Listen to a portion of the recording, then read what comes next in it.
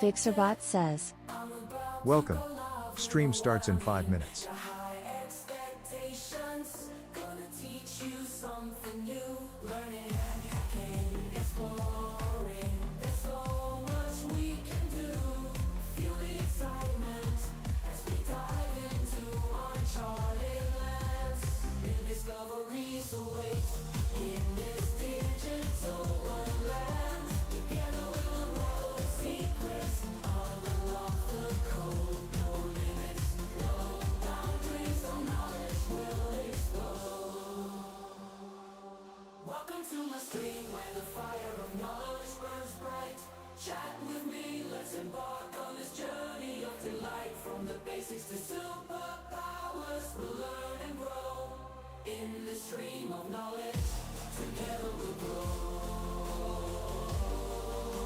T minus 4 minutes.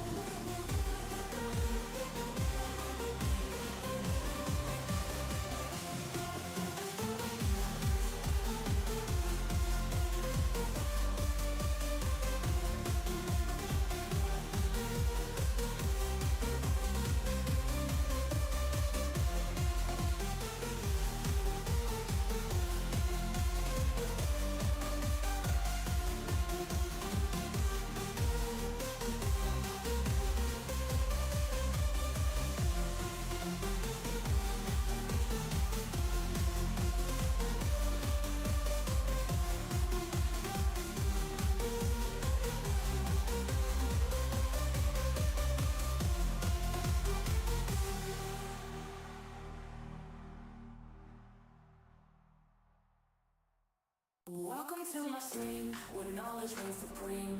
Calm and collected, I'm about to go live, you know what I mean. Got high expectations, gonna teach you something new. Learning and hacking, exploring, there's so much we can do. Feel the excitement as we dive into uncharted lands. New discoveries await in this digital wonderland. Together we'll unroll the secrets, unlock the code. No limits, no boundaries, no knowledge will explode. Welcome to my stream, where the fire of knowledge burns bright. Chat with me, let's embark on this journey of delight. From the basics to superpowers, we'll learn and grow in this stream of knowledge. Together we'll grow.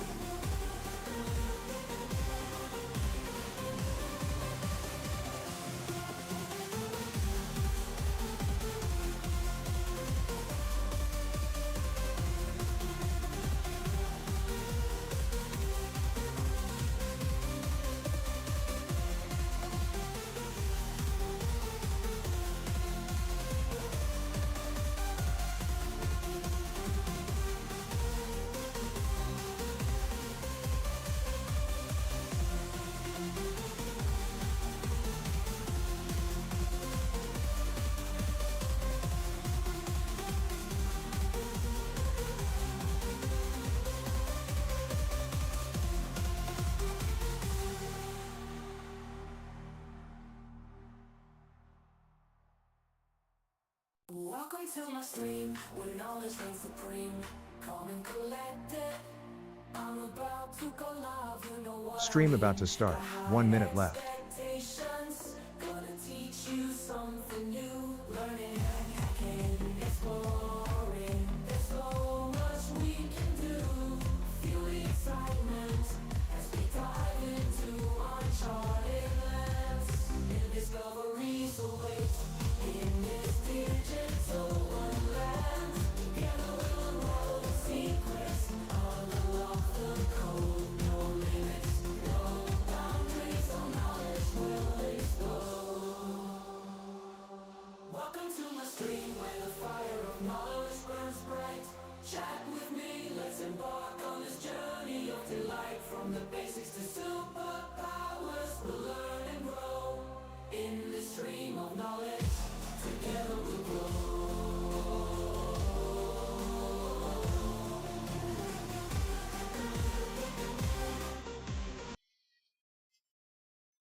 Welcome in, welcome back.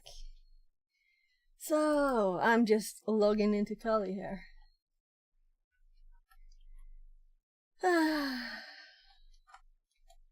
So, it's kind of warm here. Maybe I should turn the fan. I think I'll do that actually.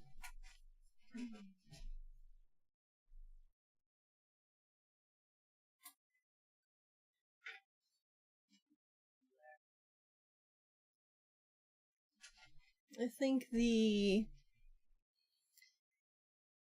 filter seems to be working. Nice, good. I'll just check here. So we have open window, open only.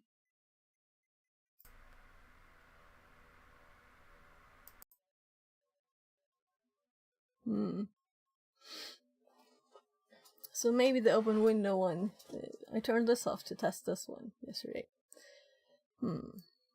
Well. We'll see how much noise it is in the recording. I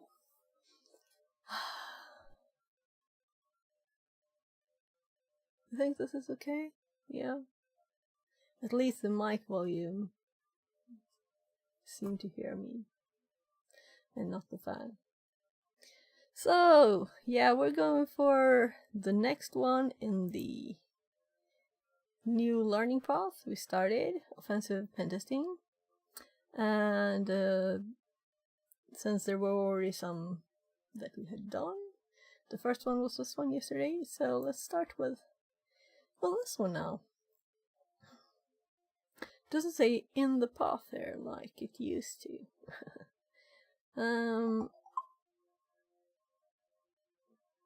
What was that? I don't know. It wasn't my phone. Maybe my son's phone. Too many phones in here now. Let's just check here. Right. Turn up this light on my phone a bit.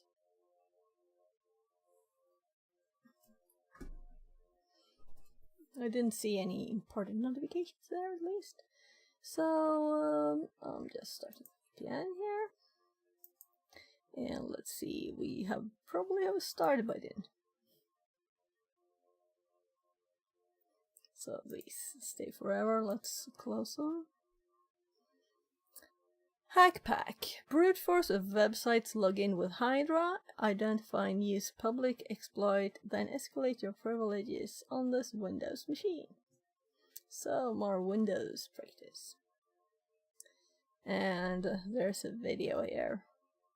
But as I said yesterday, I would like to do as much as I can without looking at the help here. This is a learning room, so it's not really a box.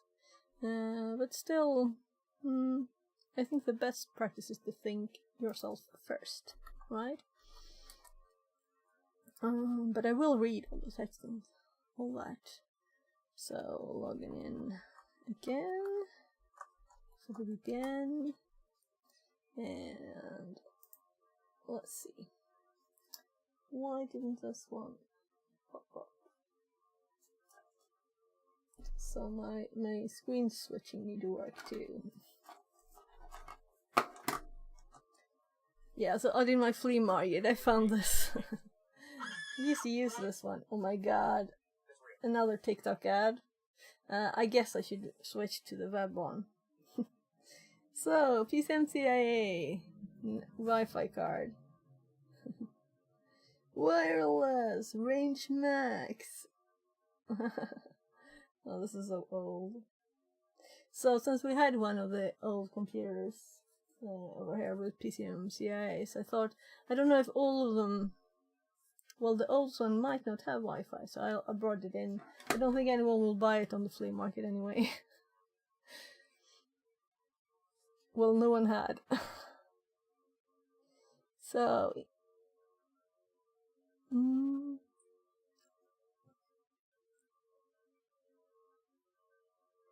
yeah, so I got a mail saying I'm live on YouTube, and it seems to be the right name of the stream. That's always nice.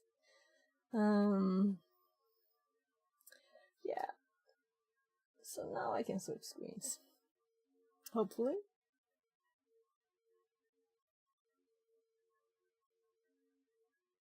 Come on now. It's still starting. That's too bad. It's usually quick. Now it reconnected. Must have lost connection during the ad. So I will probably switch to the web one. Though it is nice to have a real app.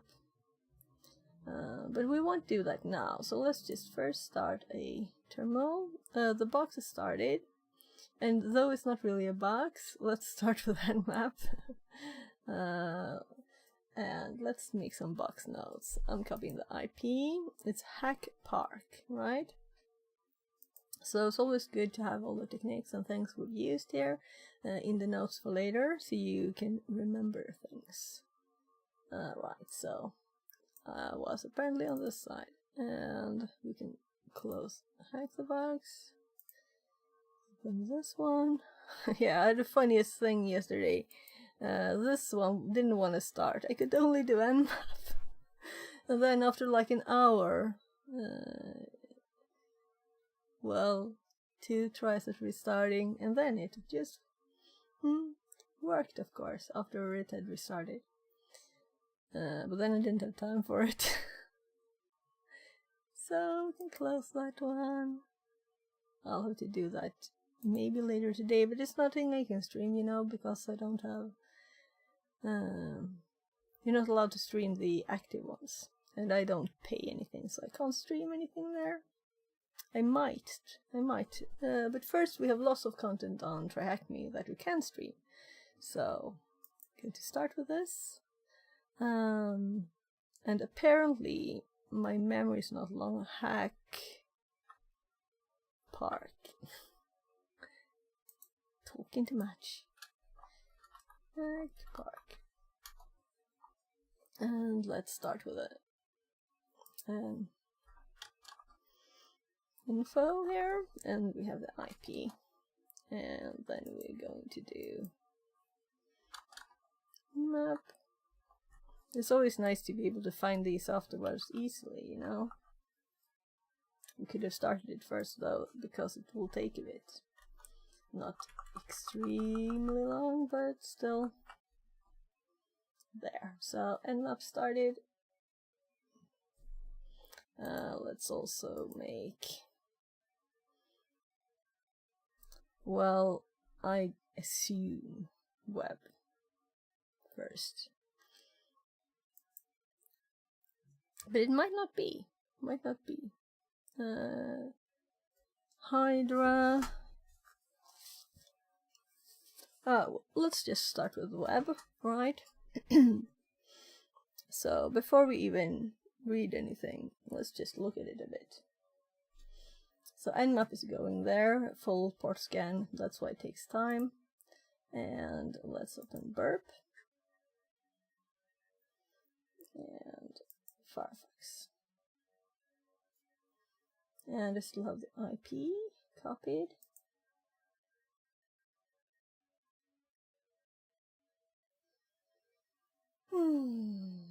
Yeah, so I it finally opened. Maybe I should close all of these.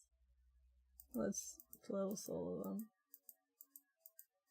All of the boxes I've started but not finished. Maybe just left anyway from finished ones. So let's paste that IP and go there, and we'll see if there is anything.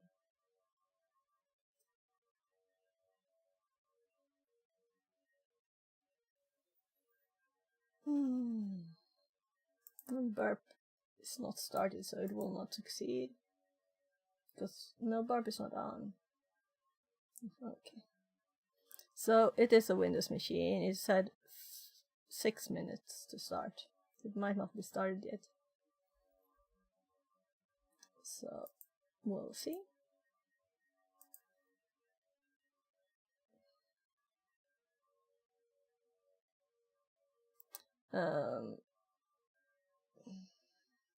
Might not be a web there. or it might just be kind of slow, crazy slow. I'm actually aborting this one because it was probably not started enough. We might not get all of the ports anyway, since we know it's a Windows one. So, deploy the vulnerable Windows machine. We click to start, connect our network and deploy the machine. Please be patient, as this machine can take up to 5 minutes. Yeah. You can test if you're connected to our network by going to our access page. This is like, oh, this is probably your first time connecting to our network. Please note that this machine does not respond to a ping. This room will cover brute forcing and accounts credentials, handling public exploits using Metasploit framework and privilege escalation on Windows. So, yeah. Access is web server. Yeah, so I thought there will be a web server. It's just a bit slow here. So let's give this one a chance to start again. And we don't even have burp now on. So I guess it's just waiting and waiting and waiting. If I have the same problem as yesterday again, that I'll have to restart it. Anyway, this track is easy to restart and it's just you on the box, so that's much easier to do. So it has had 8 minutes to start. Well, this might not be the web page. Let's look at the Nmap. It will eventually pop up.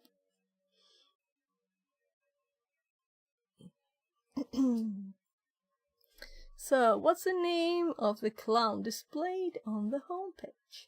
Yeah. We'll have to wait.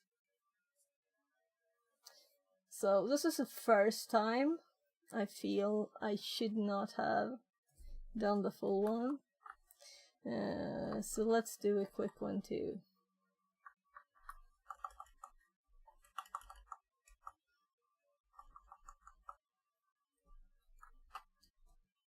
Let's see.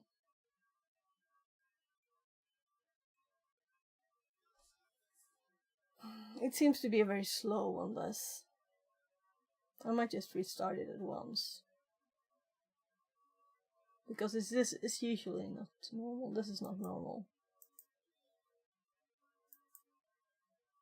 Not normal. Let's restart it. So I'm terminating and starting it again. It had 11 minutes and there's still nothing, you know. So let's start it again. And this time we'll give it some peace. So let's look at this. Meanwhile, let's give it a few minutes.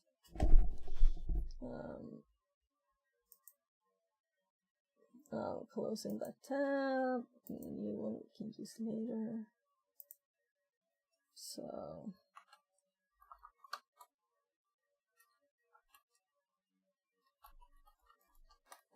I'm just clearing so we're ready for a new IP later, but we're not starting the Nmap yet. So this tool, Nishang or something, offensive PowerShell for red team, penetration testing and offensive security.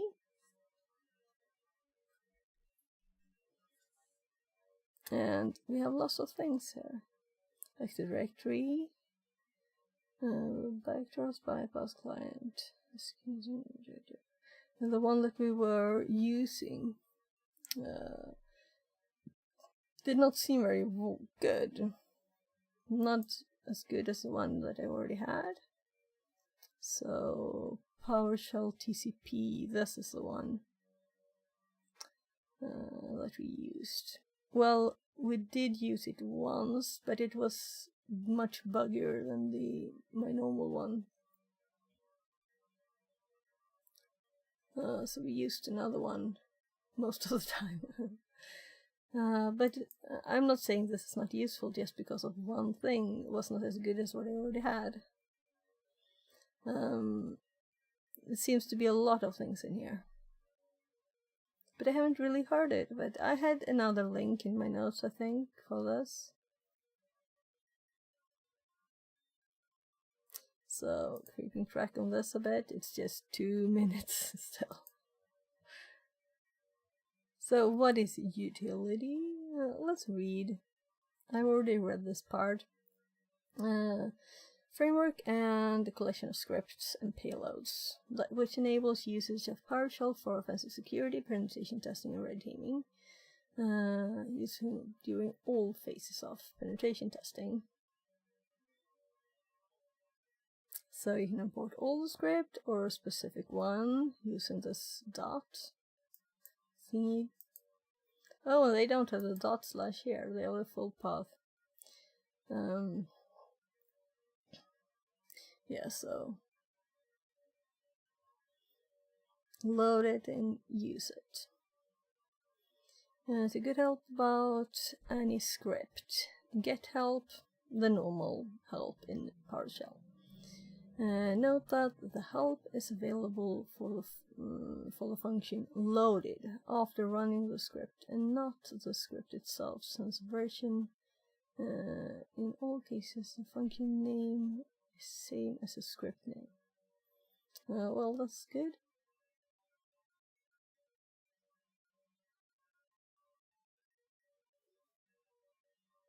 Yeah, and this is why it is a bit messy to use them if you're just wanting a reverse shell, you know? Then you'll have to load it and run it. I think we were just running it, I think. Antivirus are flagged by many antivirus as small issues. The scripts on a target are meant to be used in memory, which is very easy to do with PowerShell. 2 basic methods to execute PowerShell scripts in memory. Method 1. Use the in-memory download and execute. Yeah, download string. Use below command to execute a PowerShell script from a remote shell, media reader, native shell, web shell, etc. And the function exported by it. All the scripts in Nishang export a function with same name as the current PowerShell in the current PowerShell session. So PowerShell IX new object web client download string. Yeah. So this is what we did yesterday with a semicolon. Exactly this, and it didn't work very well. Well, it wasn't a good shell. It worked, but it was a bad shell. I tried to run other things, and everything just got errors. It seemed like odd and strange. So, but let's still copy this, and let's make sure we have this in our notes. On shells, PowerShell, and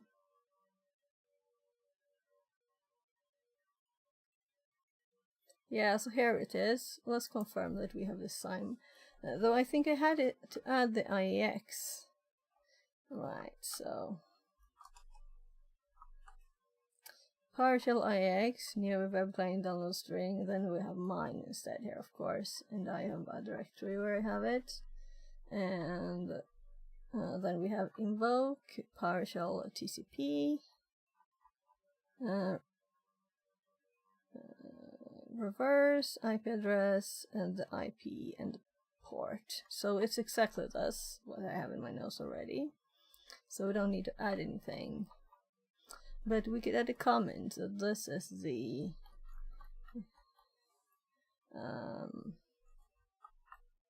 so I think also this was maybe not the last one. Let's just get this link there. So and also I don't want this big link.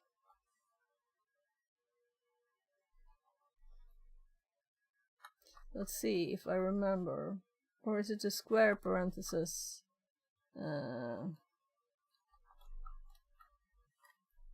Yeah, it was correct. Good. So we don't have a big thing there. Also, we don't have to have it double. So, And these are just from other things I have run. I just copied a few things here. So this is actually from Arduino.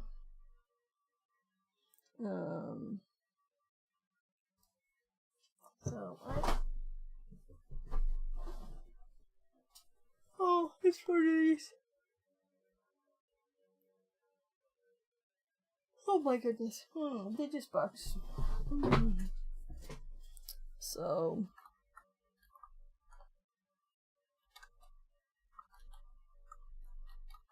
well, should we give them capitals? No.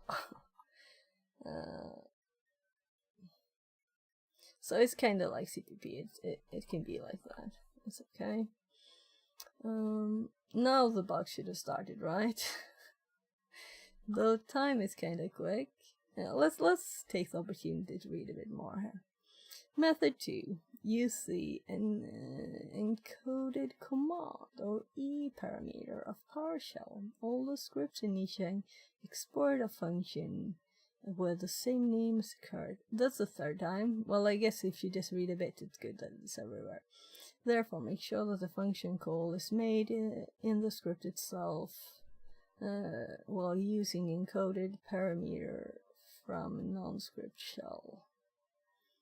For example, the function invoke partial TCP reverse. Encode the script using invoke encoding.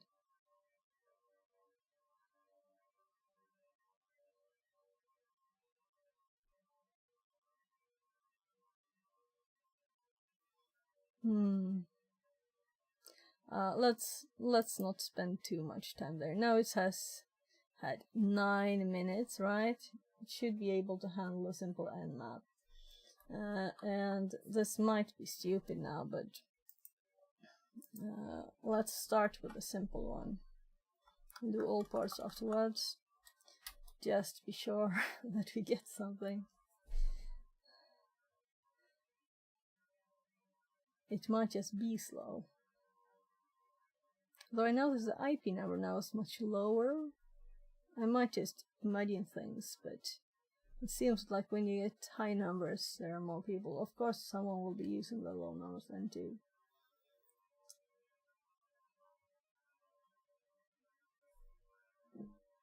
Oh my water is almost out. I'll actually get some water while we wait.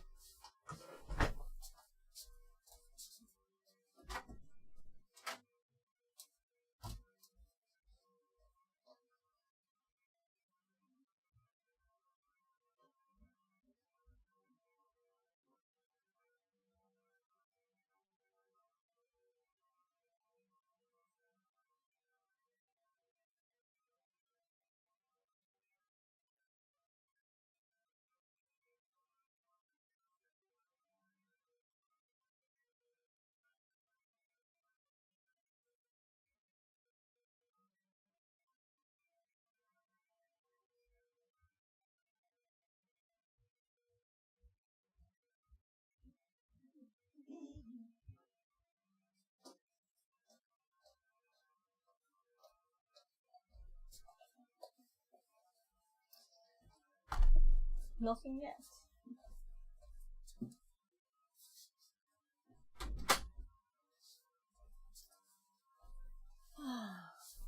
Yeah, I think my hair is almost dry anyway. It's quick now. And I was a bit late today because I wanted to take a shower. I was like sweaty all over. So 13:52 already.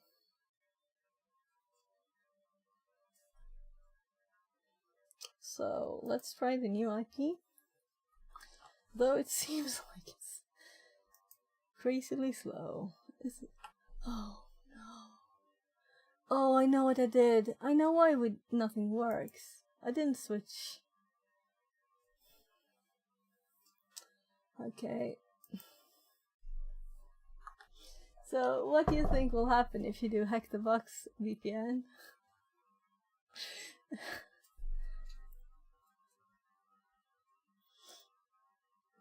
So it's good. It's good. I'm just switching VPNs. Well, you are allowed, I guess, to see it, but I'm just logging in. There.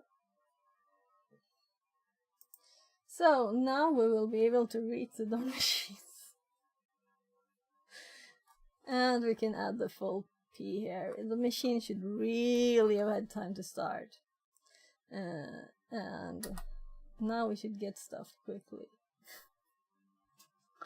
Oh my. Well, you have to do it sometime, right? I usually don't switch VPNs, so it's not the usual thing to do.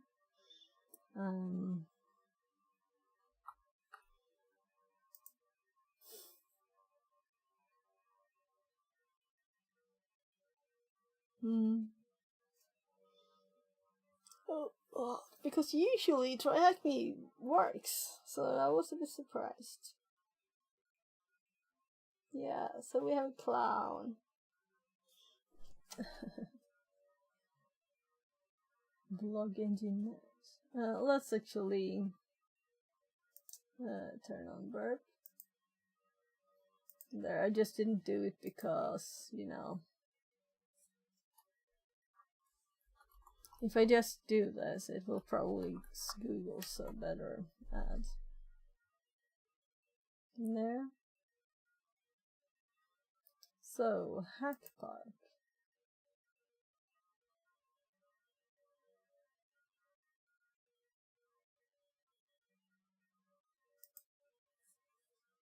Let's just click a few things. We wanted the clown name. Administrator.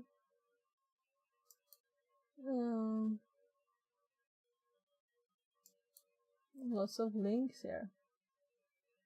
That's the same page.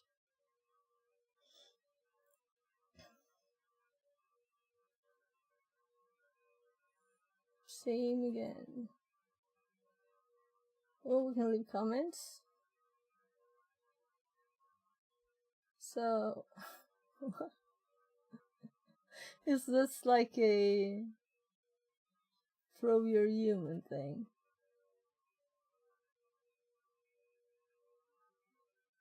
Oh my god, you're on the wrong screen. I just clicked a few links on the page. And we opened a few, this one and this one, I think, here. Okay, so we're searching which ones have that. Okay, wait a sec here. Why did I close that one?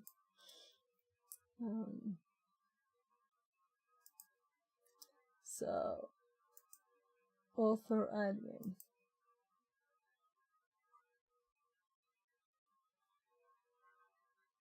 Yeah. So let's go back to the first page. And let's open this one in a new one there.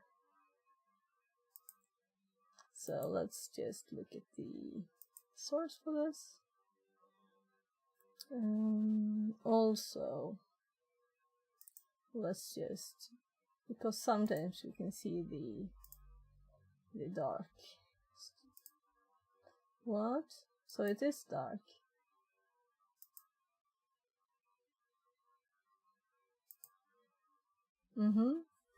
Okay, so it is actually, no, it wasn't.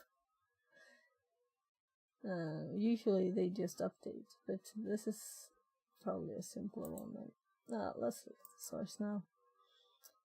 Because we don't want extra stuff from Dark Reader.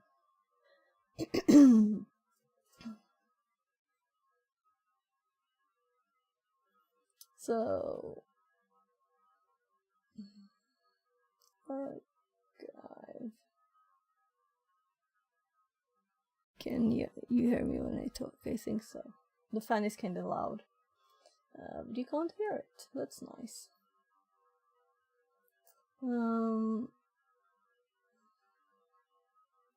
JavaScript stuff.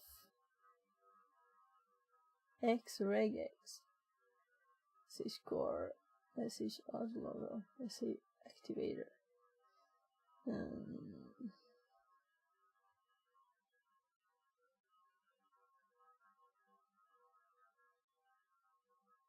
ESP net hidden.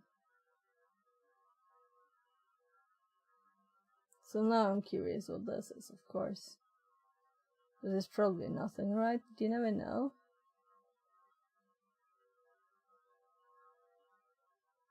The form document.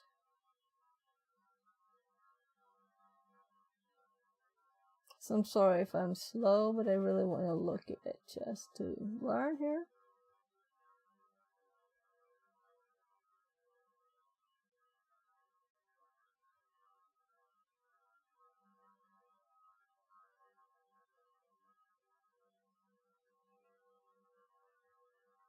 Checking if you can see what I see.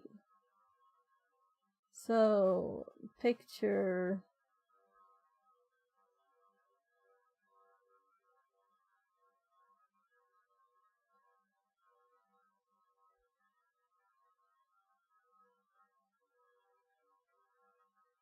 Footer. And then we have a very explicit name here too. I'm torn between just reading the page and actually just looking at this as a box. But I guess I should do the learning room thing, since that's what it is. And there are lots of others to just try and do. I don't know. So I have to look at this. Hidden. So this might also be the name of that we were supposed to find. It might be like that, but we don't know yet.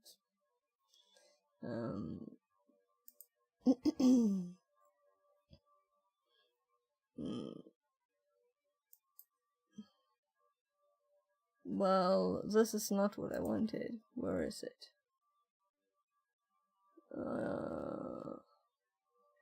What? Yeah. Oh, I should remember that it's a chef's hat. Right. And I drag this here.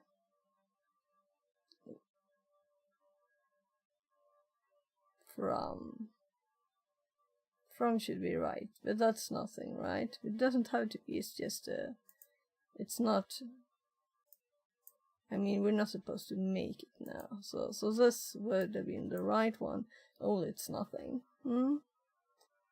Oh, look, I used the same one. Well, let's go back then. So we have access to the web server. So we're not supposed to look here, I think. We're supposed to just like so. I was just checking if we could see some name there. So, Hack Park Amusement's a great place for kids on a hacking adventure. Okay.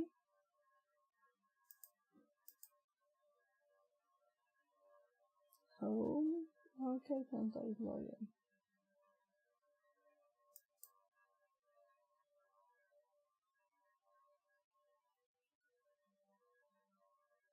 So this is just that there's one there.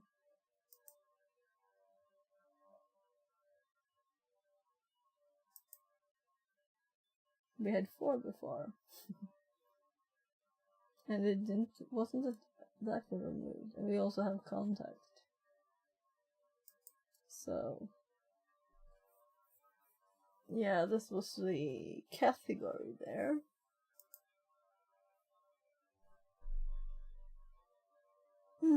So we have this comments and we have the...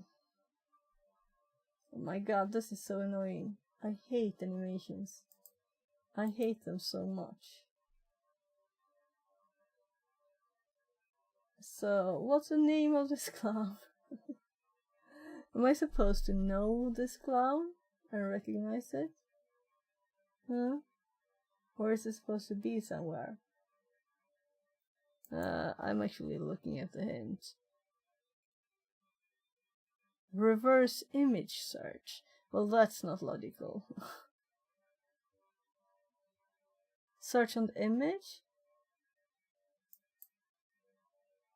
Let's see. So the hint here is reverse image search, and I don't even know what they mean. If they mean search on the image, reverse image search.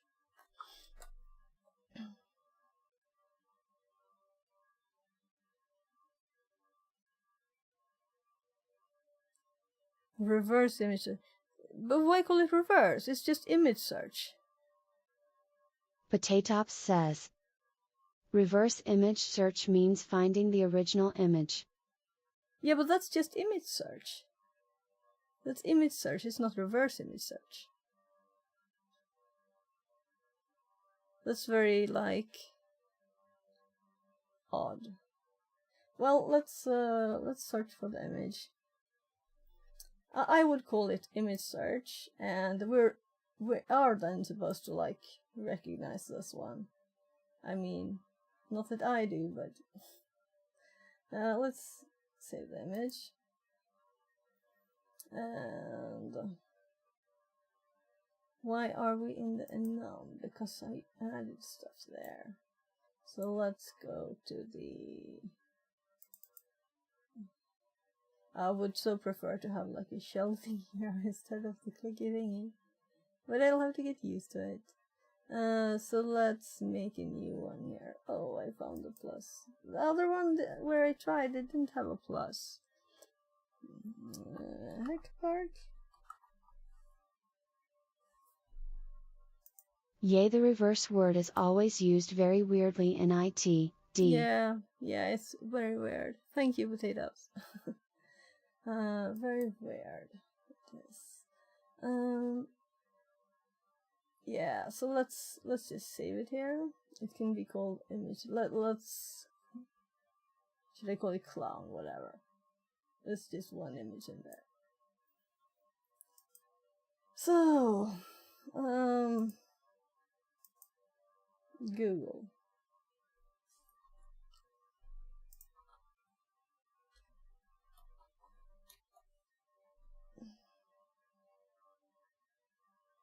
Oh no.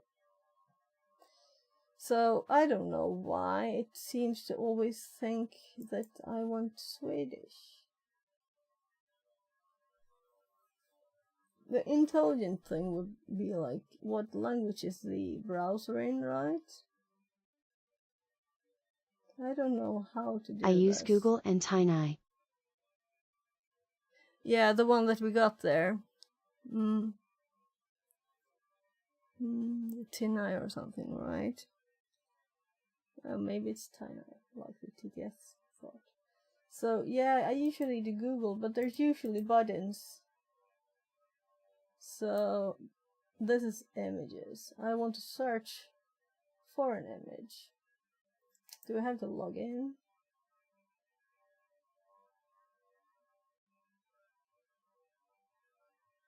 Oh my goodness. For image, you can click on the image icon in the search bar, and then drag and drop. Okay, but I'm not... I hate this. It's a Swedish. I want to change it from Swedish.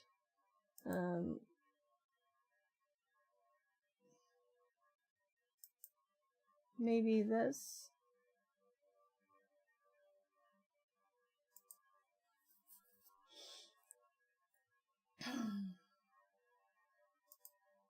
Language and region. So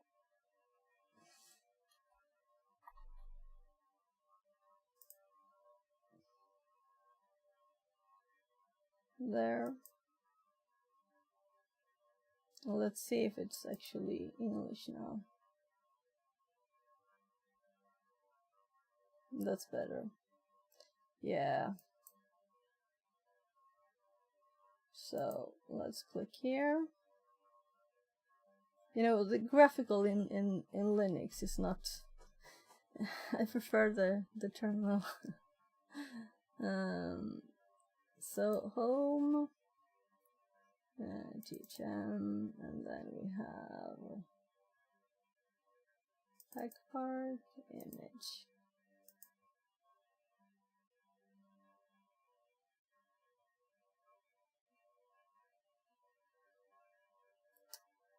Pennywise. I guess that's the name. So,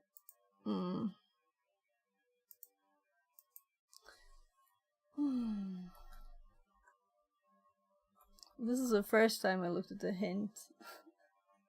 Because I didn't feel this was very logical.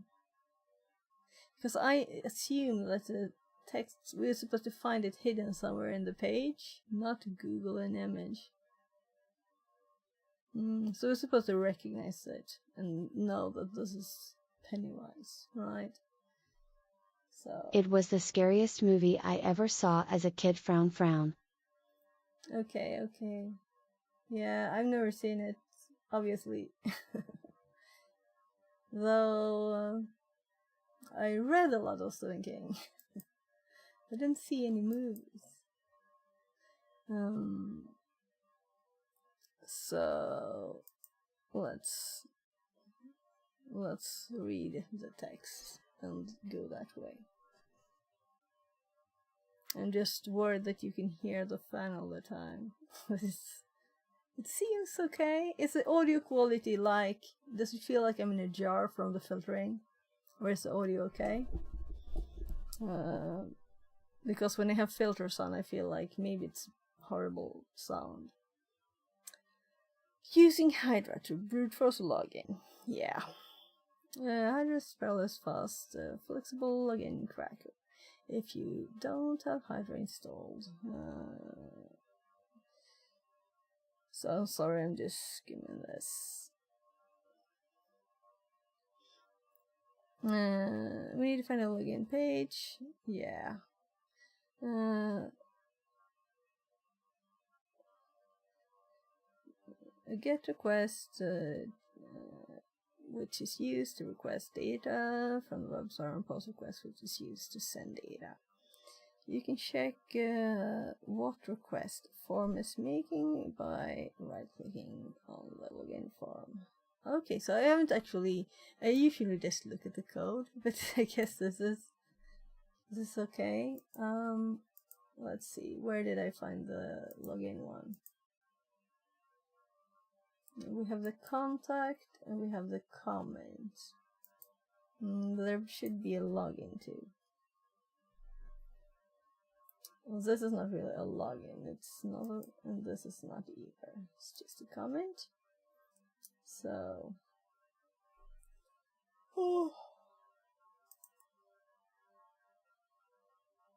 login. Very hard to find. And also there was this version name. So the first thought in my mind is to look for exploits on the version over there. But I'm thinking we should go for the thing. We're supposed to learn something from this room, right? The right thing. Or practice. So maybe with this amount of text it is quicker. So username, or maybe it's not. Validate login function.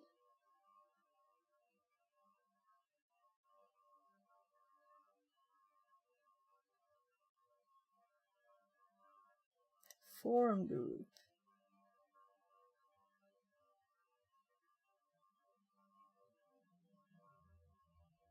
There's no actual form. Yeah, it's up here. It's high up. So post. Let's do their way now. So right clicking on the login form, okay, and right clicking, inspecting the element and revealing the value in the method field. So inspect element. So should I do this one then? There's no inspect element. I'm trying to find an inspect element. I could just inspect, you know. So maybe they're at another browser.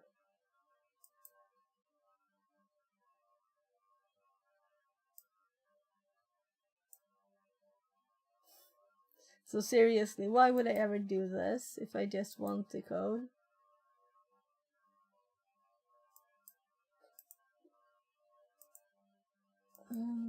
If we select this, view selection source, that could be easier to just see the selection source. And then we have less to look at, but we didn't get the form in here either. So if we do the inspect accessibility, that's not right, you know.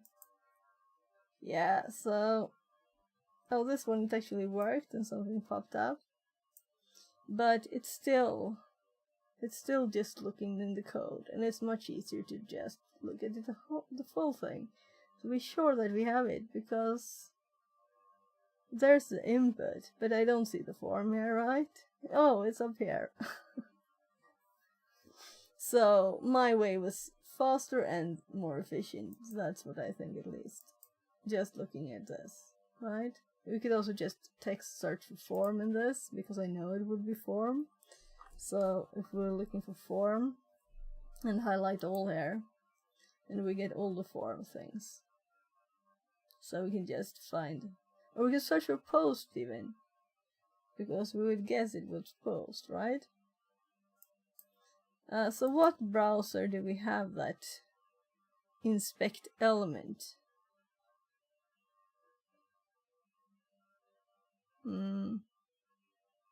Well, so the for answer they want is just post, which is kind of this kind of question, you know, is it get or post, and there are 4 letters. It's anyway kind of funny. Can you you can check what request a form is making by right-clicking a login form. You can also identify this by inspecting the traffic through Burp Suite. Yeah. Other HTTP method can be found here. So what is the link to? Okay, to the other.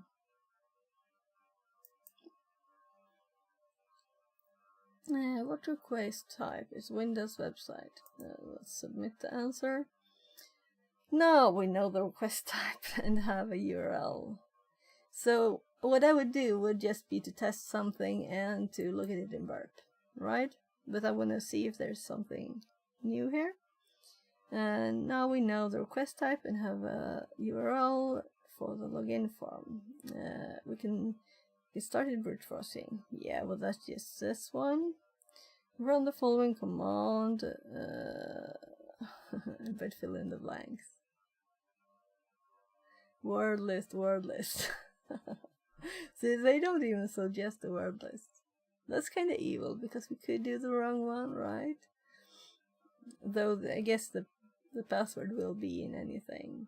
The problem is the username, right? Guess a username. Choose a password. Yeah, guess a username. I'm guessing admin, I guess. Choose a password list, or it could be the clown's name. That's probably it. Would be choose a password browser and gain credentials to a user account.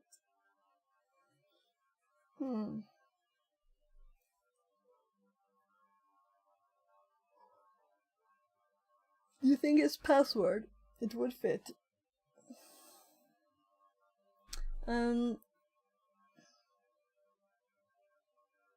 Return URL admin.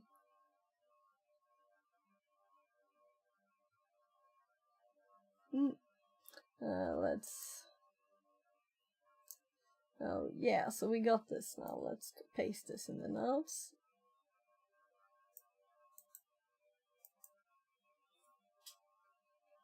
Right, notes.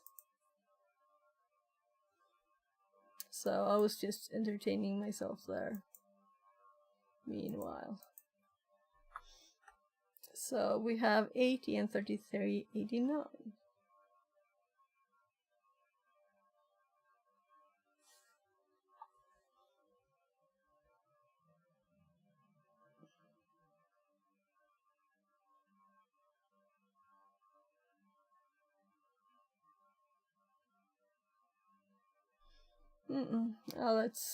Let's just continue. So maybe I should add more notes there.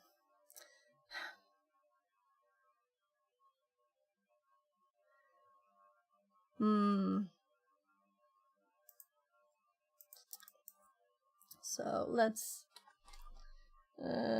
be good students here and actually there was nothing logical about it. Nah. No logic with the image. But it's a hint, definitely. So Hydra. And I did FTP last, so let's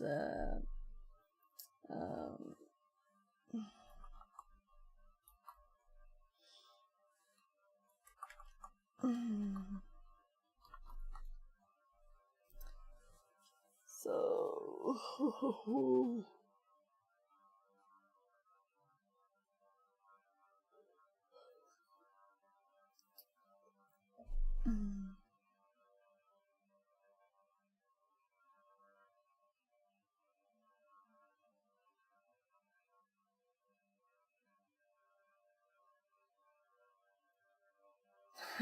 typo.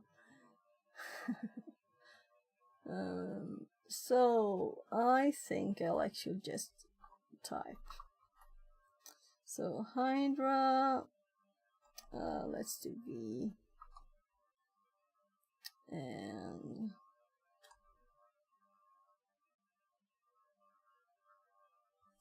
let's actually look at my notes for Hydra, because I don't remember what U doesn't look like it's a URL or anything like that, so what is it?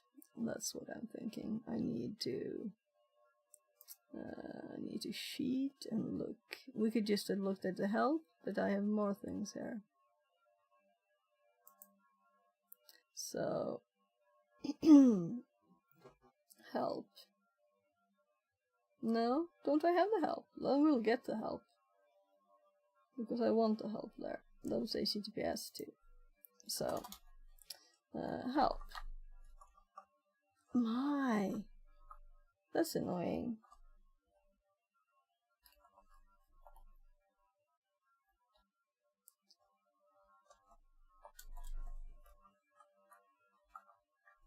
So let's get the help.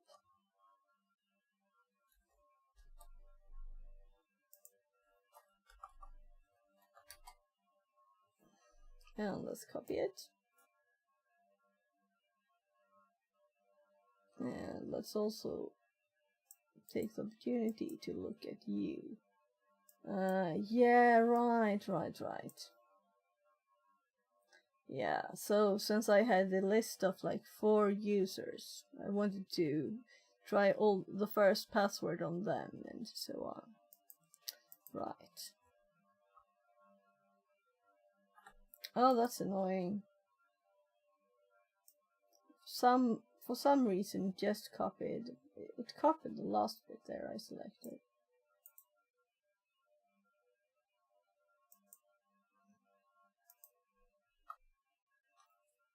So now we have the help here too. That's nice. Now let's just fix the formatting. No, there. That's the right direction. So we don't break OBS formatting.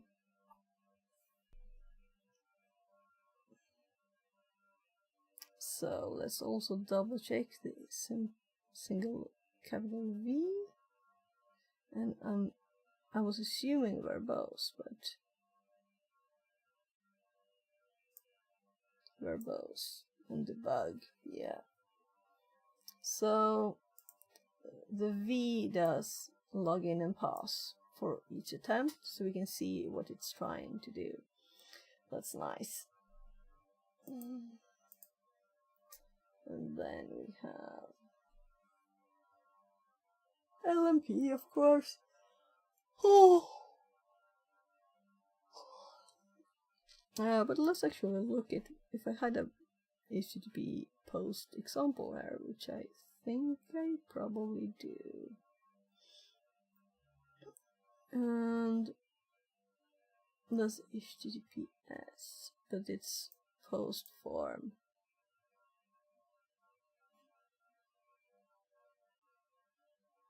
Let's. I don't feel comfortable if I don't just look at it with burp too, right? See what's actually sent.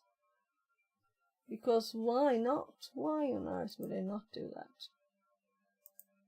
So let's do username, password, and I can almost see seen too many of these now. So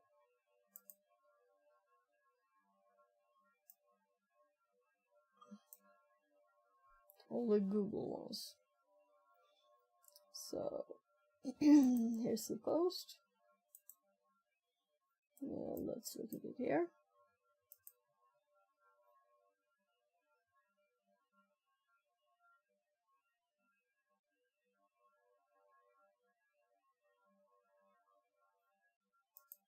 Always nice to see.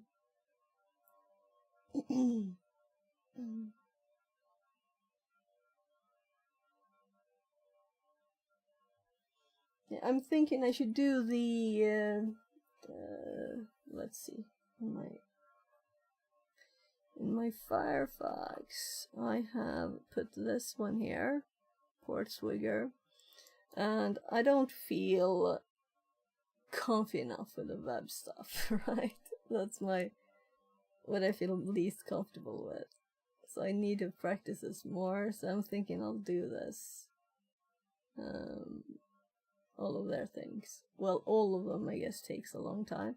And I almost did that today, but then I have this stupid streak. I think I'll just not care about it, because I wanted to be able to study what I want without caring about the streak. Right? So it's 47. It's not like I really care about it. I'm just thinking it might be positive to have an extra incentive to study every day. But if it's limiting where I study, that's not a good thing. Because I would actually have done Web Security Academy today if it were not for the streak. So it did affect what I decided to do. And I don't like that really. I'm not sure. We'll see. Anyway, I'm going to continue looking at this. We'll just have anti-slimification as medicine in my water.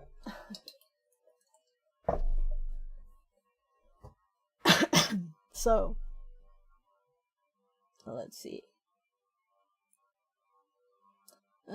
Also time 14:27. Yeah, so in 1 hour, my kids, well, he's going to play some games. Let's see.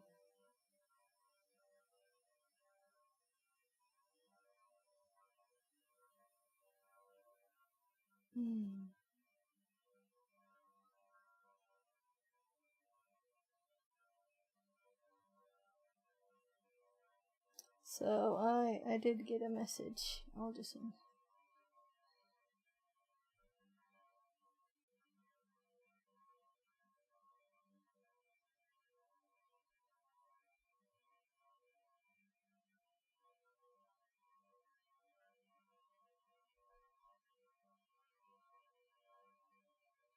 I'm just answering. Is it like a hurry? Do I need to call them quickly? It's my mom again.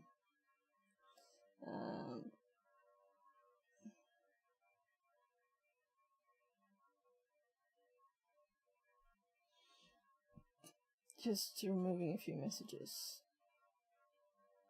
There. So, my kid actually fell asleep. Not as early as I would have wanted him to. Like a few hours ago. So we'll see if I can wake him up later. So they're just doing LP and HTTP post form. And but I want to look at my notes and see what I have and make sure I have it. And I'm not sure I really like how these are, you know. This was from some long ago Track Me room. So let's actually make these headers, right? Because this will stand out more when I just read through here. Oh my god. I was just going to arrow up, not page up. There. So this is much more readable. And also I think HTTPS should be under HTTP, not like this order. So I'm sorry if it's more node sorting than actually the Track Me page. But I want this to be good, so that I can find things if I need them. I've been annoyed several times at these nodes, so HTTP is first. Though I have a lot of HTTP stuff, right? But these are examples.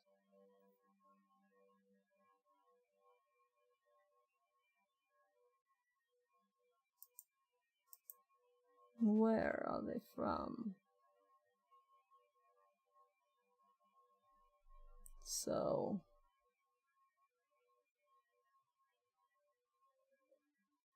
this is the help. Yeah. So I think this is the same, right? Is it? No. So it's different examples. Because it was a bit similar, that's why I wanted to check. And then I have this bit up here that I haven't looked at forever.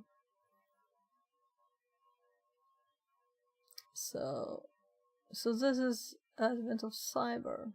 Okay. This was long ago. You need to... Yeah.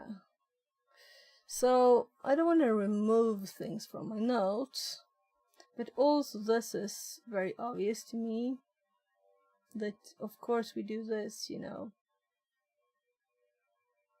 But I want the notes to be for everybody. But maybe I shouldn't use an image from the Advent of Cyber in my notes. Whatever.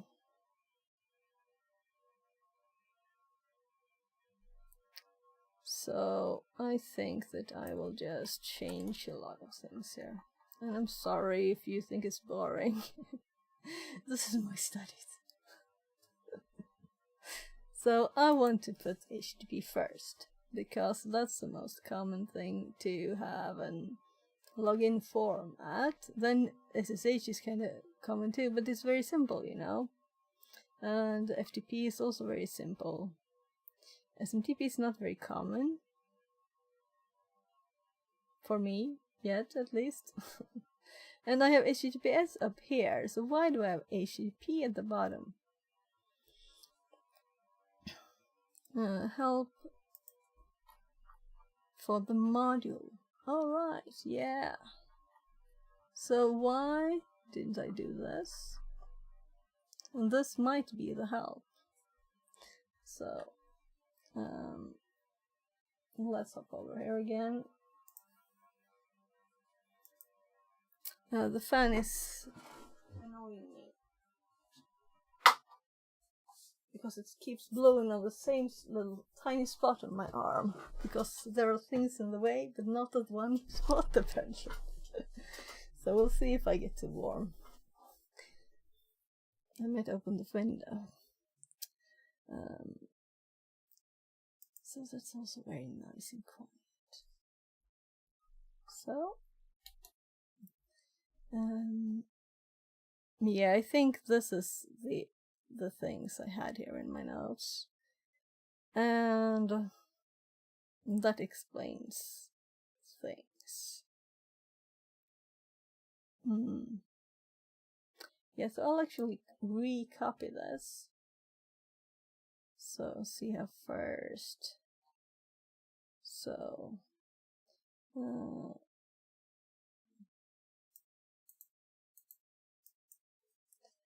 so as you can see,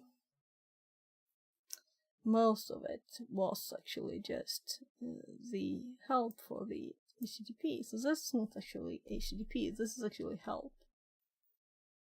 Well, not all of it. Let's see.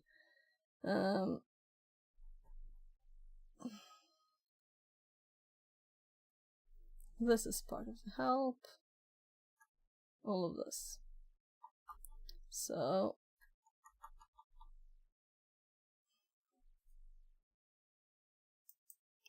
this is part of why I do headers. We can just minimize them.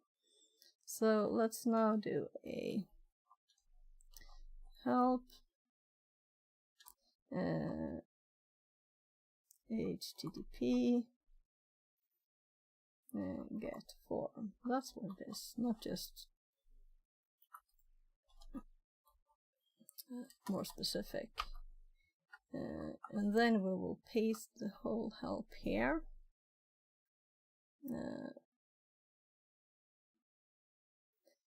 And let's see, where is it that it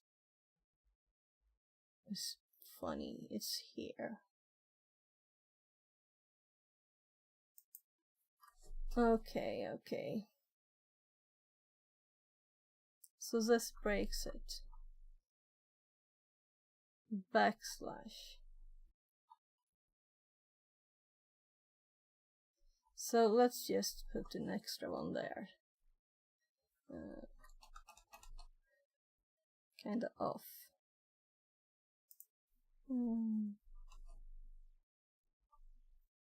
There. So it's looking better, more readable.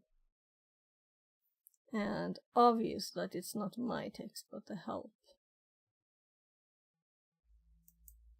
So what is of this is definitely my notes for a tips example. So let's move this bit up. There. So we have SSH, SMTP. A lot of space here for some reason. So that's FTP, HTTPS, then like also kind of HTTPS, but this is more like from a room things.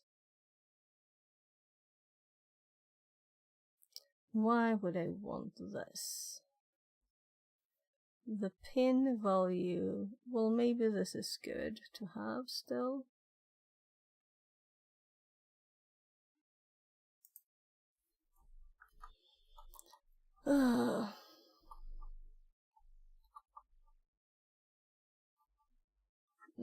So find method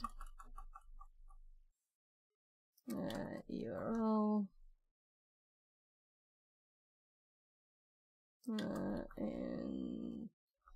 including port, well, and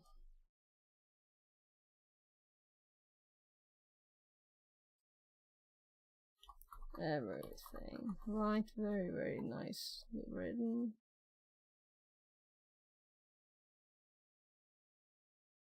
So this one is a special that only has a pin, so it's very odd to have this as an example, because it's not, you know, Yeah, and I may not even download this image, it's just a link. Well, let's keep it there for now.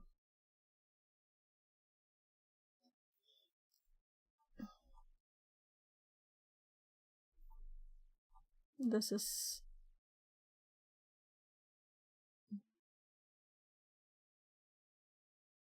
we always had a oh gosh. And also this is a one line. We don't need all those.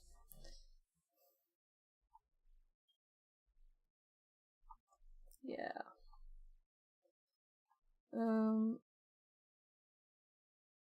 And this is explanation of this command.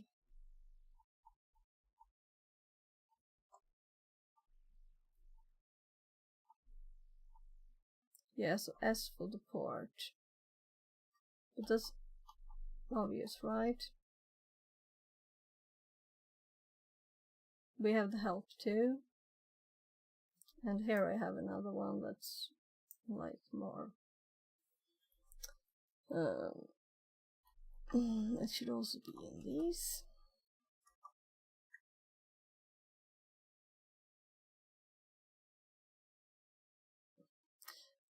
The nice bit with having the more advanced formatting ones, let's see, if we do this and I do this instead, then I can do SH and we have more color. I like the color, but I don't like the extra lines it requires. It's too bad you can't do a one line with coloring.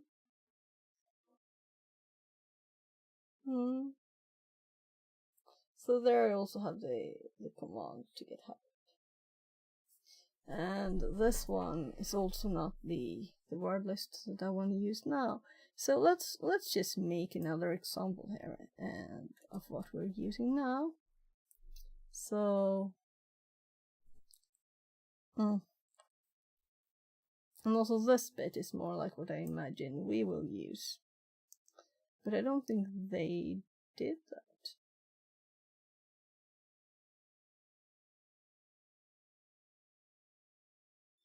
So let's go back to the page, on the current Try Hack Me page, and we can almost add an hour here.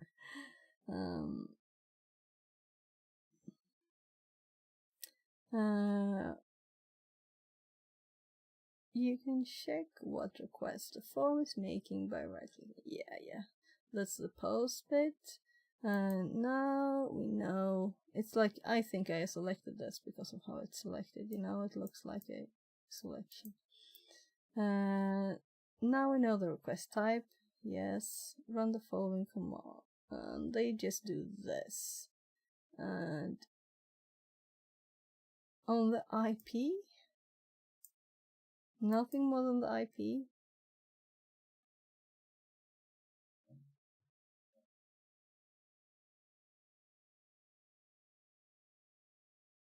So let's try their format, because I thought you had to do more, really.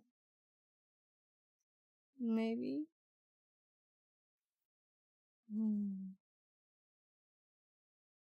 This is a get, and that's, I guess that they're probably called username and password, right? Like these. So let's paste theirs here, and of course it breaks the total thing. So alright, we have stars here too. That's why it was so oddly colored. So we have Hydra L, and I'm guessing let's do the why else, you know, would they have had that question? And I'm going to use, should we use this one? Let's try it, because I happen to have it close by, and we do have an IP.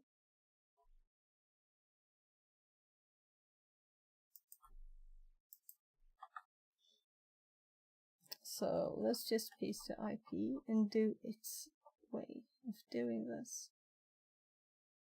Let's actually make it one of these because it's prettier with color, and you can see the option letters. And it's a lowercase l and uppercase Panda Tongue P. says. Hello, hello. Hello, Panda. I'm exploring Hydra, and I thought I had to add more things, but this room suggests I just do this. So we'll have to try that then.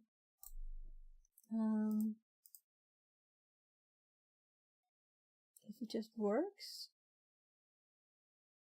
because these are the examples for the HTTP post form, and this is not that. This is just LP. Let's at least add the V, so we can see all what the things it tries, right? Yeah. So you must supply additional information. Right, so the command it suggested us to use didn't work. I'm not very surprised, but this doesn't work, you know? Fill in the blanks.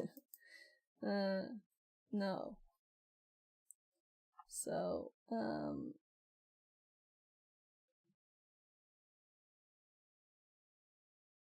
but the error message, let's read what it says.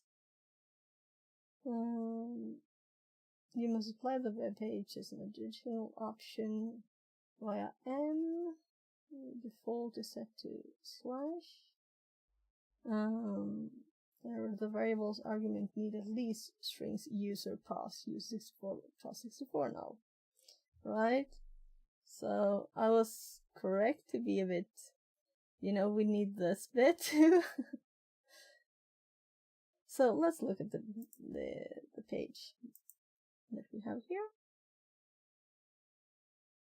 So their names are username and password.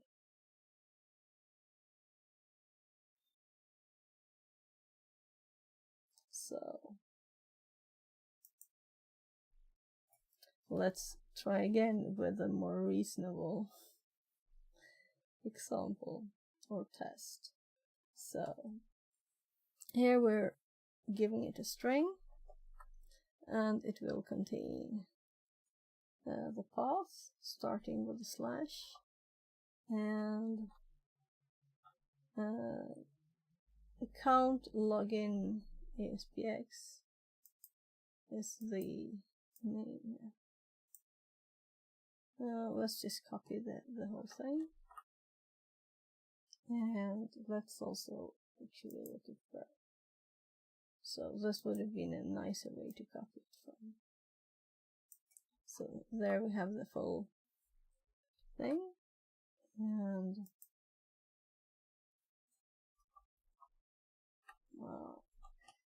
I control V it again. So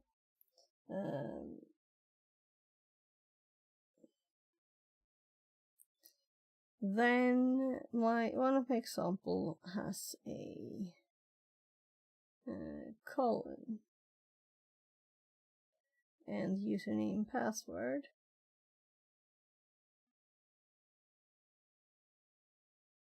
There's a second colon here for what we want as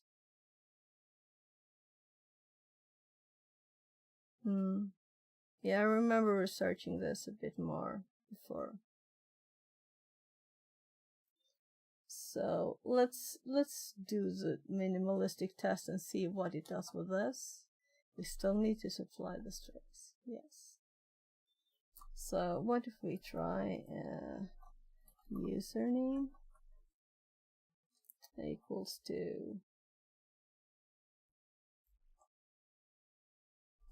user and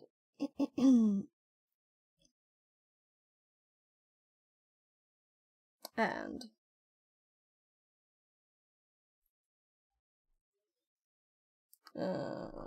Password equals to pass. There. So browser the required tree statement, yeah. So login failed or something. Let's see what I got on the page. Login failed, right? So no, just wrong place. Supposed to tab this instead. So we need another column here, and then we need the string. And I did Control V again there. At least I think of it before clicking paste again. So now, okay.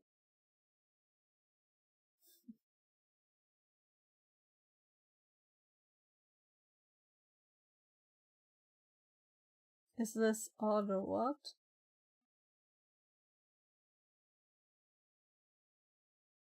This is odd.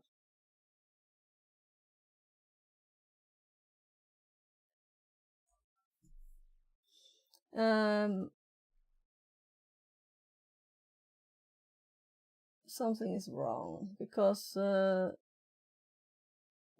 these are all the things it tried, and our test is not correct because this is the fail, right? And that is what I did have before. Let's compare to one of my previous ones.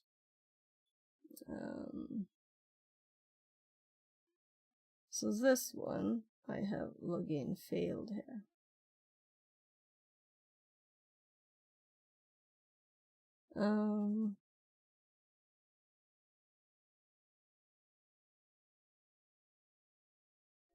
It is more complicated than this, right? So since I don't have a correct password, I don't know what the output will be for the correct one.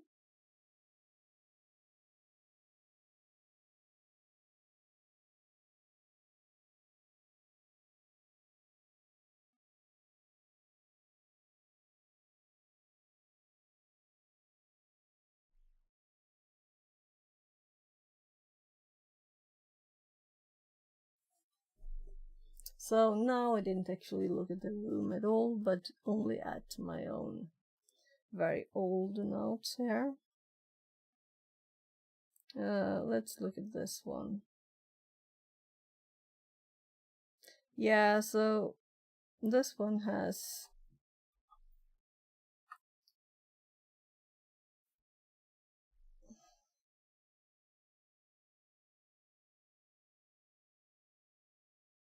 oh, I know what the problem is. I know what the problem is.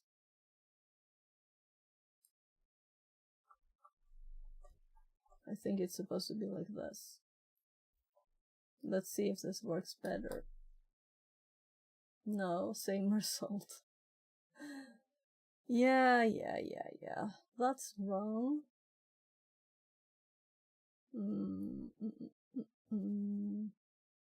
So its suggestion didn't work. Let's run it again.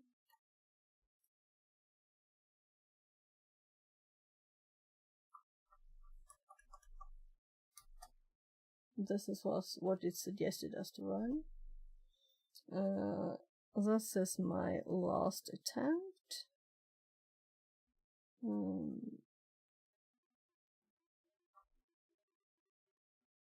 What if we...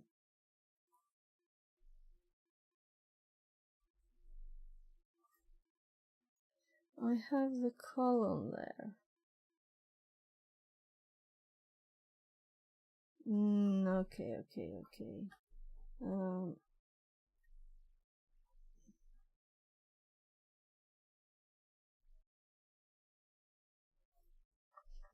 So let's do this by all the columns because I missed this one. So it might just be that I made a string of all of it, and we still get the same thing. So I think it's splitting out the columns anyway.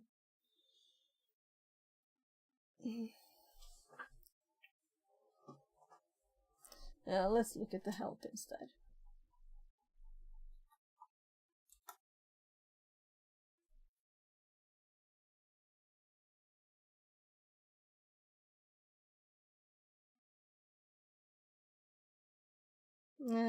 Requires a page and the parameters for the web form.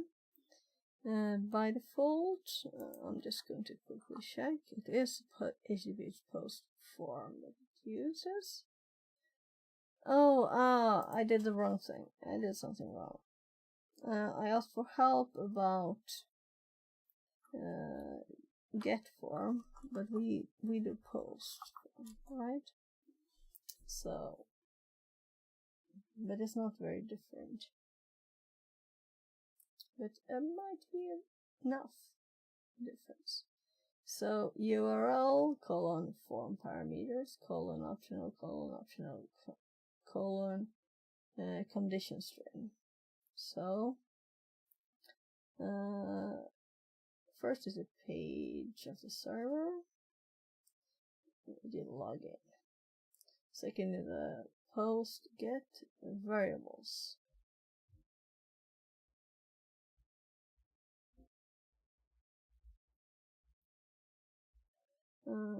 Without the initial question mark character.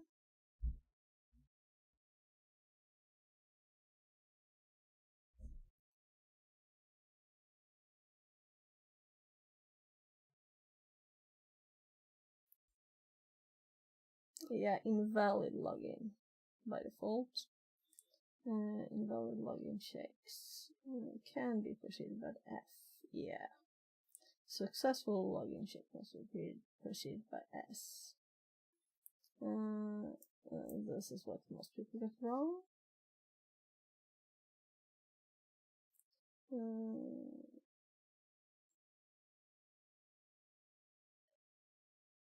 So we could give it F equals there.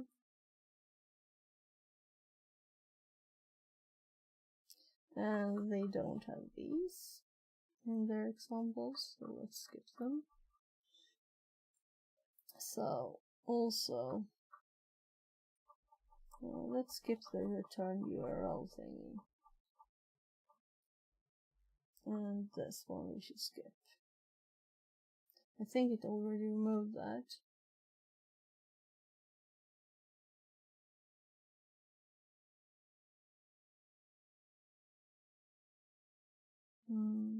Maybe that was the problem.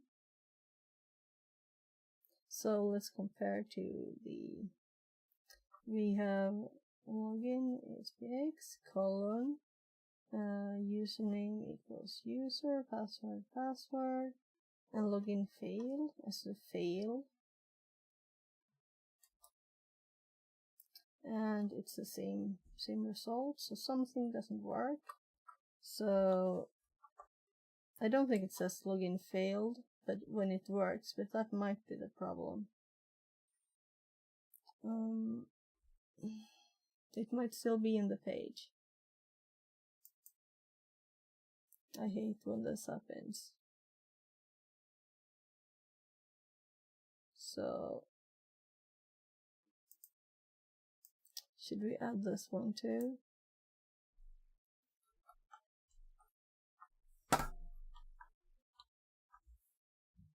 I think I clicked by mistake somewhere else there.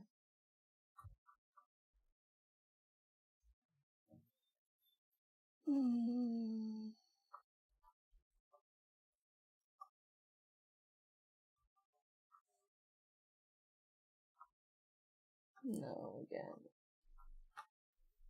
So I just added that one, and we still got the same result. Anyone with tips? You're welcome to help. Alright, right. You couldn't see. So I have moved, and I also tested without this return URL bit here, and we get the same result for everything.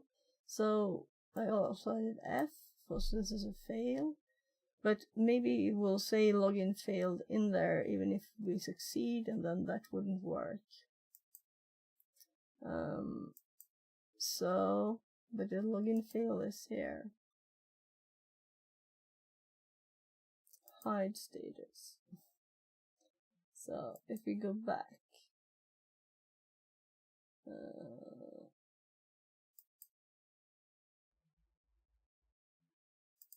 let's click the login one again.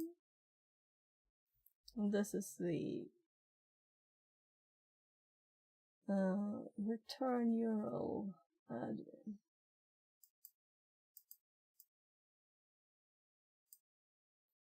And I had return URL admin.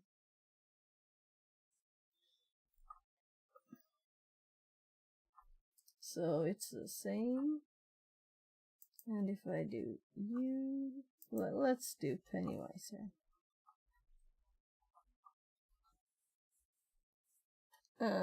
Probably spell it right. And let's do password here. And login. We get the login failed, but maybe it's still visible if we manage to log in.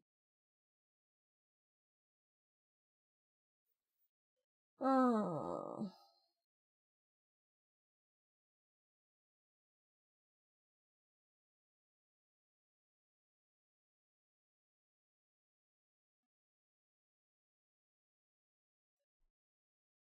So I'm just trying to do what the room tells me to.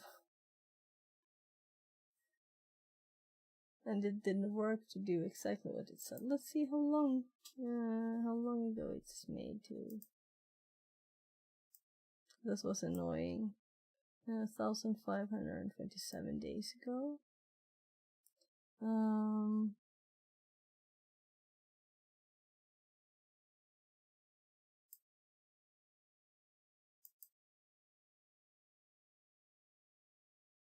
Let's read the text again here. I'll just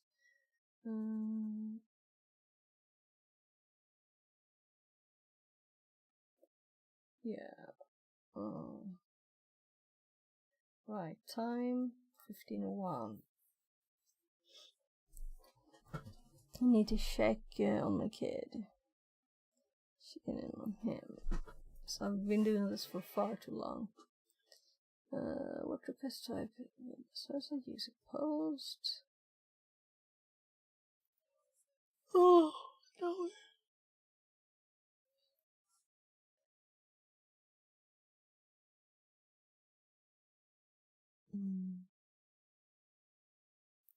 Yeah, so just running this command doesn't work because you get an error message if you don't have the string to. So just trying password. Username is admin. Yeah, okay. So it doesn't matter. You're my coworker who's over in the corner talking to herself. Oh, nice, Panda. I usually probably talk a lot, but not to myself if I'm in an office. But I talk to my poor colleagues and annoy them. Horrible social person there, talking to people who just want to be alone. Maybe.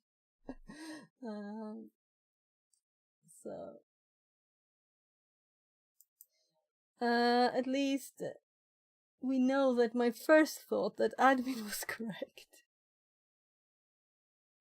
Yeah, so admin was my first thought. But then I thought, why would they even ask us for the darn clown's name in the first one if it wasn't that one? So we tried that one.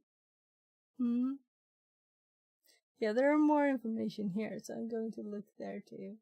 But first, let's just switch this one to be admin.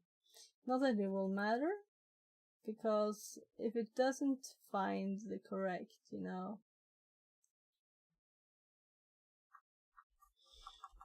so I shouldn't think more than my first instinct that admin was probably the thing.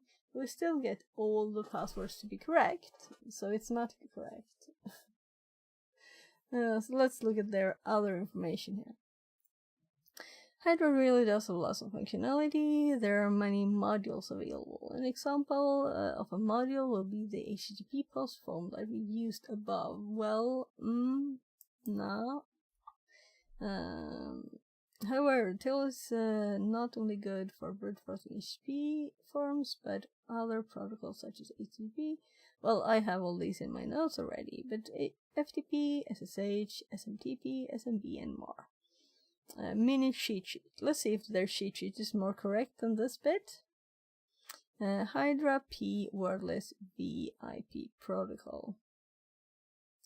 Brute force against a protocol of your choice.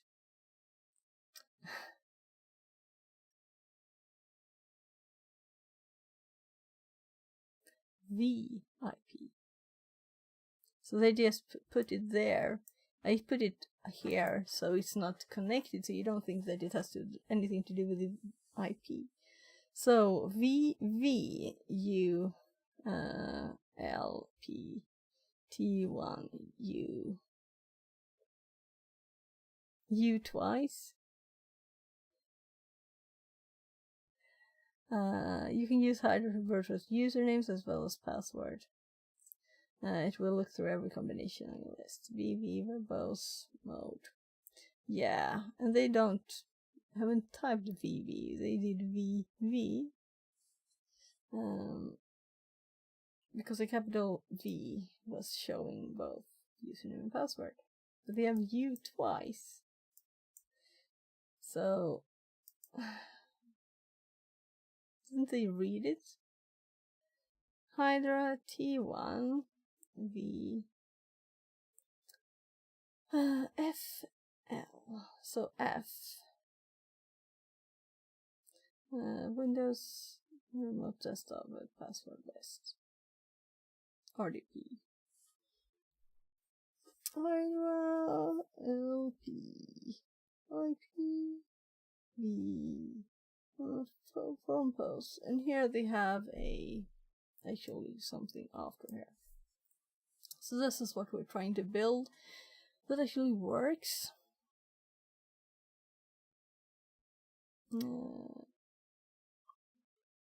Log user pass PVD pass VP submit log in test cookie 1s location. So my problem is that everything is seen as okay. That's the problem. These are not correct passwords, all of them.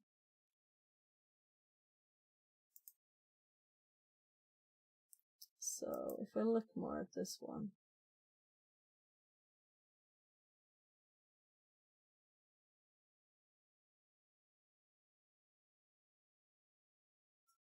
I feel like blind from staring at things. I have to go a quick bathroom break.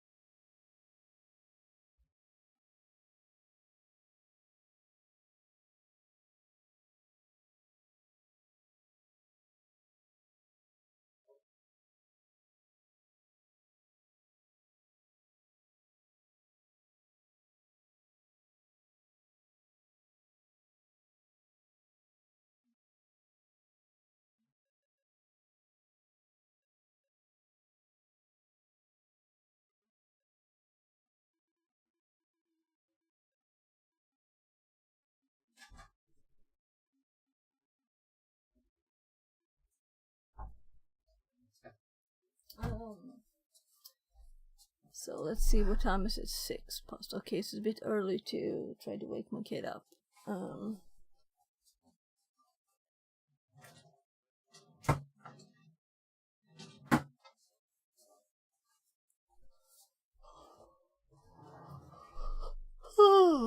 So I want to eat something.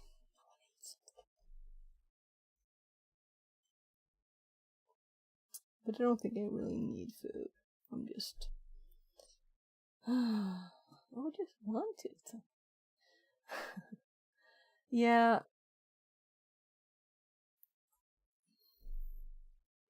So they did not give us one of these to try. I'm simply going to abandon Hydra for a bit. I'm going to abandon poor Hydra and try this instead. Right? So, username, admin, and password will be here. And single payload. Yeah, so we just have a basic thing here. And I'm thinking, I can paste things, right? It's not limited. So I will just get a list and paste of things, a few things in there.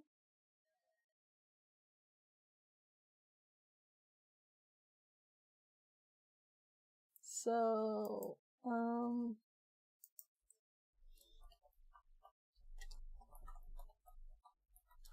this will probably be quicker than just getting it first put up. So,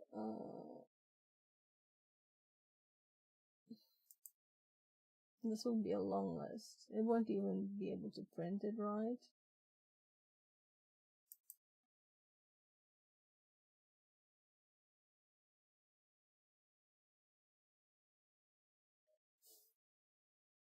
So I'm thinking, how long could it possibly be? I can't select things. Yeah, I can. Good. So let's just scroll a bit down here.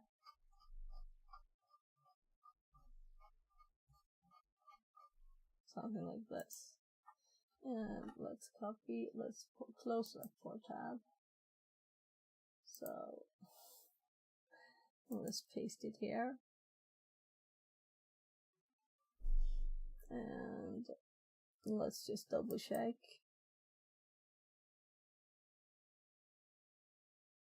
Welcome to the year 2038. She's still scrolling. Yeah. So yes, this is slow, I know. So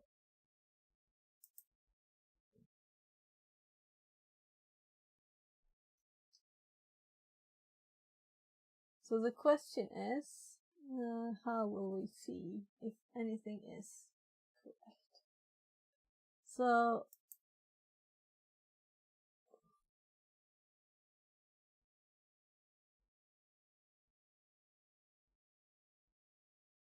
this one was very different in, yeah.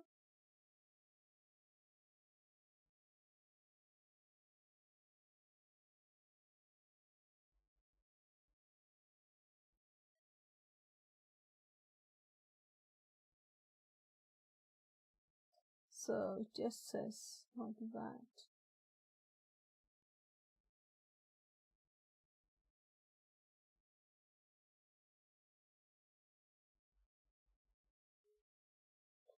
I should do this instead.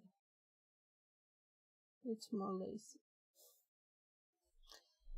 So still login failed, right?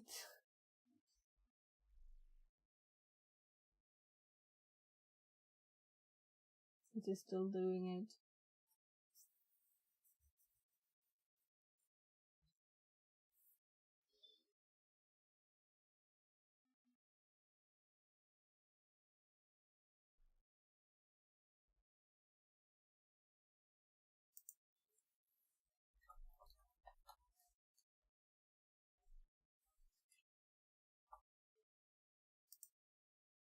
And I still get tricked that I have selected that text. I mean, I think all the time that I'm selected this. Not a great way to do something right. So my problem is still how to see which one would be the correct password, right? So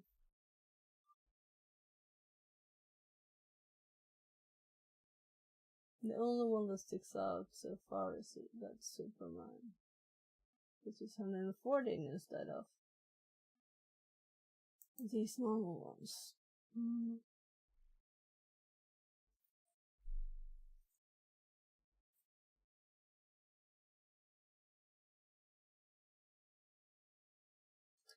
Well,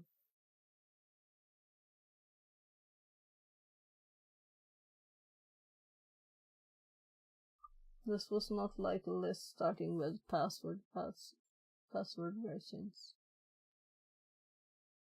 So 1, 2, 3, 4, 5, 6 password. Correctly. I'll never use this as a password. Oh.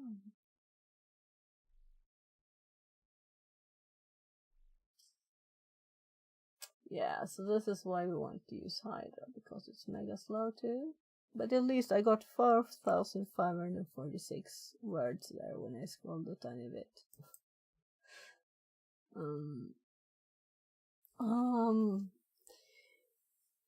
Anyone know Hydra better than me? Because this is the most complex one I tried.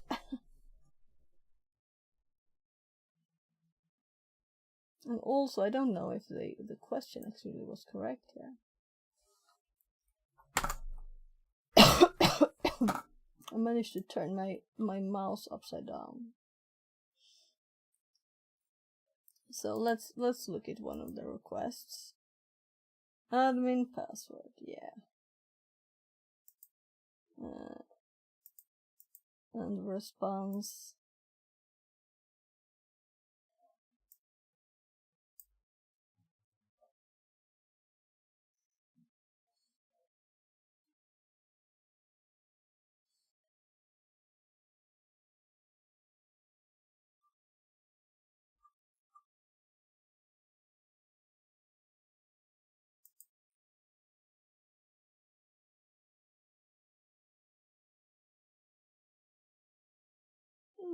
Test.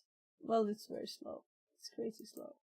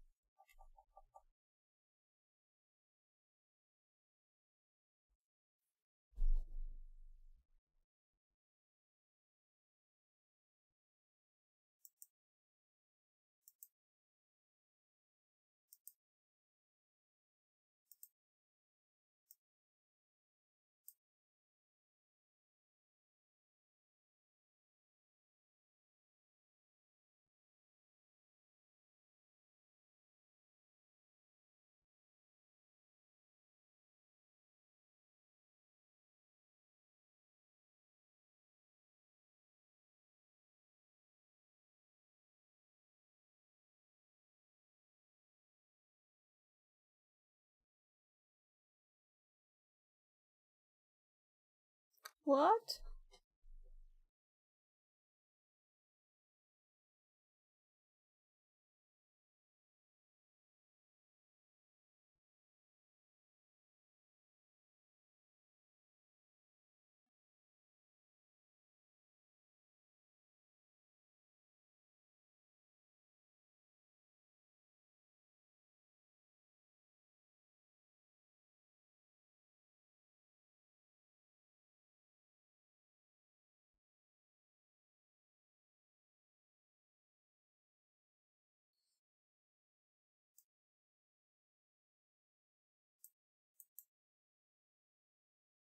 I mean, it shouldn't be asking for a password again, right?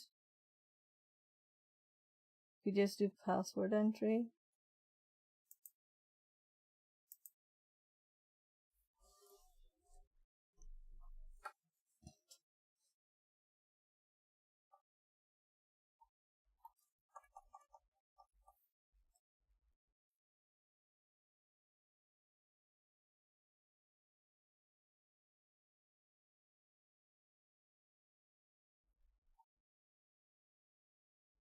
Okay.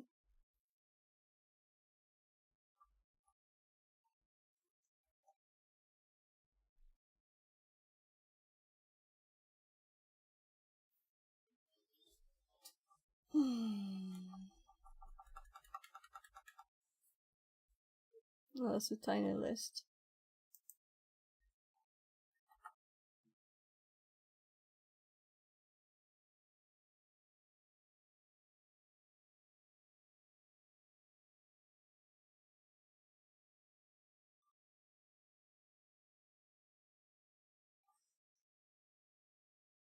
So I was just checking the path, and Rocky is supposed to be here in this path, so yeah.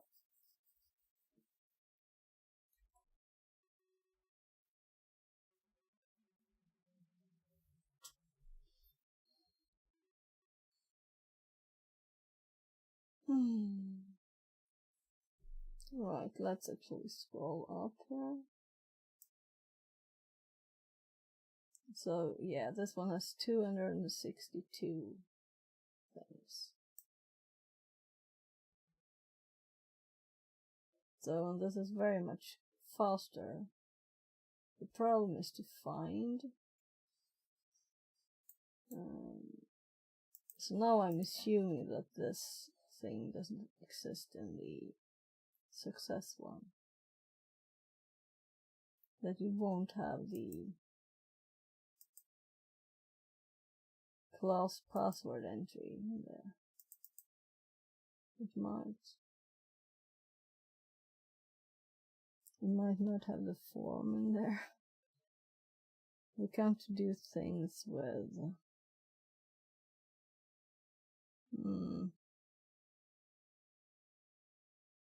And I'm curious why it says Anthony here.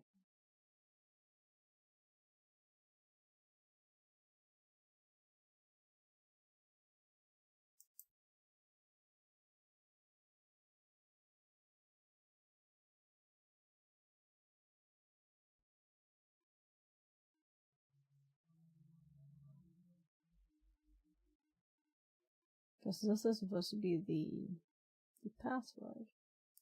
And I did do something odd with my thingy here. Yeah. Did it do anything now? It's just a password.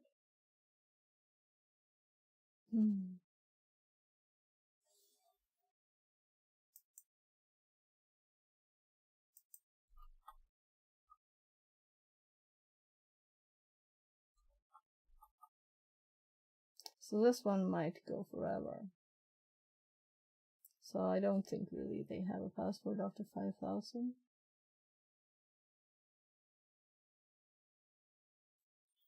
So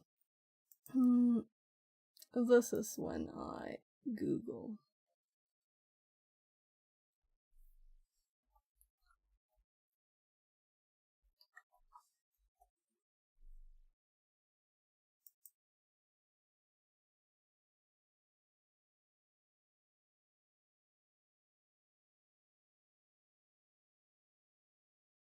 I can't read this fast. You can't read this fast? What?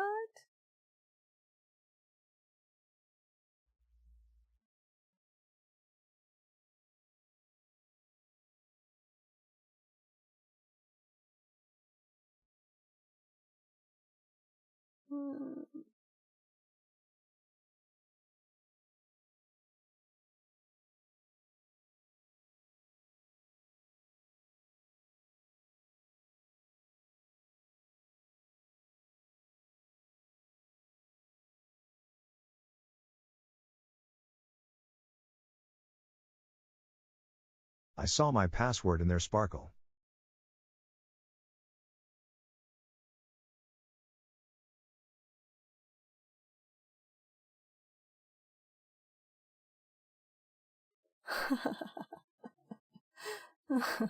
So when I go quiet, Fandy, you start talking. That's nice. Entertain me here.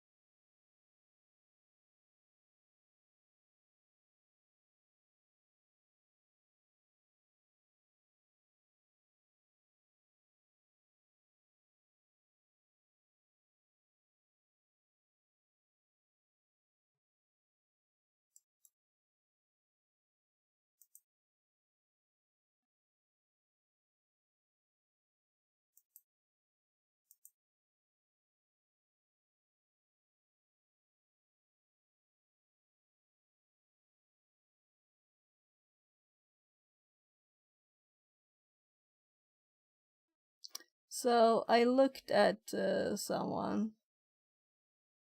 who has this. I scrolled like a million years to get to this point, but this is the Hydra they do. So they have the view state in here too. Event validation.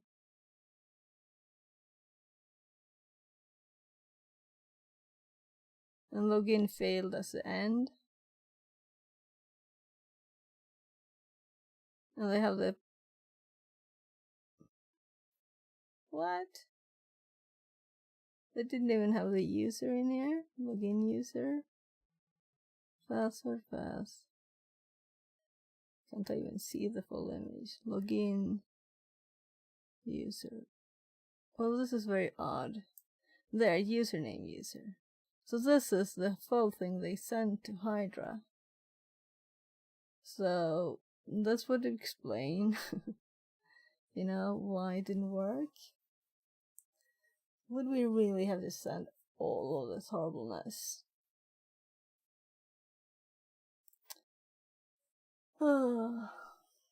So let's look here, because I'm thinking that this one, it's at 17,000 now, so let's just avoid it. And they did use what I did, login failed.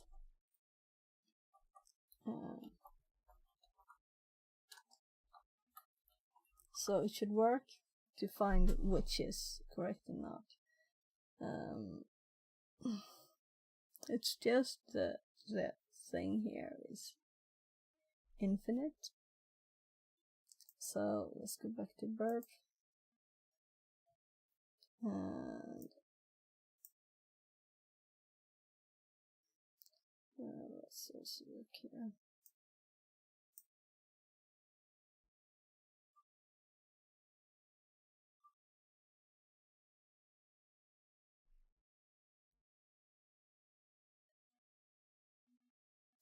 Let's close it. Or should I look first? No, it's still slow. So it's the whole full thing here. They just sent the full thing.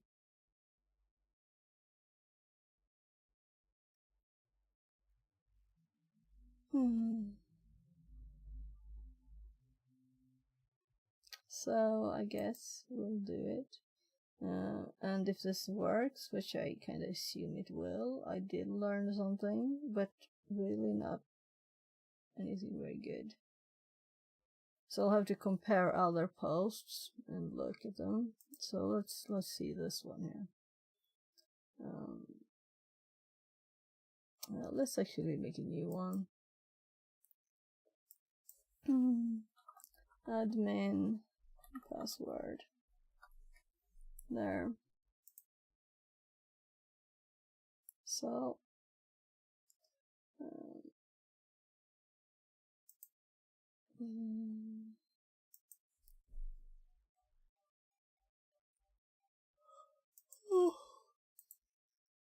it's easy to read and repeat, and we can see it more pretty.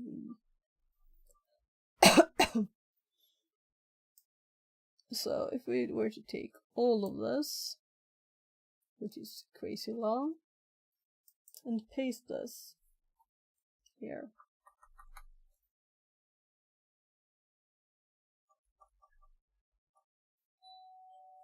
Oh. Doorbell.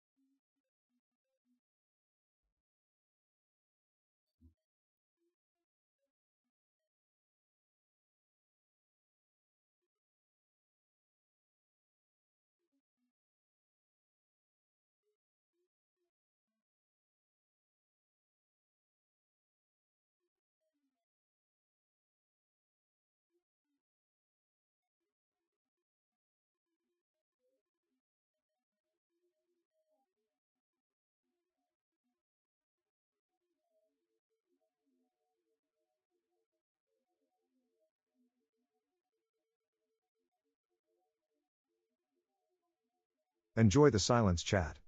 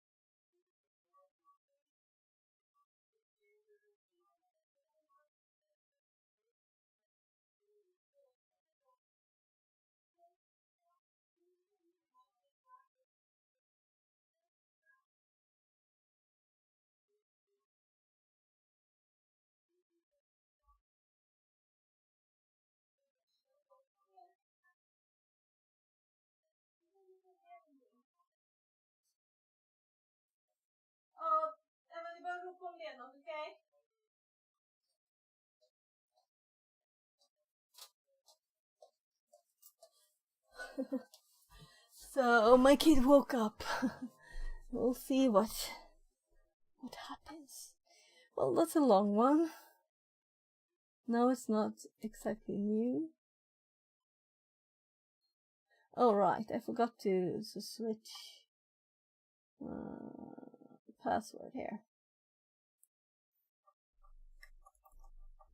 So roof. Oh, I had to double both of them. Pass. There.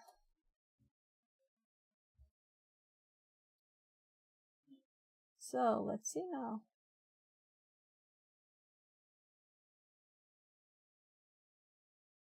So it's testing passwords.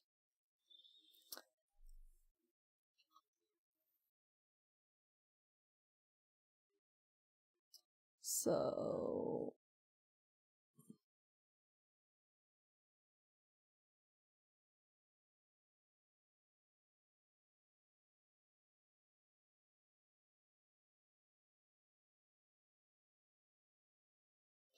it's a bit slow. I don't know if this works. And I saw you, I heard you, Panda. Enjoy the silence chat. So we found the password, and it wasn't one that we would have guessed. So Okay, so I learned something, and let's put this in our chat or in our. Let's see here. Notes for Hydra.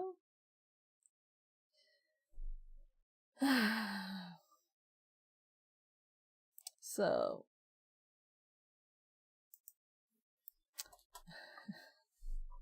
sometimes we need to paste the whole darn post message in there. And I'm going to have Hydra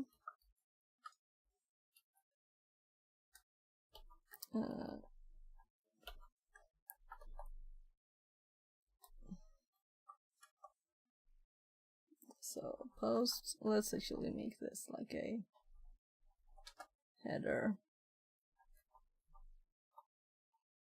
and we have the posts and the Hydra, and this will be in HTTP format, and we're going to go and get it from Burp, and this is the request, or whatever you want to call it. So here I'm calling it the post. And unfortunately we get double enters, so it looks even longer than it does. So, well, let's call it request. Post request instead. Well, actually leave the message bit in, because I meant this bit for that, like the contents of it, not the headers. And this one will be shell command. So let's go back here and go to this and scroll up 1400 lines. So let's first copy this bit.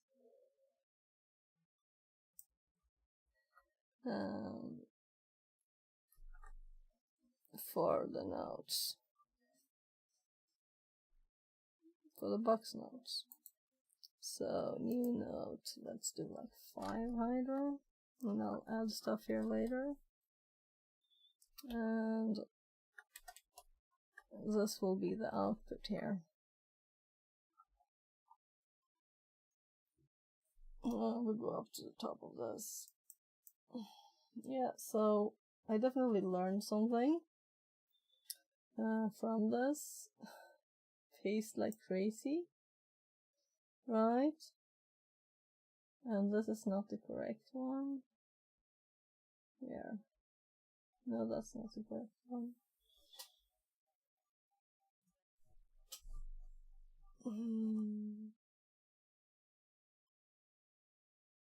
So let's see if I can find where it.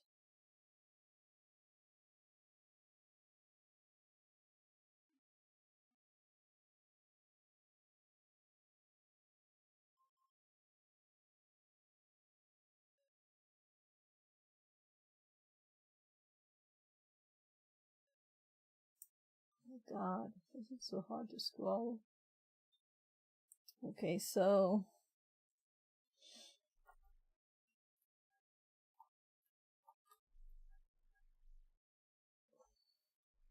I'm just testing the keys. So shift page up and page down.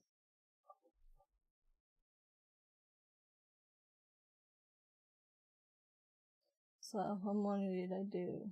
17,000, right? I mean, this one should be much longer than the other one. So we should be able to scroll to somewhere 6, 7, 8, 9. 14, 15, 16. I'll let go there and we'll here. So this is the one that worked.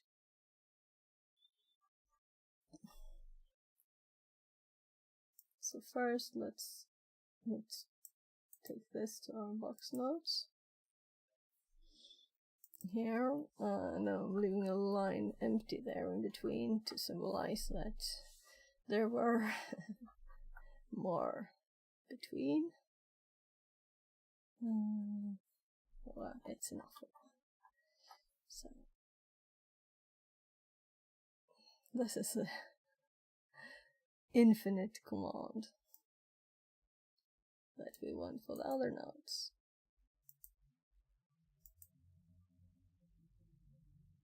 So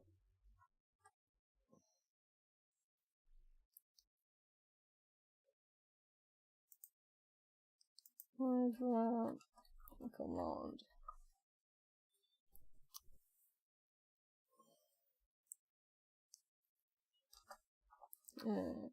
thm hack park. And the name is so odd, so hack park.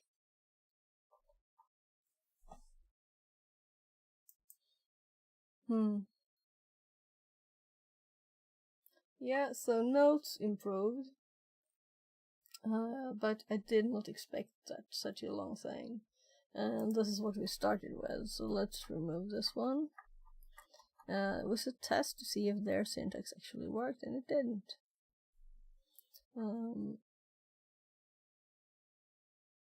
But I did actually need to check someone else's. They tried like a million things before that. I was like, scroll. I don't want to scroll too far, because I don't want to know things about things. I don't want to know. So I'm just typing anything to hop to the bottom. Let's just copy the password this time. And let's paste it here. So, right.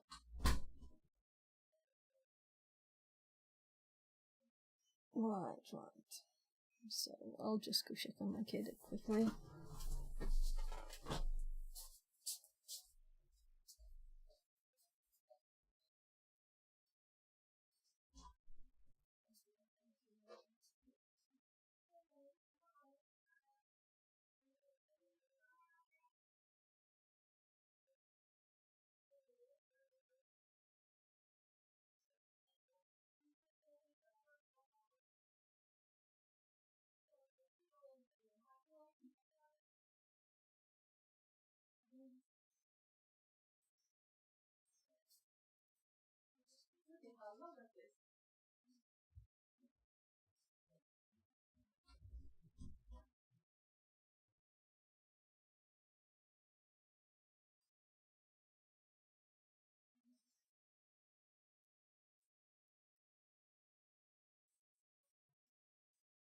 Someone go over and lower her chair while she's not watching.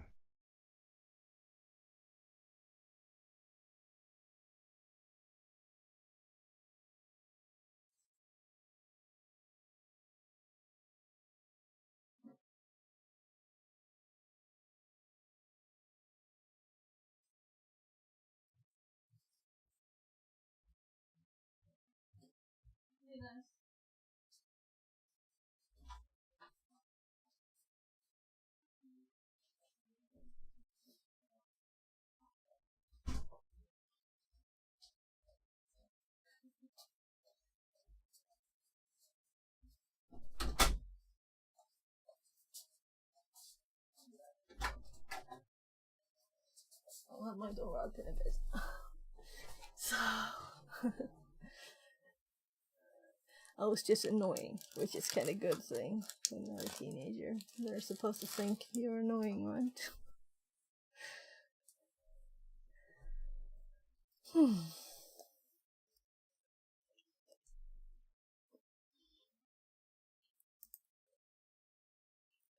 So, is there anything in this we want?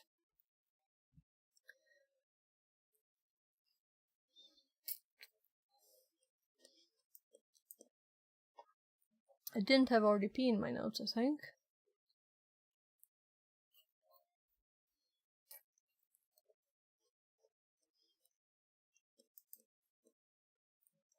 So, I don't trust their command, but to have RDP in here. Let's see. What's in the popsicle? RDP. It's cola taste, I guess. It's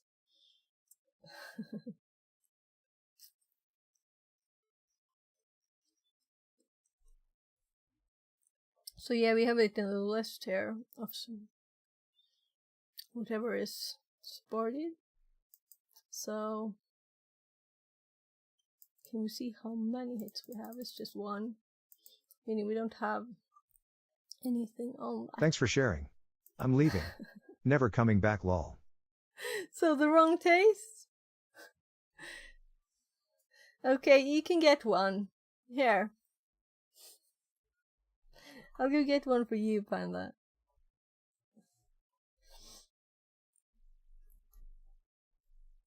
Ha.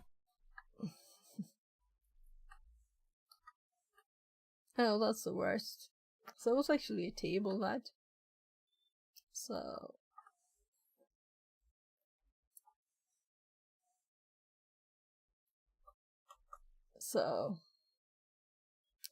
just a simple mention that Hydra can do. Oh, I missed the SH. We want the color. All the color we can get. T1.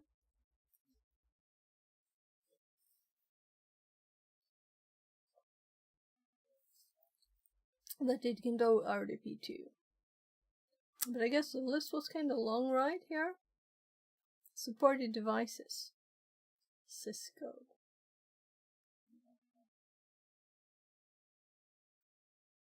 Proxy URL unknown. ICQ.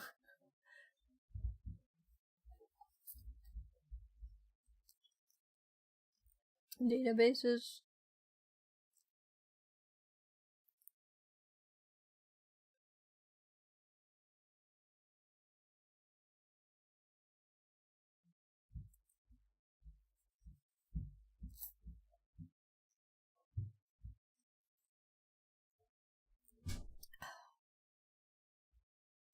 Yeah. So let's continue. Well, I guess we can log into the site too, right? We should probably use the password. So I'm not sure. I probably copied something else. So let's copy it and let's go to the website. Log in as admin and look around.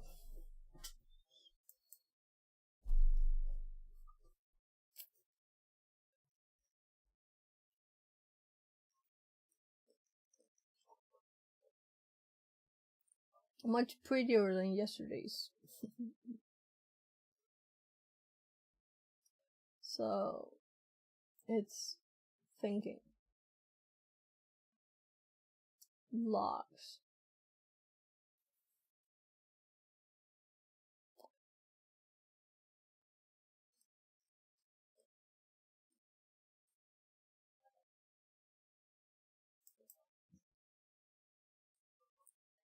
There's that comments. So this one is not approved.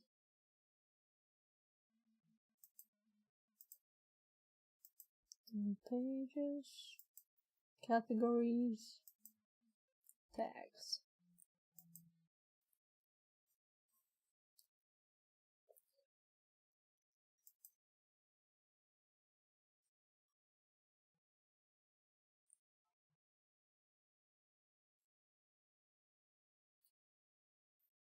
Plugins, media element player, send newsletters, and captcha.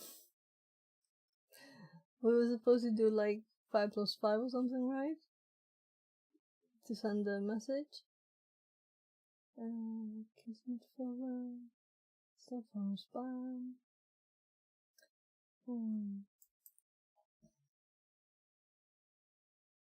Widgets.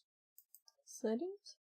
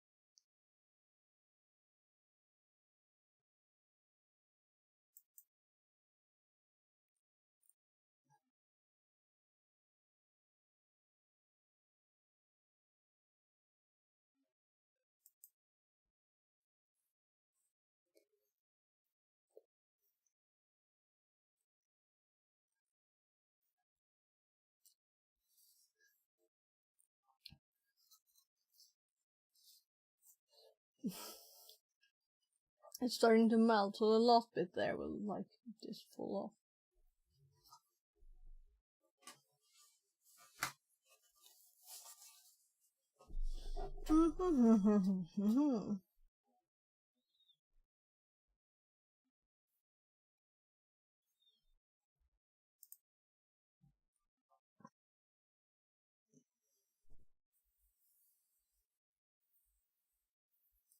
Yeah, so this is, I was thinking of looking first, you know, because the first thing we saw on the page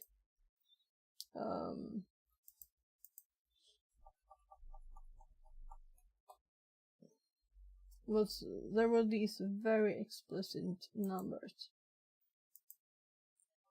at the bottom here. So very, like very explicit. Look here. Don't miss this.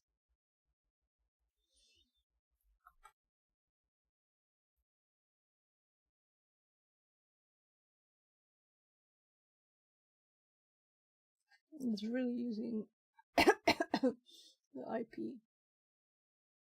My ears. The problem when you just take a shower and then you put these things in your ears. And water everywhere really.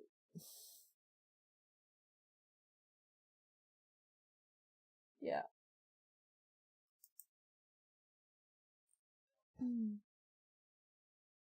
But I think it was like, oh god, the animation again. It like hurts my eyes.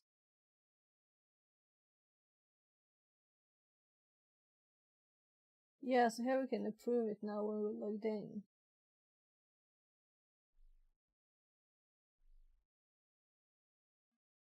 So we're still logged in, it remembers us on the side.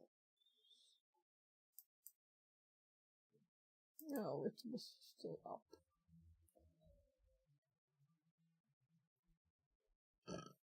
Here's the 5 plus 5.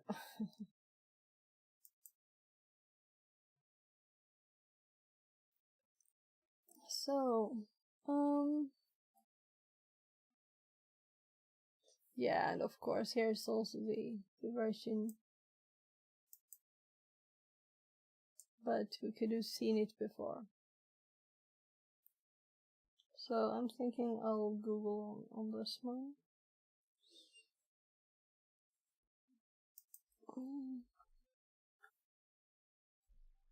Oh, apparently I skipped a bit there.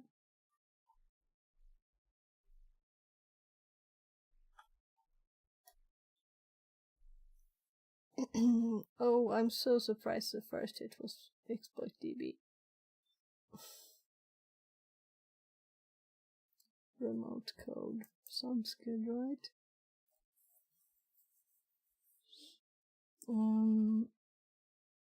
Exploit download. We could look at this last way instead. I don't know if it's easier to read. I don't think so. So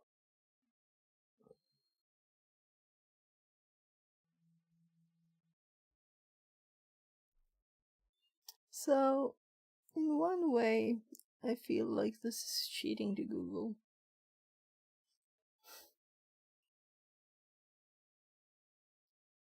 Trying to find things yourself.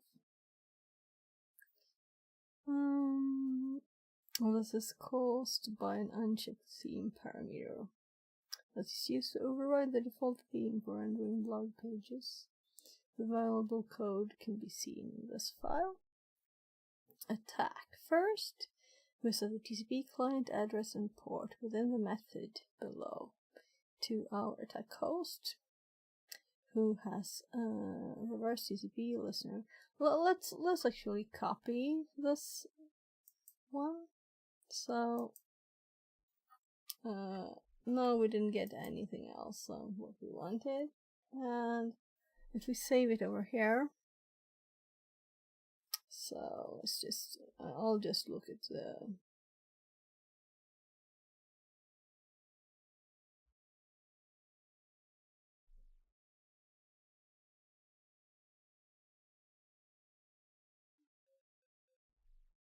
yeah, so I will read more. I will read more there. I'll just paste this first. So is this actually... I'm thinking the format to save this in.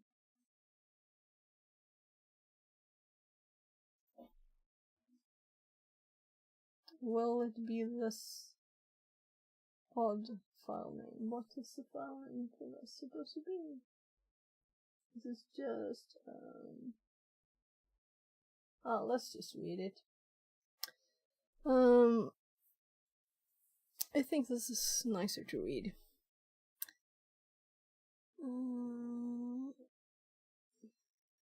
Set the IP.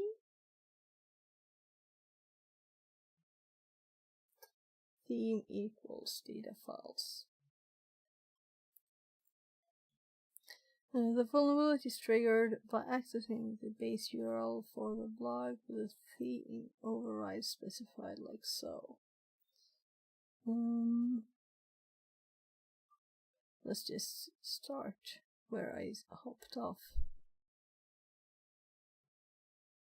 Done by editing a post and clicking on an icon that looks like an open file in the toolbar. Note that this file must be uploaded as. So here is the file name. That's what I was looking for. So it was uploaded. The file will be in the app data files directory of the document root. And since this is a CVE,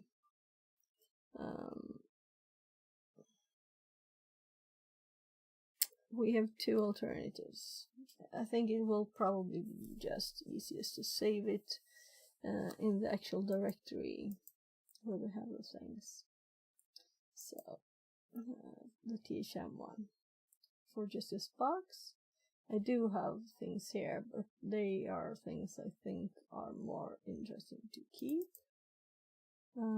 If we just Google this, we will find it easily. So it's not like a million versions, right?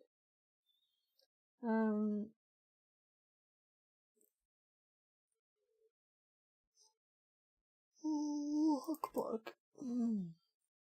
So let's set the name here and save it. And we didn't get any nice colors. It doesn't know what ASCX is. I'm not surprised. We don't have to read all the code, but we will need to set our IP here. So, just a normal SysNS I can play. Just be quiet.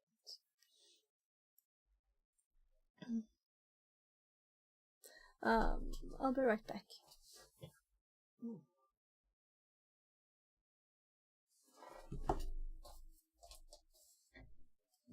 Kolla till laban.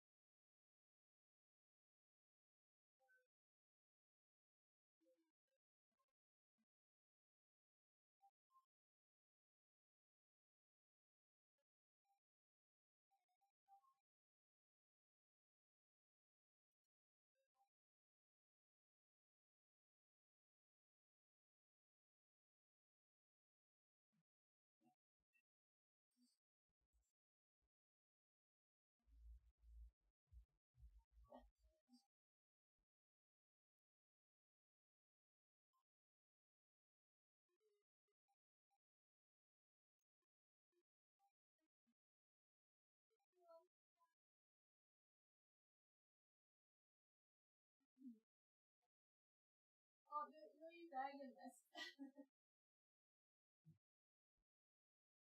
men du kan ringa mitt nummer också. Om jag inte ser meddelande på en gång så.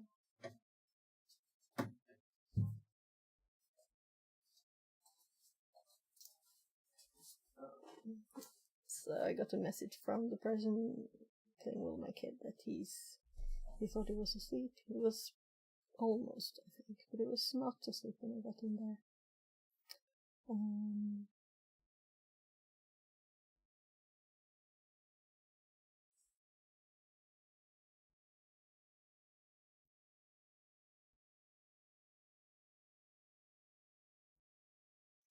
Oh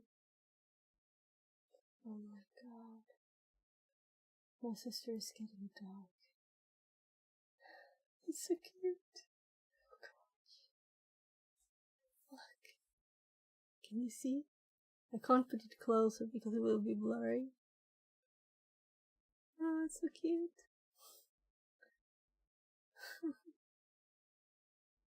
Oh my.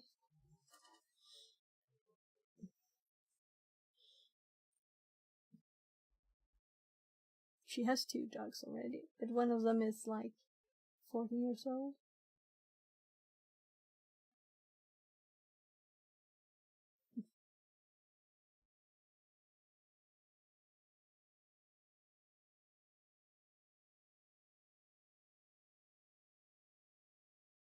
Yeah. I'll have my phone up so you can see messages. Oh, let's see.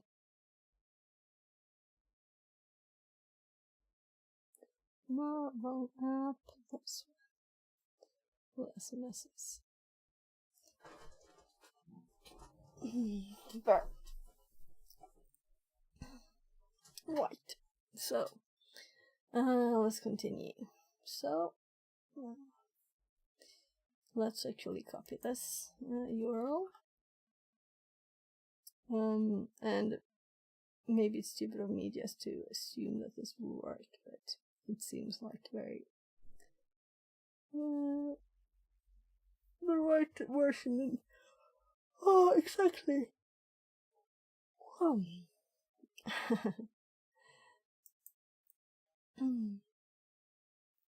So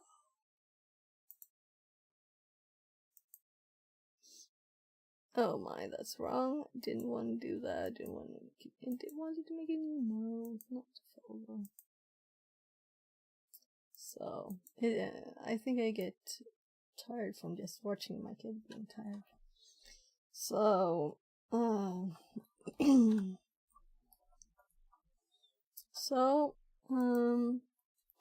this is the URL, and I want also what I searched.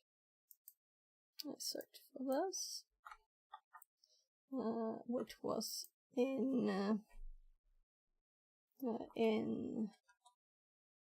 main HTML file. So now we'll see if it works. We're done with Hydra, so we don't need that activity. Let's also just check down here and see if let's see if I have past traversal the same.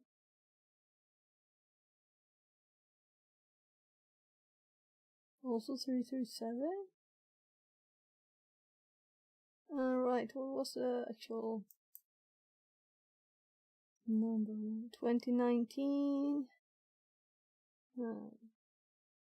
Yeah, it's probably in here, right? So the CV number too.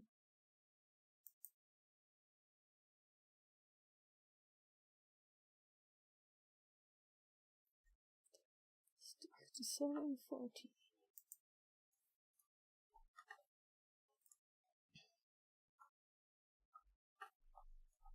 It had pretty colors though. So it's the same number on the other one here. Yes, I think we could just close that one. So I haven't scrolled down to see anything yet because I want to look at it myself first.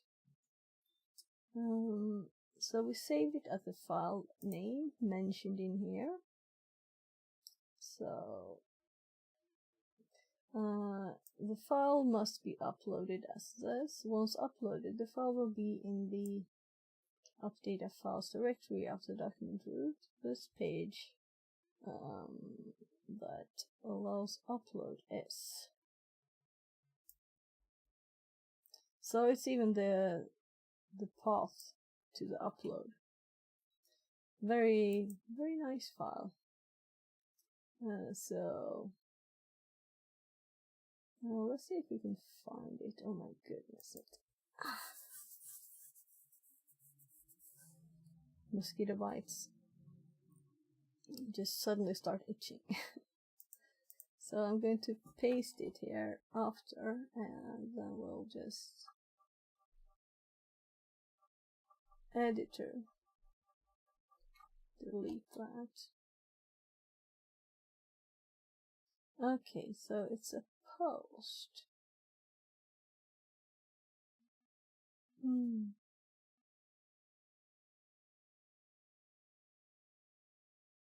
That's odd.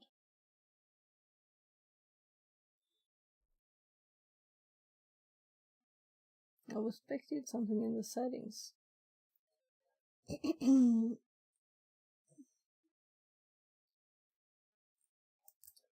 Did we go? Oh, sorry, wrong page. I wanted to go to this one. So that is the URL, right?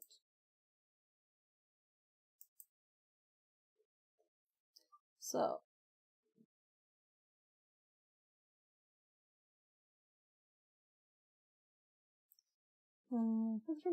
leading to remote code execution. This vulnerability affects logengine.net version 336 and below. This is caused by an unchecked theme parameter that is used to override the default theme for rendering post blog pages. The vulnerable code can be seen in this file. So why are we not using this one? That's my question. So let's go back here and let's just duplicate this and go to the other one.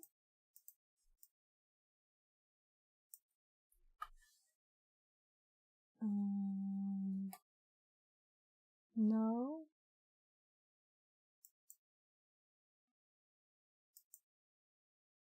Was it like admin first or nothing?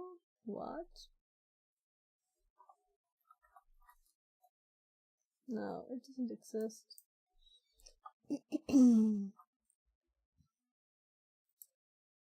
So this is a file, but it's nothing we can reach, at least with that path.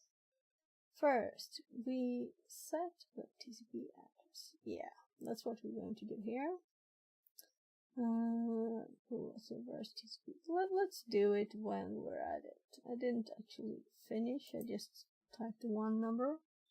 So we have 21 and 236. And let's do 53 as usual. And let's already now start a listener here, right? So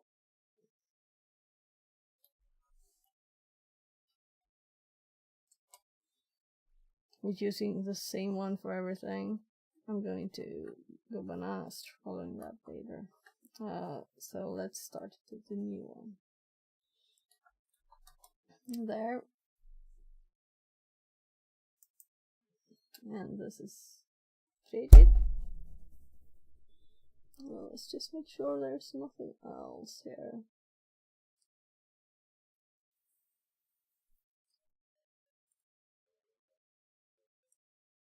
Oh my.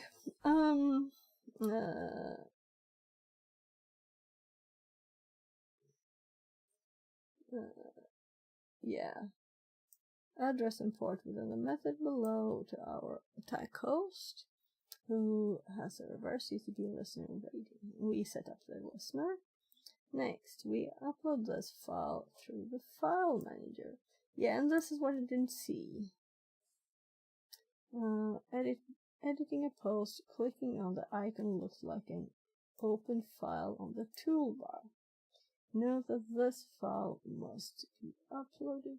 So we're supposed to edit a post that exists already, not add a new one. So let's just click post here. And let's click this one. So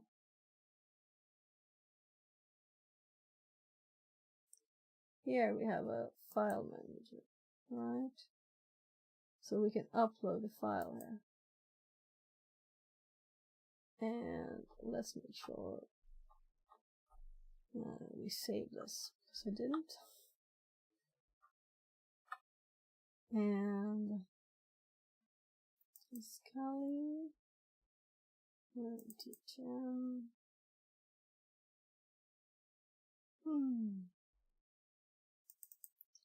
I'm actually a bit tired. So here is the file, and it needed this name apparently. Right, so it's uploaded. So why was the file name changed? Can we just see a short version of it?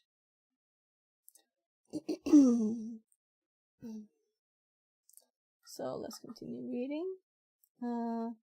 Note that this file must be uploaded. Once uploaded, the file will be in the app data files directory of the document root.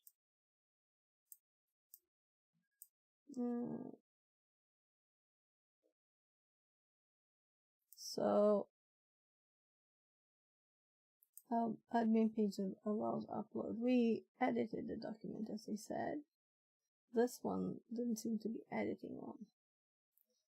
The vulnerability is triggered by accessing the base URL for the blog with a theme override specified like so.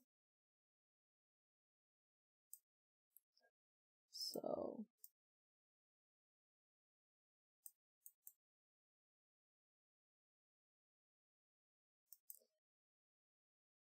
base URL for the blog. Yeah, so we got the file there, hopefully. And hopefully the name is correct, right? So let's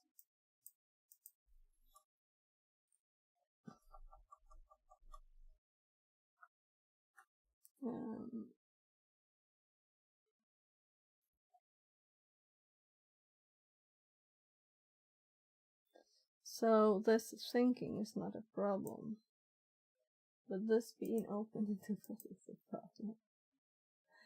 So we did get to connect.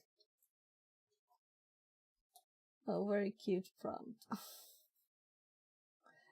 So this is not a pretty one, but we can do stuff. So we're ISS Apple blog. Okay, so let's actually read what they wanted us to do. In this task, you will identify and execute a public exploit from exploitdb to get initial access on the Windows machine. The exploit database is a CVE, a common vulnerability, and exposure. Let's just add an hour here first. Archive or public exploits and corresponding vulnerable software.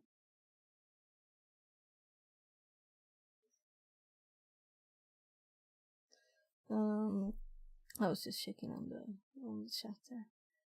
Corresponding vulnerable software developed for the use of penetration tester and vulnerabilities researcher. It is owned by Offensive Security, who are responsible for OCP and Kali.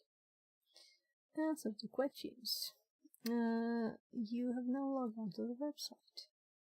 Well, the blog, we even knew this before, but I think we still needed to have the admin to be able to upload the file, right? So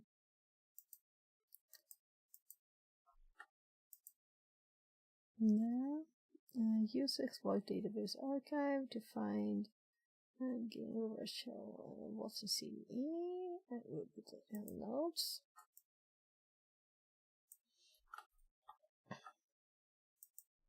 So, using the public exploit. So, this is what I'm just copying the name there. Who is the web server running as IS app pool log? I always think it's a bit funny with all the P's here. It's hard to read. So, Windows privilege escalation, and well, we do have an ugly prompt there.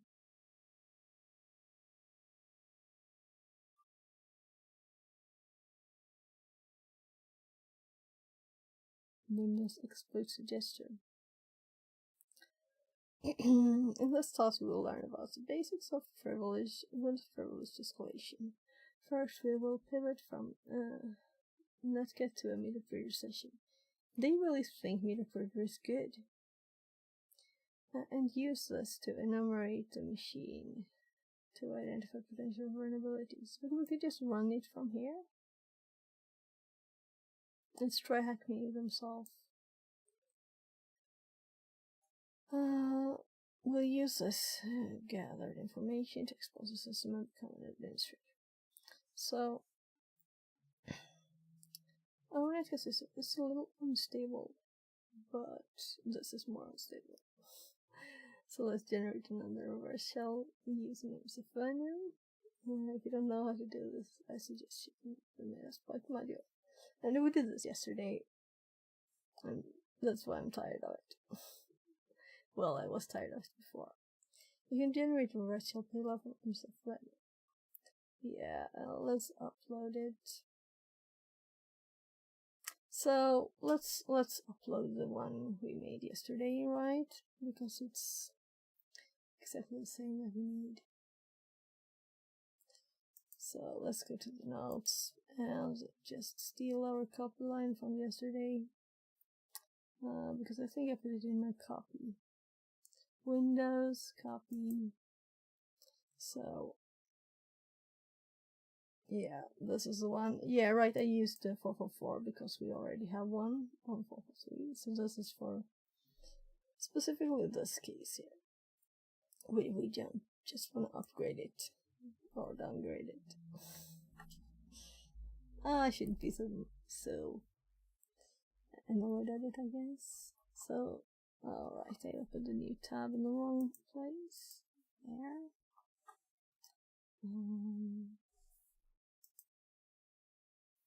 Come on. No, we're at the right place. So let's listen to 444. So no.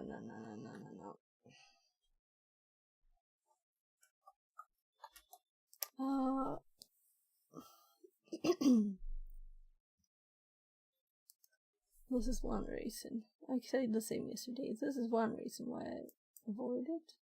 If I can. So let's upload the file. So what I was going to do was actually to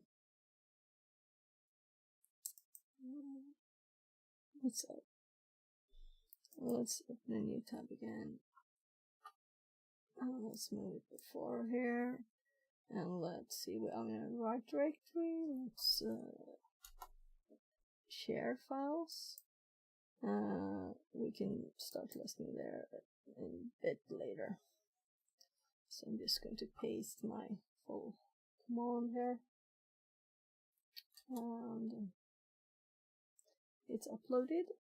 We can see that the file was downloaded, and we're going to. So what on earth is the command now? Maybe I should have this like a step here, right in my Windows, to have Metasploit here. So This is the one they want us to run, I think. So, so let's start listener. Let's have make NSF run reload, and do I have anything in my paste? Yes, copy command.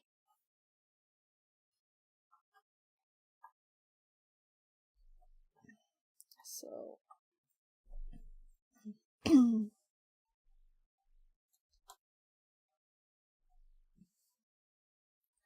copy to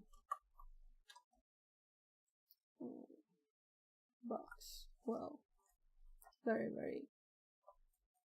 And that's because there's nothing here. And here we want this. So we're making a full list of to do here. So, I'll be right back.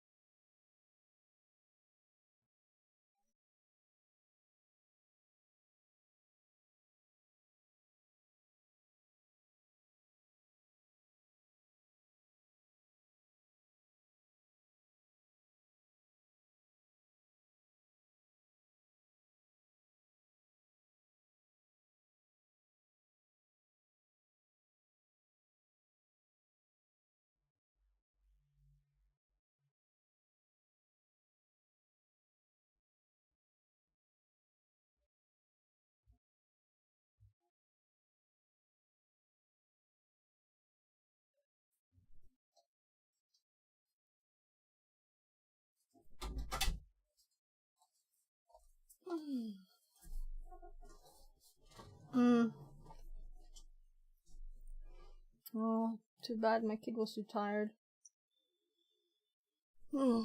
So, he left now anyway, the other one.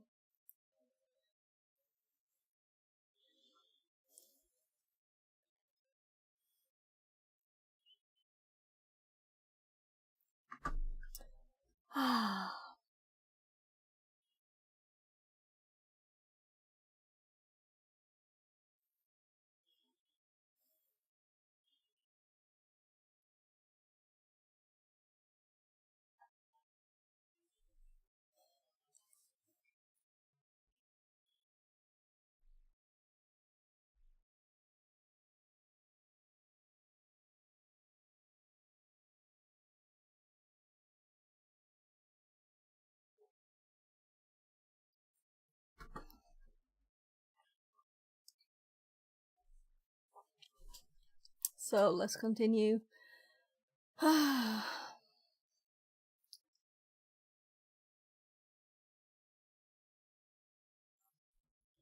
I'll just send a message.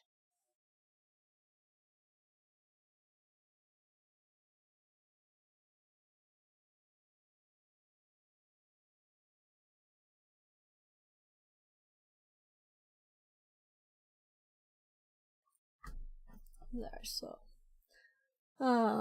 Where were I? Yeah, right. Let's just make sure that the machine doesn't time out from all of these.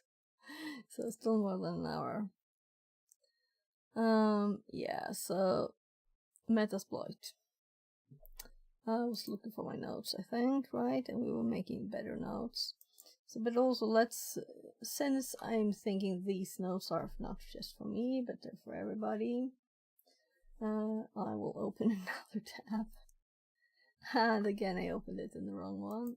So I still had my obsidian, so I opened that tab there. So I'm thinking, if I do this, right, I'll list the encoders for someone to see, but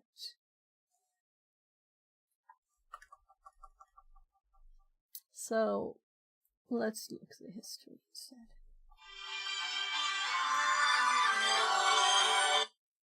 Hey, Gaban.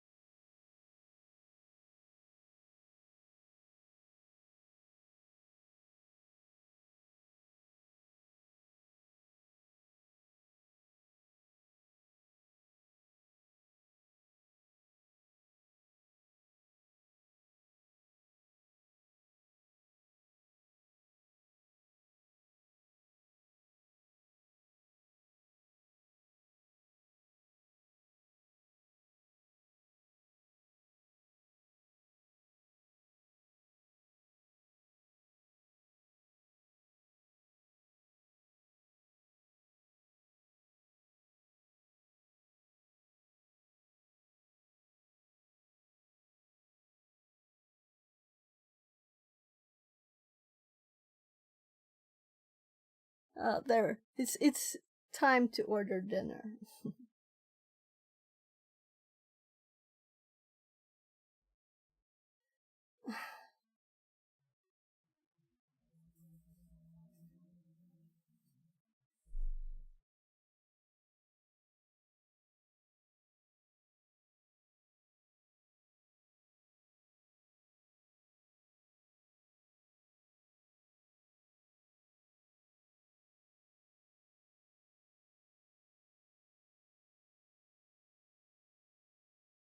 So I'm just sending messages there too.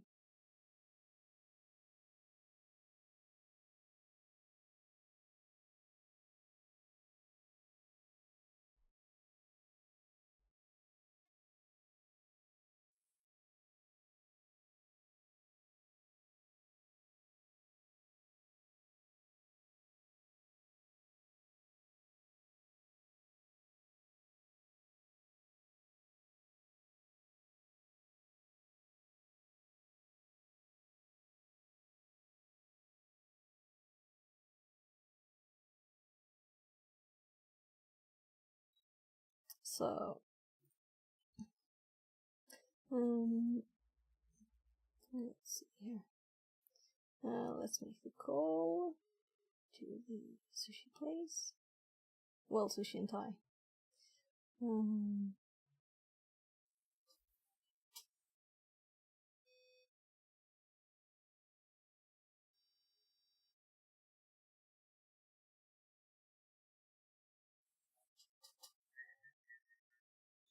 Hej, jag skulle vilja beställa 2 stycken bokade grönsaker med kyckling. Och inga nötter eller så där i. Vi är allergiska. Och en äggnudlar. Det är väl också bokade med kyckling. Precis. Och den extra stark, tack. Ja, det är bra så, tack.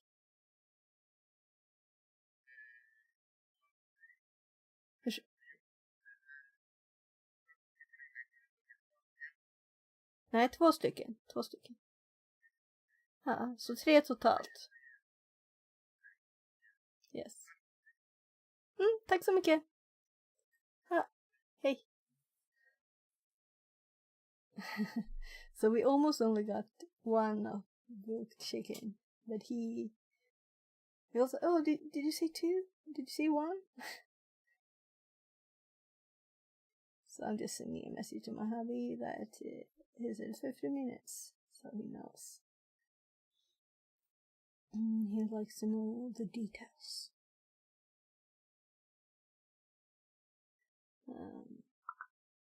Though he knew I would call, and they always only say 15 minutes. If they don't, they say 10 minutes. And it doesn't look much, you know? But whatever. Yeah, so it's Friday. Let's continue. No more, there'll be at least one more pause there, right? And food. Early dinner today. It's only 16:45. But I didn't really eat a lunch. It was more like a brunch, just one thing. So, let's see. Finally, I was about to find my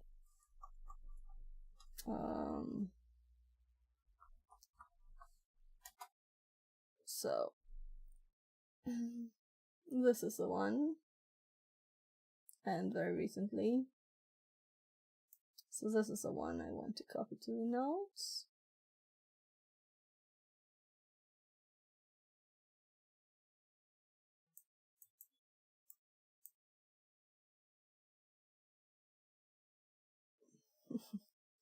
So I'm still messaging my mother in my head here.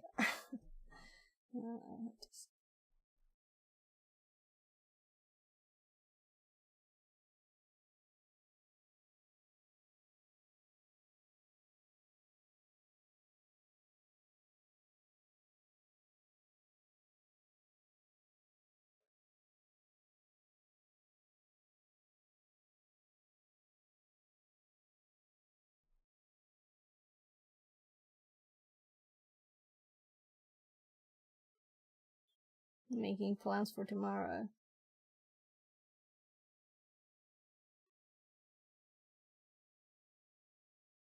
There.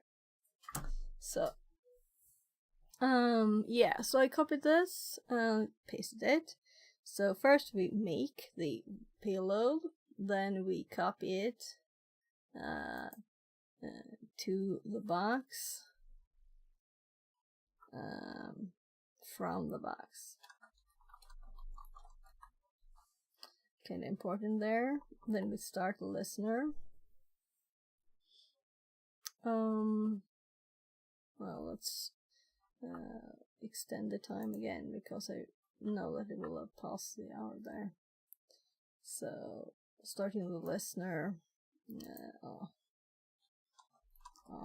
Attacker machine. I don't know why my fingers always do SH for machine. They do. It's not me, it's just my fingers. It counts. So, NC, LENP.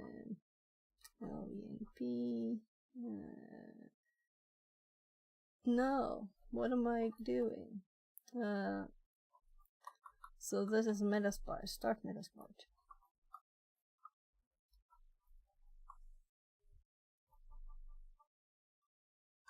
Listener. On the second machine. Of course, because where else? So let's actually do all the commands. That's what I'm thinking. And let's put them here too. And I do think I have my output from last time, meaning yesterday, which is the Windows. Did I save that? No, it was Alfred. Here. Yeah. So I got a bit annoyed on this one.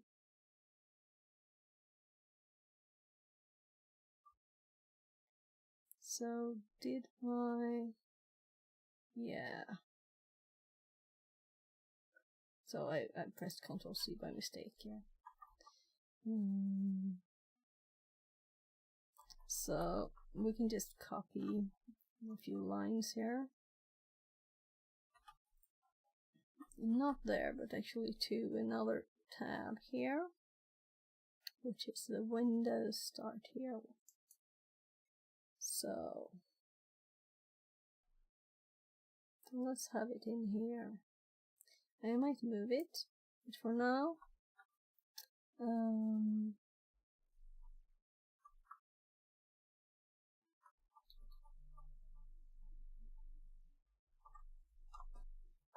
so that's the first command. Then we have, why do I do that? I guess I can Control Tab here too. And then we will set the payload. I do one thing at a time here now because it is much more nice to have the output. And also it failed when their example was to do it all. So we don't need to do the info. It was just me remembering the commands here. So let's do options at the end so we can check it all. But let's first do the... Yeah, so I tried also their way of adding commands together here and it didn't work, so let's remove it from the notes. So the set, no, this, there, and then we do again, Control Tab, and there, and then we just run it right to, yeah, let's do options, so that we know what we're doing, right? We want to see what we're doing, we don't want to just start it blindly, checking that all the information is correct, and then we run it. And I also put the copy command here, but we already have it in this.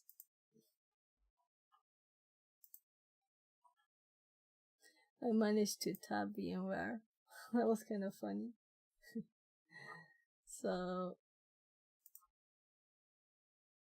this is what it looked like. That wasn't what I intended really to do.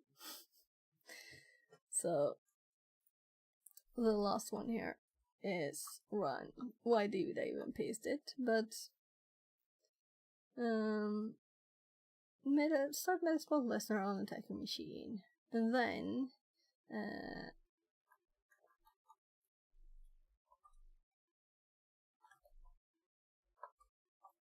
let's switch this around from the box, copy to box. So now we do again from the box, and this time start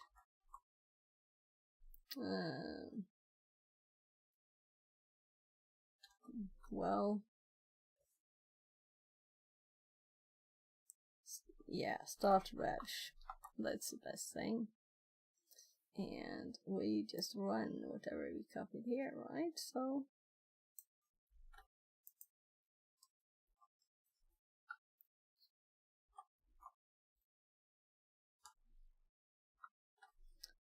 I missed the E. Missed the E.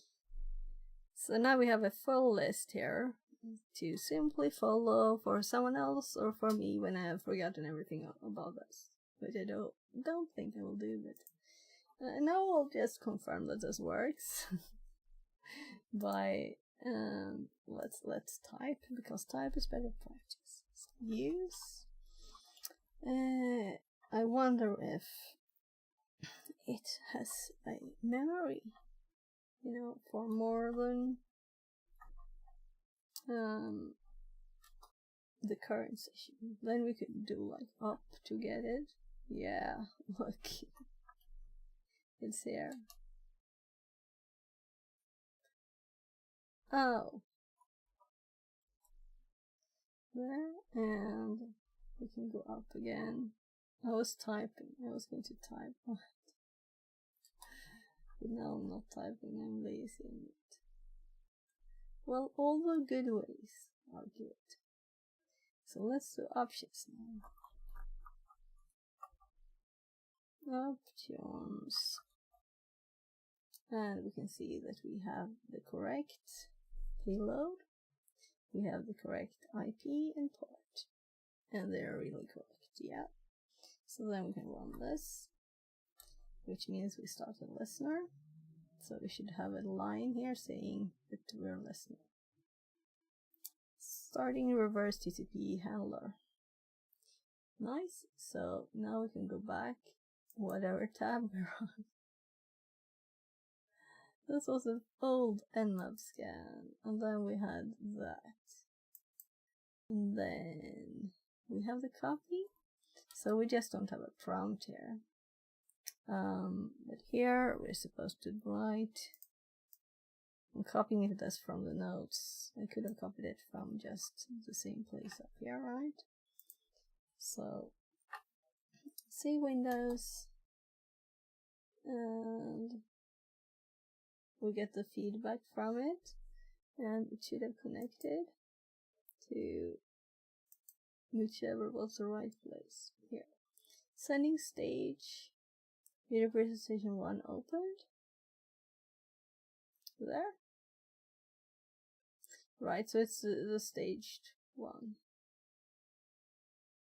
I have to remember those things too. So this one we can just close. And I'm kind of sure I'm going to check notes here. I'm just checking the notes for closing Alfred again, checking the Nmap. It has stuff in it, so we can close this tab. And just to be safe, I don't close the wrong one, I do exit. And this one I did make notes on. So let's close it too. And then we have, this is our netcat. It's still running. I'm not trusting MeterPreader, so we have our web download thingy here. And then we have the Metasploit. So now we will actually do what I had in my notes here. If connected. Right? So, here we'll actually have another level, which is go from NC shell to MSF.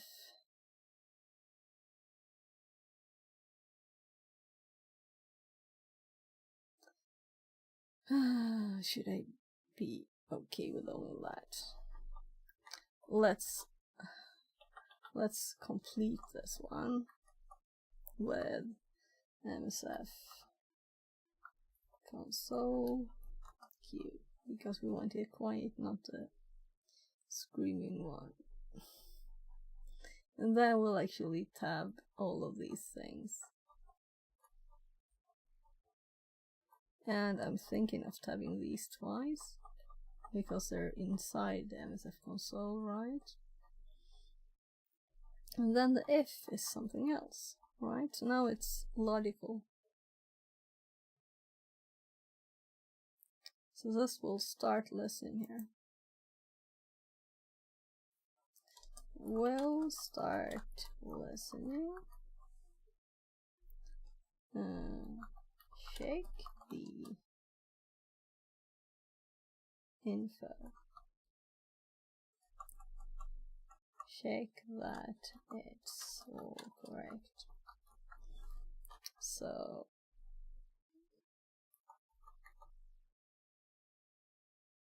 from the box start reg.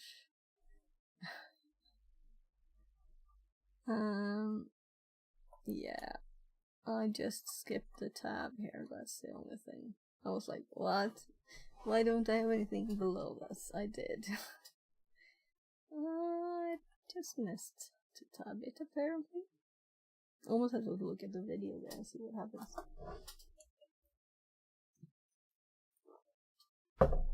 So, let's see if this is what they will suggest for us to do. They have different options. And the message is still here. So, you can generate a result. So yeah, we have connected. You can run Metasploit commands such as sysinfo to get detailed information on the Windows system. Then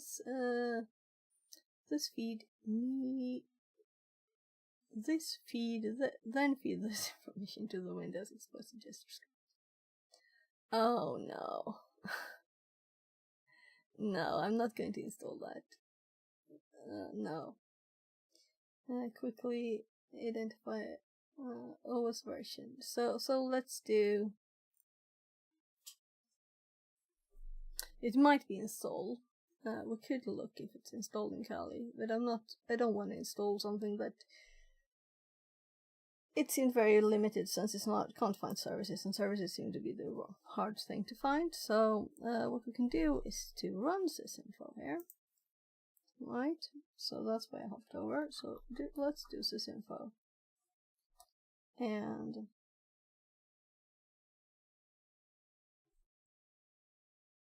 so 1, 2, 3, 4, 5. So it wants this, I think. OS version. No, it's not correct. This is so annoying. It didn't want the dot, right?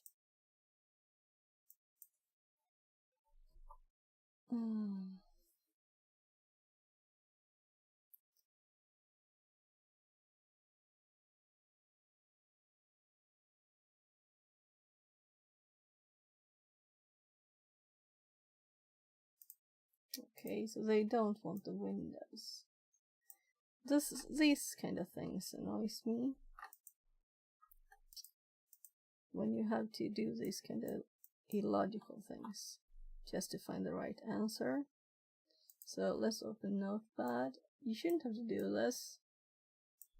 So we have 1, 2, 3, 4, 5, 6, 7. So it is Windows. They want Windows in there. So if we undo this and switch to Windows,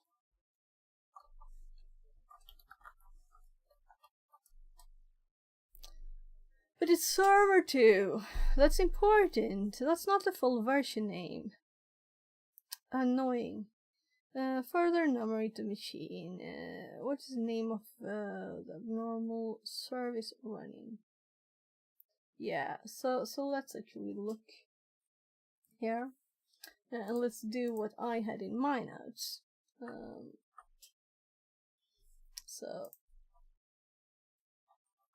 let's run this one.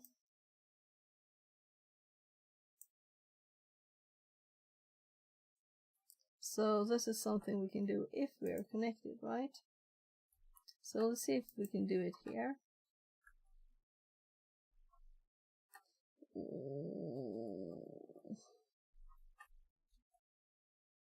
No, because we're connected, we're at the meter pressure. So we could just look in the machine for things. Services. The only thing that finds services is really WinPeace. And since I have simple notes to just download it to here, I'm actually swapping to the normal shell because why not? You know? Why not? So let's just get WinPeace on here and then we just run it.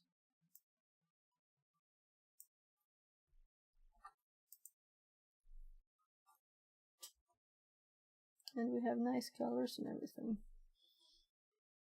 I don't think this wouldn't have been as good in Metasploit, to be honest. So, they were talking about the service. But we have all the nice hidden files and folders.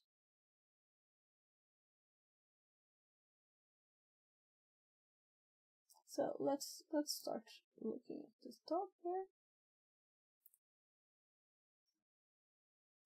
So here we start. I like the colors.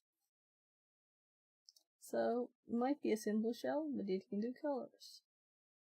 And it's a netcat. Like netcat. You like. So, chat, do you exist? Am I all alone? I'm just talking randomly here, am I? I'm curious to find this, but I'm also curious to see if anyone is even in there in the chat. Are you there? Am I alone? Let's see.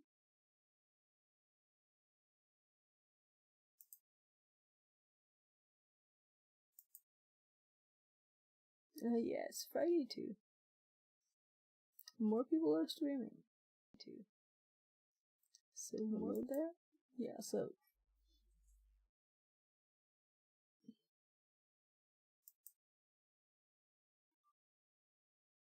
not a lot of people. It says 2. Let's look if YouTube is on.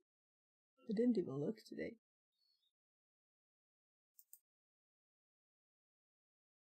I got a nice video comment. I'll have to look later. So,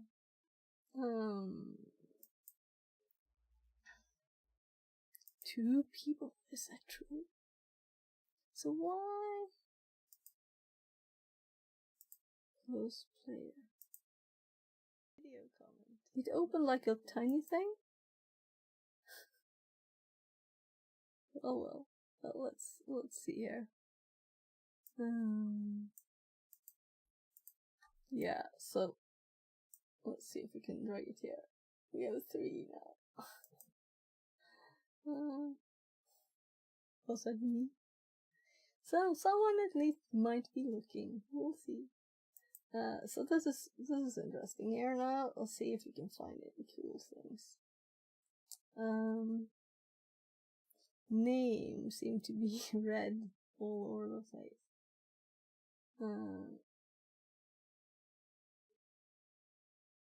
Labs not installed.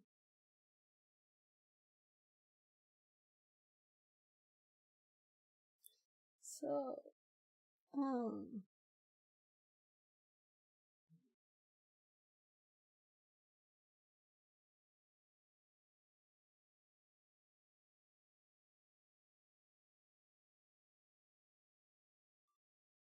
so this is like the first time I run this with actual nice coloring, which is very nice. And this is simple shell that can't even put the cursor after the prompt.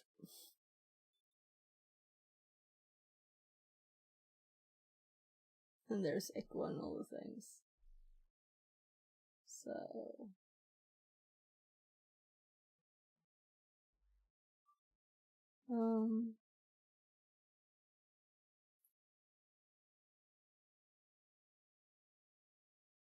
so the administrator account is enabled. So the guest is not. There is a user called Jeff.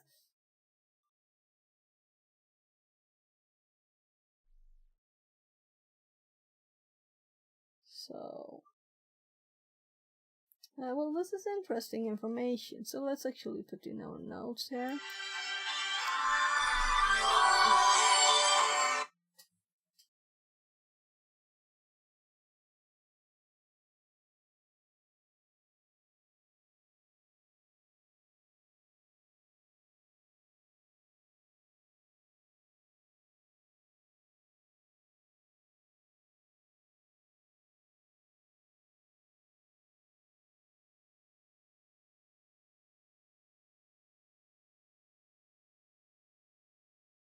Yeah, so my hubby just told me that stuff had fallen. My flea market, it's not, it needs an update. So let's see here. Right, so I'm scrolling on my notes, but that's the wrong thing. So let's notes here. We need to make something new. So I have done several things here that I have not made notes on.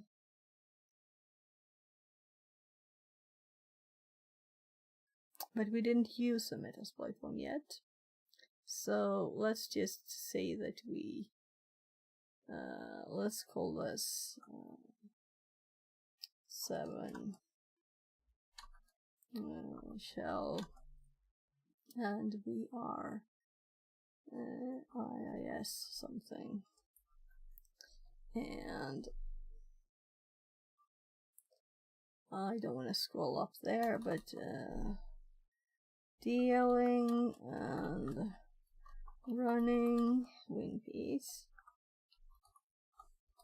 and what we found here is administrators enable.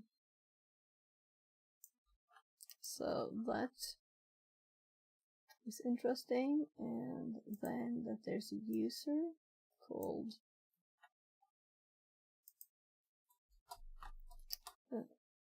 oh, I didn't manage to copy. So there, Jeff exists.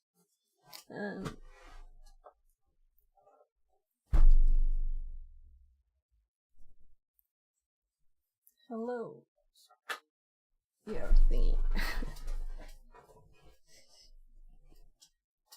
So I think my food is full. My hobby is full. Yeah, this is our account.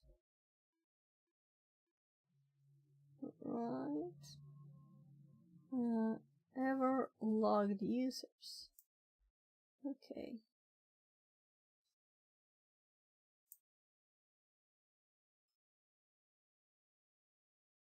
Ooh. Some auto login credentials. Look. That's funny. That's the actual password. That won't work. If this is administrator password, that's kind of cool, right? So that is not what they wanted us to find. They wanted us to find a service. Auto login credentials. And that looks like a password.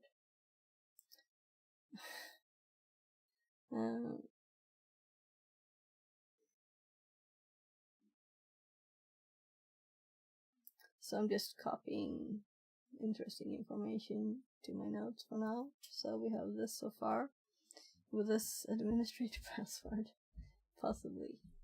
I'll just go and get the password.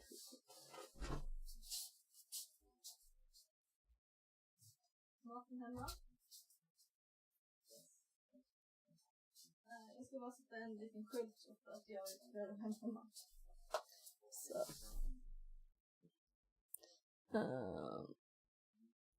Yeah, so getting some dinner.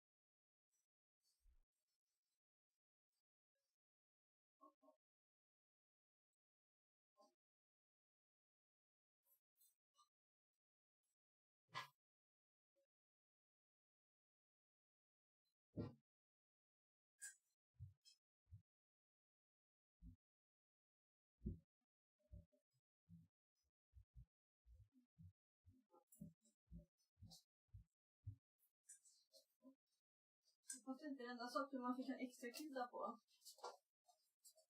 Well, okay. So it's kind of much. A lot of food today. I think I will remove my pretty new mouse mat here.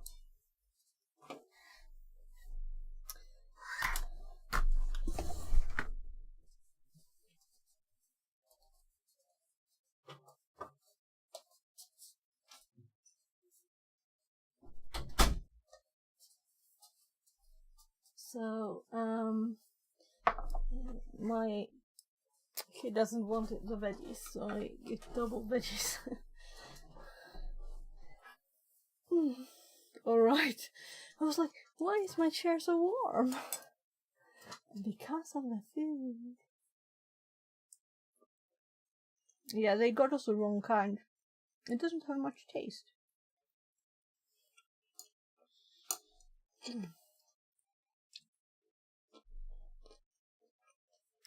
Let's just eat it. And there's not sauce in it, really sauce. It's like I forgot something.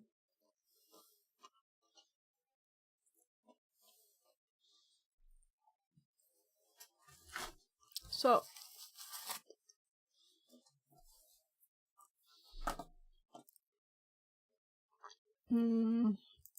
there, so I have my dinner.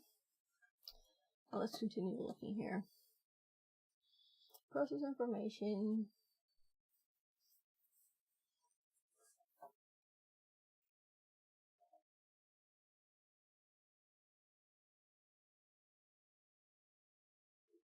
Put on blog. Username blog. Username blog. So,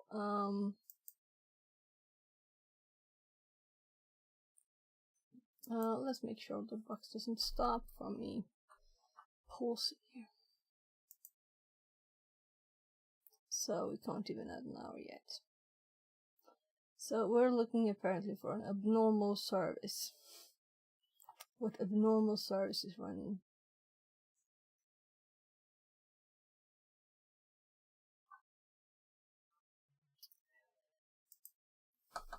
But this user seems to be there too, right?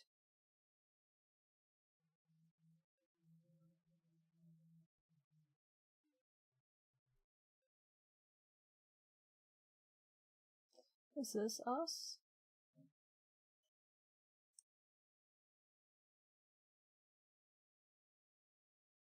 So, if I drag this one up,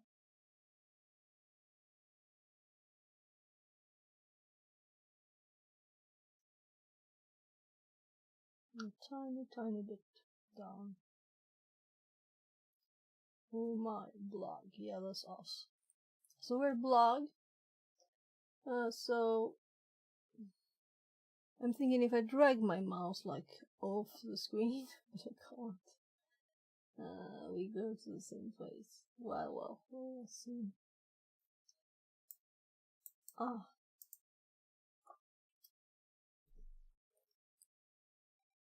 Well. We might have missed something up here anyway.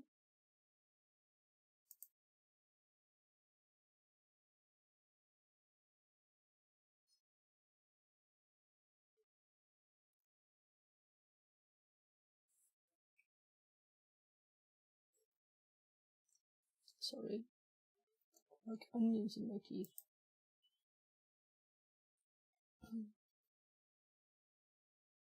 So, I'm so disappointed from this food. They just gave us the wrong one.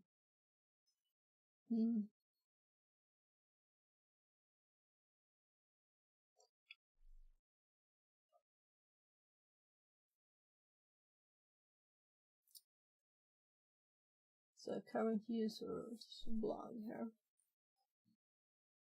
Current groups.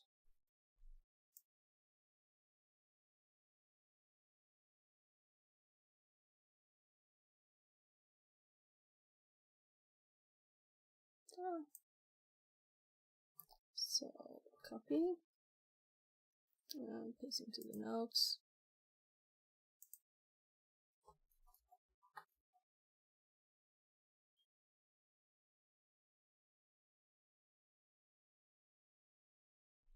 were also a service, and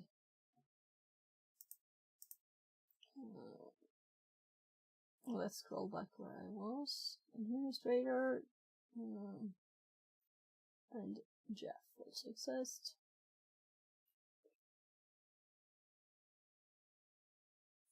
And login users were not in there. Home folders found. So let's assume that there's probably something in there, right?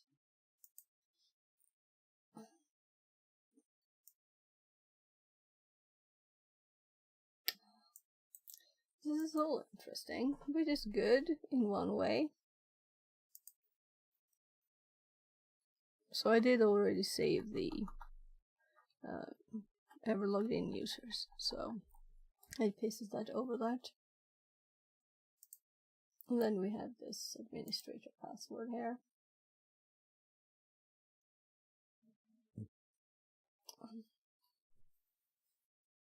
So it's just so odd. They would auto log in as administrator then. And we're supposed to find a service.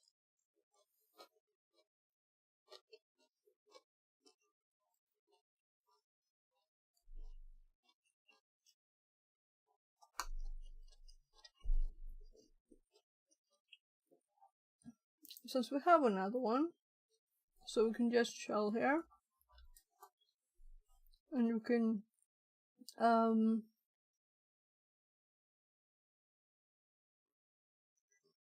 let's see. I'm searching my notes for run as.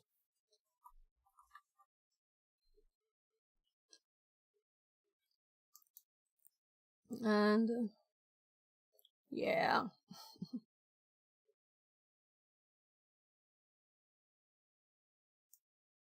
So we don't have to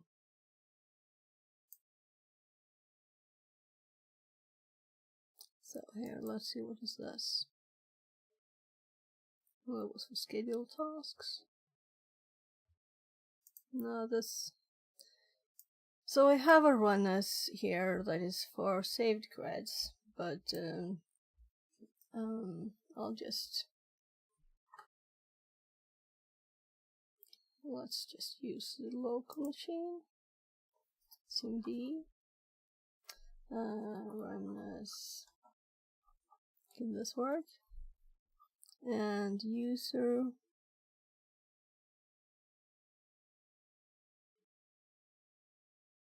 And we'll get a question about the password, I'm sure.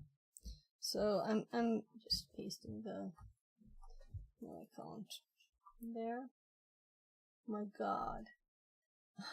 Well. Apparently my copy didn't work.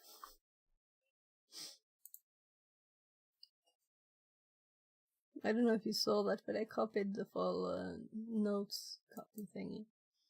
So I'm going to just, since it's a shell, you know, that might not be very good. I don't know. So I'm just going to paste this here. There. Too bad shell. Isn't there a way to enter the password too? Let's see. There might not be. But we did. So save cred.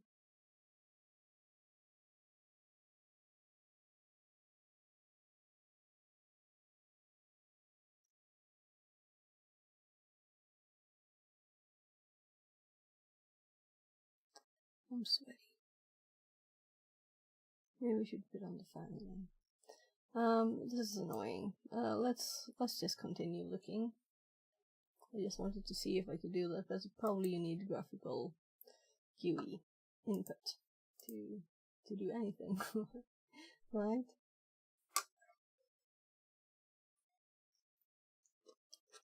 We probably could use it from our machine.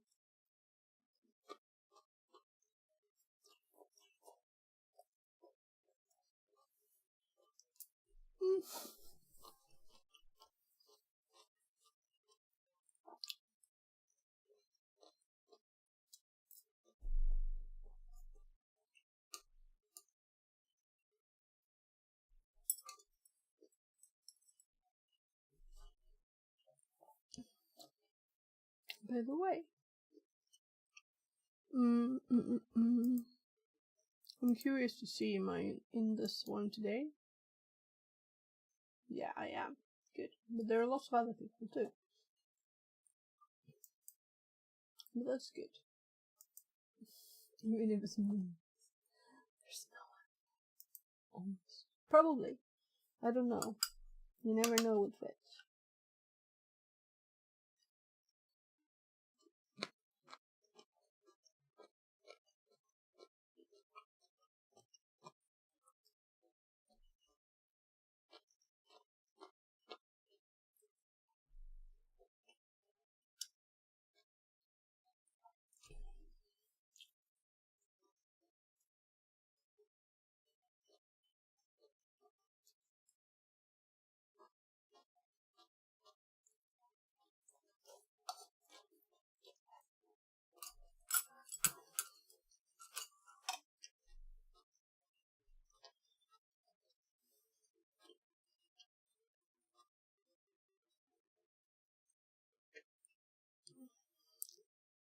So,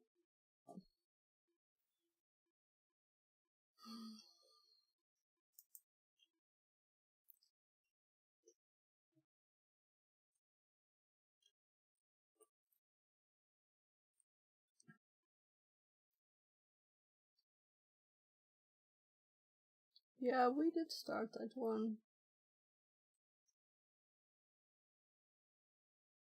We are currently looking at this one.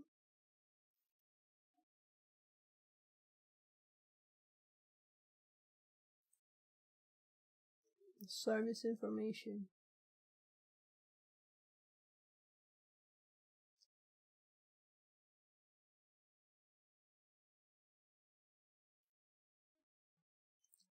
So the room wants us to enter as abnormal service running.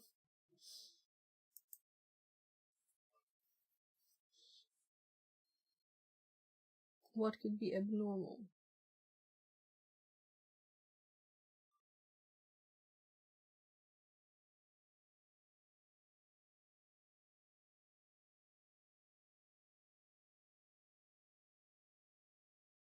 It would be easier to fix the processes.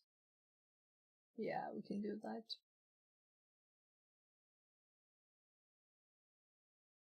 Just PS in Metasploit, right?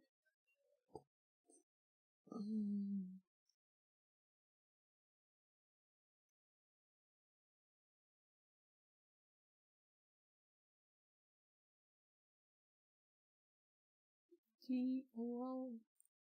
Right, you can pause.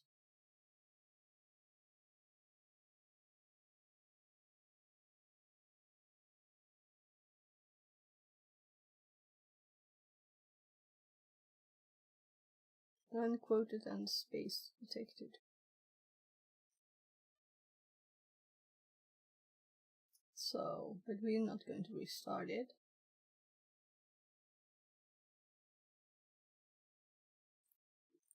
So 1,000,000 path injections.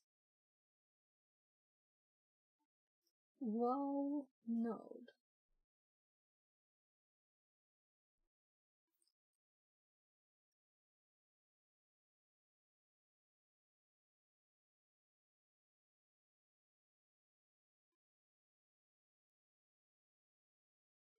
So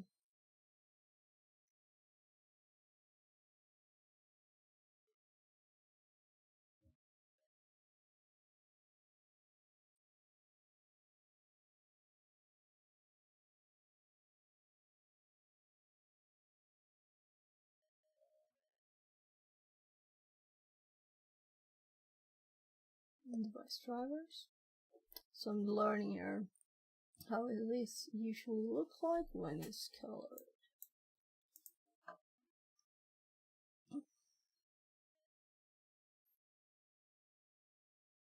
And they realize this is not very fun to watch.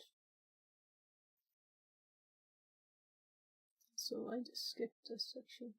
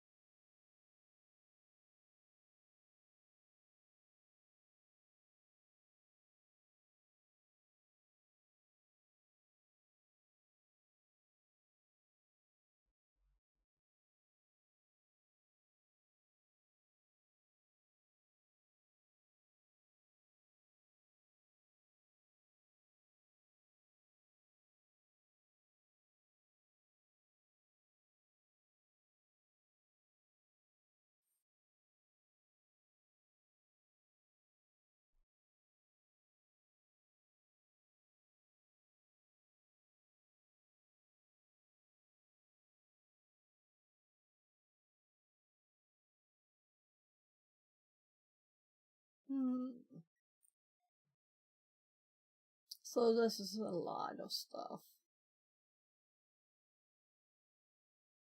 So maybe I should just skip a bit.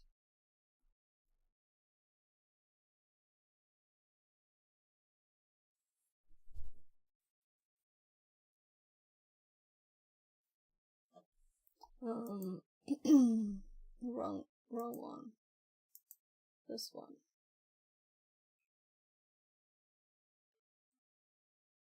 Right. I pasted by mistake. So, is that it, right? Yes. So,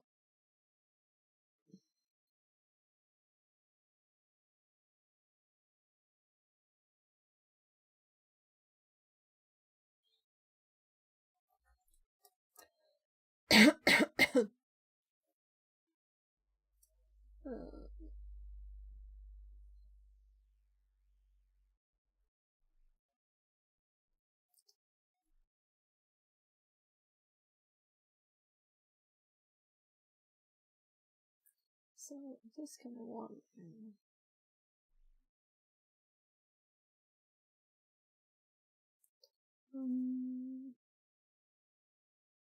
System commands.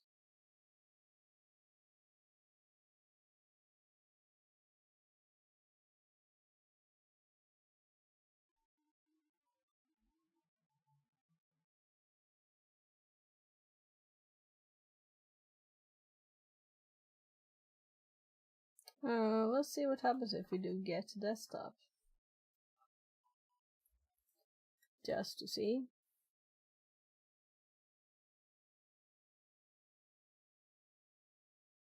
Okay.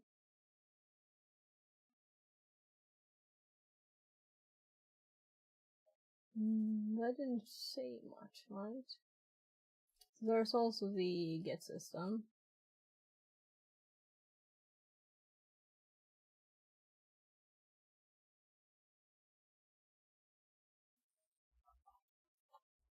See what this can do. Got system via technique 5, name pipe impersonation, principal inversion. Okay, so we read about all the name pipes that we were owners of. It's something like that. So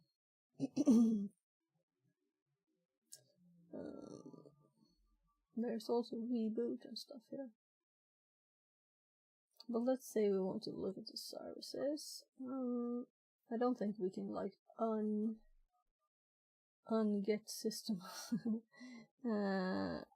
Is it like this? Yeah. So well,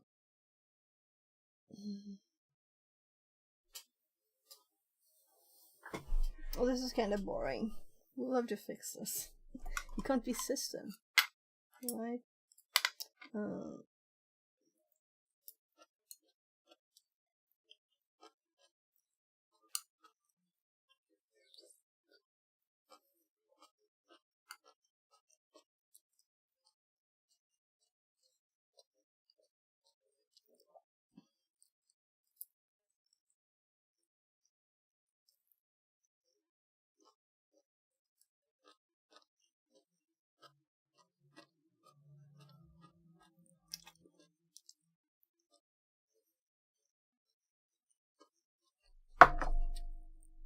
So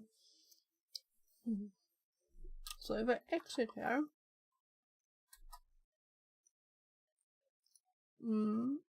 and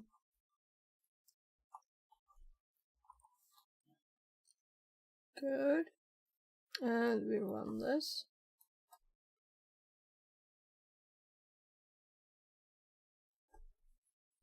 We'll listen again, right? Good. So we can start it again.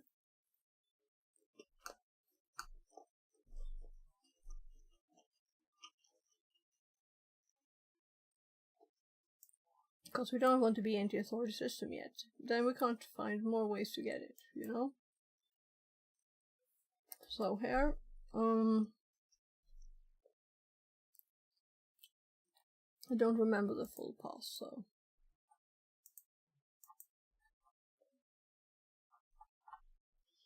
I'm going to go to my notes. And we just made this list here. If we're using Metasploit here, we just need to run this one again.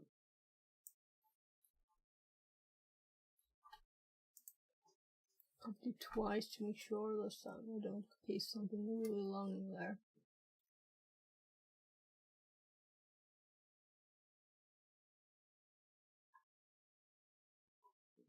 Okay. Oh. Okay. So, I didn't notice the prompt. There was no prompt, it was my prompt. So,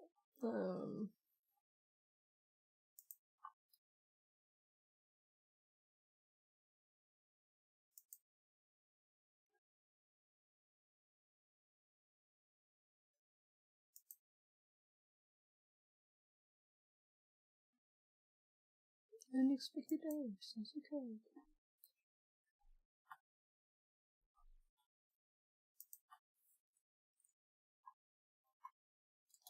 We need to listen. And I don't remember what I pasted, so let's check my notes.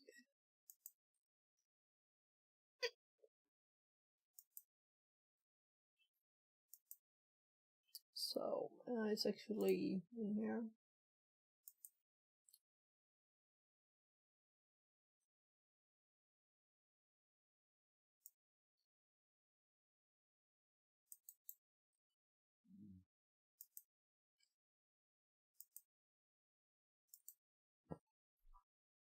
Oh no.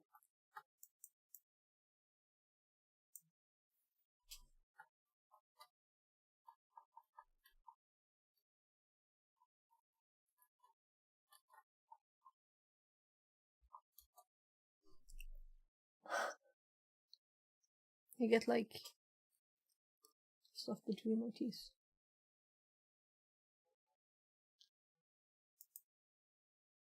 So it's a very pretty show. So now we can paste. No, because I changed what I was copying.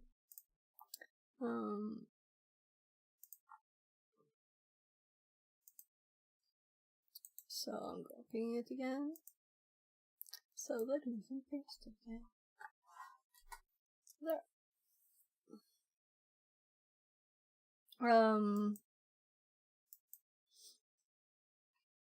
There.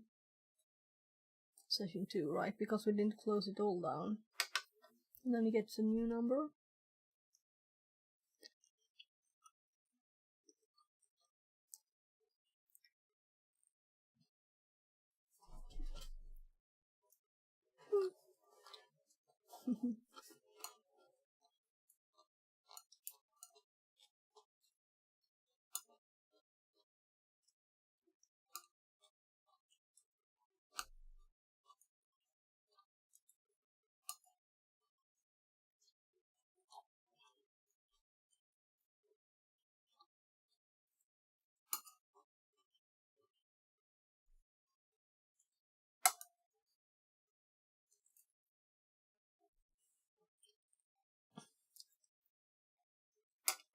I wonder if they do like random food when you select this one.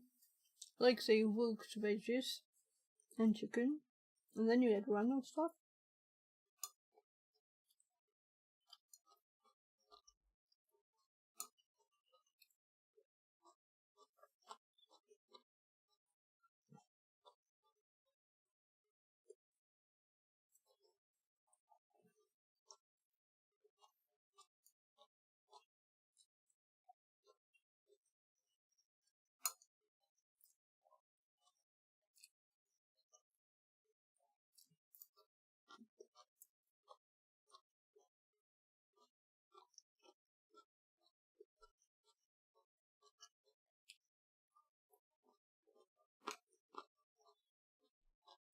This is more like raw veggies with no sauce.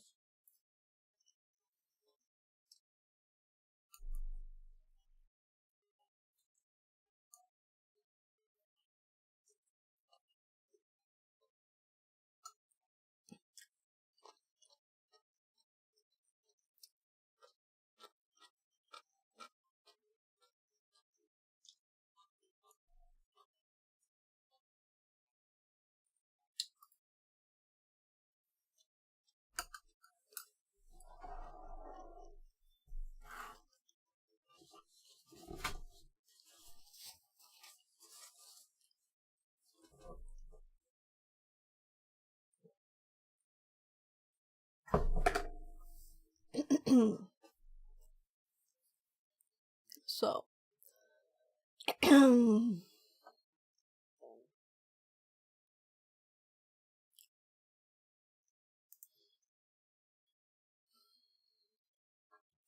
now I'm going back to the page. And we'll see.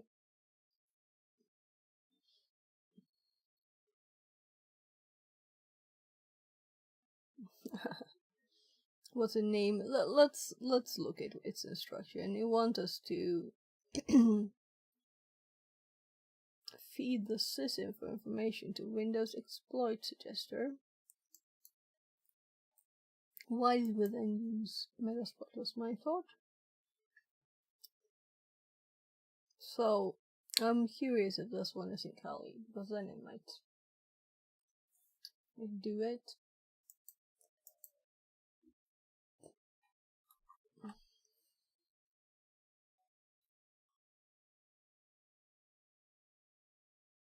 Let's just try.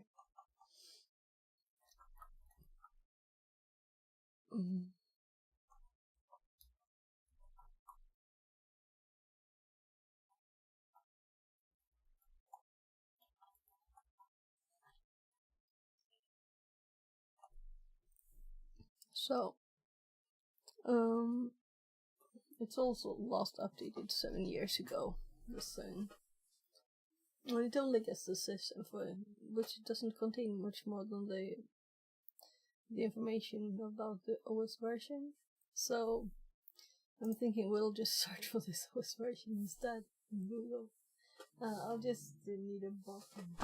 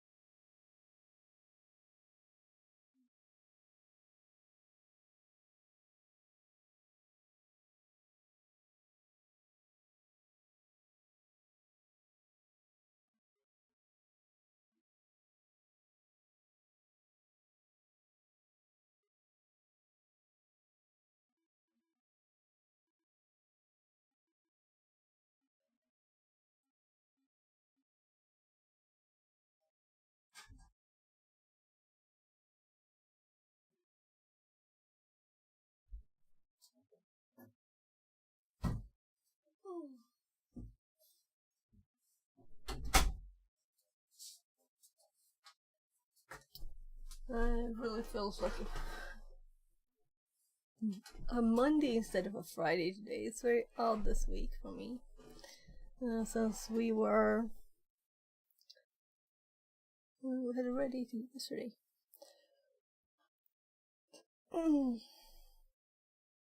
So,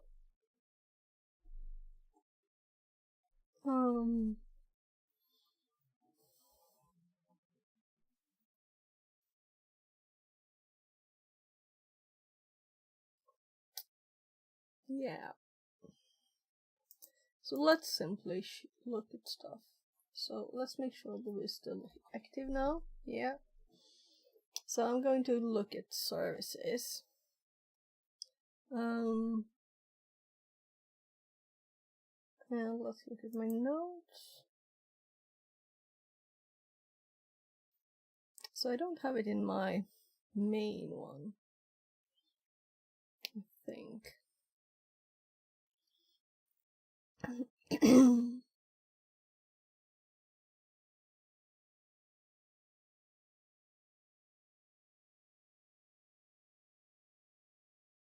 So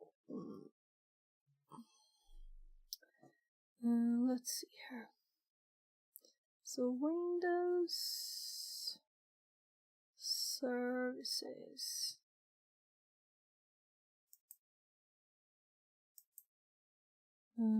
Get service is a partial one, but we have here, this is the CMD one. So copy. So let's just look at the services and see if anyone sticks out, because that's their question.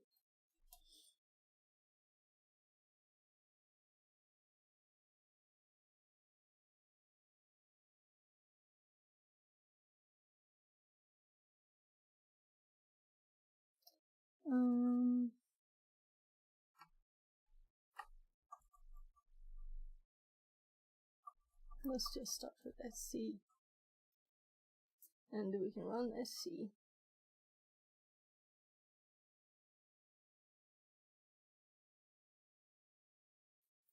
Can we do SC query X?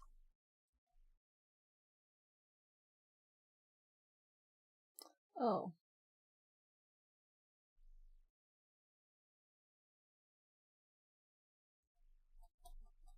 So I think this one kind of locks it up. Meaning we need to reconnect. Which is easy if I remember the path to the this one. So is it selected? No. Let's actually change this one. I'd rather we just do this bit.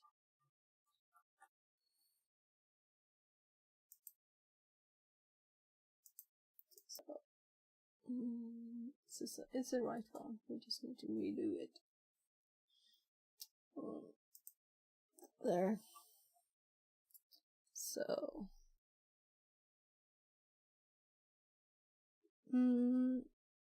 I'm thinking, what if we do PowerShell? So, and to try get service. Too bad this one. We're gonna try it here. We could also do load. Is it PowerShell? But what is it to run it?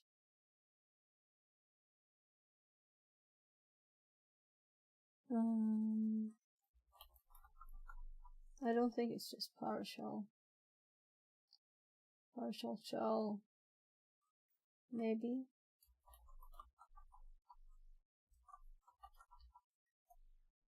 Yeah. So now we can do get service. We'll list them all for 2 eternities. So we're supposed to find a funny one. And I think I saw one that looked funny.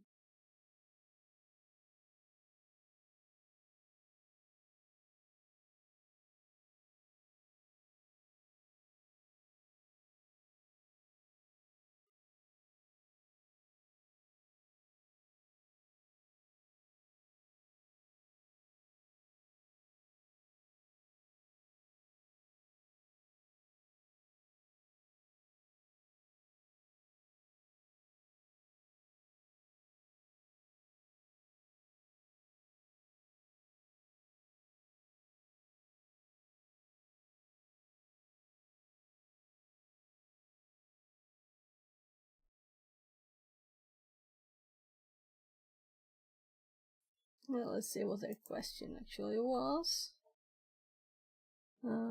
Abnormal service. So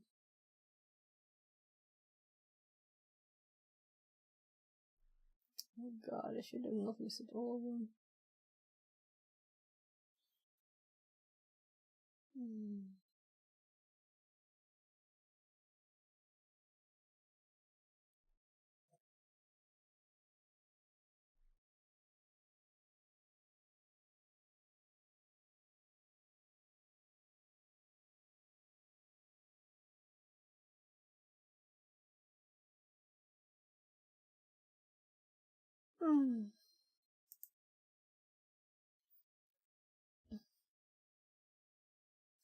Right, before I went on my short break, I was thinking maybe we should run the Windows exploit suggester. And you run that not on the machine but locally.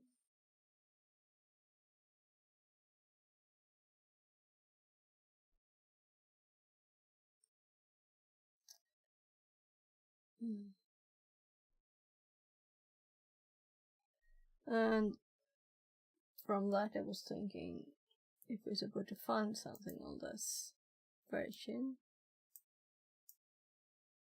we could just Google it.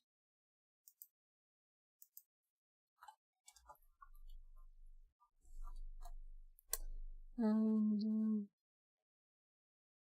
though we are looking for a service apparently.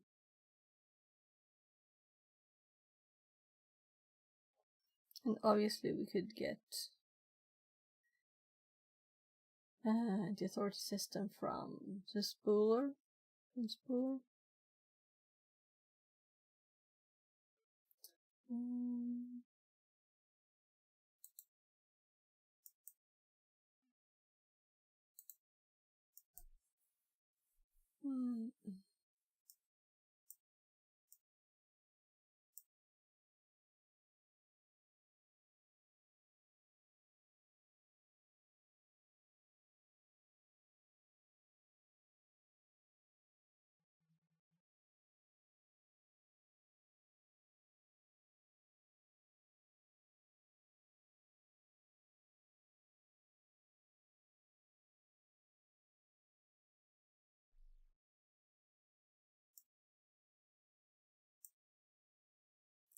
So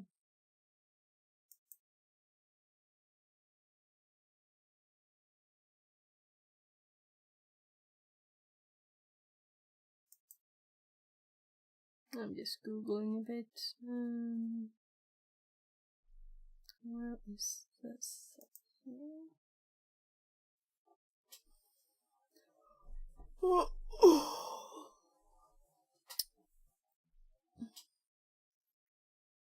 So,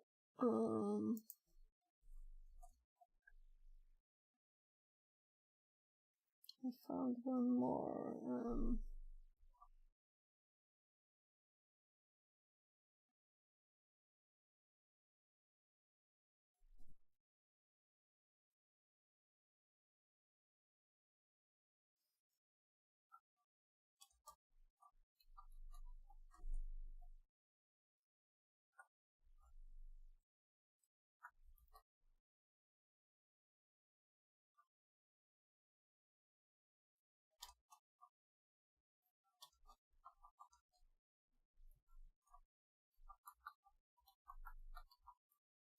wonder if there's probably one for services too, right?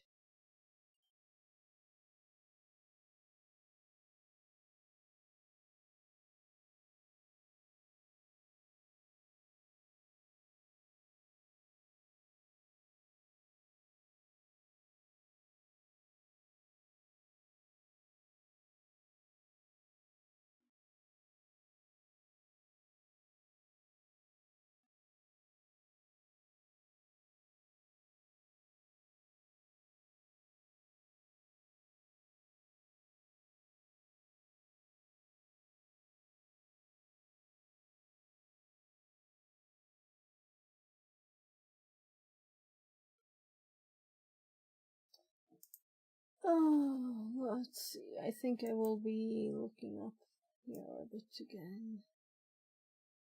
So let's see, which one did I run away? Here's a start.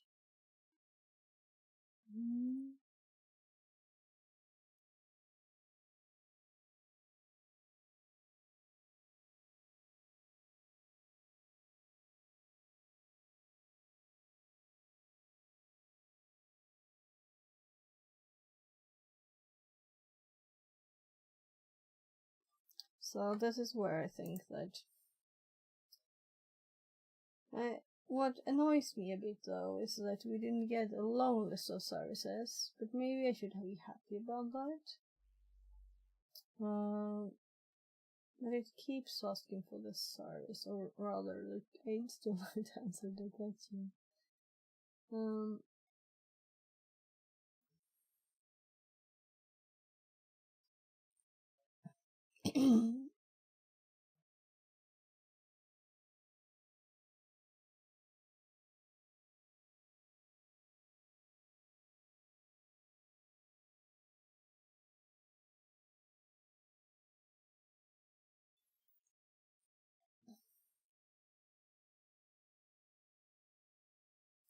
I guess that one of these is what it thinks is interesting.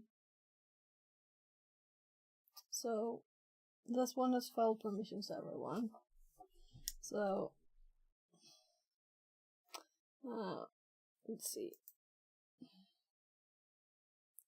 I should just continue making my notes here.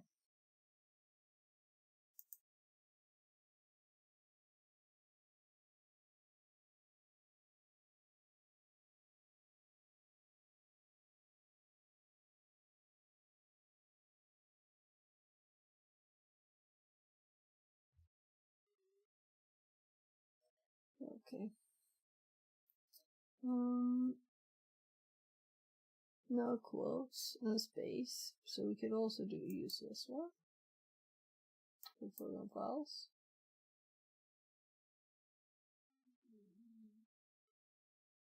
But we have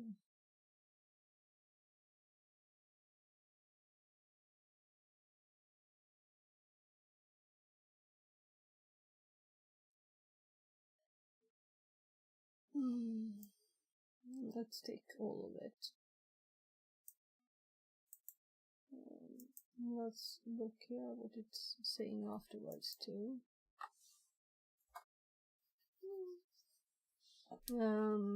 Sorry if I'm so tired. I think I am tired.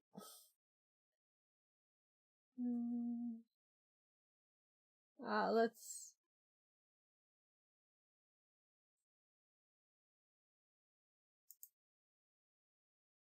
It's not explicit as I would like it to be, you know. This is of course modifiable. Why is it not under here? Oh well. So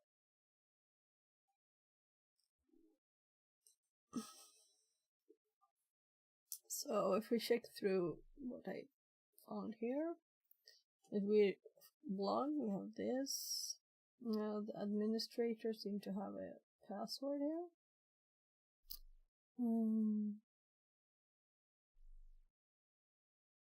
Which is kind of funny.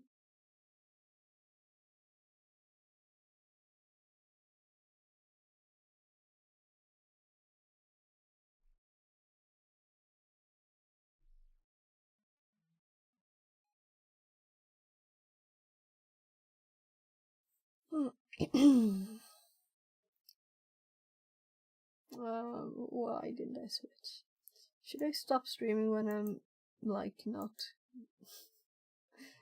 connecting things together anymore? So I'm thinking the binary is the easiest thing. So let's see if this is the correct binary. No, it's not. It's not case sensitive, right? Let's see how many characters. 1, 2, 3, 4, 5, 6, 7. Okay.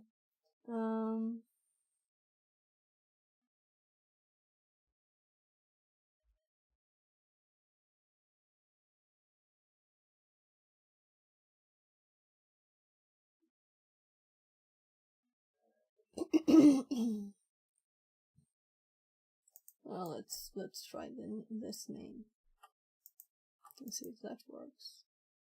Well, it did work. So why didn't its exe work? Okay, I'll look at the hint here. Oh.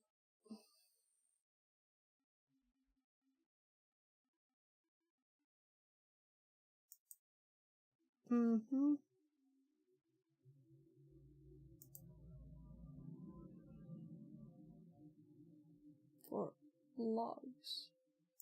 What? But shouldn't this be the executable? This should be the executable, right? And it doesn't work.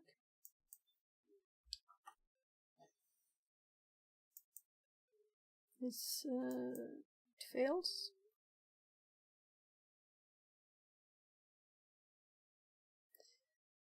Oh.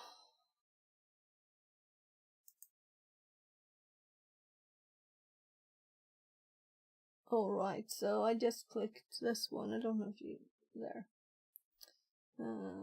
So the wing piece is the other way. So generate a monster which I use them as a venom instead of using it for yes, or payload to Windows, shell or REST. After generating our payload, we will need to pull this into using PowerShell.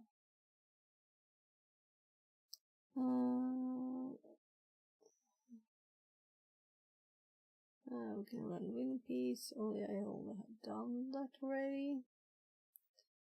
Great tool for animate. What's the original install time? Okay, we can find that one. And so, actually, that's probably at the top right.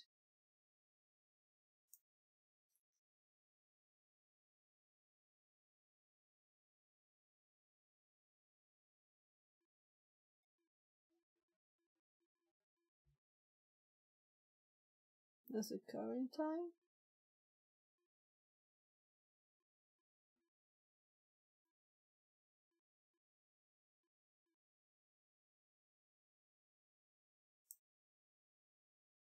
Sir Broccoli.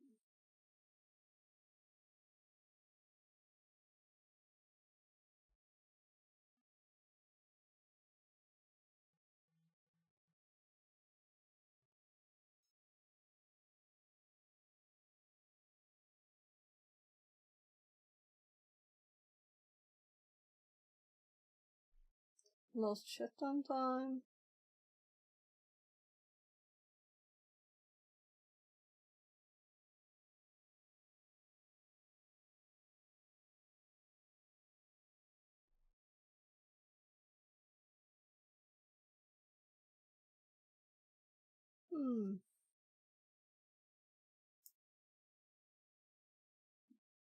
So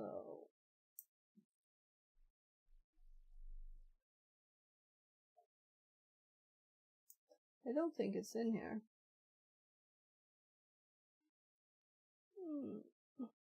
I also use the exe, not the batch file.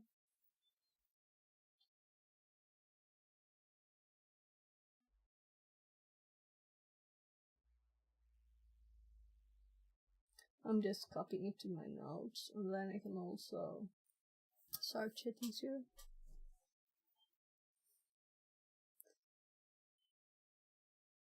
I could have made a file of it and, well,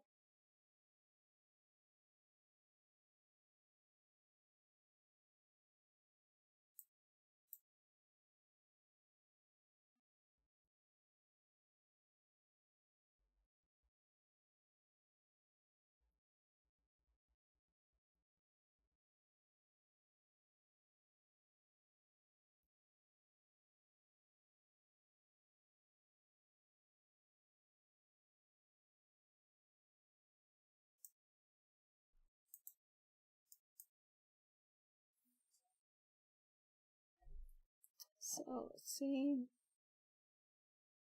notes, and let's put all of it here. And then we're going to search for what?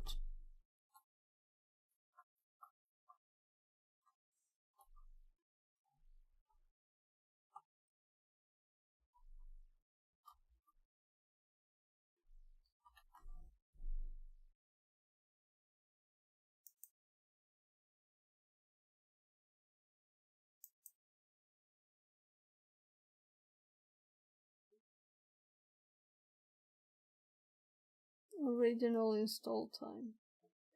Let's search for install then.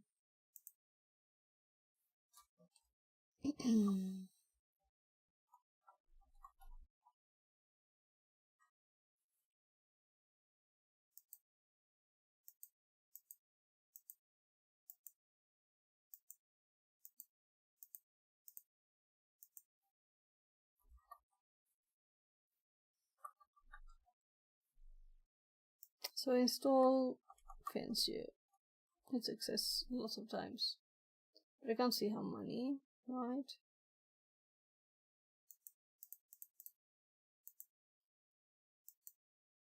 Oh wait.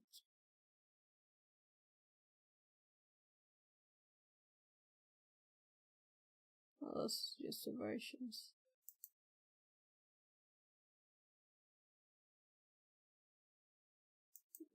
Maybe I'm just too tired for this now. Do I think it's more that I feel this is kind of boring?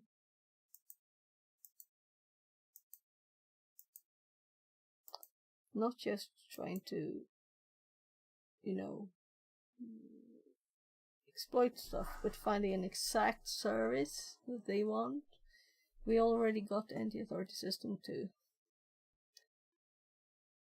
The executable for the service. Well, I guess I will look at log files.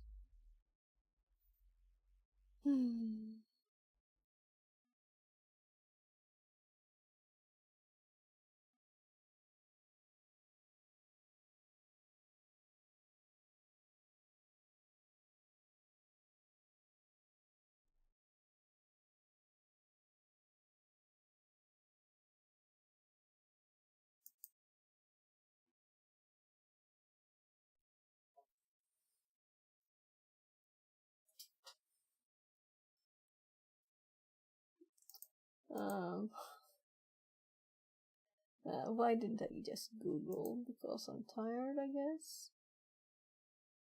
So, oh, look. Yeah.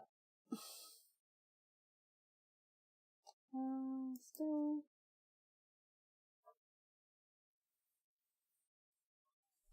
I'll eat a bit. So, short break for me.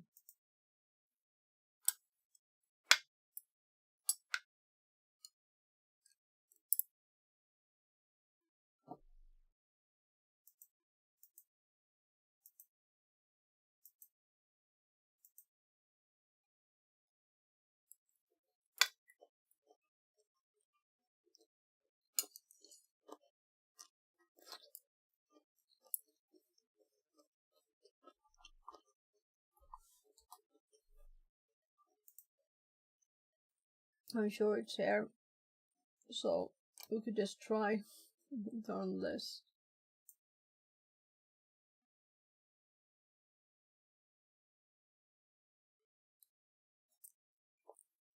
So,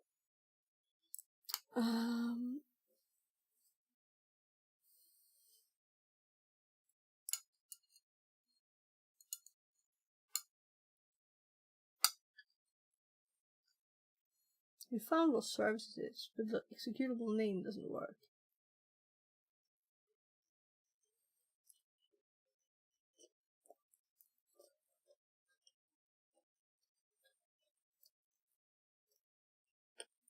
I don't know.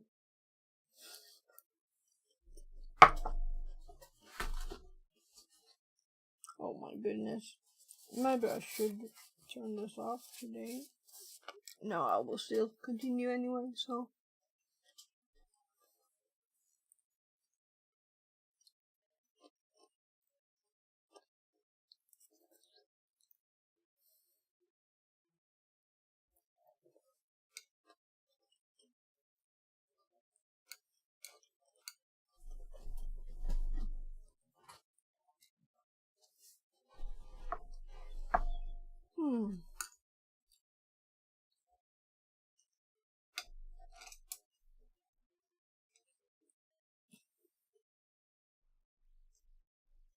So, by the way, let's.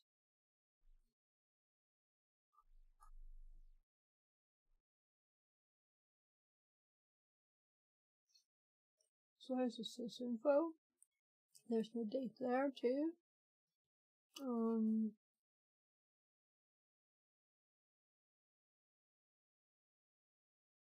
Then I pasted by mistake.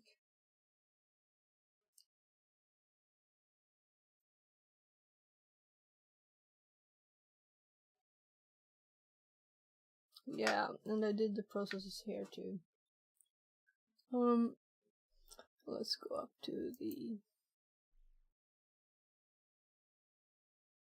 So how many characters? 1, 2, 3, 4, 5, 6, 7. .exe.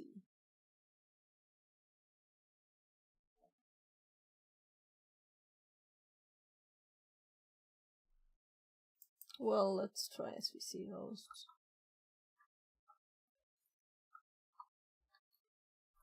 That would be annoying if this is right. No. Good.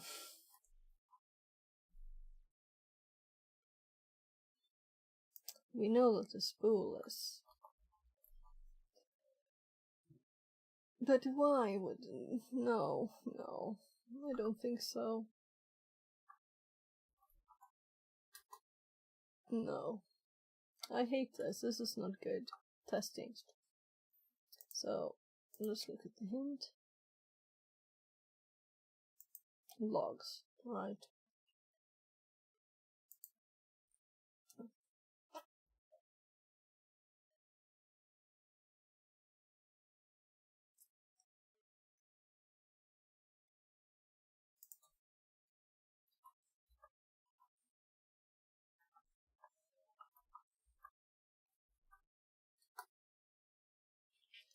I didn't think the service, it's abnormal for Windows scheduler to run.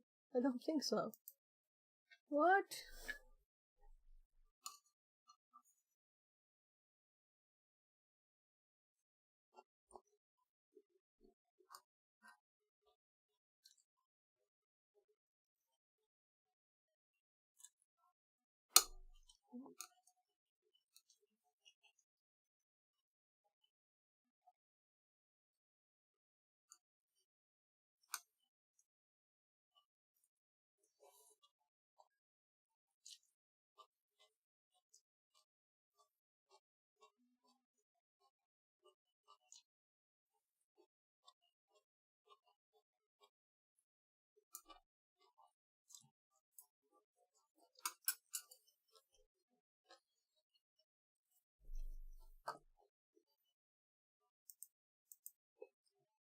Since I'm a bit annoyed at this one, let's just try this. Right, why not?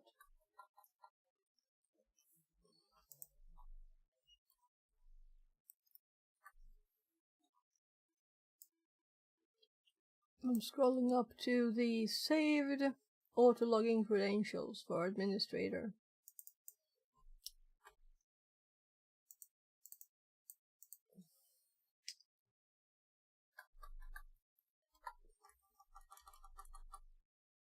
So,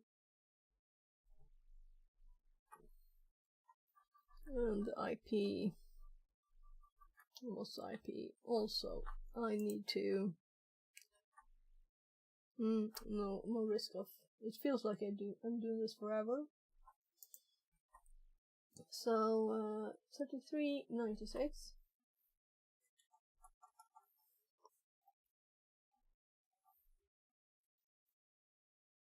I don't remember if this was open, but I just think it was. Feels like I've been doing this for 10 years.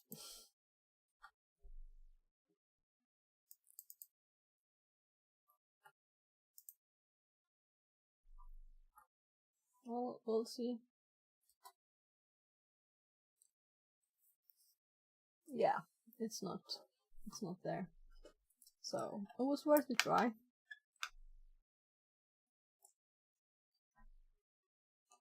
Now.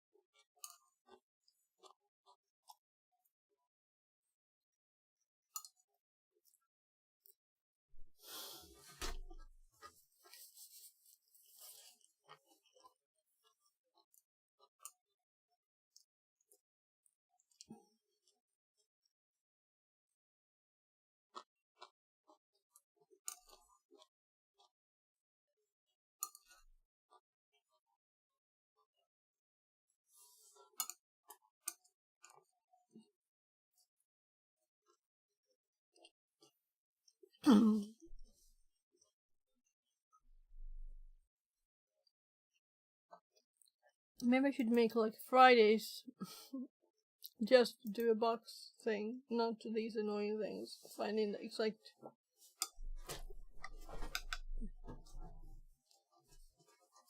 So,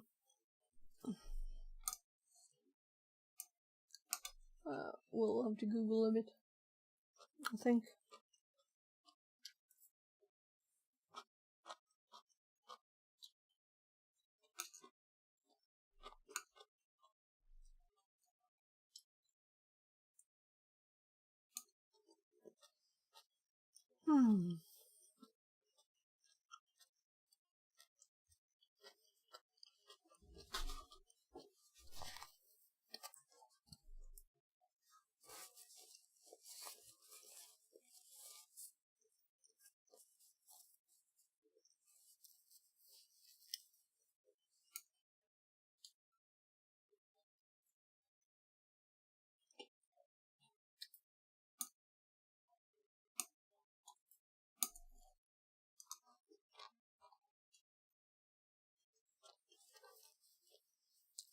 think I'll open the window too.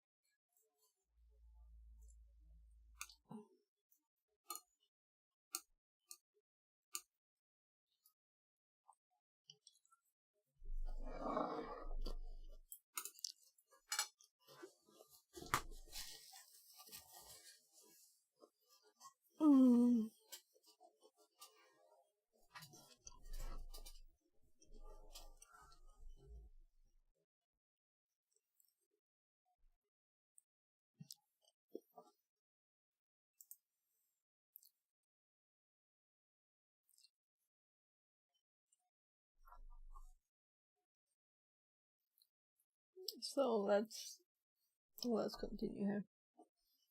Let me just remember what we were doing. Yeah. And the file itself we uploaded to the website. Like the export thing.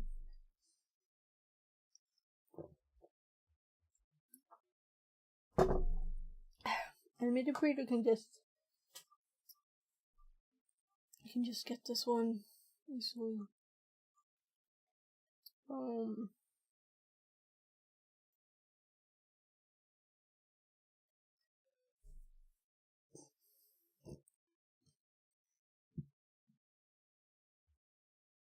Oh my, yeah, right, my paste kind of messed things up.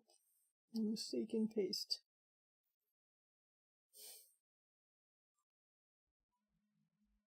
But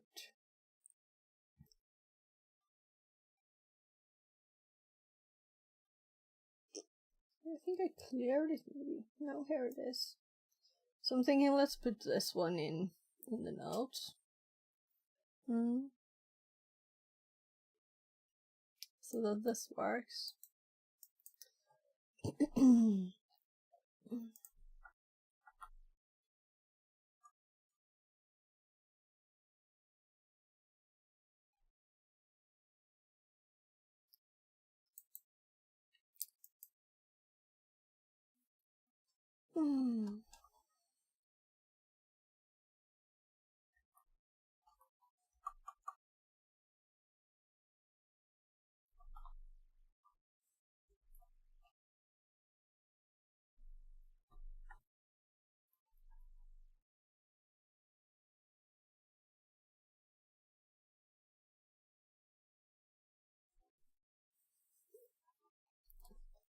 And here we can also copy the notes, because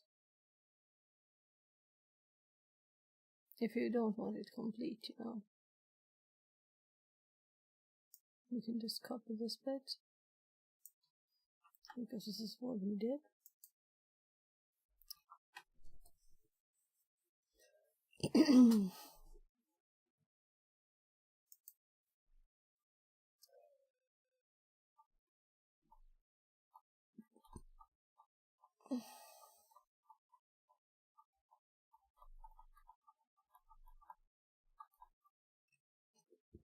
But my god. So, but this is not the only thing we want to do. We want to find that darn service. So let's go back and actually really look this time. And they didn't want us to run this.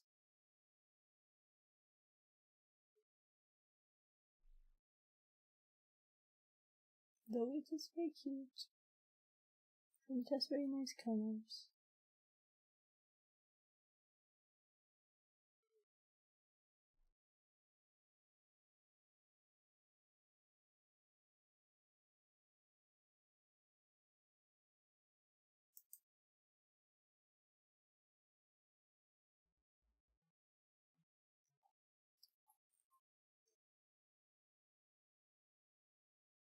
So I will not look through this a third time, right? Let's just type something to hook to the end. So, see if it's still alive here. It doesn't seem to be very alive. So I tried partial there. And I just didn't do much. So we can very easily just click this and we're back there. So so the service.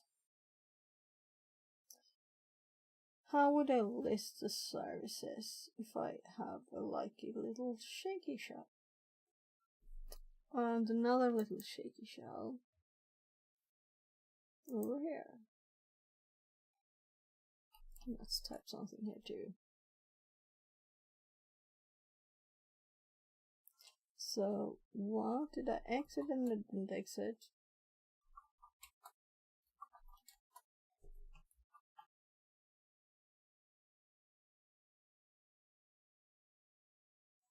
Well,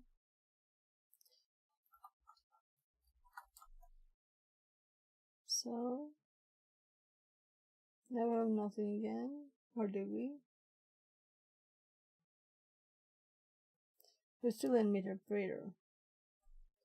We still have stuff loaded even in partial.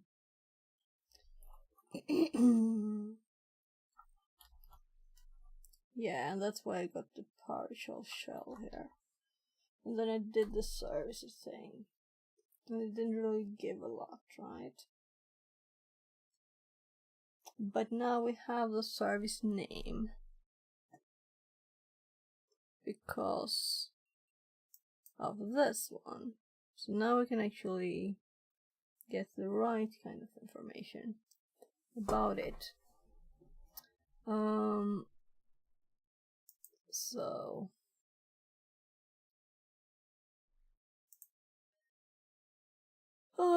Windows services control, and in the command line we can scqc service name, and the service name slash. So let's scqc service name, and now we have more information about it, but this is not executable. They want, for some reason they want something else, but I don't know what they want.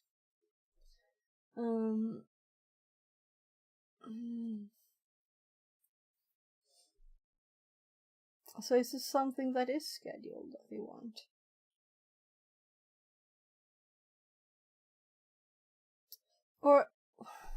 Or I just don't care about the name of this and just do it anyway, you know?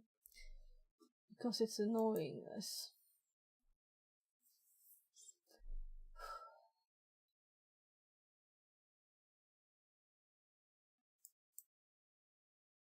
So right, we had permissions on it.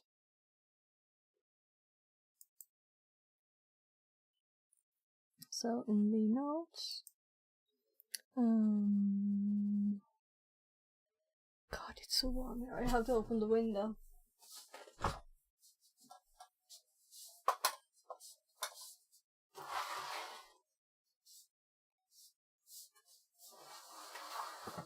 To move the AC. Oh. Oh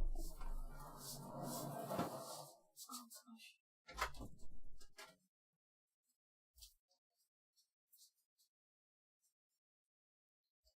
Oh, I even forgot this to put this back in my ear. I feel like I'm not even online.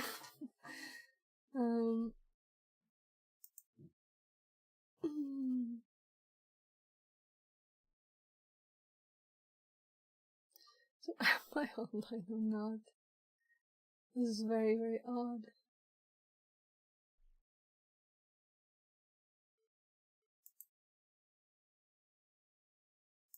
Because I got it stream duration 1 hour and 5 minutes. When it's definitely not that, you know? 5 hours and 20 minutes. So why?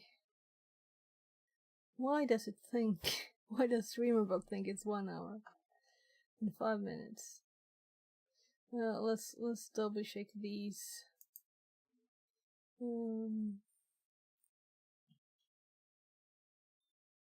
Yeah, so apparently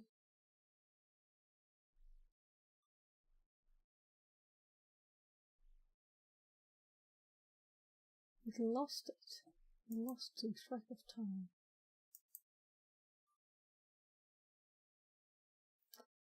And I'm seriously thinking if I am online or not.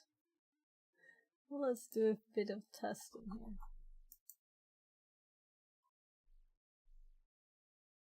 Fixerbot says. YouTube message from Fixit42Live. Test. Well, that's not in this. Why?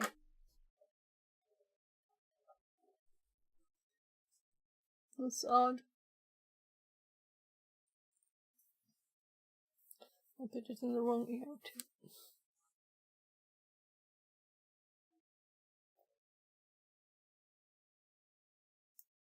Ready to pair. Well,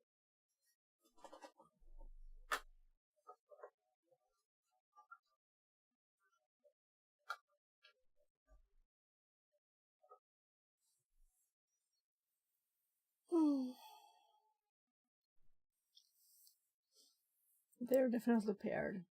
And now we have speakers on.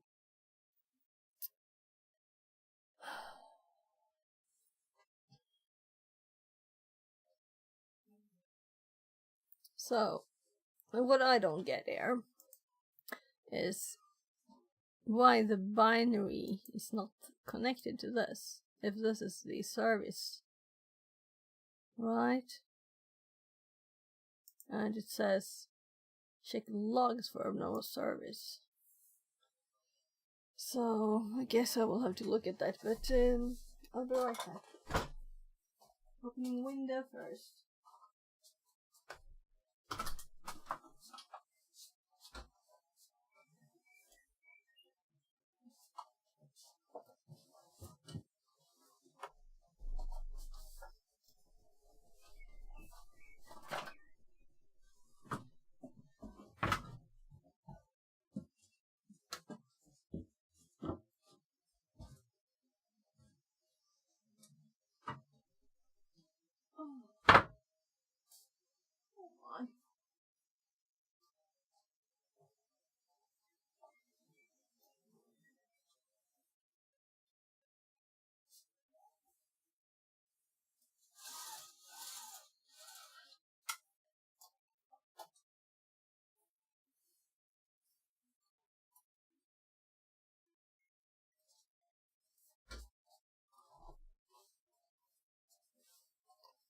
So we'll see if the birds are too loud and the wind in the trees. Quick definitely.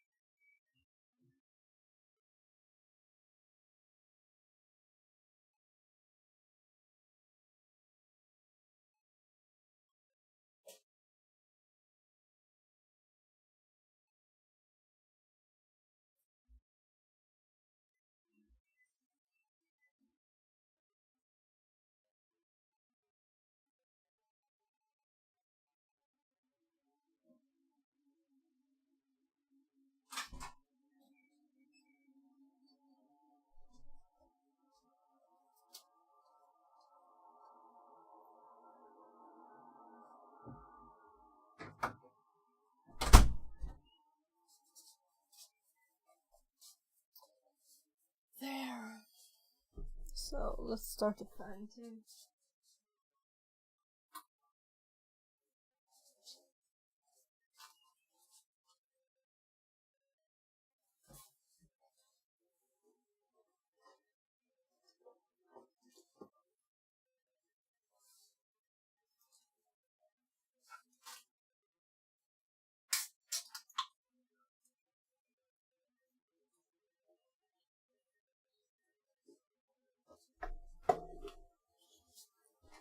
So, new fresh start, right?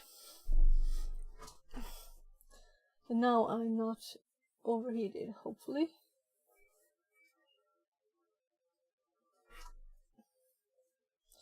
And we have bird song, and I've eaten too much.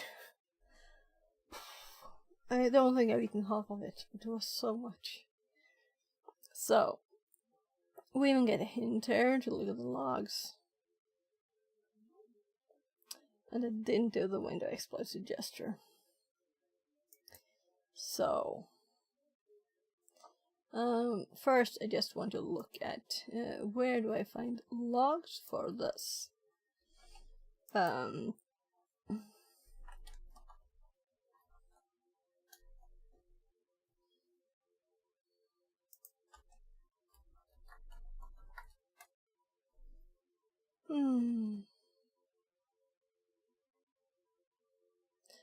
Windows will schedule history is written to event log. If you open event viewer, go to. Yeah, but where are the prompts? Oh my tummy. Sorry. I don't think this food, maybe more than the veggies was raw. Just put it over here. Oh, she needs more right now.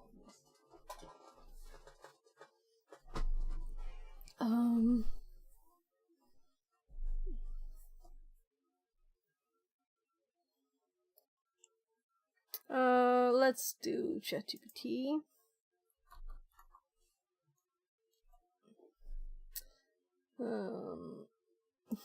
Maybe I'll just get mad at it too. So, logs, view logs from SMD. So, Vevt util, which allows you to retrieve event from the event viewer logs.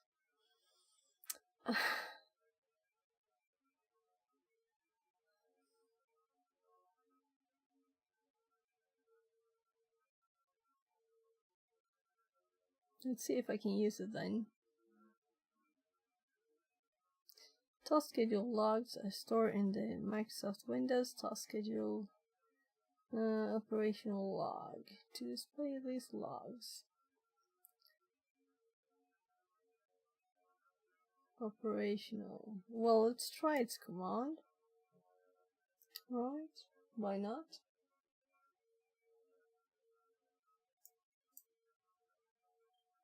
So,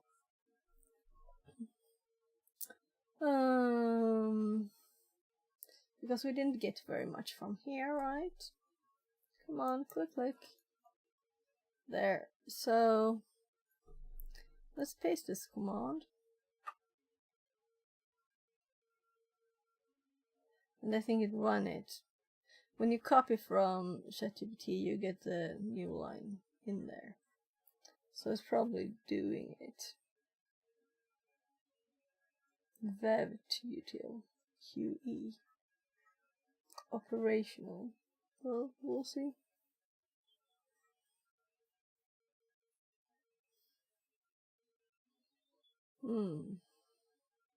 So QE stands for query events.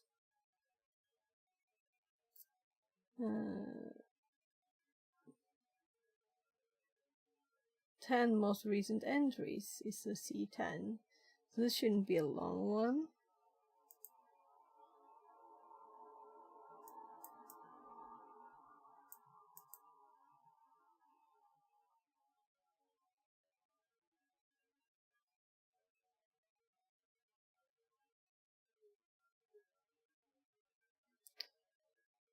Filter logs by time range or... so we're actually looking for exe files in this.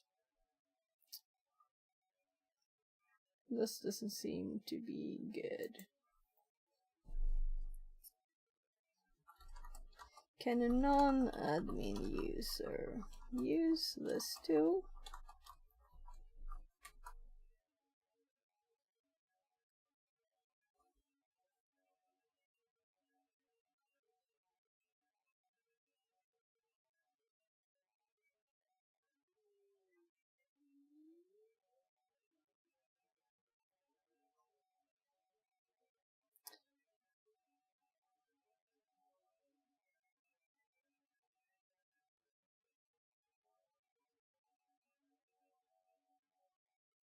Yeah, so we can use PowerShell, it suggests. So I'm going to paste everything into Notepad now, because we don't want that new line. So get the running ones, but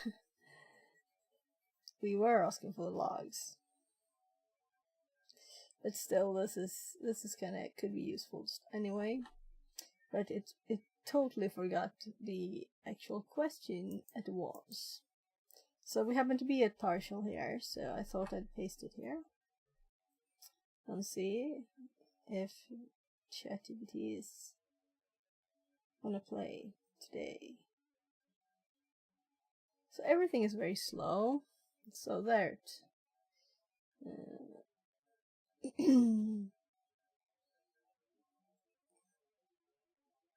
so here we have 7 letters.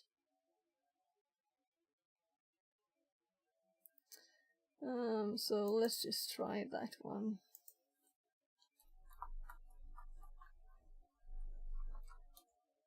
No, it's not a .exe at least.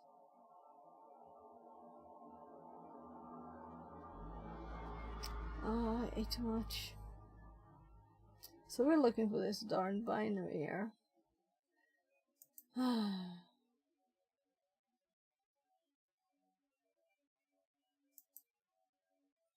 So let's actually...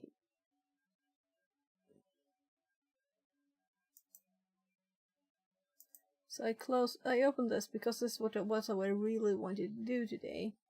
So maybe I shouldn't close it. This is the X-block you use to get into the box. And how I found that one.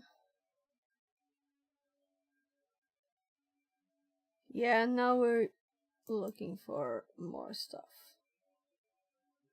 So, and also, I did not run this one yet. So maybe I should.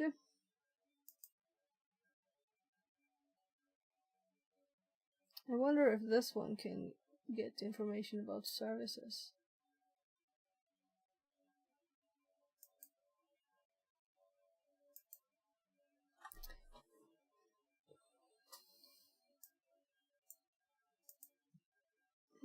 My tummy's odd.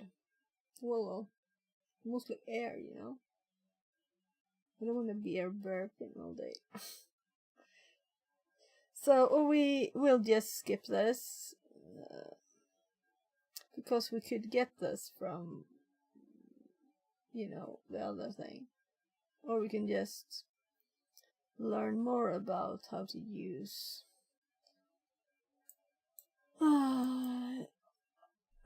Let's see if we Google.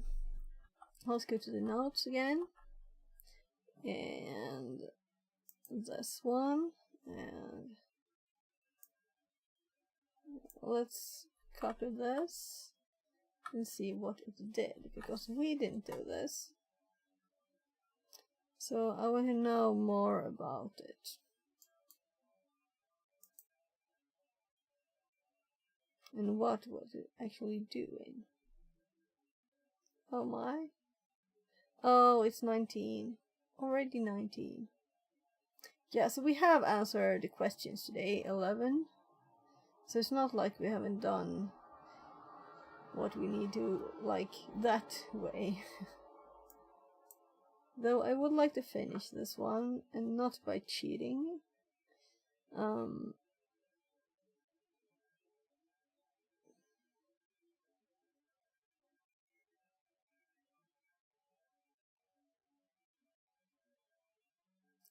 so I was searching for named pipe print spooler. I saw the named pipes in the wind piece output too.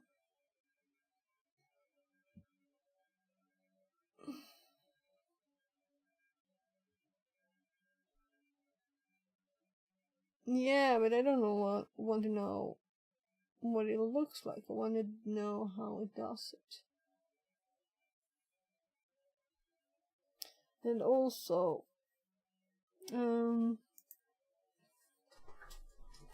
so let's open a new one. And well, so okay. Nah, I want a new. So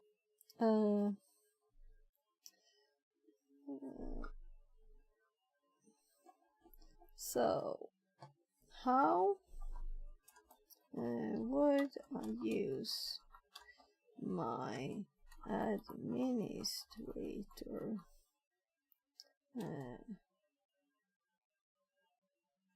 password at a CMD or PS prompt?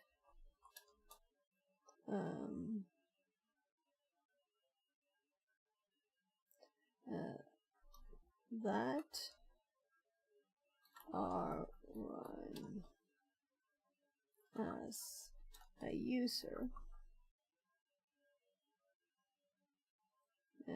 to start one. Well, this is an odd question, as I'm thinking it might suggest us to do, yeah.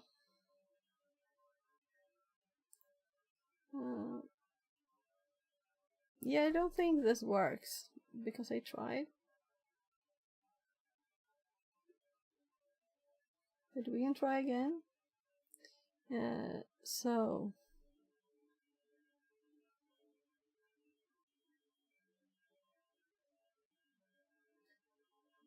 Okay, let's read more of it.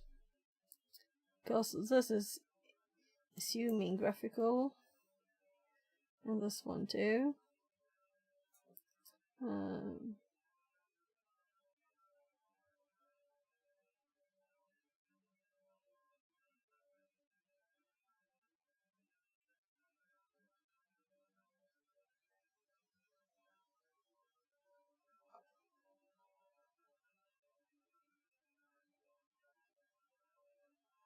So saving.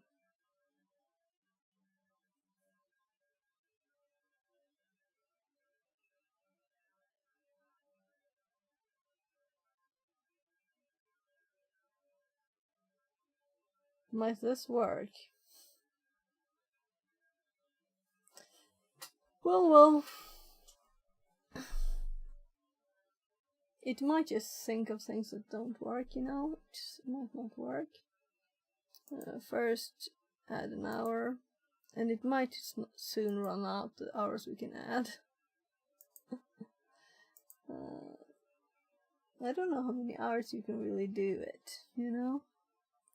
So, CMD key.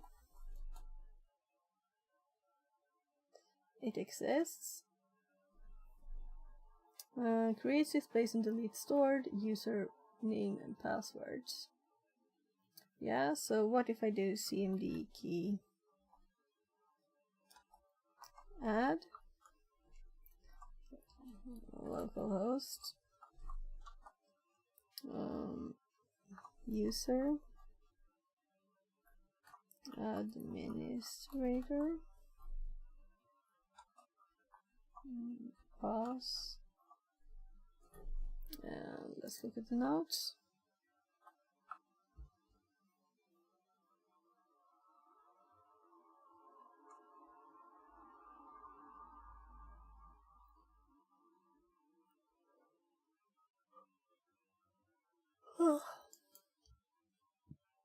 So I'm just copying it.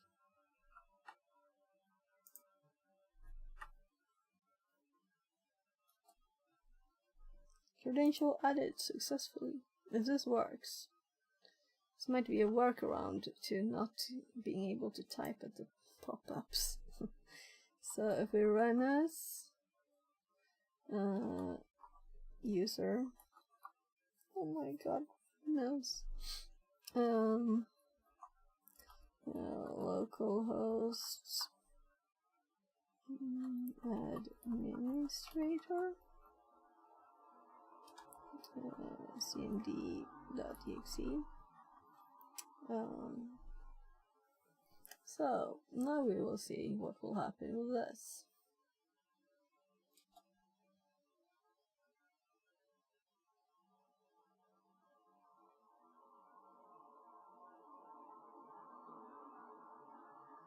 So it might not be opened here like a process, you know.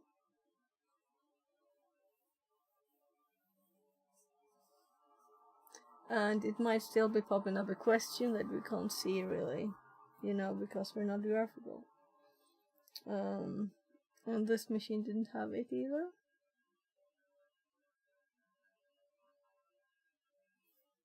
I'm gonna have a... So ChatGPT, it really doesn't tell you anything about, well, this is only to be used for good purposes, you know, thing. For scripts, you might want to include the elevation prompt within the script itself. Here's an example in PowerShell. If not security principal, Windows printable. Get current is role administrator. Restart as administrator. Arguments.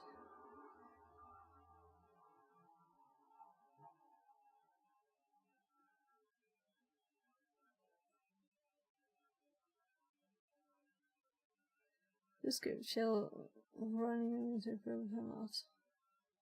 Restart itself with administrative privileges.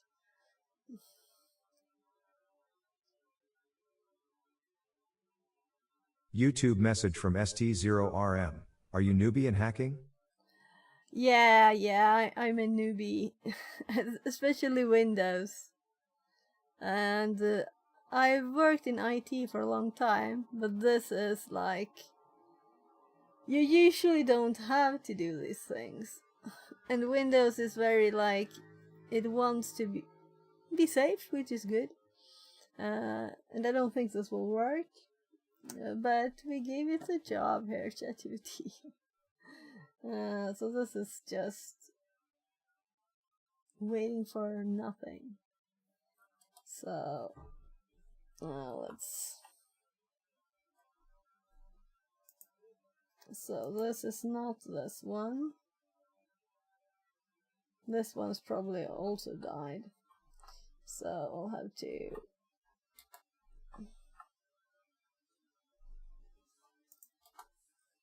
Get a new one.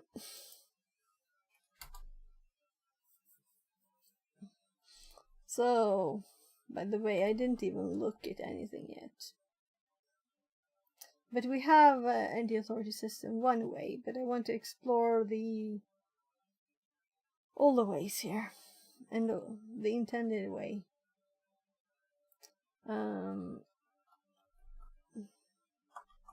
I can't even type C :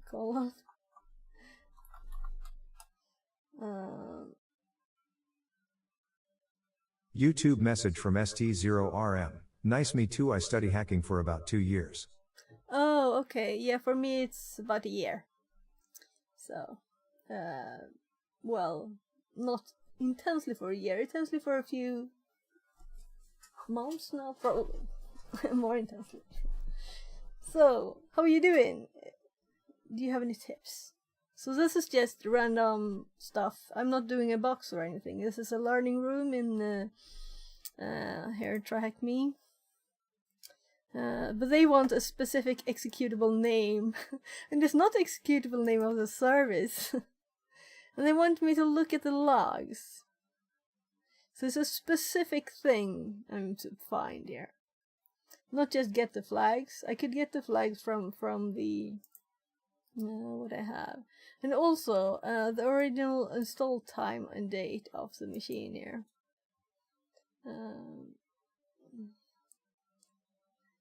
And I run WinPiece on it. That's the first thing I did. YouTube message from ST0RM. I don't use TryHackMe. Okay. Yeah, so it can be a bit annoying sometimes when it wants like a specific format like this one. This is Windows Server and the rest here. So it's just hop the word server, and then you have to guess which things it wants, because you have to have the exact string, right? So that's a bit annoying when it's exact like that. But here I just don't know what binary they're talking about. But also it asked us to run this and I haven't. I've just been messing around with other things. And I was thinking, to get log files, couldn't we use like... I was asking for a few tips here, and I don't think anything has been working yet. YouTube message from ST0RM. In my opinion, Hack the Box Portswigger TCM are more way better, but this is my opinion. Yeah, okay. Yeah, so I'm going to do this one. I was actually thinking of starting this today, but I have this streak, that it's 47 days here. I can go to the dashboard here. So it says here that I have 47 days that I haven't done. It also thinks I've been studying for 5 hours this week. It's just 5:49 this stream, so... Anyway, so they have this pass. I can show you. It's kind of nice. So you can go through as a beginner. You can get some basic knowledge structured, not like... And most of it is, or maybe half of it is free. And then you can pay for the rest. Welcome, Raiders. So, GoPro's Loyo brought 32 friends to the party. Go drop him a follow. Welcome, GoPro. Thank New you so much follower, for the Orbital raid. Gun. Thank you. Less than 3. Thank you. Not Richie says. Solta braidigo pros dois rotrave. Translated from Haitian Creole. You guys have to Tony help me with Fa 3 this. I'm says. annoyed. At track me. Not Richie says. Solta braidigo pros dois rotrave. Oh my god, Translated GoPro, from that Haitian accent, I Creole. can't understand Tony it. Fa 3 says. Rafi Verdure. Translated from French. Chad B. Noob says. Hackers Unite. Pelly 3v3 says. GoPro a slow o tomb raid GoPros 2 root shell. Agent 57 says. Tomb Raid. Fixerbot says. New follower Chadban OOB. Less than 3. Brumbo says. Fix it 42 wave. Orbital Gun says. GoPros 2 Rutrave GoPros 2 glitched. Cheetah Bento says. Fix it 42 loves. Hack the Planet says.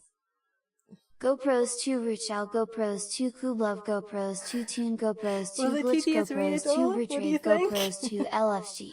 Let's hope Not it pop it Richie up there. says. Solta braidigo pros dois rotrave. Translated from Haitian Creole. Tani Fa 3 says. Also, why didn't you ever tell me you stream? Crying face, I didn't? crying face, I didn't. crying face, crying face. Sorry, but you can't go tell people you hop to my stream, in other people's streams. Can you do that? Nah, you can't. So people have to... I don't know if I missed anything. I know that your GoPro, your Brazilian accent there is kind of like... Also, apparently you speak Haitian Creole. It's good to know that you do that, right? So... So, thanks for the raid and welcoming everybody. And I hope that you can help me here. Let's see. Not Richie says. I told you. I'm a Brazilian woman.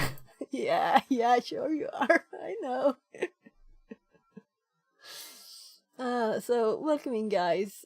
I was just telling chatter from YouTube here about why I think Trackme is kind of good to get started with, because there are these rooms, and I finished this one like 2 days ago or something, and now I started I was kind of tempted to do the red teaming one, but I noticed there was offensive pen testing one, so I started this one.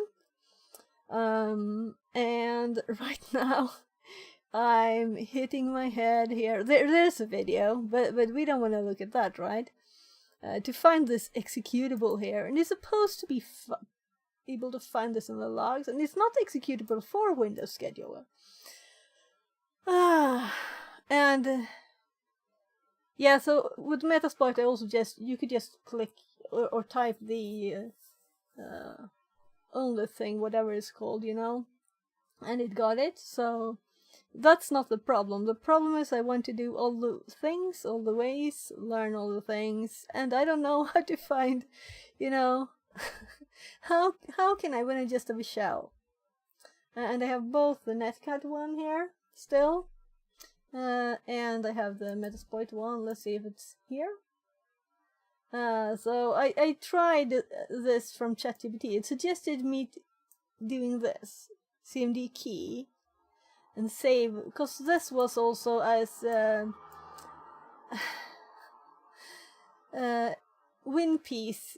This is the auto login of the machine. So also I don't really know how to use this, and even to check if this is correct. Please help my hacker gods that just entered the stream. Tell me how to fix this and how to learn all the things. How can I use this? Windows is such a odd thing. Why isn't everything Linux? No, so yeah. So we run WinPiece. We have both of these now, and in this one, if I scroll up far enough, I restarted it because I didn't want to be I don't want to be where is it here? And the authority system. So get system worked, and that's not fun. So, but I know that it used named pipe impersonation principal variant. So I would like to know exactly how to do that too. So I was googling this here, and this is all I found. Opinion says. Hi, fix it. Welcome back. So, right, I'll close my door if it's not closed already. Yeah, it is actually. Just someone stomping quite slowly down the stairs. So, yeah. So, do you have any tips on what to do? Of course, I could look at maybe this. But I feel like, help! It's Windows. I don't know what to do.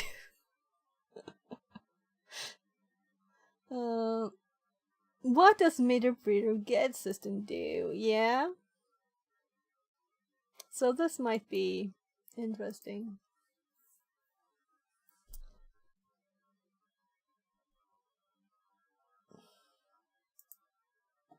So I guess I will Google a lot if I don't get help.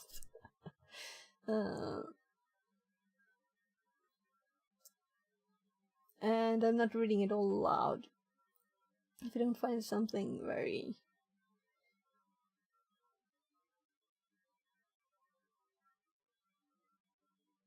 So let's just scroll around a bit.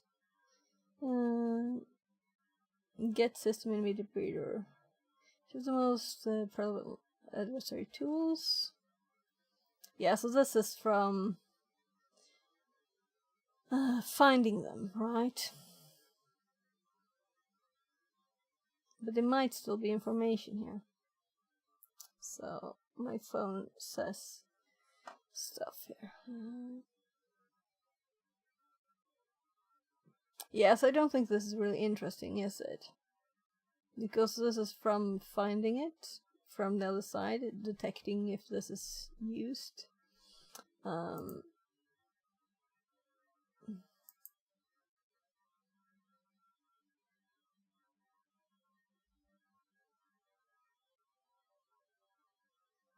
So from the output, let's see here, over here.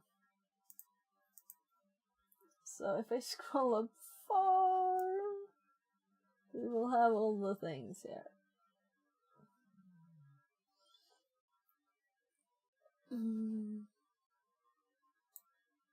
Oh mind, I clicked something. Yeah, so we get all this bunch of info, you know.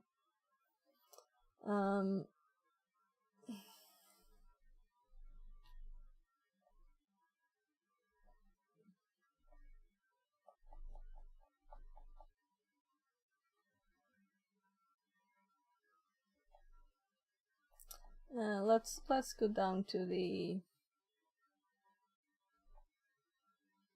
Here's the auto login credentials. Then a bit further down.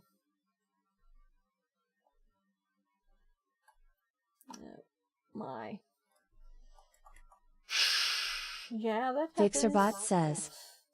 New follower Pelly 3v3. Less than 3. Welcome in. Believe. Nice name. We should always believe in ourselves, if nothing else, right? So I'm like back to where I was. Yeah, so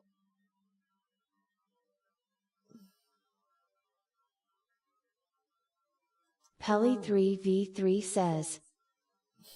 Fix it 42 like. yeah. So here is this file permissions, everyone. Write data, create files. Possible DLL hijacking in binary folder. And this is the service, which is the correct name in the page, but this is not the correct executable. And it's asking me to dig in the logs for this. If you look at the hint, which I did, and I usually don't, I try to avoid it. And there is the video, of course. I haven't looked at it at all yet. But of course I could do that, but that's no fun, right? But if that's the only way I'll learn it,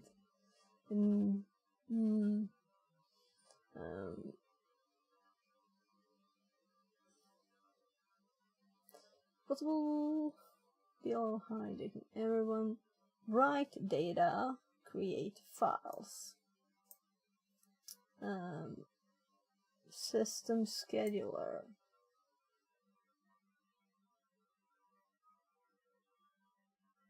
So I guess this is what this is, right?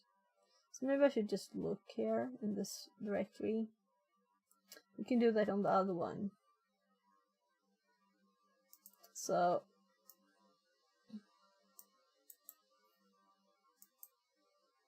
it's always nice to have several. Just typing anything here. So this one is kind of dead, right?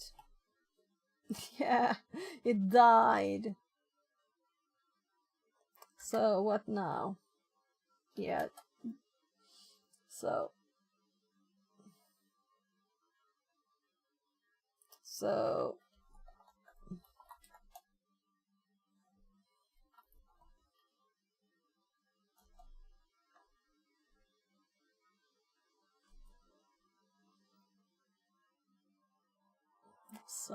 we'll have to again here type something. I'm just going to get what on earth I called it. C temp edison at least. Let's see. Because I put this in my notes too. And I think so I copied from my normal notes how I do it, so I don't have to. And I made this detailed list.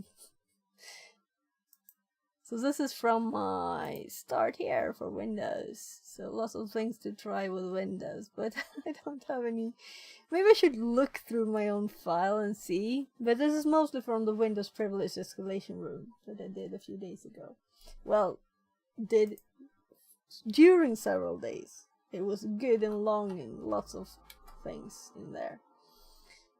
So did I switch it back? Yeah, right. So we're back here. I'm like, what was I going to do?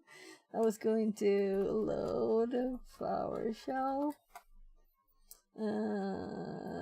PowerShell. Shell. And what was I going to do?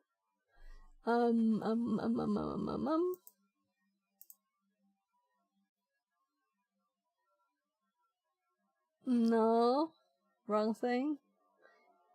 Did I have something here?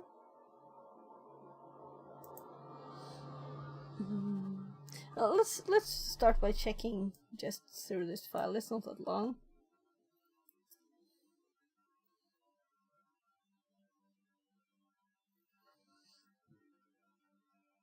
Yeah, getting the environment. Check for credential. Okay. PowerShell history. Saved credential. Yeah, so we already have. We just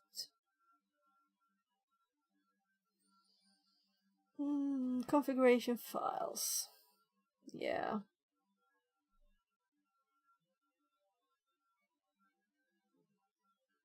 Yeah, I was going to the directory. I remember now.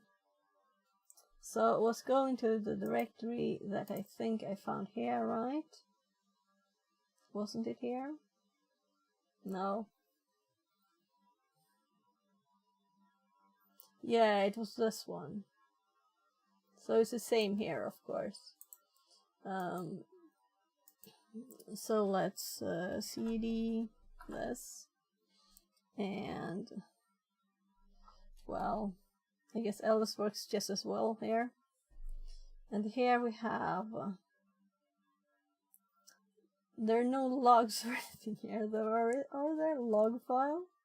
Log file advanced? Maybe there are logs here. Maybe this wasn't the stupid thing to do then.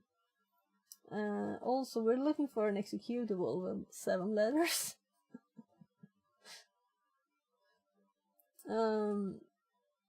Well, let's... should I download these, maybe? They're kind of big, right? But it's also messy to download them. Right, because we don't have to mess about with it.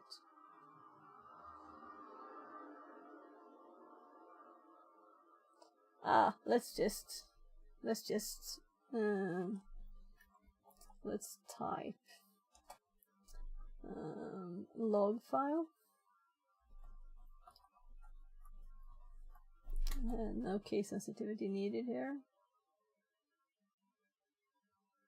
Well, that wasn't very much.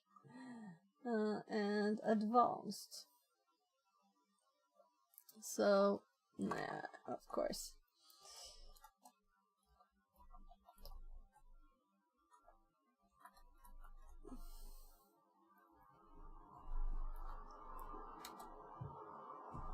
So here we might have something, I guess, but it doesn't look much.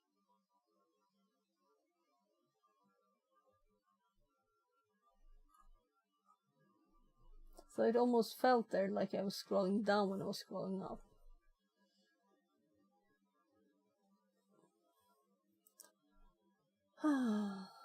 This wasn't much use. So let's do Alice this time then. Because I don't want to scroll how far that was. License 62. Preferences? Well, this feels like if those didn't give anything.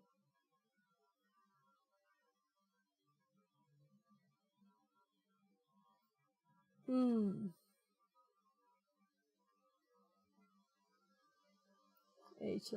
file. CHM file.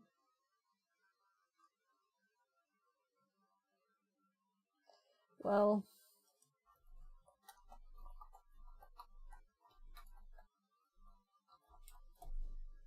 oh my, that's annoying.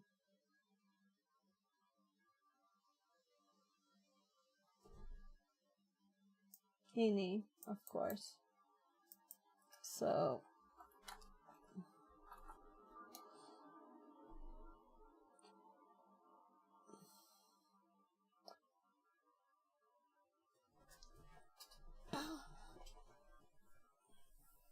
So how would I find this really?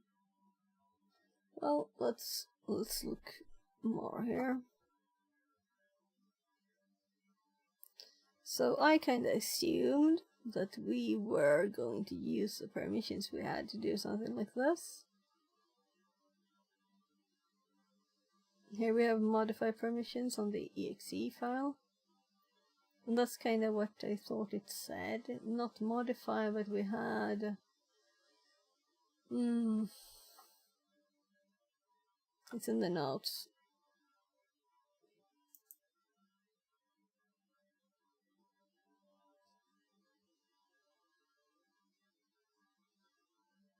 Write data, create files. Could we overwrite the file then? But this is not what it wants me to do. It seems it wants me to find some other executable. Have you checked for the logs for abnormal service?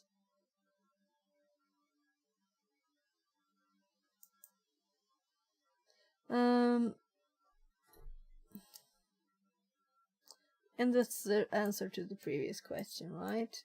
I don't really see why this would be an abnormal service either. What is the name of the abnormal service running? Why is it abnormal to have Windows Scheduler running?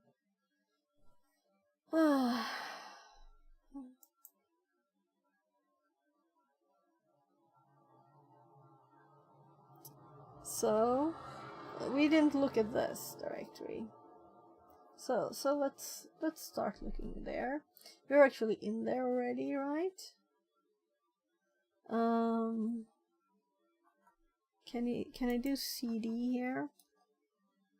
No. But maybe it works. Yeah. So I can fake Linux aliases. What could it possibly be in PowerShell? Get something.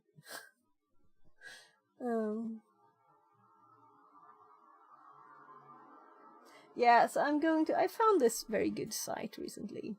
I'll have to take the opportunity to show it to someone. This is such a nice thing, right? So it isn't just PowerShell. It has CMD, Linux, yeah, stuff. Even convert here for some stuff. Whatever. And password generation.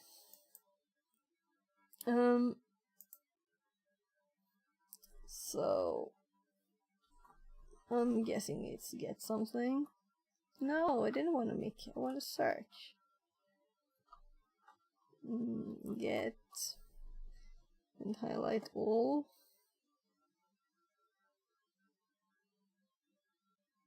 So there ls get child items. Yeah. Get computer info. We have also get content. Yeah, that's the same as cat and type. I should use GC in PowerShell. Also the shortest. Someone pointed that out to me.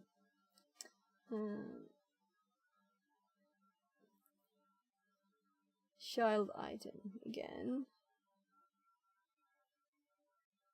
So why is get child item here? Because of there? Let's see, didn't we have get child item? Yeah, because I put that on my list in my head.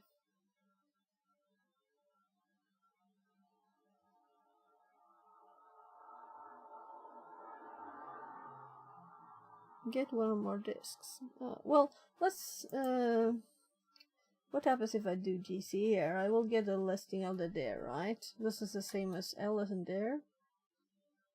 No, get content. I got get content from that one. So let's scroll up a bit here and see GCI. GCI. So GCI. Yeah, then I also see the directory I'm in. But I want the alias. So let's actually Control F for PWD.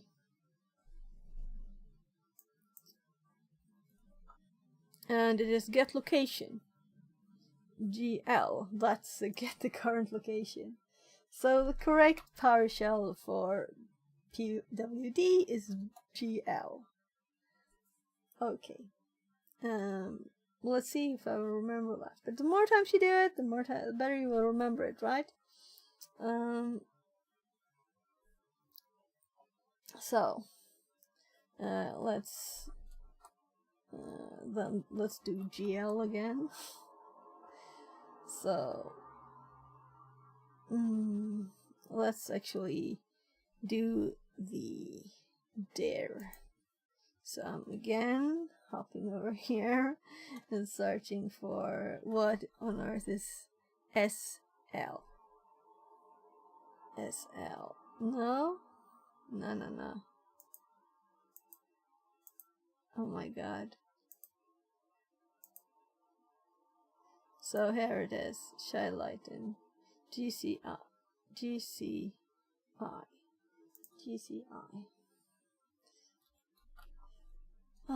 I will learn them, right? So look around in this directory, and we're supposed to find the system scheduler then.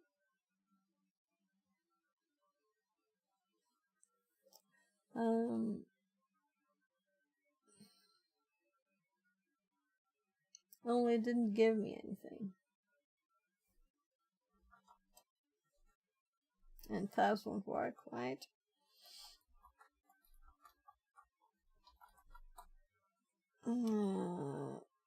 GCI. My fingers are twitching towards LS, modifying to there, and then to GCI. So, I'm thinking I will be stupid and actually try these. So, there are not a lot of them, you know. W service is one letter too long.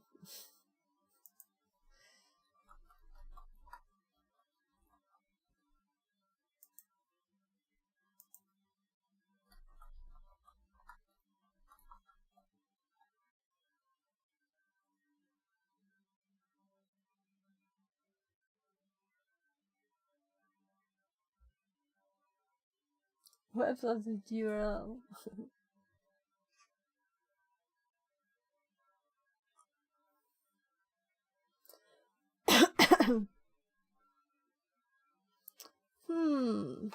Binary.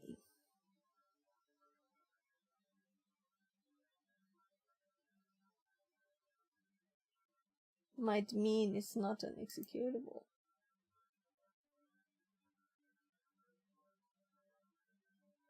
But there are no others.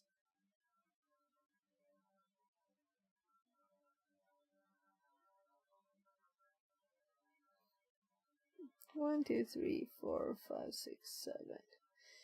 So this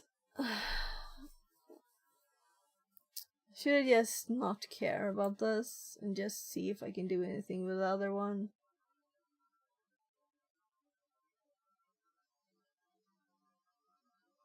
Or should I actually look at this video? How come it is started a bit when I didn't start it? That's odd. Oh. Now let's. I guess we'll look at this one. Windows Exploit Suggester. It only seemed to me like a messy thing. Yeah, you had your machine. I was waiting for that one. Deployed for too long. So you can do like 6 hours then? Maybe? Oh, we can close this one. Windows Exploit Suggester. And I'm actually going to Google this in Kali. Let's see.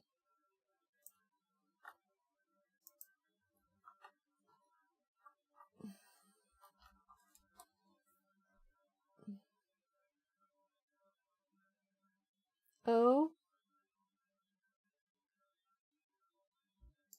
that's a funny name. Kali.tools.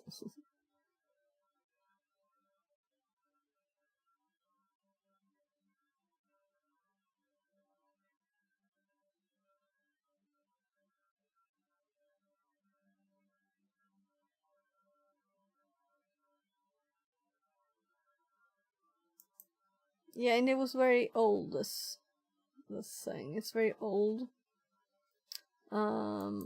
It's 7 years. So that's what make me think too. And it also only wants input of sysinfo. Well, that's all it takes. And you had to install it, kinda it said.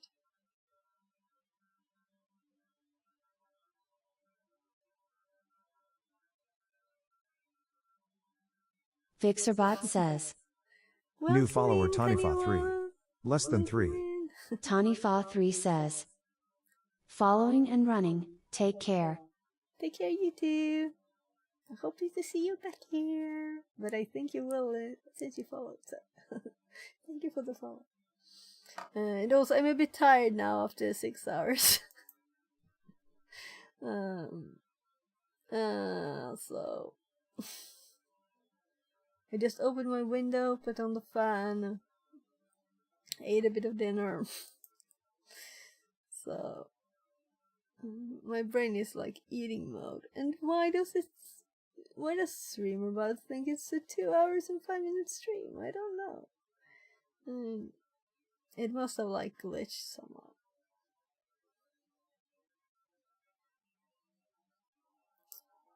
Yeah, so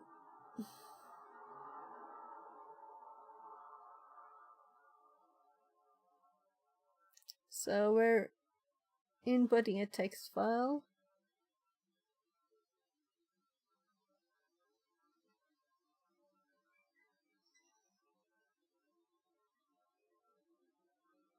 Database. Oh my.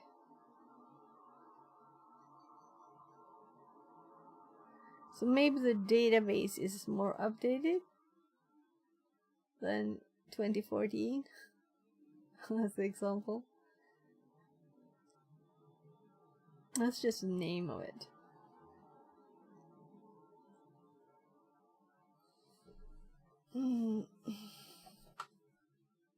Windows version identified. Let's look at it.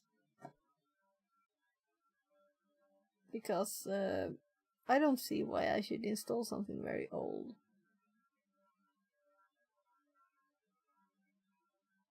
Blog post. Yeah, so I'm interested in the update, where it gets its information, and I could just read it. So the last update here, it seems to not update it since. It was 2 updates a year at least. 3, 4, 5, 6, 7, 8, 9. 9 updates 2015, 1 2016, and then 2 2016 and 1 2017, and then nothing. So either it's perfect and the database is updated somewhere from somewhere. MSSP URL, Microsoft download ID, bulletin URL.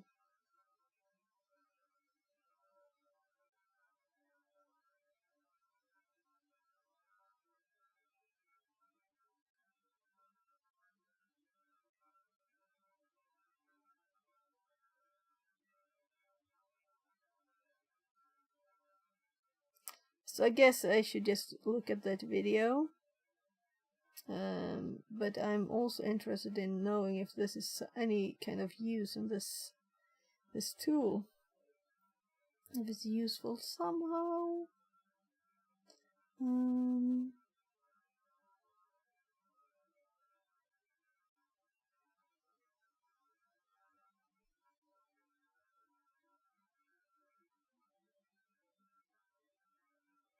So let's actually hop to the end.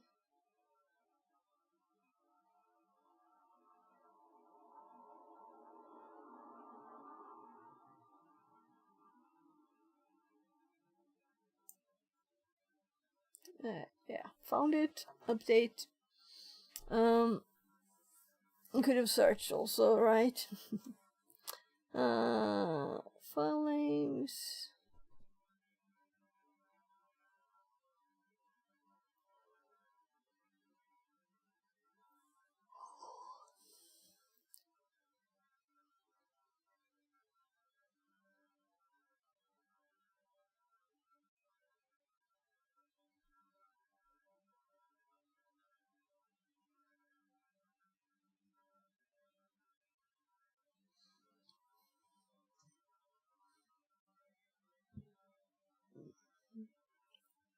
Bulletin URL.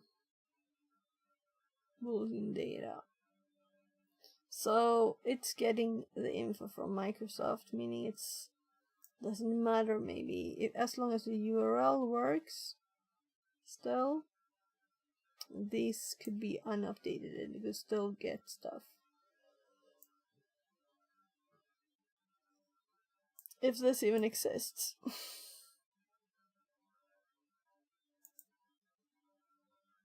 So it exists. Oh my god, Excel. I don't know when I used it last.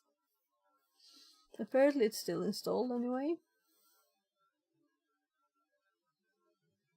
Let's say I don't use local things much.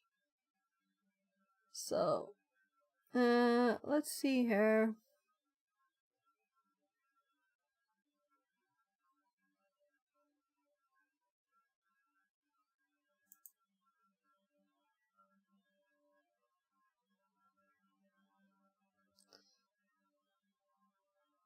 Okay. So we can also look at the CVE numbers here. So we can see that the last ones were from 2017. So it's really true that probably the tool stopped being updated because Microsoft stopped updating.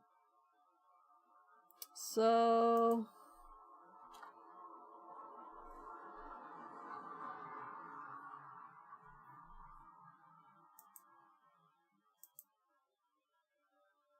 nah, we want Windows Server. What? Am I like blind and imagine that it will know that year?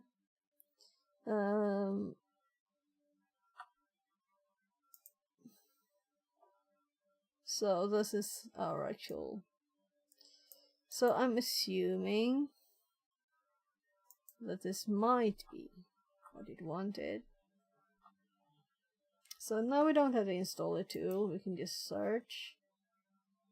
And let's, because this was actually Windows Server and I had to cut it. And we could just search for the build number too. And I'm going to cut that and just search for this. Let's also hop to the top when we search.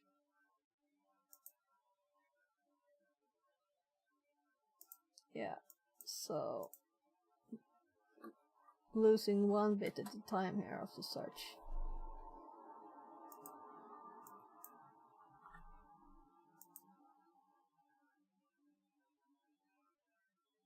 So we have a hit here, Windows Server R2. Are there more ones? Yes. So why can't I do find all? What if I do this? No find all here. Within sheet. Still no find all.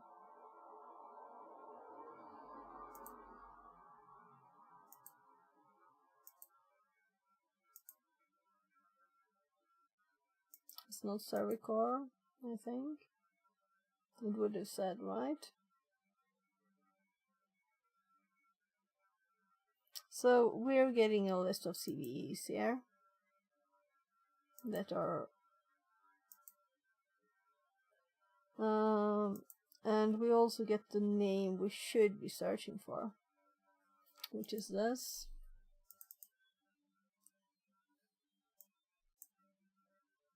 Oh my god, I'm not going to edit, I just want to copy the darn thing.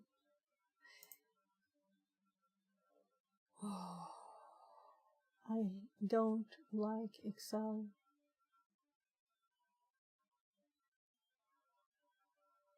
So it had to reopen it. And now we can do find all. Okay, so that was worth it. So find all. And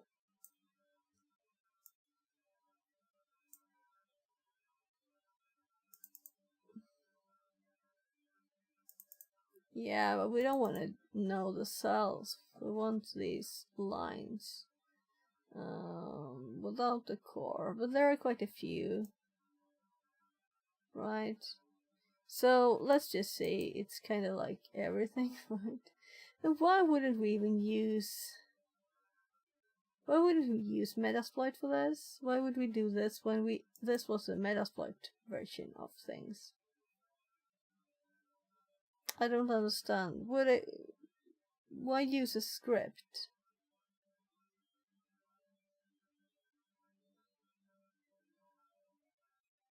Why first do Metasploit and then use a script from 2017?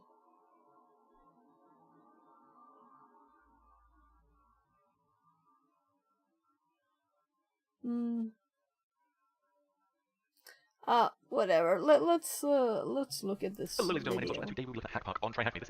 Promo says, I think it's built into Immersive as well. Yeah. You mean the script itself? Because we had this link here, you know, for this.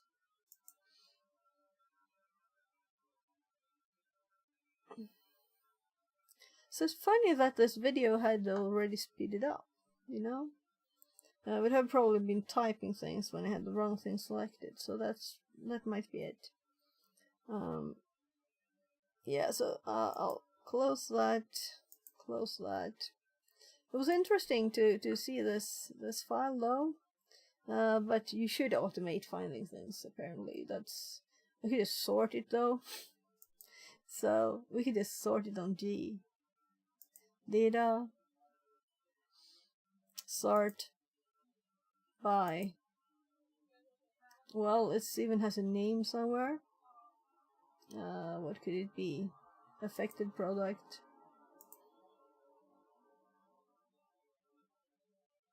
And it's a few lines in here. But I don't want a long list of CVEs. Let's look at the top here now. What's this? Affected product was this. So I was actually in the affected component. So that's what I were. Okay. So let's sort for affected component instead.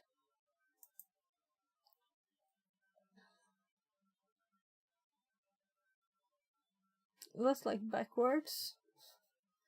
Or did I just happen to see this column first? Yeah, there's also here Windows. Okay, so this is Active Directory. Okay, so maybe this was right. So if we undo, we'll have to redo the sorting, right? Poor thing. Poor Excel. So if we go down to Microsoft Windows Server, and also it was called Windows Server. This is also funny. What I searched for was Windows Server, but maybe it's called always 2012. It's called not Microsoft, right?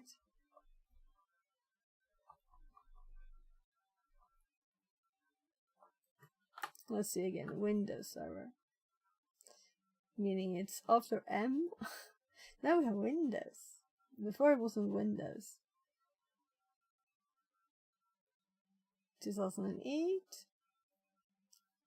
There we have the right one. Stopped right at the right place. So all of these.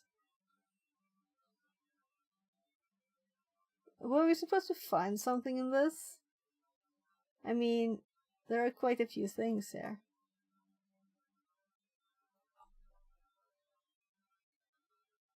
I'm very interested in knowing what. So, for this one, for example, elevation of privilege. A volume.net framework could allow elevation of privilege. This and .net. Okay, yeah. So this bit is interesting too. But a lot of them have nothing. Security feature bypass. Remote code execution. Yeah. Let's just close this one and don't save it. So, so how do I find the binary using Metasploit? Because we have Metasploit, right? As long as we don't do this more than 42 minutes, because I'll have to just upload the file again, which is kind of quick. The first bit was kind of quick on this one. So, we have this website here. And it has this site. And you can log into it. Here. And we used Hydra. And it was a bit messy, the Hydra, because we had to put all of the requests in there. All of this thing in the Hydra for it to work. And that took me some time. Oh. I've never put such a long Hydra command, ever. It's just the password here that we were checking for.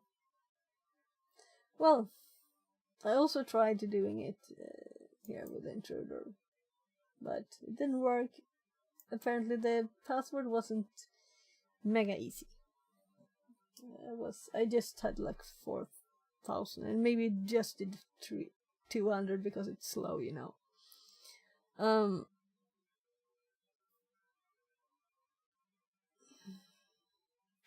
Yeah. So I'm still at the same place. We could also Google instead of watching a long video. But maybe they will explain things. SC for stand or script SV for system versions output normal into scans and Yeah, so let's hop at it. logo just here, and then we drop the IP address. So I have already ran this command just for easability, so we can do less scans than M. Not going to give us anything too special, we're just going to get it in, and you could just walk through like so, and just check what we have available to us. We got archive, which gives us blog engine, market part post. Doesn't really give us anything special really. So what we're going to do is we're going to take a look at the scan. We're going to stop actually, it's just going to go and be quite repetitive. Right, sorry. I just realized I usually have these headphones in, and I didn't even since before the raid because they like unpaired themselves. Let's see, will it connect? Come on. Ready to pair. Nah. So let's see, I have others. It was just about that to do this, but I got like rated. So you shouldn't have had an echo on that. So let's see. Well, I could do this here. Do another one then. So there shouldn't be an echo on the TTS. And everything will be echoed. That's sound from my computer like a video. So I realize it will be hard to hear stuff, right? So is my Bluetooth dead? That might be why it says pairing. So let's put that one back. And I'm going to unplug my Bluetooth. Because it's actually not blue. Yes, now it is blue. The Bluetooth is blue. So this just fell off.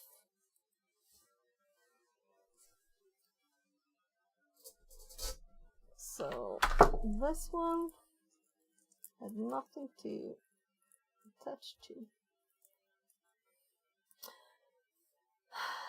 Annoying. Well, now I know if I ever get ready to pair again. So, no?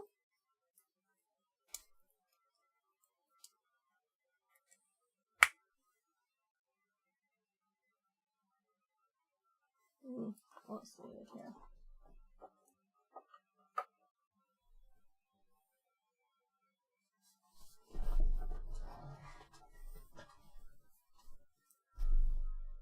We usually get more than hello.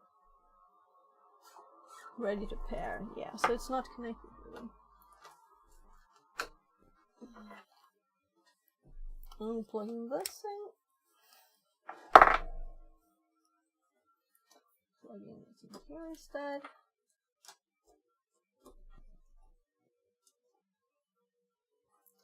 So Bluetooth connected as soon as I switched the USB cable. So I might have like squished it somehow. We'll see. So now it works again. Dixabot says. New follower Dookie Glockik. Less than 3. Welcome in.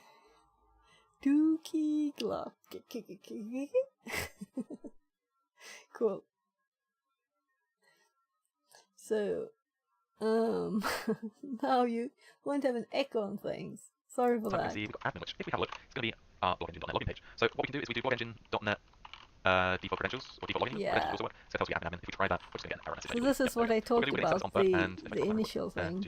And we need to change a couple things in this cookie, or in this post area even. So we have user password admin, and we need to change it to the password, and we need to change it to the username. So if we go through, we've got username, and the way we do this is we do this and add the user. Yeah, so they put the full thing there too. Echo that out to creds.txt. Now we can just count that, and we have a login. So if we go on in, it's going to ask us again, I'll try and enter the password we found, and there we go. So now once we're in, we can do admin, and actually it's not going to like it. It's going to be named. It's going to be uploaded as post view. So let's do post view.ascx, and then we have to modify a few things. Namely, being using socket.net TCP connect. So we're going to quickly just alright, yeah, I've done this. What we're going to do is follow the export instructions. So it's going to say we need to upload it. So what we do is we click on welcome part, which is since there was like one export, it's exactly the same one. Post view, which if I do recall, we have it in Hackney Hack Park, and this is our payload. Yeah, so I uploaded that. Website running is as QMI gives us iis@pool.org. So there we go. That's our way of getting onto the system. Now what we're going to do is we're going to generate a bit more of a secure shell that we can work with. We're going to collect the system, invoke it, and gain our hardened shell. We can do the Metasploit version, or we can do it without Metasploit version. They both run the exact same, however one is a non-staged payload, and one is. The Metasploit one, which is going to be going through Interpreter, will tell us. So what we will do is if we use our good old friend MSF Venom, set tac P for payload, and then we'll do Windows, Interpreter, well, I've done reverse, this too, TCP. lhost address, which you can find. We're then going to do any number out the top of your head, a pipe, so we're going to generate our payload for us. And once that is sorted, we will be golden. They're take a not little while, using though. the. MS7 Venom does take a while Oh, it's for creating. out. And we will see where we're at. Okay, okay. There we go. So we get our confirmation that the payload answers. That's Then the way. we do invoke web request. Actually, it's probably a good idea to go to the path that we want to go to. So we're going to look for a world writable file or directory that we can use. If we do those, then we can go into temp, and it will be quite good. Infinite taxi. Taxi's going to go on to 8,000. So we've got to do, which is our local host IP address, as we found, and out file. And run, we should see now, as we see, because this is a exploit multi-handlers, which we can a couple of things you need in here. Show options won't really show you what you need to add, so we need to set payload. So which is the from this payload be prepared.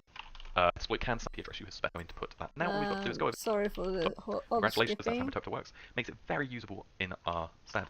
What we're going to do is we're actually going to ignore Windows Exploit Suggester, and I'm going to use WinPeas. I know a lot of people. So that's what I did, but I didn't look at anything first. We are going to drop back down to a shell. I didn't scroll down because I wanted to try myself. We're then going to go to download for WinPeas. So I did WinPeas before reading about completely come down to where and what you saved as. So that's and we're also like going to do the the exact video same as before. We're going to set up a Python server. We're going to do simple also ignores HTTP server, and we're going to then do. So yeah. PowerShell, taxi, invoke web request, URI, HTTP 10.11.0.42, which is our local host. We're going to do our port, and then we're going to do file as we did before. We're going to do C. We're going to close time. Longer than we're going to be going over.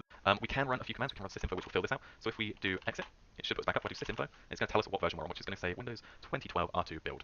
So we can copy that in, satisfy that. Oh, so now it says Windows Server. So that's the old output. How we identify okay. And how we would look to exploit so that's, I was so annoyed that we are going to run, not shell. Yeah, I had to like guess what words were in there. We're going to drop down to a shell for it though, and we're going to do WinPeas.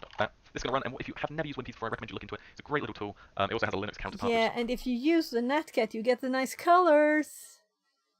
You don't get the nice colors in Metasploit, apparently. Okay. This is going to run, and if you have never used WinPeas before, I recommend you look into it. It's a great little tool. It also has a Linux counterpart, which is called LinPeas. This will allow us to enumerate the system. It will pull loads of stuff for us and actually make it very easy to use and run. So if we scroll up a bit further, we're going to look for running processes. It's when you get onto a Windows machine, it's a very good idea to check the processes. No different how when you get on a Linux box, you're going to be looking for crons or anything that's running automatically. So we see we've got a bunch of ports open. We're not too caring about those. There's nothing too interesting deep in there, but this is what we're looking for. So here we have our services, running processes. The one we're looking for, however. Let's so just one thing you're compare. Okay, let's see if we have that. I know this will run out, and I'll have to redo everything, but it doesn't matter much. But still, it's kind of annoying. So let's go up here. And do I have processes in all of this? Connections.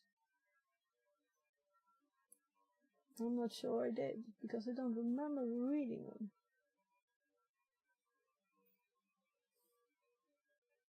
Right. So sorry, but I did copy it all to make it searchable to my notes.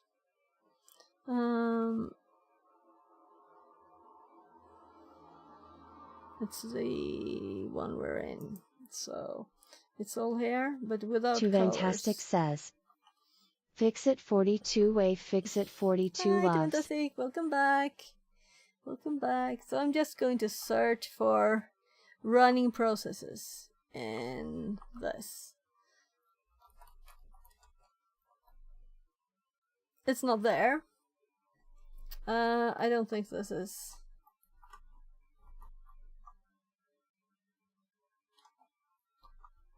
Yeah, so it's. Let's just do processes. And we have just this. We don't have a list of all the running processes like they have. It's different. But I did list it twice. I listed it with Metasploit and with PowerShell. And there was nothing like popping out. And I think I even tried a few ones that had the right length of the executable. Let's see what he finds in the old ones, in the old things. something that says something is running that can potentially be exploited. When we see wscheduler.exe or wservice, it says Windows Scheduler. When you see this, it instantly gives you a big flashing light. Okay, something's being scheduled. What is it? Do we have permissions to modify what it's running? The way you would go about this is you would go into... This just is going to kill what I that. want. Oh, no, we're not. We're going to let it finish and see how it goes. It might take a little while. Once it's done, then we can go into a bit more enumeration. If I background this, is it going to work? There we go. So we're just going to back out of that, so we now know where we are roughly looking to go. So if we go into Program, Files, and x86, we can then go into System Scheduler. Now this is the directory where you'll find... So look, he's actually changing directories and everything in MIDI printer. I didn't know you could do that. I didn't know you could do that. So that's new. Can you still do that, or is that an old thing? I don't think they would remove that, right? So good. But I had no clue we could do it. That's a nice thing. And there's a nice file listing with like all the things there, but Linux permissions on Windows? Nah. So it's trying to translate the permissions. Oh, that's odd. That's odd. That's very odd. Everything you really need to do, and we're going to look into it. So we can instantly see when we're in here, we've got read-write access to a lot of stuff. So we've got message.exe, play sound, play WAV. What we're going to do is we're going to go into events, and we're going to do a bit of further recon. So we've got these system logs, but we can actually take a look at them. So if we do cat and then type, so it's going to tell us this is useful information. It's nothing too particular. So he went into events, a subdirectory there that I did not look in. So let's look. So CD, we're disconnected again. It's not a big problem. We can just so you can see it there. We're back, and let's CD.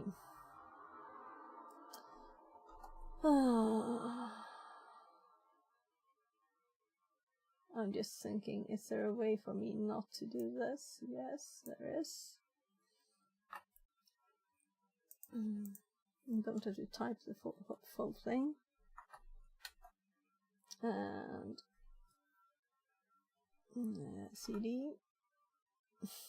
Well, we're there. We just can't see it.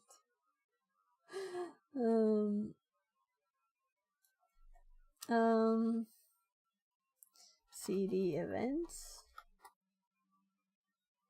and CD and there, of course. So here we have more information. Here we have a log that I did not see because I didn't look in here. So I didn't log into it. I looked at the log files in that directory. So I guess we'll just type and we could do this easier, but whatever. This isn't very hard either. So message exe. So that's the one where we're looking for message.exe.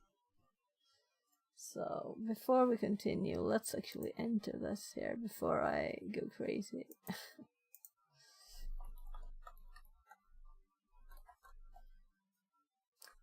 Ooh, finally. That's what I couldn't find.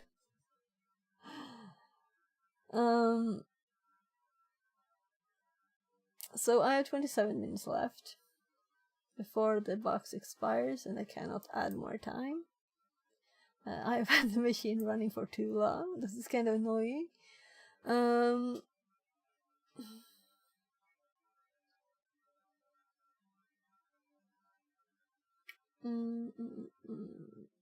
So let's set it up for just restarting it, right? So all the things are prepared except for, well, I have the exploit here. You just upload it. I have the password, of course. Let's make sure I have it in my log or in my notes. I didn't put it into info, so not a lot of notes here. but this is the password and username. So let's put this here. Come on, there. And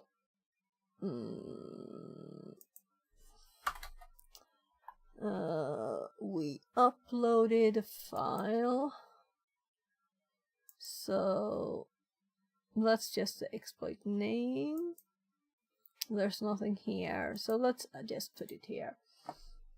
So the path we need to go to. There are two paths that are interesting, and one of them is this. So I'll put that in the notes. There, and then, oh, what happened? Okay, so then we have, yeah, just edit it and upload a file. You don't need to be more complex. So that's not what it says in the CVE. Exactly. Well, so log in as admin. Edit a post and upload the file with the name exploit file with the name post view view.ascx. There. So go to this page and then log in as admin. Well, with this, then just edit the post, and let's this is the thing.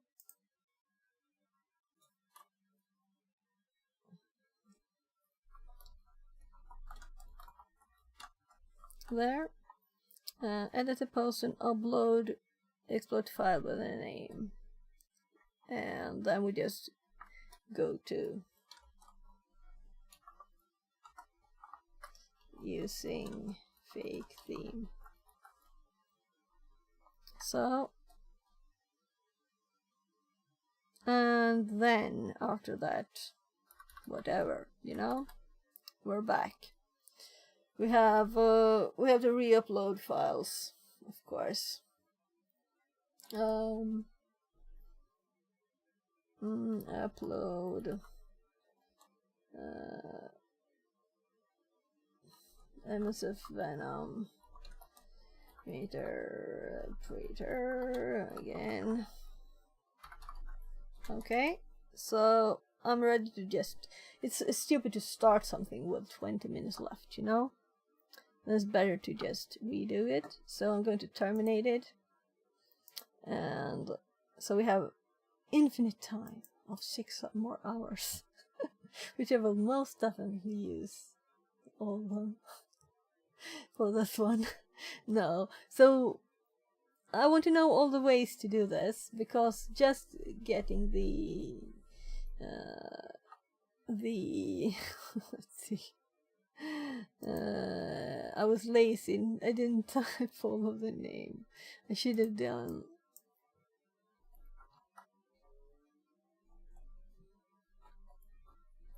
Yeah, easier, right? So this get system works, which is not fun. So we need to do something else there, right? Yeah, so now we're terminated. We'll have to go alive again. Let's revive ourselves.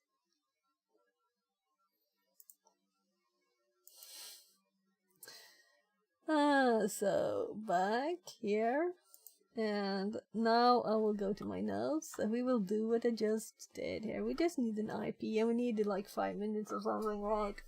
So I'll do it for 6 minutes. So, right, we should really like do the robot or something. Let's see if the robot is alive. Maybe it's not alive. We will see. Let's see if you can control a robot meanwhile, or if at least I can start it.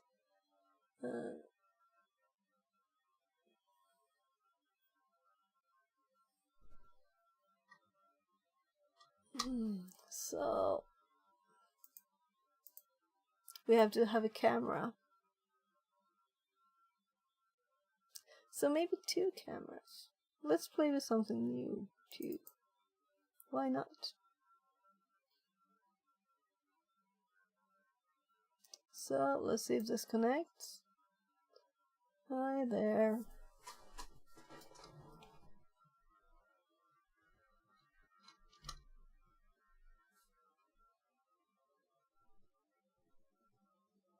Right, I finished eating. I can put my cute purple mat back. But I'm thinking,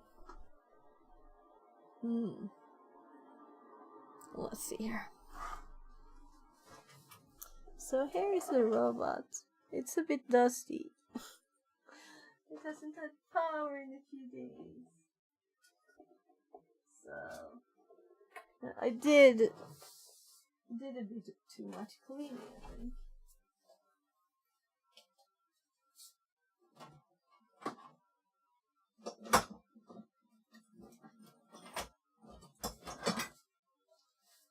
Let's try this cable that didn't work a bit ago.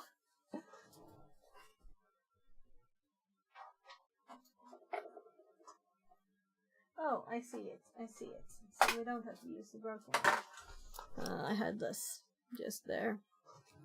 So let's remove all my allergy meds. And toothpaste.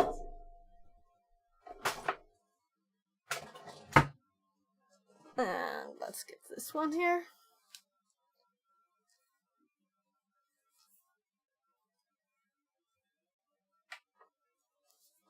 So 4 cams dinosaur poggies.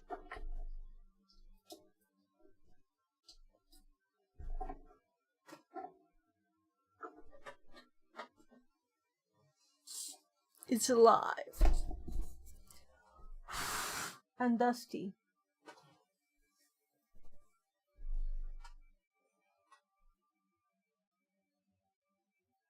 So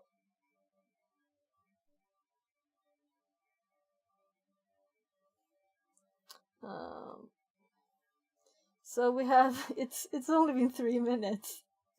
I'm like, this must have been 10 minutes. Nah. So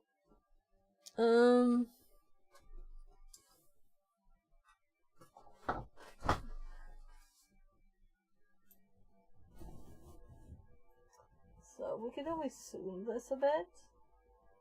And I'm thinking, the last time I used this, I only had 1 camera. Now I happen to have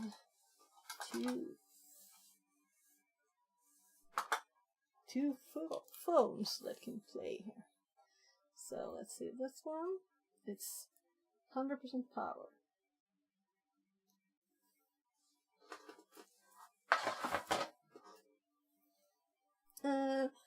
The big question is this broken? It might be. One of the servos might be broken.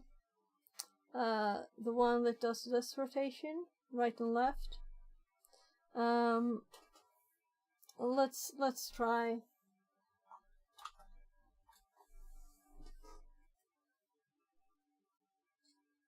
Yeah, so the controls work. I actually have a button for it here, I think. Let's see, robot controls there. So we have the robot controls up. I'm adding this one. Started.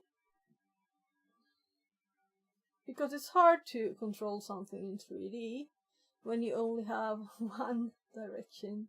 You don't have two eyes, you know, you don't have 3D. So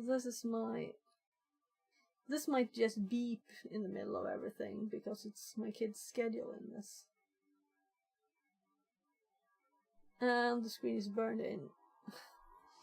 So let's see now. Yeah, so we have two. We have two cameras. Let's add this one here.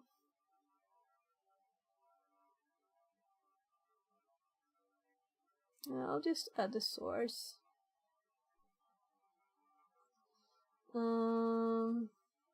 So we still have just we've used 5 minutes. We can leave it start a bit more. We're trying to play with this too a bit and see if it actually works. So not microscope, but I want another. Let's add a video capture device and use an existing one called Arian 2. We'll see. Yeah, that's correct. You have a big one here, right? So we don't want it this big, and we want to move it. So the resolution there was a bit much. So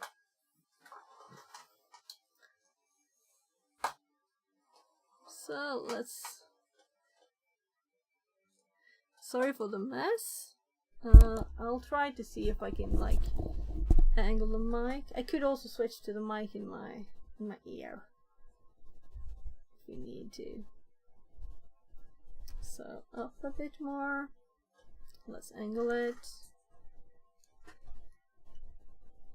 So, and then I move the keyboard a bit. And I think I actually had like something white behind there. There are 3 rotors here. That's what everybody has on their desk, right? So what could I put there? So make it visible.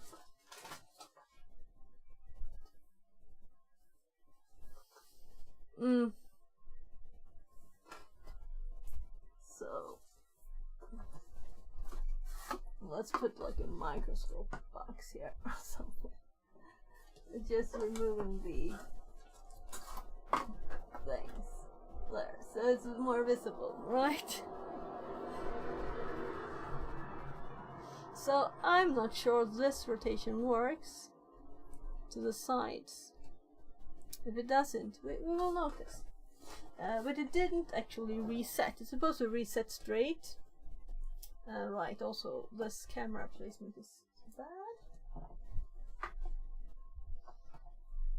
You're supposed to pick this one up. But I can see it because let's see, how is this one? Yeah, so maybe I should use this one. Maybe we should make a new one. Maybe I have a new one. I have this one.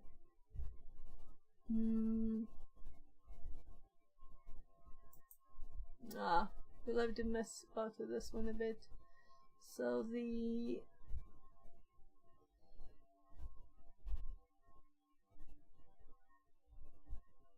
desktop one is locked there, so if I just make this a tiny bit smaller, and let's just move it there. So then we can move this one actually under it, right there, something like that, like workable temporary solution to try this thing, see if it still works. That was a stupid preview for myself. I previewed it where I was trying to fix it. Yeah, so I'm not sure the rotate works. That's what we need to debug. Let's try and reset it again. Actually, if I unplug it from the power then I should be able to move it. So, and I think I know what happened, what's wrong with that. So, now let's line this up so you can catch it, even if you can't rotate it.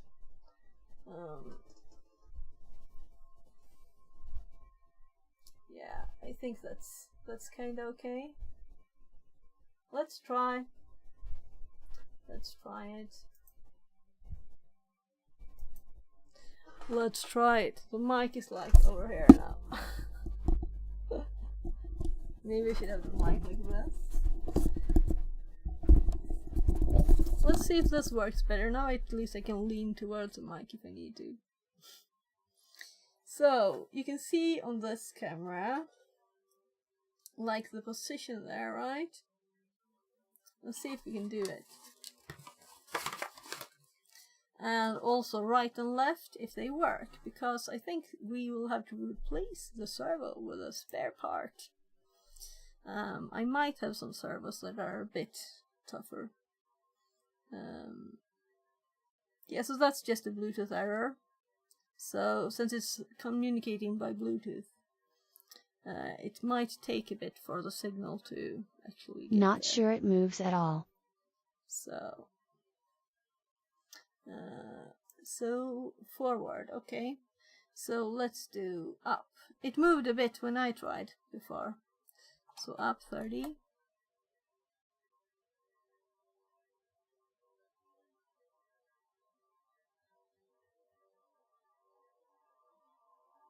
So 10.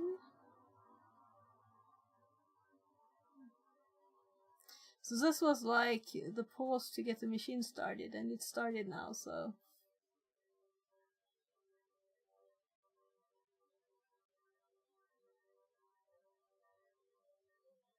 But it's nice to know if it works too, or I'll have to fix it. So, I'm just going to start with getting the machine back up. But if it doesn't work, you know, I realize that you might want to see something that works rather. Let's try another reset. Oh, yeah, so now it's reset. Oh, let's try again. So I did have Bluetooth problems before, right? But still, it should work. It moved. So let's do close 90. It should be very visible. If it closes the claw, yeah, so it closed the claw. It works. So let's open the claw again. Open 90.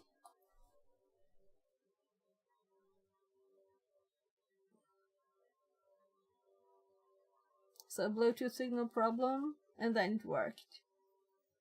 Yeah, and it opened a little up there. So we can go like forward. 40 maybe. There. So do you want to take over? And try and see if you can catch it? You need to go down a bit, right? The chat is on top. The parameter is in degrees? Yeah, it's degrees. But of the servo, so it might not be logical to what it actually does. Since forward is the degrees of the servo rotation. So down, forward is also down since it moves one of the servos.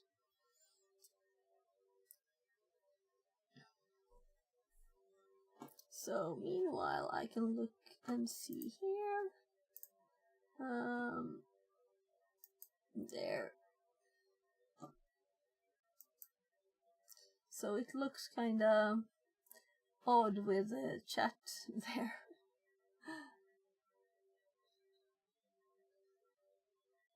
Yeah, so it moved. 10 is kind of little. It might be actually Fixerbot too far. says. Thank you New for follower following. Kalen. Less than 3. Welcoming Kaelin. I hope I pronounced that correctly. So, let's see now. So I have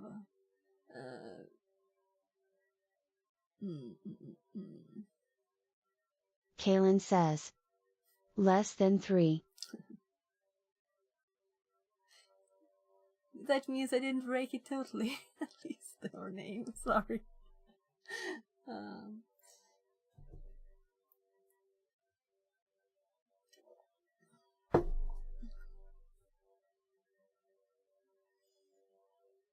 So, I'll actually move it a bit closer because I know that when you stretch it forward too far, it could be too heavy to lift forward.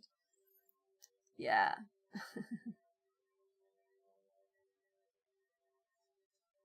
So think about that when it goes forward after this, it will go also down because of the angling. It's already angled down, so it will go forward, down. But you will see. You can just try it. And I think you used it before, like to Fantastic, right? I think so. So I'm trying not to step on To Fantastic says. the camera here. Maybe we'll pick up the table. Yeah, maybe. Oh, it went green when I moved. Yeah, was a week ago or so. So why did it open something else here? This is so odd.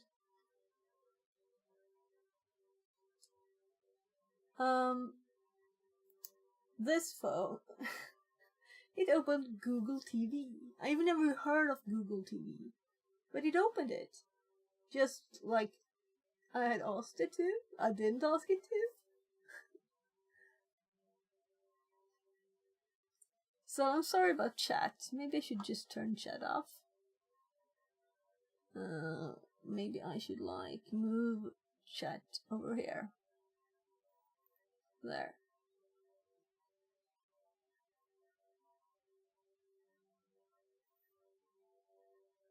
You can see better. Then we'll go back Looks to Pennywise. But maybe a bit more. Yeah, I think you'll get it now.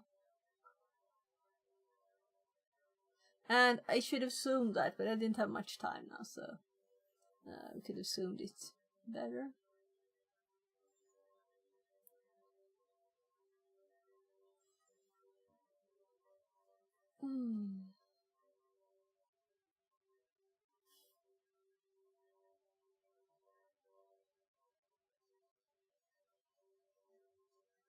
Nice.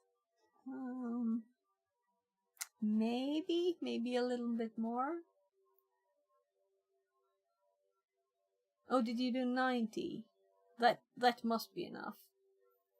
The server might just go crazy and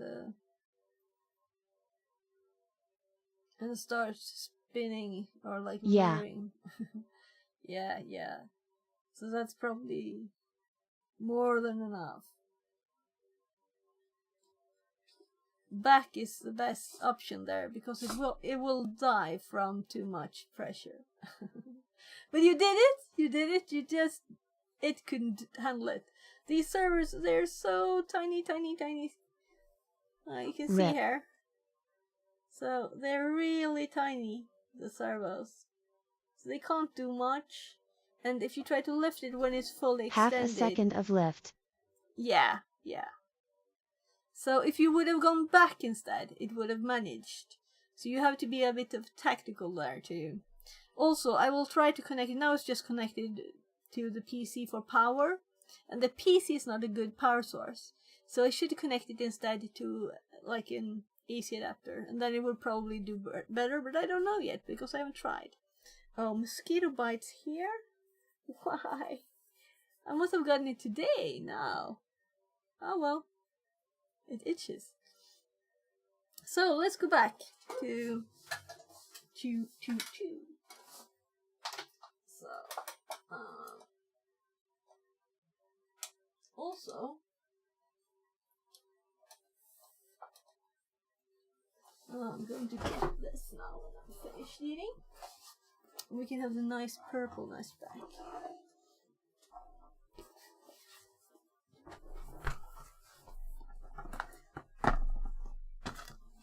So this.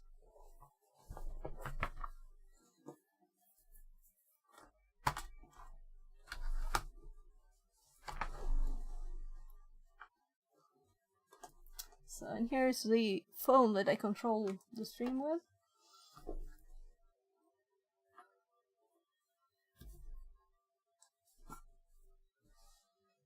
There, so let's close that one down, and we can do this from here. But I'm thinking, let's just test this. Let's see, now I'm just moving this back, and right. So let's actually do this, and then I'm thinking I'll undo this. I know you can't see, but I will undo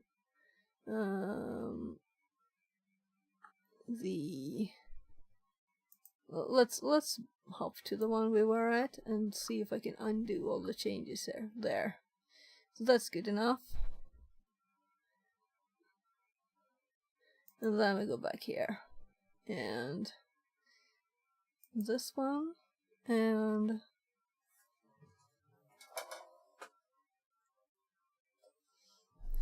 now I'm just going to tab to, where is it? No, it's not here. So I will need to open area in this way. There. So this camera, I'm going to actually close the phone app. It's kind of nice, this. So it will turn off, and we have this one. Why I would want to see this view, I don't know. I just wanted to show my nice mouse mount there. It's very, very purple and nice. So we can turn it up now. Let's close this one too. There, and close the phone up. Come on, you're supposed to close. Did it close? Yeah, there. So, now this one has had 20 minutes to start. That was a bit of a side thingy. We have a new IP, so I need to add the new IP to the notes, and then we will be able to adjust the URL here to be. Alright, so wait a sec here. Did I have... Yeah, right, I restarted it just at the start, so we never used the first IP there. Because I thought there was problems with the box, but it was me using Hack the Box's VPN. So I was like, why is it not working? I can't even do anything. So that was a bit funny. All me, no technical difficulty. It's just me messing up. Right. So, of course, we'll also need to go to the box first. And also, it thinks the stream is 3 hours now. So let's go to this one. So actually, let's go here first. There. And this is the website. Can we get a tad bigger here? And it's just loading it. There. So we can even make it bigger. I think I just shrank it down for screenshotting, but I didn't let us screenshot it. So the first question, what clown is this? And then I thought that would be the login name, but of course it wasn't. It was admin that I thought first, and then I was trying to think, what did they think it should be? No, it wasn't admin.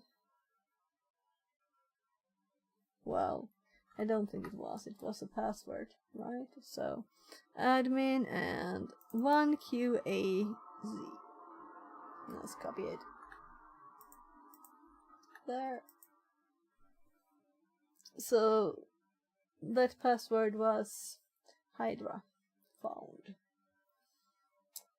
And now I kind of wish that I had made a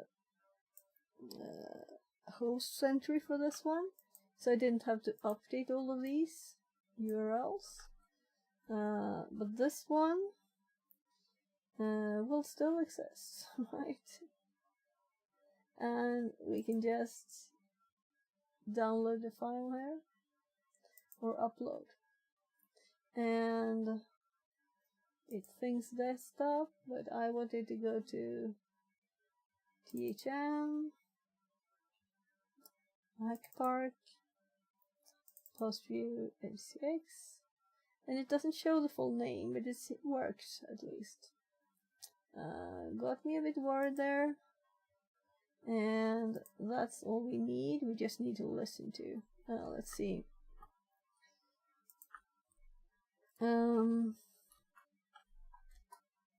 So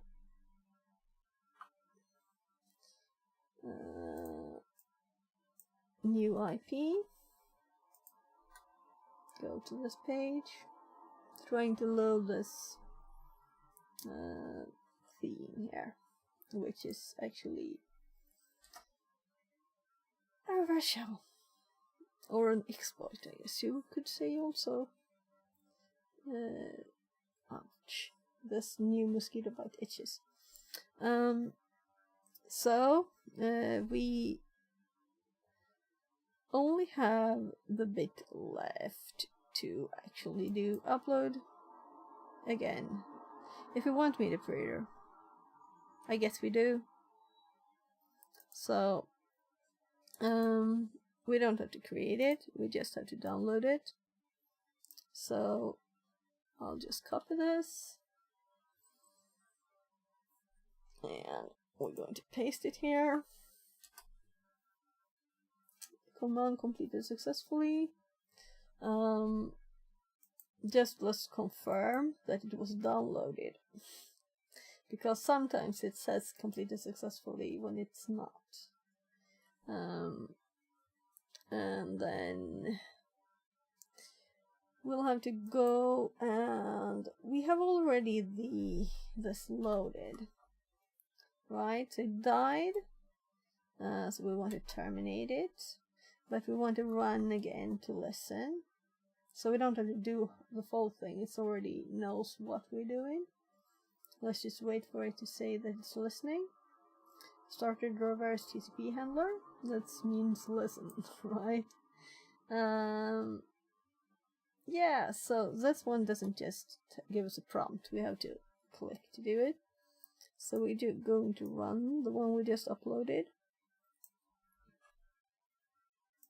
So let's just run it again. And run one there. So we're connected again. And let's do help. And we haven't loaded PowerShell, but we have loaded the others. And I should probably practice actually CDing, because you can do it. I've seen it, I've just never done it. So we can PWD too. So let's PWD and see where are we on this machine. We're on this directory. Okay. So let's CD. This is new to me, you know. And I'm like, is this Linux? Is this Windows? It had a dare to. It's definitely not partial anyway, right? So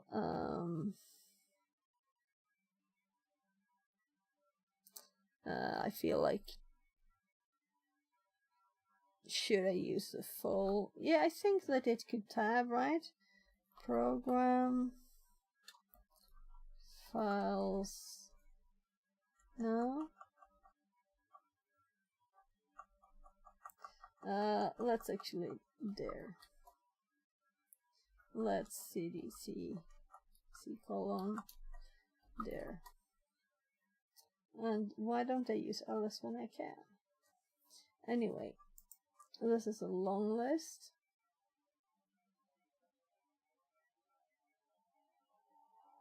No, so this didn't work.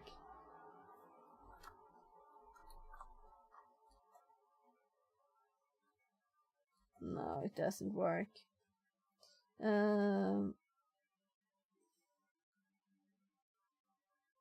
ls c colon.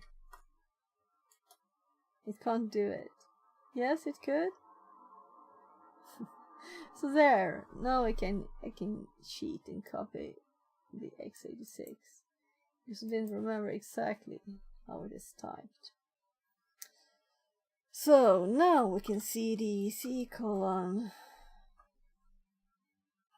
Now there, because we need these now, because we have spaces. I assume that's a problem. pwd. So now we're here. Now we could actually do it there. And there are not a lot of things, as we saw before. So can I tab now? Yes. Yeah, right, there's a double backslashes. Right. I remember that.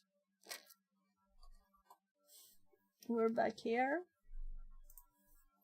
There was a directory here that I didn't see. And it says dir here in its listing, which is interesting. There was only one directory and I missed it. I wonder how many hours I would have saved. Just one, probably. Just 1 hour. Oh gosh, more mosquito bites?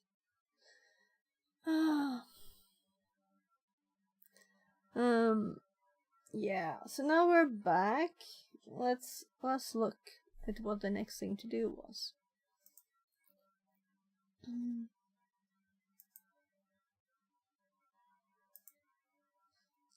Yeah, so Jeff's desktop. We're going to use this message somehow. And it's run regularly.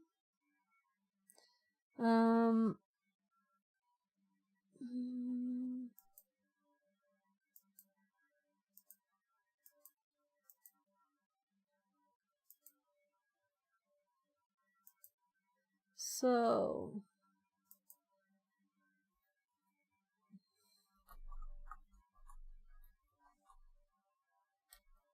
let's see.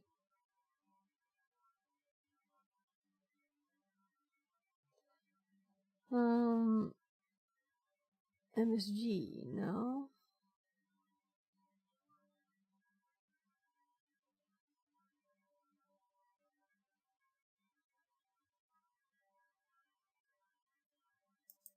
I'm just randomly. I could have just quoted it. It probably would have been better. Let's search for again.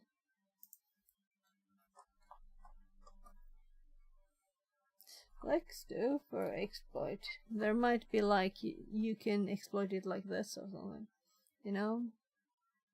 Yeah, and of course we don't want to look at the walkthrough for this one. But we can look at another one. They're creating their own message.exe. Yeah.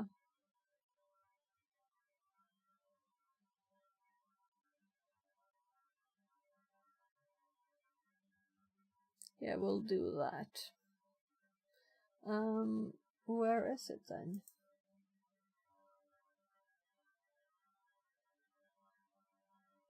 So the message.exe is probably this one then.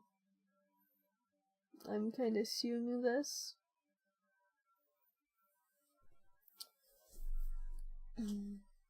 And I'm a bit annoyed that Windows permissions shown as Linux ones. That's no way it's covering half of it.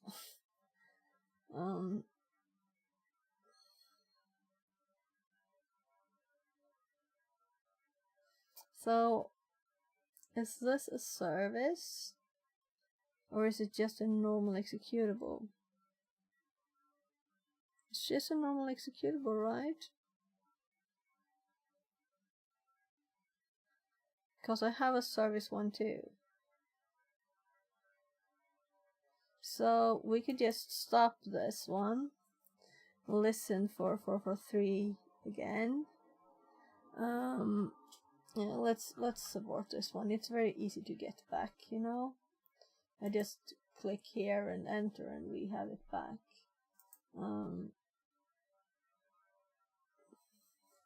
So let's look at my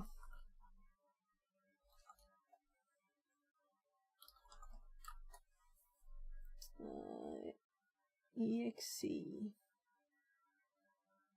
So I don't think this is a mid operator one. I'm kinda sure it's not. But it might be. No, here's a service one. And here's an elf. But no exe. That looks normal. We could just test this one to see, but it's very much smaller than the mid operator one. So I'm thinking this might not be. So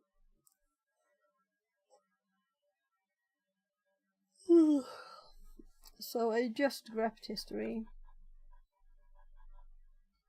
No. History grab. Venom again. And let's see.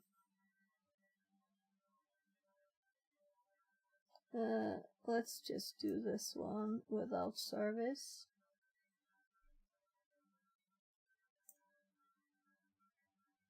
Advanced exe. I probably have that somewhere.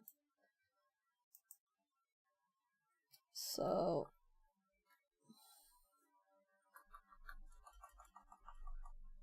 and it's not to be this, just the exe. 443 IP correct. Windows shell reverse TCP. So let's just call this something good. So what did I call the other ones? Revsh. So let's just call it Revsh 443. Let's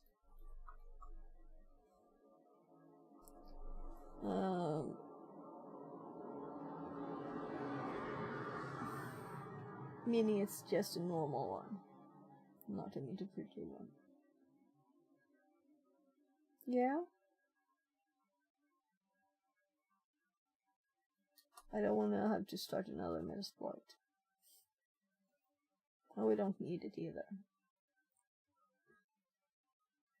So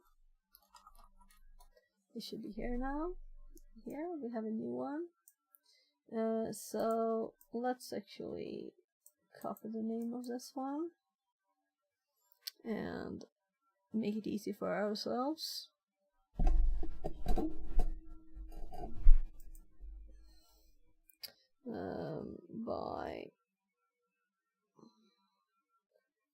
Go to the copy here and make a line for it that I can just use.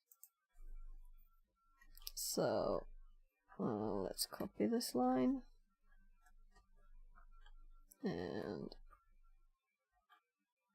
and we will, well, this one is okay. Yeah, we can use this one. Well, actually, why copy the name when you can just change one number and delete a few there? So what I will do now is to use the 444 connected Metasploit one here to just get a CMD shell and paste this command. So we copy it to the machine and then we run it.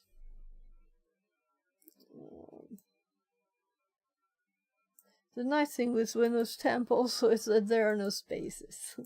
That's always nice. So I'm listening. No, because I didn't listen. No. Right, so we don't have any permissions, but I wanted to try it. It shouldn't work. It should work.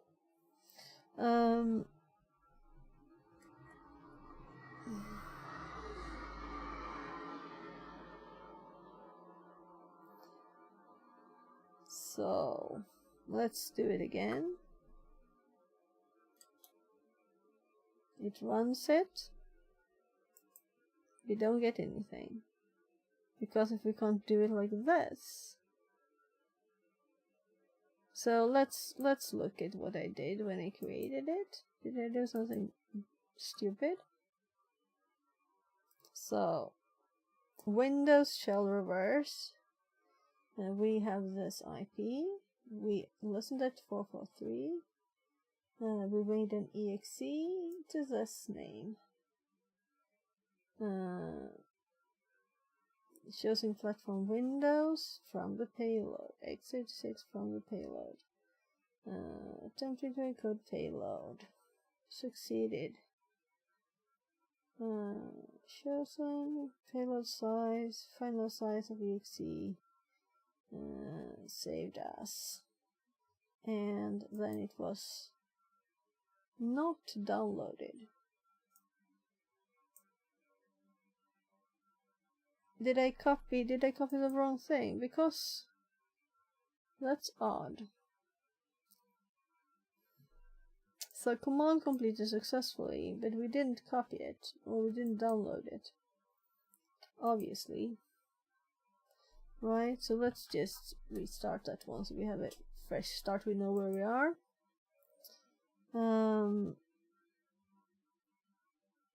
So here, when I run it, I don't get an error. Oh gosh, do you see what I see? I just changed the name of it. It's trying to connect to 444 meter reader still. I have to change both names, or it's just the outfit name. So of course it downloads the same darn thing. That's not what we wanted. Well, good thing I double checked. Now we know why it didn't work. So there, and no arrow up here. So it downloaded it now, and now it is actually the right file in this file. So now this should work, and it should connect here. And now we're just a user still, because we haven't replaced it on the path. There. So now the big question. Copy on the box is a bit of a hard thing, so it's easier to just do the download again, but to actually change it to just be the current directory.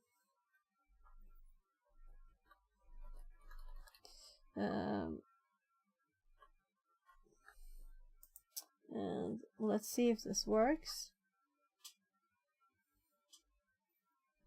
And let's see if it's here.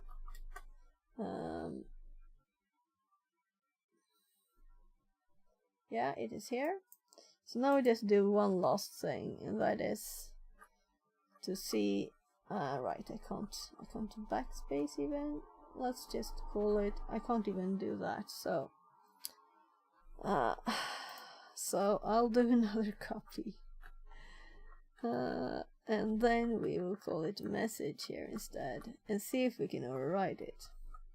Though it might be running just then, so we might have to try twice, you know. We'll see. Let's check the size. Message exe is the size, and this one is this size. So if this one changes size to 73, we could also just rename it, but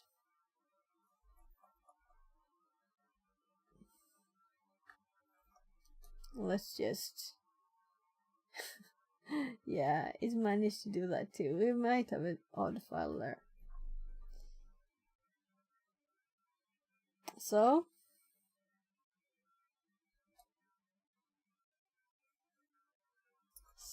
now when we list the files, message is our file. We'll have to abort this one and listen again. And I don't know, but it's scheduled. It seemed to be scheduled kind of a lot, right? There. So now we should have a better one. Who am I? I don't know. Apparently, we don't know who we are. So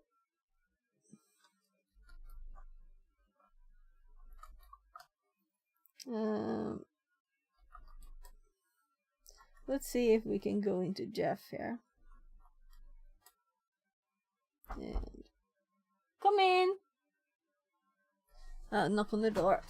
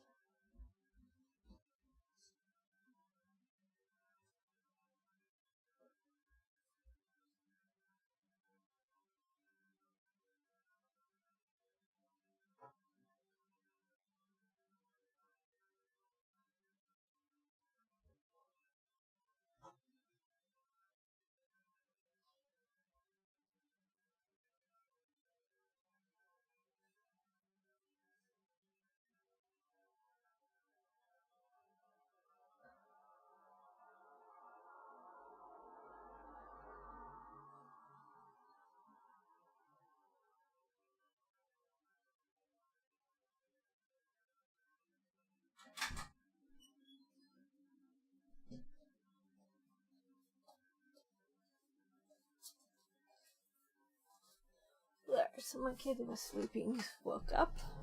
We were just about to um,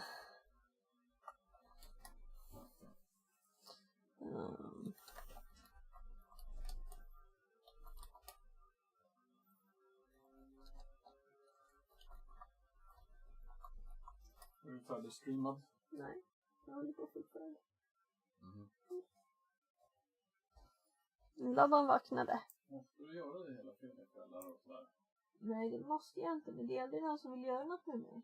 Jag vill jättegärna göra någonting med hela familjen om du kommer på någonting. Det är så tråkigt när alla sitter bara. Labban har precis vaknat som sagt. So, that's funny. That's what happens when you don't focus. Well, it's not very big problem, you know. But we'll have to go to the directory again. Oh my. So, let's go to the page. And now the browser, of course. Was it here? No, that was yesterday. So I'm very lost here apparently. So right.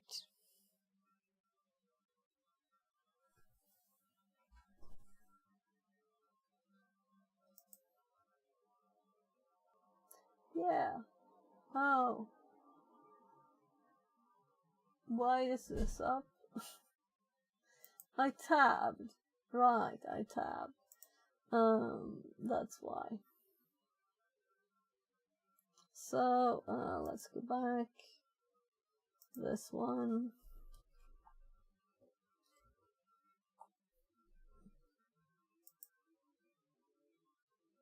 So I'm like messing up my own list of things here. So we checked that we had the correct time and it will automatically connect because it's scheduled. That's how it works. So there. Let's try Homa again. Apparently it didn't work, right? So well, let's cd a bit more here this time. C : backslash users cd administrators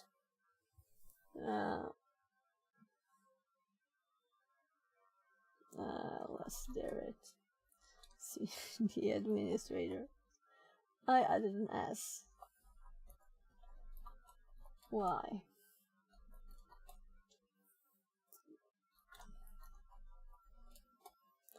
Oh.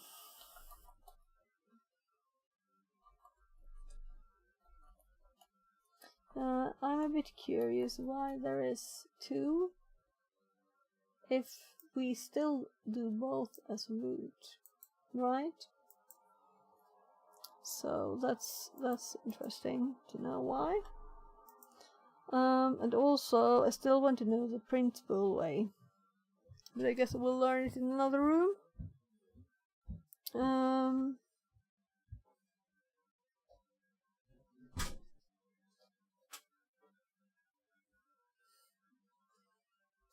So, right, on my phone I'm going to open my my Discord. Let's see. Knackade gubben! Jag kommer. So I think someone's knocking again.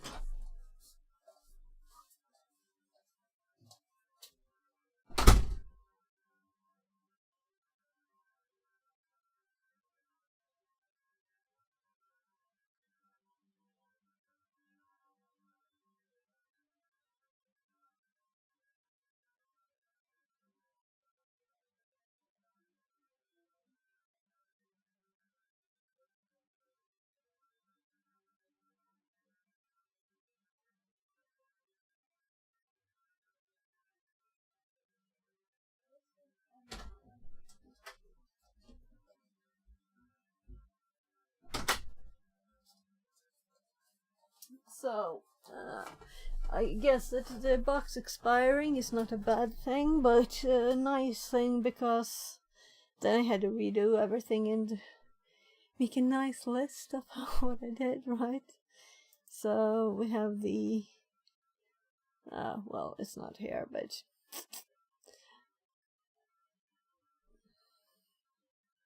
this. So the first bit at least is documented. So, using it without Metasploit, since we didn't really use Metasploit, you know, generate instead of using Metasploit, and we did this. That's how we're connected right now.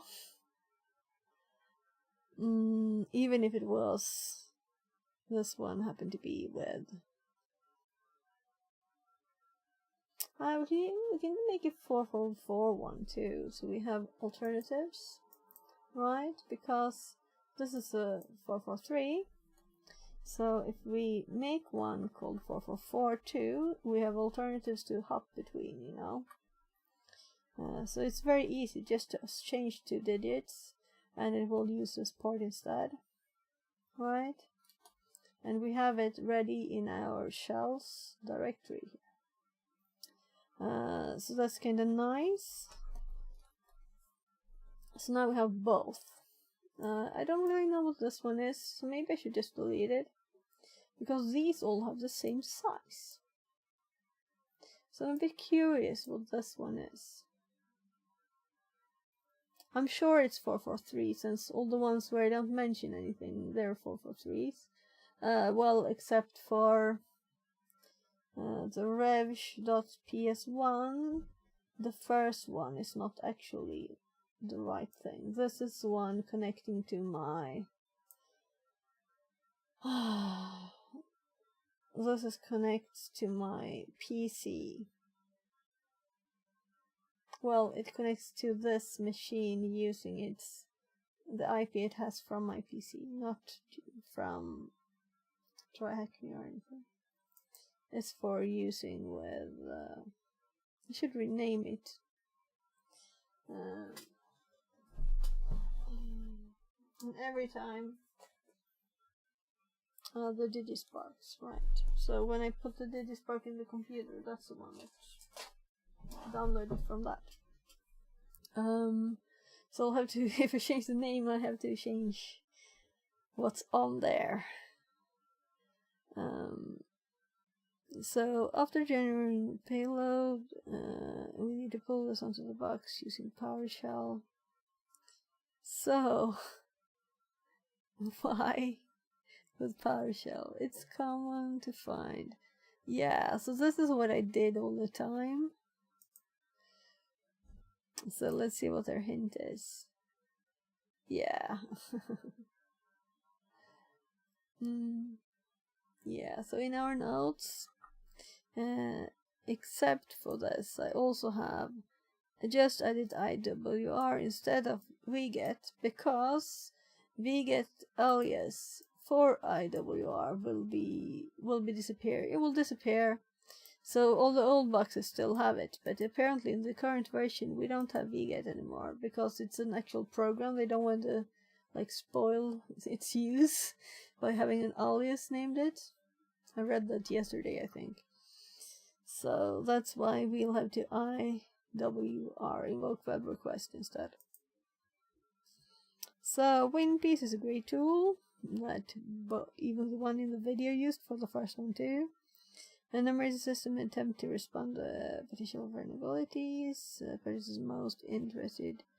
The only thing is that I didn't get the answer to this from WinPiece. Yeah, so I even searched in the data I have here for the original install time. So we could just look at the machine and look at the dates of the files. So, and we can guess. Let's do that, because that's kind of fun, right? So we have star, comma, star, is it colon, star, colon, star, space, star. So, what on earth could this be? This must be the time, and even down to the second. Yeah, I don't think we could get this if we don't really have it. The thing is, let's say that this would be the first 4 and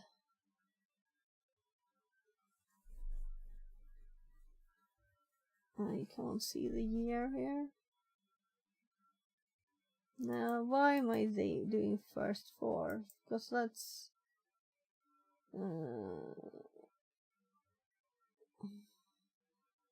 I didn't even look at the right machine. So, no, those are just to forget. So, get information of a Windows system. So, let's actually look at my... let's do the... Yeah, so this is not anything there. So, if I'm thinking old stuff, is there things like ver? Yeah, we can do that.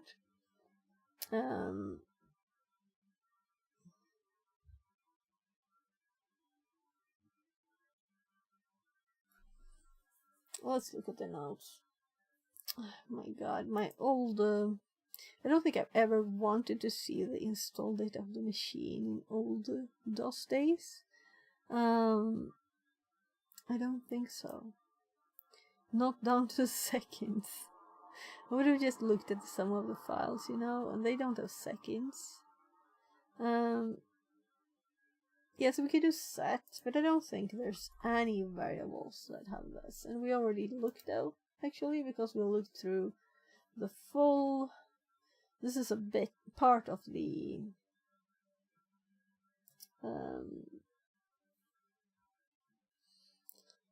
it's part of the WinPiece. And we're supposed to get this through WinPiece. Only I searched WinPiece output for this and didn't find anything. Let's look again. So the WinPiece out is in shell. Yeah, the first account we had was IIS something. No, that box is IS something. So this one should actually be blog. Because that's who we are. Which is seen somewhere here.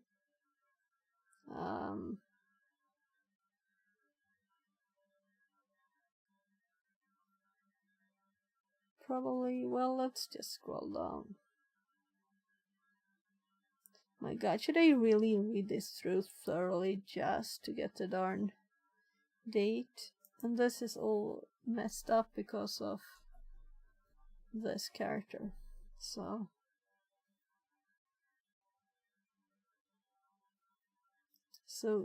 dates. I'm looking for a date. Current time has this format. Yes, but this is what I want, but for not the last shutdown. I've seen these. I want the actual installation date, right? So, and also supposed to be single digits. And it definitely is not now.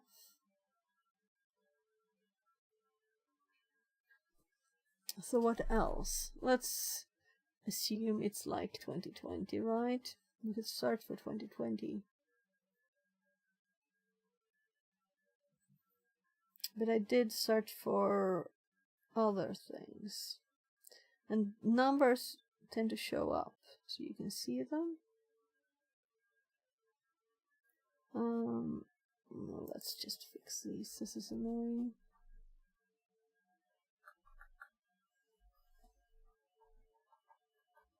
Because it's hard to read the rest.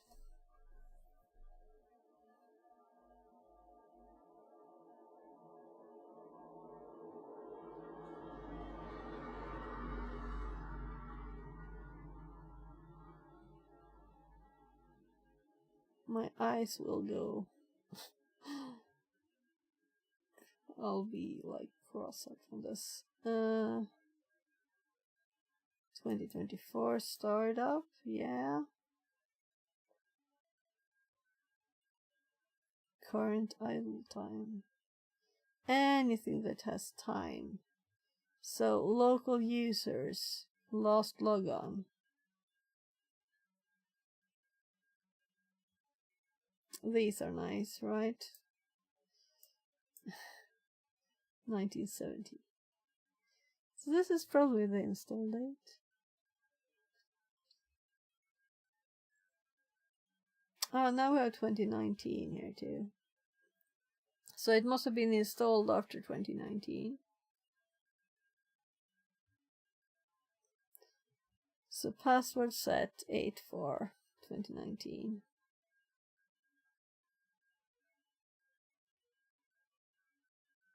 Particular Dedu says, E. Hi, welcome in. So we're looking through this log for a date when it was first installed, and I don't think it's available in this version, so we'll probably have to look at the video where someone else finds it. Because this is another version of the program. So it's not exactly the same. So vulnerable drivers, well, this is not installation of the system. So we can skip all those dates. Network information shouldn't have installation of the current system. Firewall rules. Windows credentials. So I'm just checking that you can't What is the name of the box? This is a learning room that is called Hack Park. So it's a bit annoying that you have to find like things that are hard to find, not just the flags. They are not that hard. The hard bit is finding like the executable name and log file. So I found it finally. But we need the install date of the box. And I think it's not available anymore. So I'm going to search for 2019 in this, and let's see. So 2019. Well, that's probably random.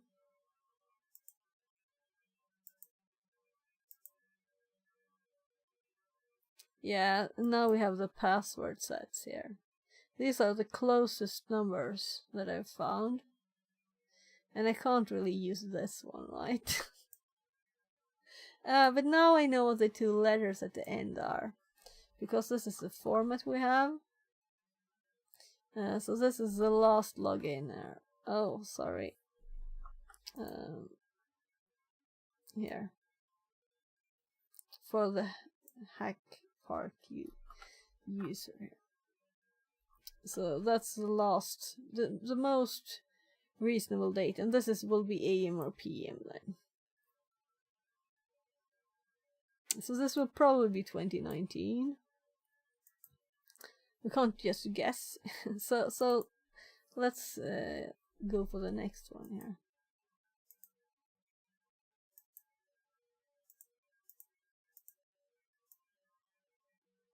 So we're back to the same place. Let's say that it was installed actually the year before. It's not here in this text. 17 is here, but it's not in a real date. And 16, well, it won't be 16, right? So 2020, we had a few 2020s. The shutdown date was 2020. So that's the only... So there, it's not here. It's not in the current output for WinPiece. The only thing I can think of is to actually run the batch version. We could do that. So let's instead run the batch version of WinPiece. And I'm kind of sure I have it in my tools. Right, yeah. So I'm in Windows. No, I'm not in Windows. I have to have space. So I think it's tools.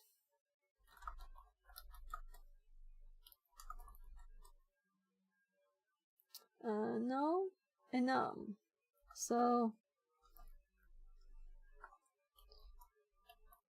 that's it. And here we should have winpiece.bat too. So let's just do we have the copy one up? No. Being efficient and being lazy is the same thing, right? So I put all the copy things in a file so that I can just copy them when I need them. So let's see. We don't have it here, so let's make one. So we're at CMD, so we'll use this, and let's call it WinPiece. And it's actually called winpiece.bat, and also needs to be that. It won't even download otherwise. So winpiece.bat. I don't think it will download at least. So let's just copy the command now. And let's also make sure that the box won't time out, because that would be annoying. Because I just had to redo it because it actually timed out. Whatever 6 hours or what it is. I couldn't renew it anymore. So let's go to the we actually have the root there, as you can see, so we just want this darn date. So let's see. Alright, I'll have to, let's put it in C colon Windows temp winpiece.bat, there. So, and then we'll copy this because I don't want to type it all again. And I'm pasting it. So we'll have it all again, and we can see if we get the time, because I think a few things are different, you know, the way it gets information.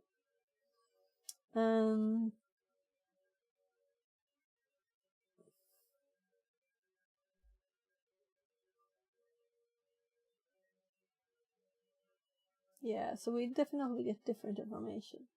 And so they used batch, the batch file. We'll have to do.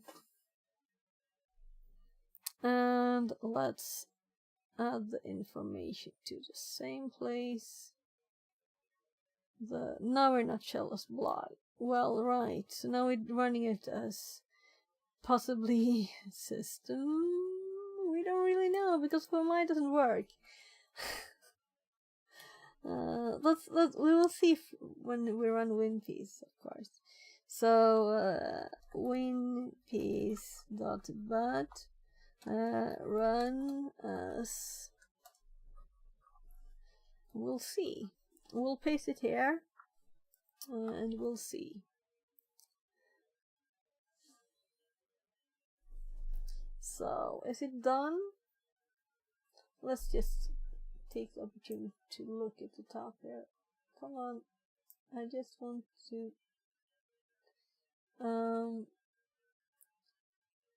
so is this the current one? No, this is the exe one. I thought so. So let's go somewhere else. Oh my goodness, it's so long. Why did I do it in the same window? Yeah, so this is the log file we typed. Not catted, because it's Windows. How did you put the tick so quickly? Can you tell me the shortcut tie? How did you put the tick? So in my Swedish keyboard, I do the key next to backspace and space.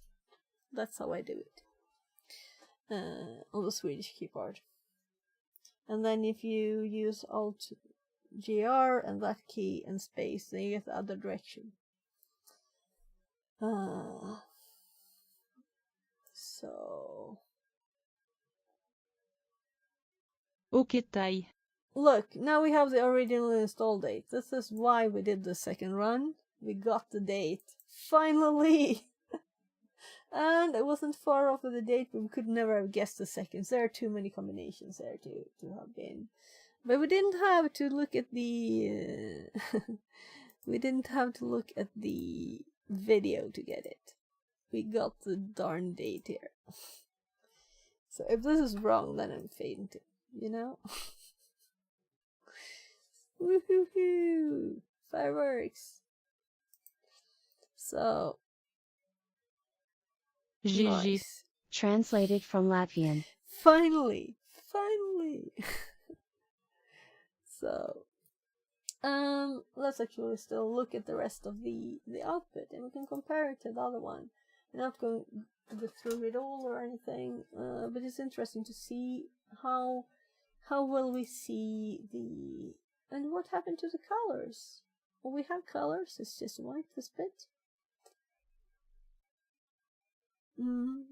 Yeah, so the exe has much more coloring, definitely, but we have much more and very different output here.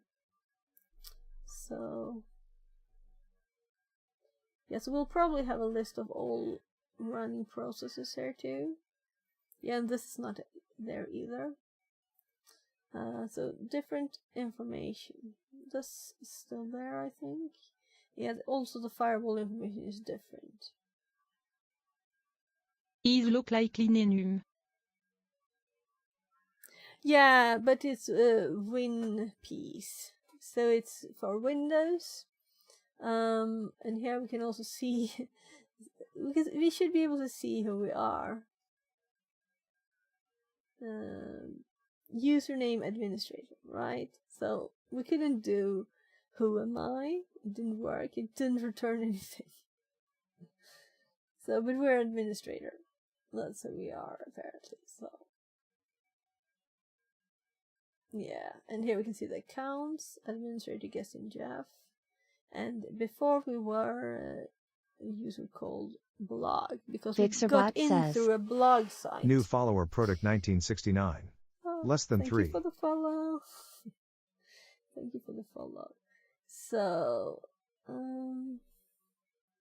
so we have a lot of different information. This is good to know, you know, if you run WinPiece exe and you don't get what you're looking for, you don't get anything, you could run another one. There's also a PowerShell one. Product 1969 says, "Ma'am, what are you doing?" I'm doing a try hack me box, or rather we just finished it. But I'm looking at the last output to see if it's interesting that the WinPiece script that returns information about the Windows system is different when you run it, the exe file and the batch script that we just run. So I'll just copy this. Well, just it takes a bit. It's not very, very tiny bit of information here, but yes, I can see the scroll bar going up there. So yeah, so I had problems finding the date for this machine where it was originally installed in the winpiece.exe. I couldn't see it. It could also have been that I was not an administrator then running it, but I don't think that would be a thing that was hidden from a user when it was installed. I think it's just the difference between when it's run as an exe or as a batch file. By the way, you could hop over here so you don't have to see the flickering white there. Right, so I just got to the top of the... We can continue for a bit more here. Right, so what I did on this one, the hard thing was to find the exe file, or rather, how do I see logs on a Windows machine when I can't see like just the events. You know, you can't see the graphical events or anything. So this one apparently had a log file in a subdirectory of where it was. The executable was, that's called event. So it was like very, very odd thing. So now I have copied like all of the things we've done since the last WinPiece. So just so all of the rest including this.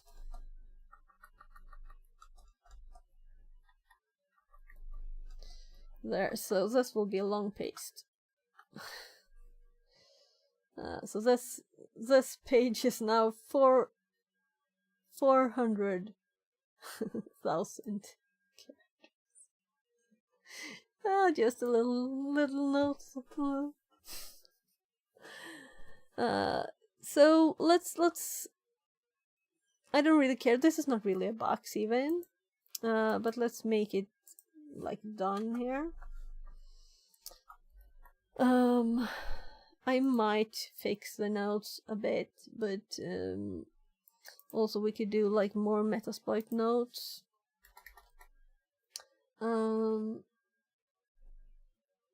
To start, this is all from the command prompt, so I'm going to just close it down because I covered it all.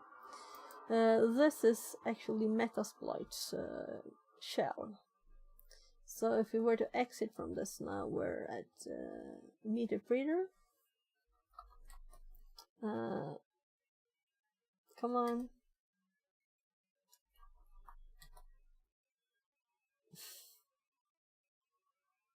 Well, let's scroll up a bit. So here we have the meter breeder shell and the list things. So we had to reconnect there to a new one too.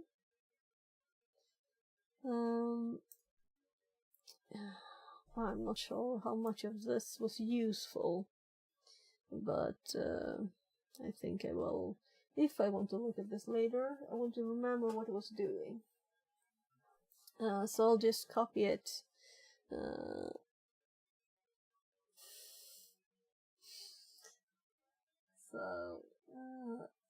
So I did the junior penetration tester path on TryHackMe, and now I've started with the next one. What's it called? Like,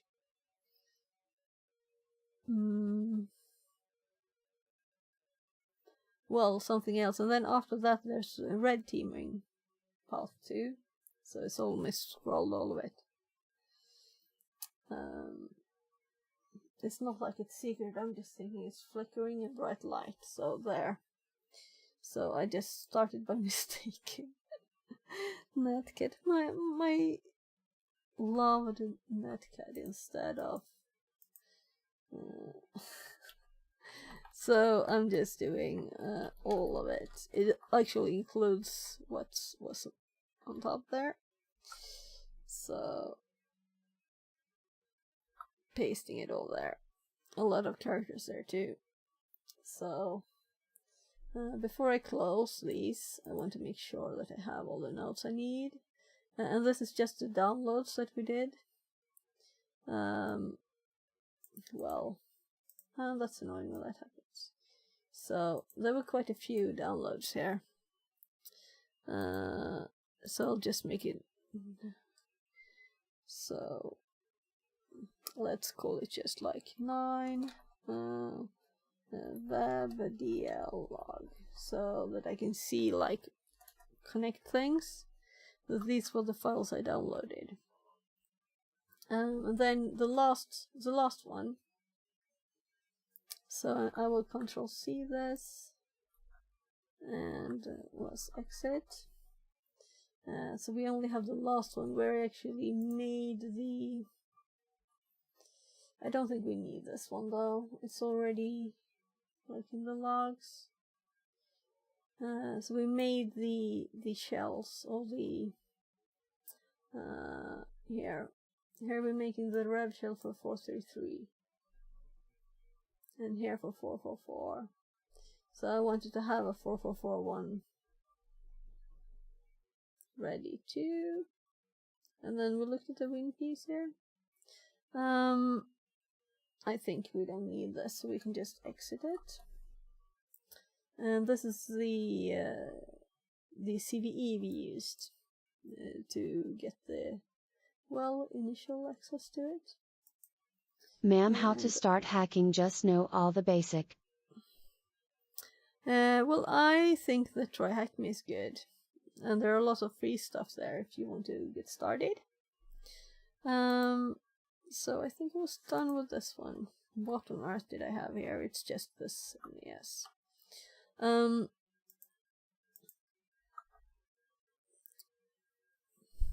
So here you can see how you get somewhere to download on your machine. You can just share, make a HTTP server using Python.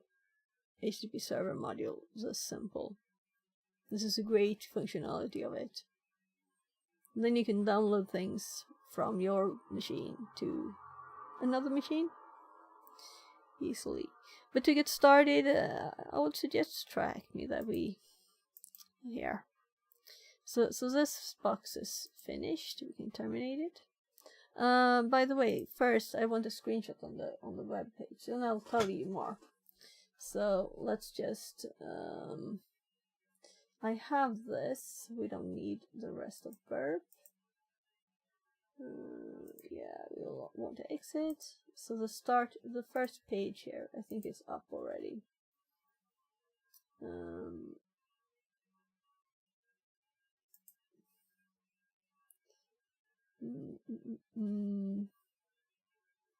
Yeah, so let's just go to the basic page here. Or maybe this is enough. So I'll just print screen this. by going to my image program on my other screen, not my VM, and I'll just print screen here, and I'll paste all of it, and you can see all my 3 screens there. So we'll just zoom into this one and select the bit we want here for the notes. So that's where we actually upload it, the like exploit. Let's just put it here too on the web because it was kind of empty. And then it's actually this one really next. Yeah. So I left a few numbers empty there for adding things later. But I don't think I will, actually. I think I will. So,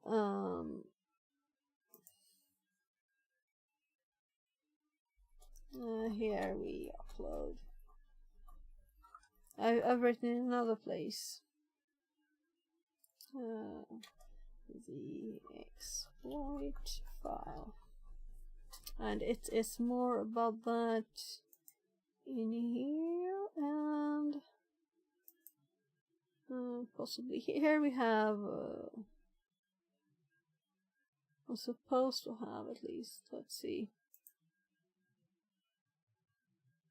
this is just a Hydra.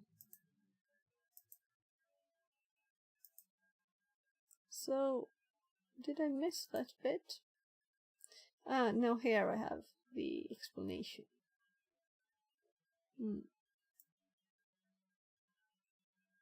Yeah. So this is the Hydra bit.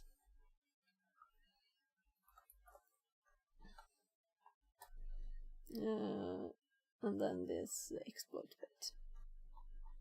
And then it's the rest. Not a lot of notes on this one, unfortunately, I guess. So let's see what GitHub thinks about me uploading this much data. I should clean it out a bit, I guess.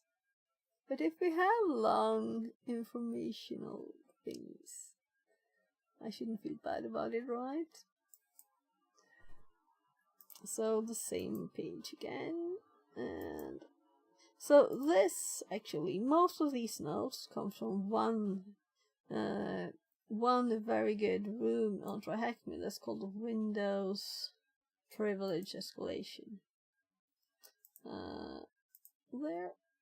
So let's go back to TryHackMe, and let's actually close this one too. There.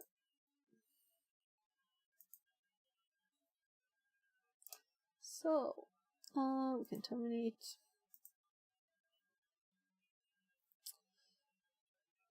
So the next thing for me is the game, so it's called apparently. And then we have Skynet. And today we answered 17 questions. Okay. When you first get started, you just click this learn on TryHackMe. And at first I started like Googling a bit, looking at random YouTube videos. But I felt like I was like repeating things. Some things were very slow speed, like listening to a video on YouTube, and they're explaining things very slowly. Even if you speed up the video, it takes hours just to things I already knew, you know. And if it's text, you can just skip things you already know easily, and you can just answer the questions if you already know the answers, you know. So there's introduction to cybersecurity, then I think it's pre-security, then you do complete beginner, and then I think you can kind of select, you can do web fundamentals, you can do this junior penetration tester that I just finished. And then there's, if you're interested in like the blue side as it's called, you can do the SOC. There's security engineer, DevSecOps. So right now I'm doing offensive pen testing, this path. And then I will do the red teaming one after that, I think. There's also cyber defense here, if I didn't mention that. So there are lots of different things, and in these there are things that are free and things that are paid. So you can start with the free ones and see if you want to pay. You can like do all the free stuff first if you want to, and then since it's a subscription, you can do it all quickly and it doesn't cost more, you know, if you're quick. Or you can just do whatever, all the free stuff here, all the free stuff in other places. And I was actually going to do this today. I was thinking of doing this, but since I have this stupid streak here, it says 47 there. It wanted me. I was thinking like maybe I should do some of that today. I haven't done anything today there. But it went on and took longer time than I expected, that room. So I think it's time for me to 8.5 hours on track me. Well, I guess I ate too and stuff. I went and helped my kids and stuff.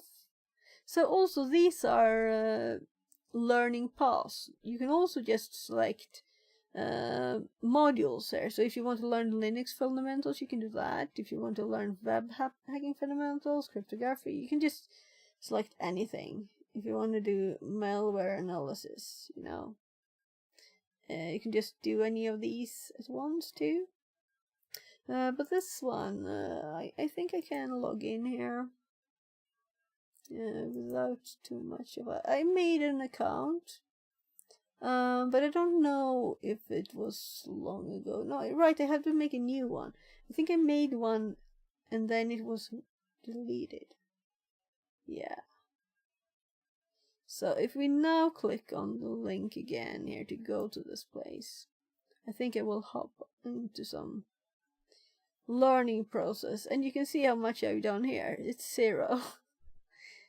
So apparently I'm not paying anything here or anything. Not ready. What? I've done so much. Vulnerability labs. Get started. So we can just click the started there actually. We can just start this a tiny bit.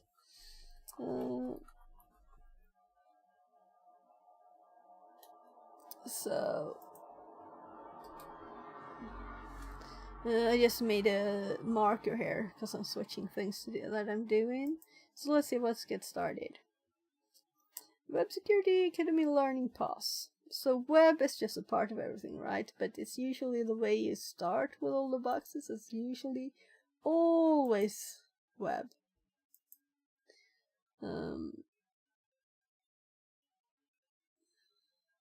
So they have paths too. Okay. But I wanted just a general thing. So what are they suggesting for me as a total noob and not done nothing on their site? What would they suggest? Practitioner, apprentice. Okay, so all of them are blue except for one that's green. So should we assume then that this is the one that we should start with?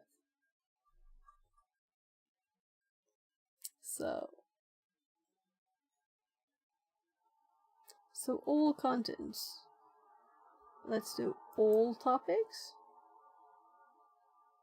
So we have topics.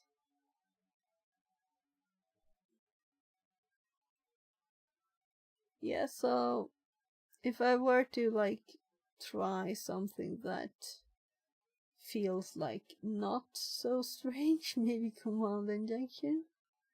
Start with that. Client-side topics. Oh, they're server-side topics, client-side topics, advanced topics. And that's a new topic. LLM. Perhaps you certified practitioner. Mr. Lab Challenge. So what else did they have? Get started. Is this what we saw before? Read our learning materials. Practice your skills.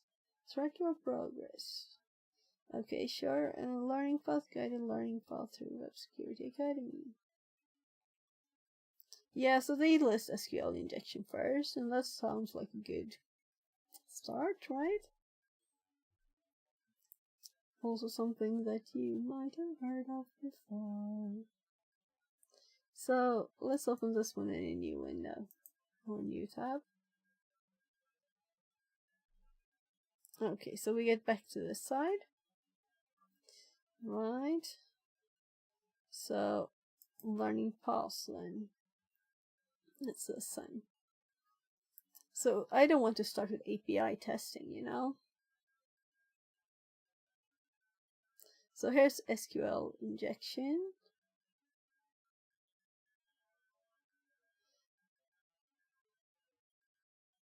Server-side vulnerabilities. I don't know why this is green. So we can view the paths too. Path traversal. Well, that's nice to start with. And it ends with SQL injection. We have command injection. Yeah, why not? Why not? We can do this one. But maybe we shouldn't do it today. Because it's 22. And I've been doing it for almost 9 hours. Well, not almost 9 hours. It's not that I'm tired, really.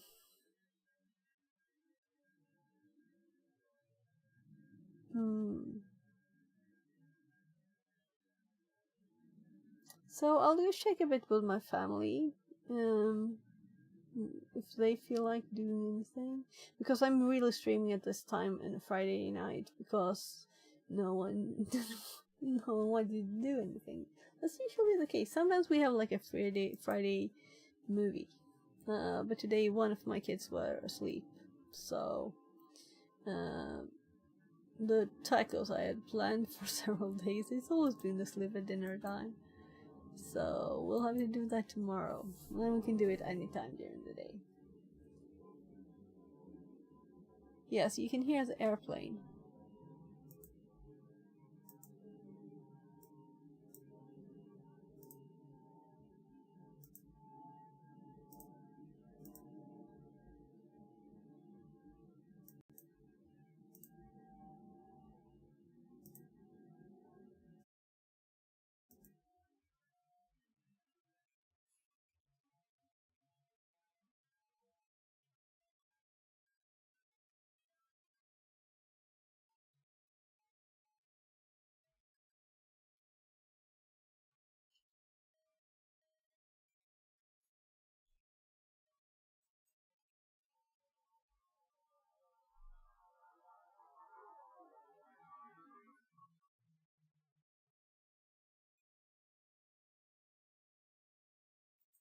Well, we got a car there too now.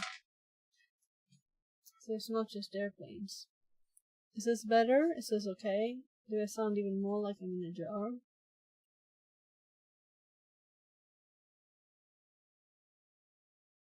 I'm kind of sad about the car there.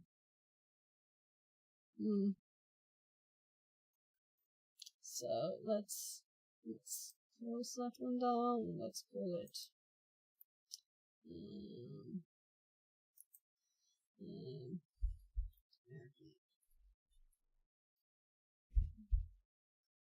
Come on. So my kids are knocking.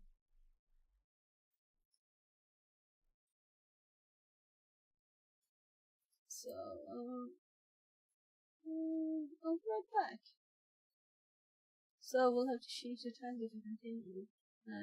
I'm going to shift my camera.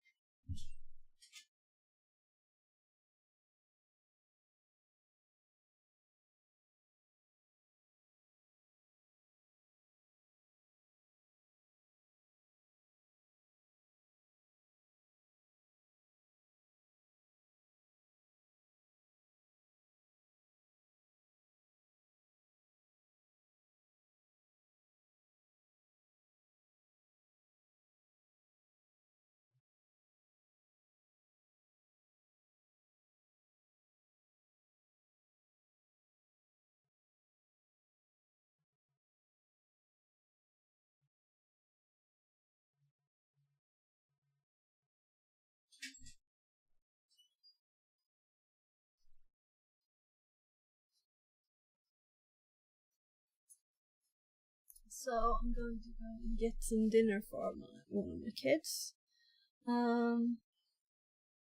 Let's see.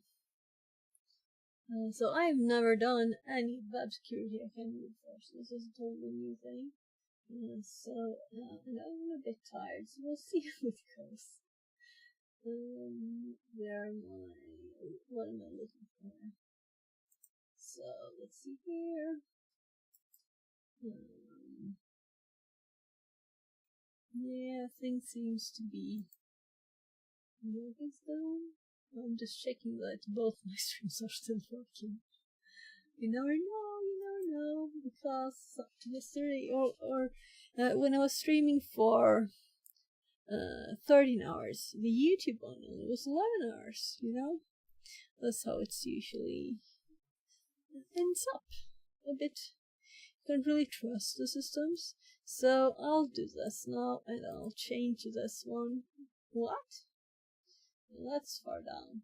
So now we'll actually for the first time try this, right? So server-side vulnerabilities. This is interesting, but what on earth should I type? Let's do web.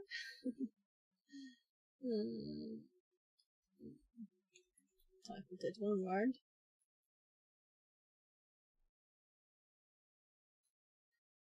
What do you think? Should it be one word? Or should I just use Portswigger,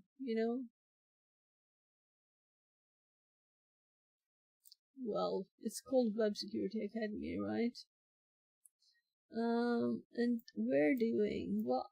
We're doing path traversal, but we're doing service-side vulnerabilities. It's like the path. Well, I guess I'll have to learn if this path traversal is something that takes a lot of time. We could use that as a name here. I just used path traversal a few times, right? That was kind of the actual vulnerability that we just did too. Last one. This is a bit long to put it down here, but I don't know if this will even pop up anywhere. And we'll have to change the one on YouTube too. So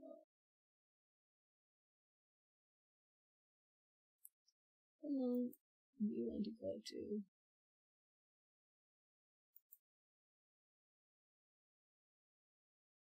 no, we want to go to something else. We want to go to YouTube Studio, of course.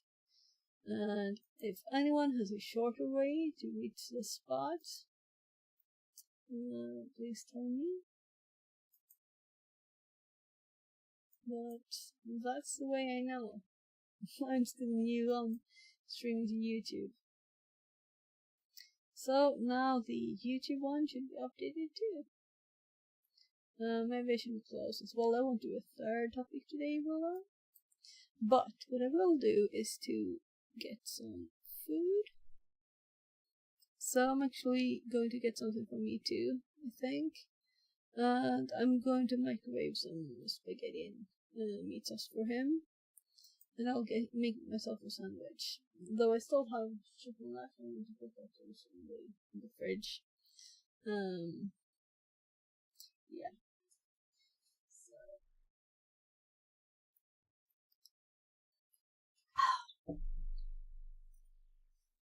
So I'll actually switch so you can talk. So you can talk to me. I will hear you, and you can hear me while I'm downstairs. I'll be right back.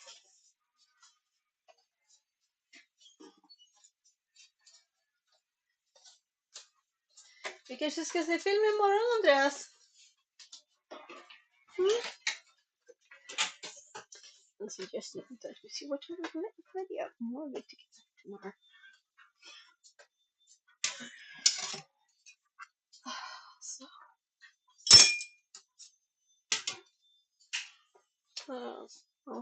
on my flea market too and make sure that nothing is wet or anything. So spaghetti.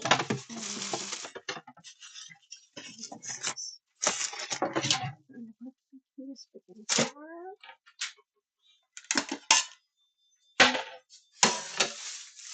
So this is use it every day.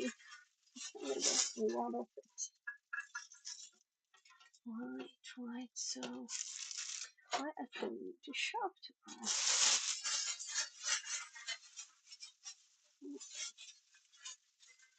So that's good to know because we're out of the sort of spaghetti with my kittens. No, it's the same kind. I'll try not to do it.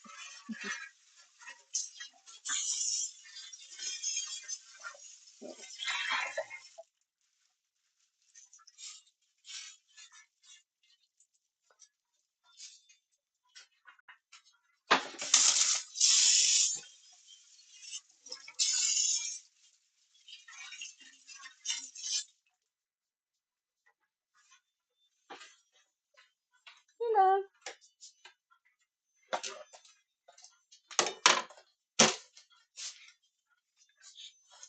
Är du också hungrig?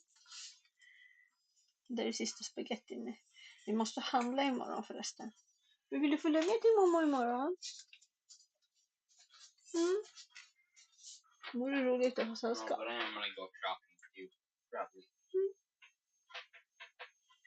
I keep on forgetting important stuff like hamburgers and curly fries.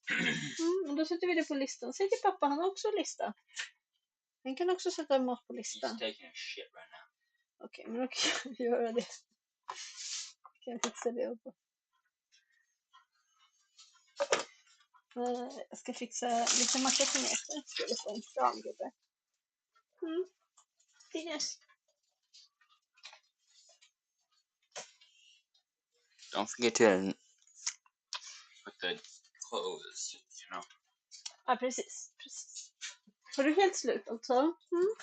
Yeah. Du kan inte prova att hänga i tätt själv.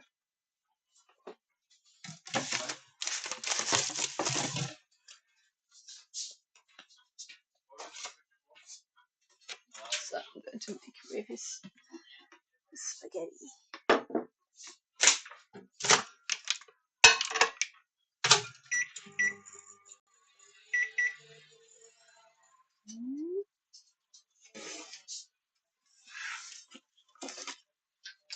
There's some plastic on my sauce.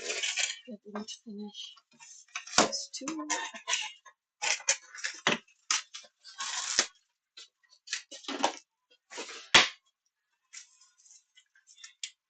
So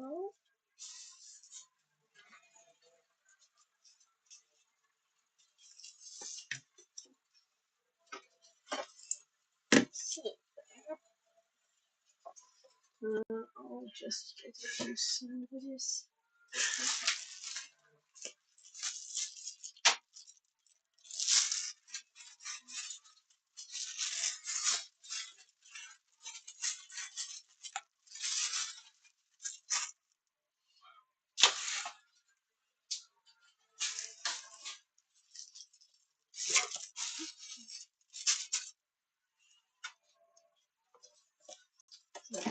Some butter.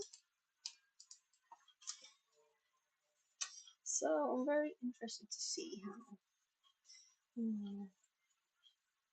all that stuff. I've like seen it on stream like a few times, and usually I don't think it's as well good learning as people doing access. But I'm thinking it's a different thing to do it yourself than to watch someone do it. And if you're watching someone, it's good to have like things are connected together. And it's not just like, you know,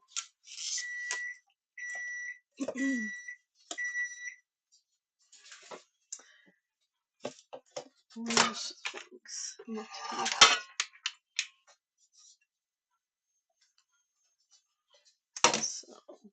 Nice ketchup.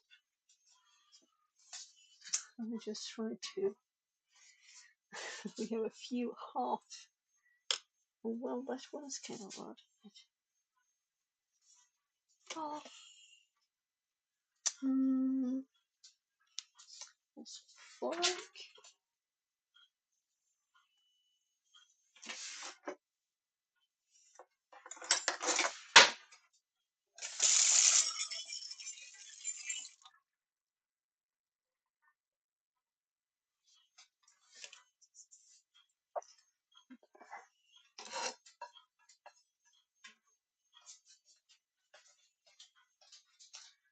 Going upstairs.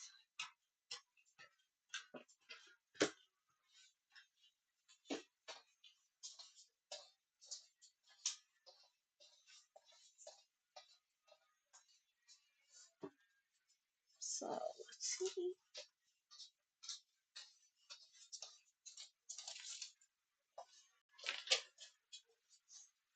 Så fan.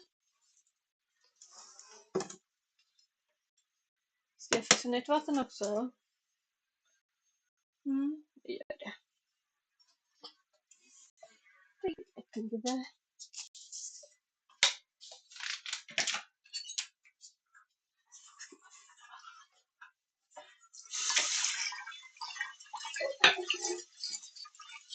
Det är bäst att borsta tänderna.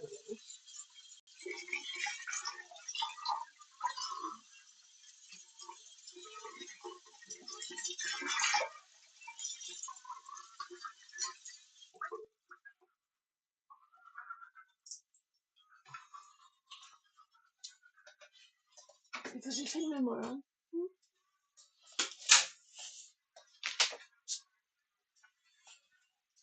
Så, varsågod. Och kolla.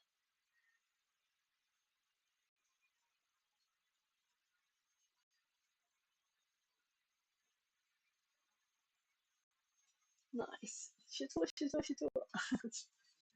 Jag gillar inte det.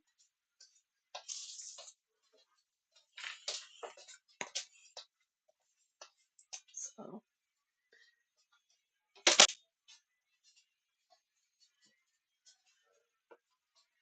So have the window open. And before I get started, I'm going to just eat the sandwich. And I was thinking, should I drink the rest of this? I just had one, maybe a third before. It's kind of late.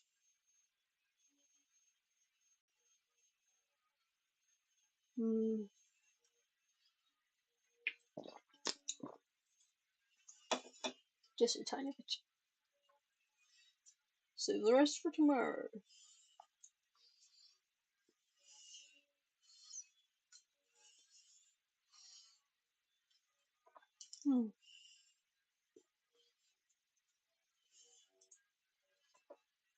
So, I don't know, do you need your machine or anything for this? We'll see. I don't know yet. Alright, I even clicked the wrong thing here.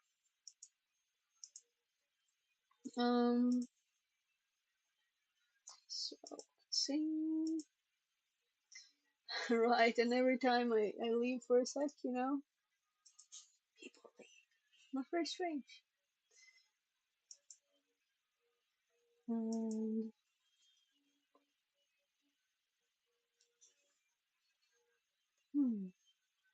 it's also starting to get late here. One of my kids is actually going to sleep now. So my 30-year-old, 13-year-old, not 30.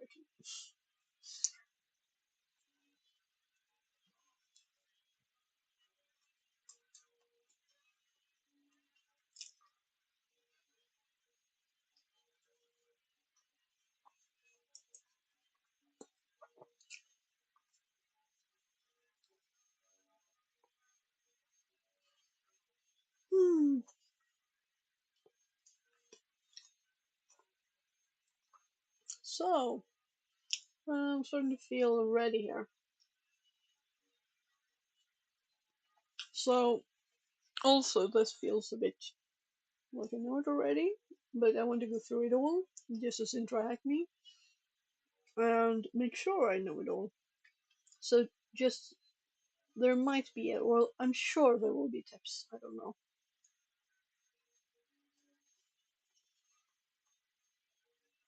By the way, before I get started, while I'm finishing the sandwich, I'm going to update my notes.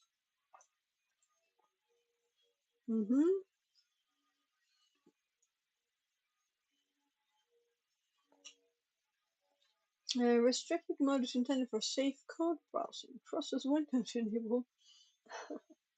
What?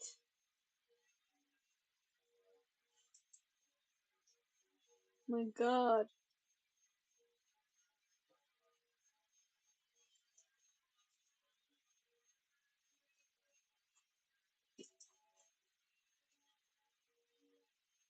So I have things installed I don't use, I think. Yeah. Fixerbot says. Welcome, Raiders. Producer Wolf Welcome brought one friends to the in! party. Go Thank you drop him so a much for follow. the raid, Producer Wolves. Yeah. Do as the GTS says. Go and drop him a follow. Do that. Welcome in, Producer guys. Wolf says. Fixerbot Pro Duke 86 love. Yeah, so how was your stream? What did you do? What were you doing? I'm curious. I think you do quite a... It was okay. Build a Okay, lab. cool. D. Yeah, because I clicked your course there and started reading, but I'm more interested in the red bit. But I still want to know all of it. I want to know Fixerbot everything. says. New follower, Producer Wolf. Less than 3. Welcome in again. Yeah, so I think you was in Theo's stream, right? I think you rated him and told him about it. So you're welcome to put your link in chat if you want to for your course. Yeah. Producer Wolf says. I am still a small streamer. Yes, me too. So I just went and got some food, and it went from like 10 to 6, I think, or 6 to 7 at least.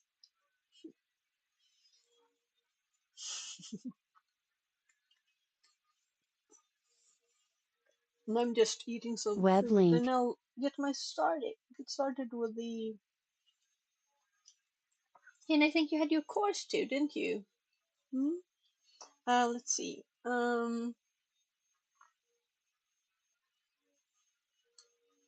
Yup. Yeah, so send that link too. We But I got think 4 courses.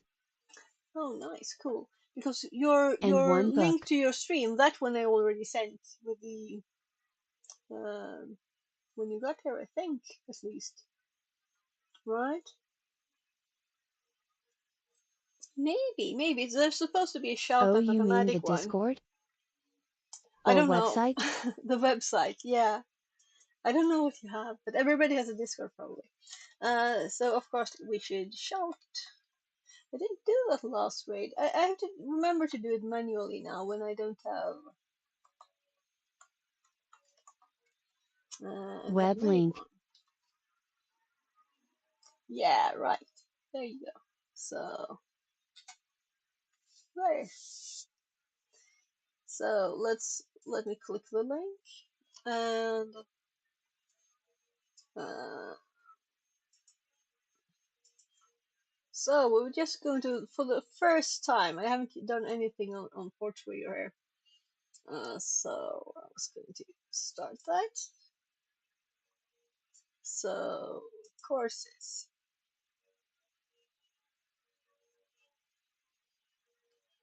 Oh, so I didn't know you had more than one. Very nice, very nice. Cool. Nice. I'll have to look at the other ones too.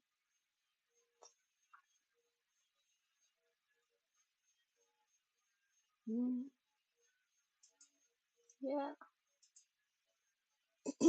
Technically 5 is you also count the networking course I made lol. Oh, so there's more. There's 1, 2, 3, 4 here, and then you have a networking one that it's not on here, it's somewhere else, right? I'm looking at chat, waiting for your reply. It's over there. It's on YouTube. Oh, cool. Cool. So I guess you have your YouTube link if you go to your But I profile. still need to upload the other episodes. Okay. Nice. I will go and look there too. Thank you. All the knowledge. I want all the knowledge. So let's actually start with this. I was just about to start with my first ever look at Web Security Academy. And the first one, there was only one that was apprentice. The other ones were like the next level, it looked like. So I selected this one, and it seems to be like ended. We have command injection, SQL injection, kind of nice things there. So let's just start Web reading. link. Yeah, I'll open that one too. Nice. Networking course. Mostly just live caps from the stream. Okay, great. So look, I'm suggesting my own stream. That's funny. So I just started this to have a automatic backup of stream. Let's Go are also on YouTube. Sick? Yeah. So I started this to have a backup. Fix it for do live, you know. I called it VODs first, but I was thinking that instead of just uploading the VODs, I could go live and have a backup automatically. But it seems like YouTube is a bit glitchy, and sometimes you don't get the full stream there, so I have to upload anyway. Maybe we'll see. We'll see. I'll think of something. Yeah. So let's get started with this, really. Right? So, server-side vulnerabilities. That's the path we're starting with, and it starts with path traversal. So, path traversal is also known as directory traversal. These vulnerabilities enable an attacker to read arbitrary files on a server and that's running an application.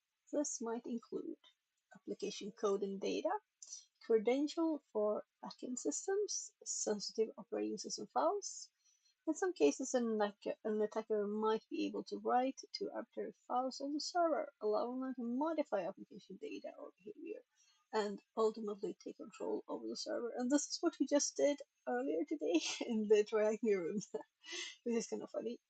So, Producer Wolf, can I do your courses on screen? Is that okay? If they're the free ones. I don't know if some of them cost money. So this one is Sure. free. Yeah, so It's that's free. okay? Yeah, okay, great. Thank you. Then I might do that.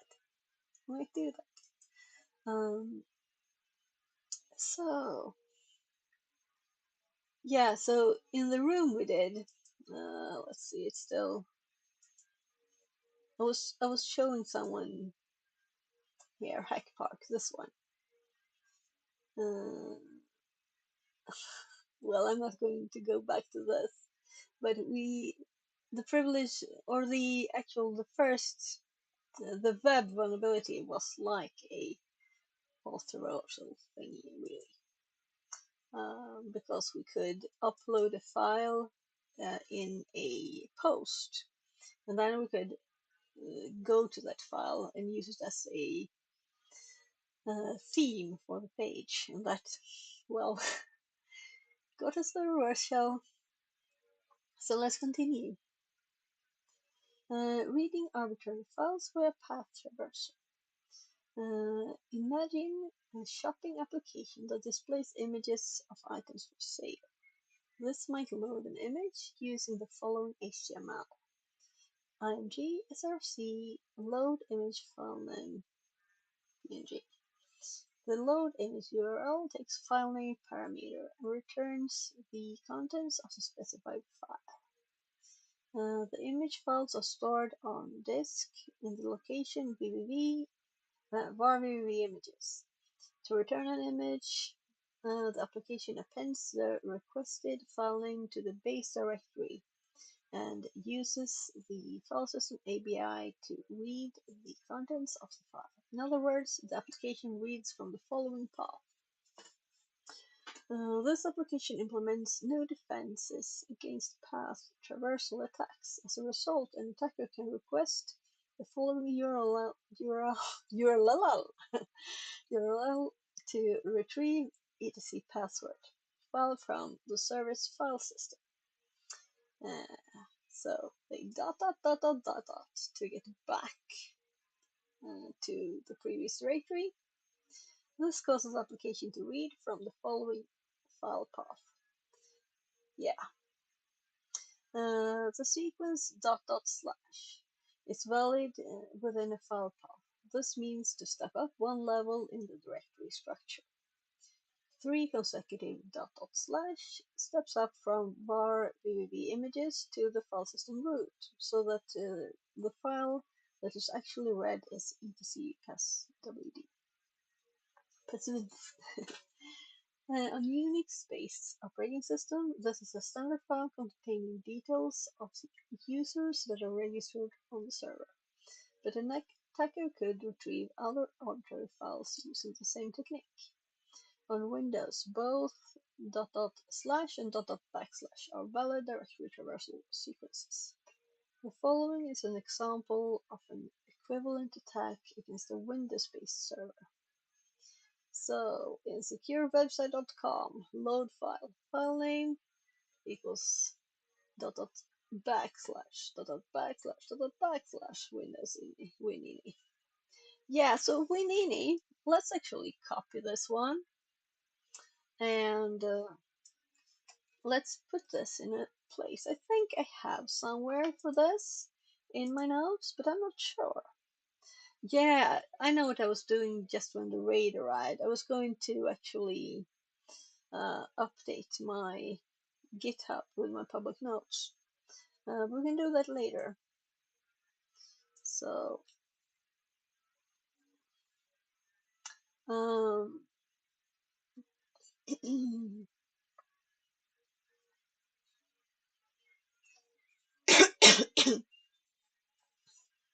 so, so Windows. Yeah, so interesting files. Maybe we should add it here.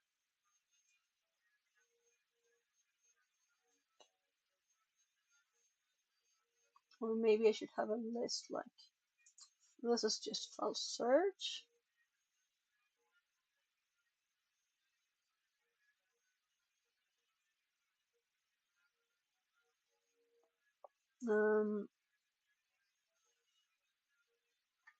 I'm not sure, important file, interesting files, because something like that. I should just have it in the basis place for now. So we can have interesting files. Because I don't really know what to look for on a Windows machine, but I remember when we used to edit the window, Winini, and that was some time ago. And here's interesting files, right? So we can add interesting files there.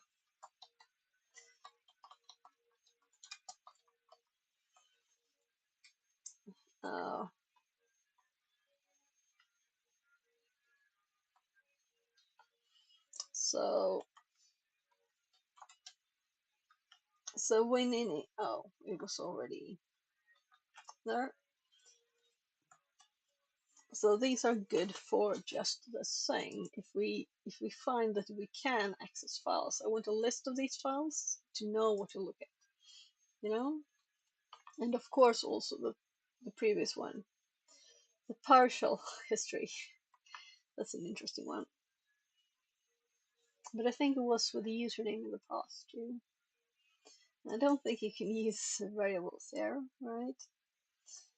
Lab, file a path traversal, simple case. This lab contains a path traversal vulnerability in the display of product images. To solve the lab, retrieve the contents of the password file. And I'm sure I have this in my Linux notes, but I'm thinking that there might be more interesting files, so we can open this to the Linux exploration. And it's start here for Linux. That's why I have the Linux and Windows, so we can see the different ones. There's also one for networking and so on. So do I have a list of interesting files? Not as such, right?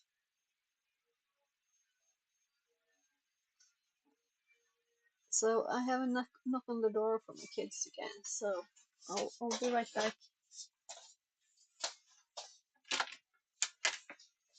Yes, gubben.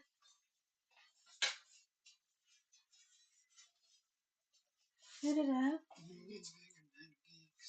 Jag fixar pannkaka. Yes. Ska det vara randiga som är olika silterna?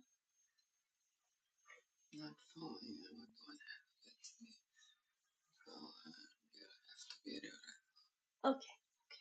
Så nästan som rutorna men istället med 2 sidor så. Okej. Jag hämtar din gamla tallrik.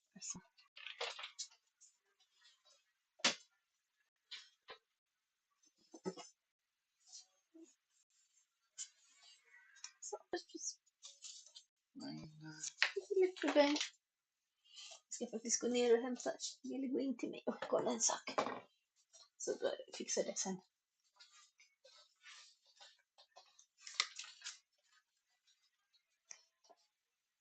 So I just wanted to check. I didn't switch my mics back, so I still have a bad one in my ear.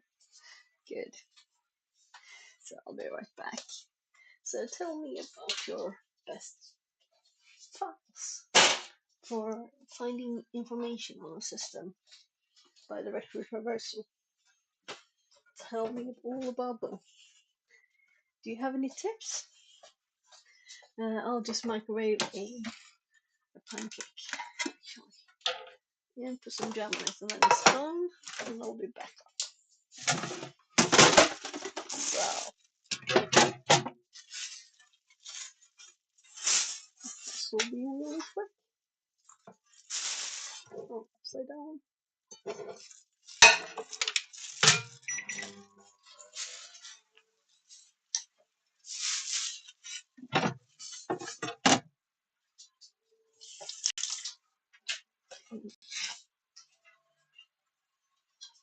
So I don't know how he eats food if he wants like this, but he knows that I will fall asleep in a bit, so and he will just pick up basically.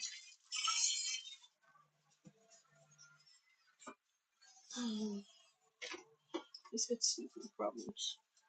So let's see, we need cranberry jam and strawberry jam.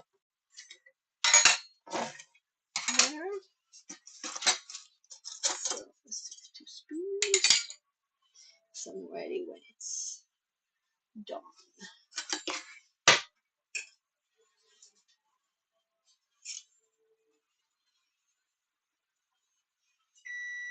So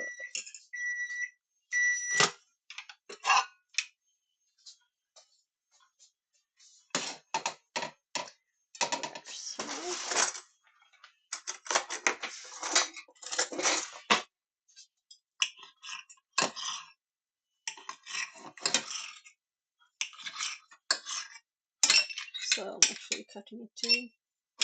Yeah, this is thick pancake. It's bacon pancake actually. So there's bacon pieces in the pancake.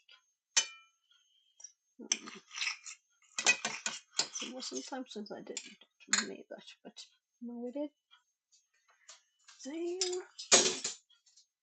Just some jam and I'm done.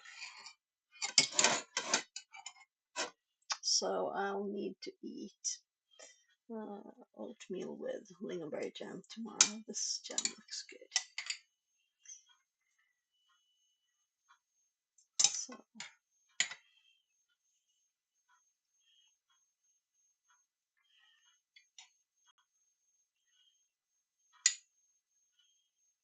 oh, that's a lot of jam.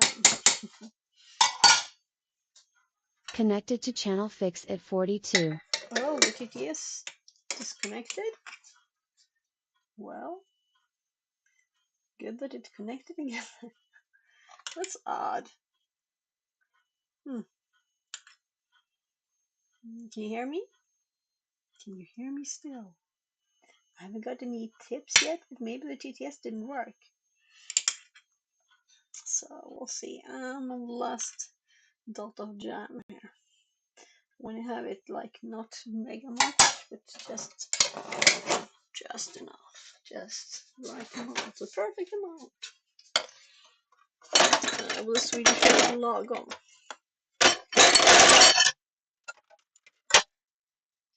Jam back on the fridge. Going out for the pancakes.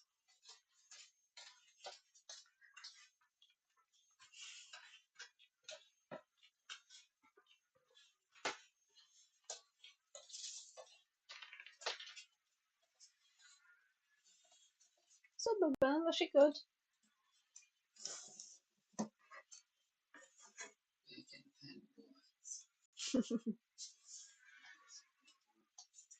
Pen boards.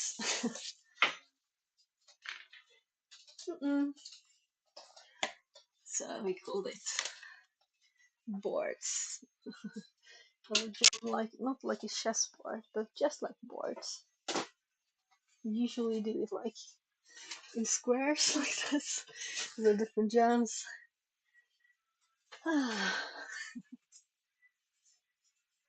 Yeah, so let's see now. Right.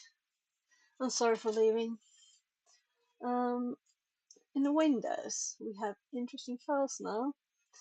And of course, you know, I have already like interesting files here. So why is this a line with nothing? I don't know. And we also have interesting directories. So I guess we have interesting files already. Right, so we could just add stuff here if we find anything more.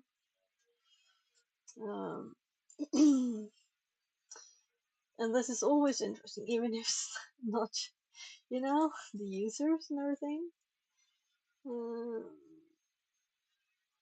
And I have it already here. Can we find info about services and things also? So let's access the lab. I'm curious. So these, or am I supposed to open these or not?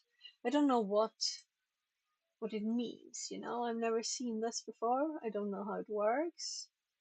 If that's a solution, I don't want to see it. Duct tape DevOps welcome says. in, duct Dr. tape. 12 or Welcome in, duct tape. So, ooh, look, we have a page here with something. Oh, look at the URL. So that's how they do it. This is the first time I look at the Web Security hope you're having a good Academy. start to the weekend. Yeah, sure. What about you? I hope you too have a great start to the week. So, we'll I had see. one of those camo beer belts, lol. Oh, sounds like this. I'm not much for beer, you know. This lab contains, yes, access the lab. So I'm supposed to retrieve the contents of the passwd file by just looking at this page. But what am I supposed to do? So yeah. So what can we do? Can we just edit something here? Let's look at something. I don't know anything about this page. Few details or something? Oh, okay. Now I got the bear belt thing. This is a camera bear belt, obviously. Right. So I didn't actually look at the page before. Yeah, so am I just supposed to like update the code in here? So like this? Is that what I'm supposed to do? Let's go to a normal page. We had them for a pond hockey tournament, and our sweaters definitely not for $38 lol. Yeah, I don't think that's that expensive. This looks potato theater. Well, let's just look at this page here. It's a bit simpler, and then we'll see if we can just edit it because well, I don't know what they want me to do, you know. So where's the image? Logo. So right. So this is kind of big because yeah. So here I can see this. I just drag over it. I was just looking for the image. No image here.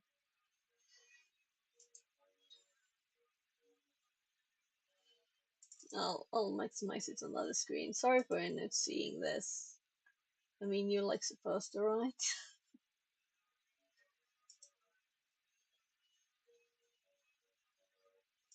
Product section. So rating. There's the image. So let's pull it back. So here's the image. So am I supposed to just change this path there by editing it? Would that work? That would be like, or just go to the path. Like, yeah. Will it notice that even? So here's where the image is.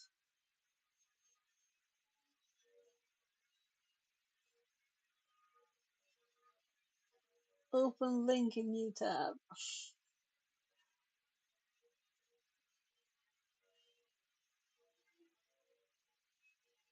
Let's try different ways.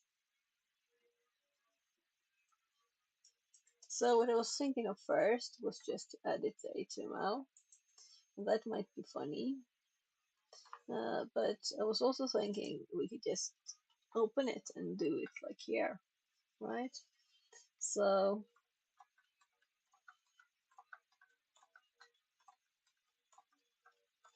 and let's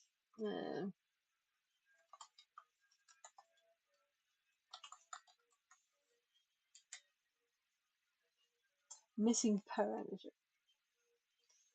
So we getting something odd here. This didn't work. So let's just copy this bit here. See?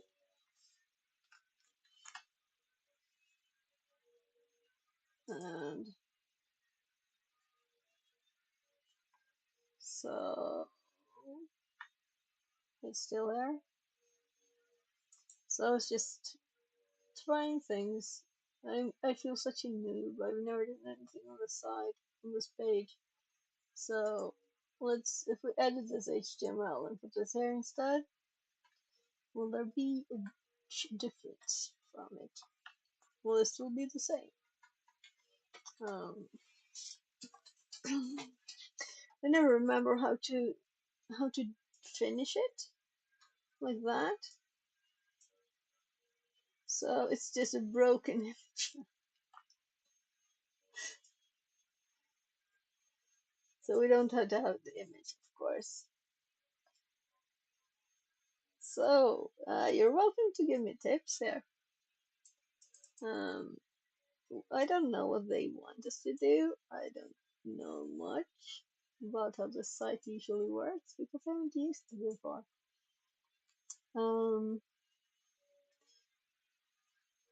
So I don't know if this is a solution here in community solutions, and I don't want to look at those unless I don't have any other thing to do. So the description, let's see how that is in here. So right, we could also do it the other way. Can we? No? It doesn't move, but here it moves. So here we can see description. So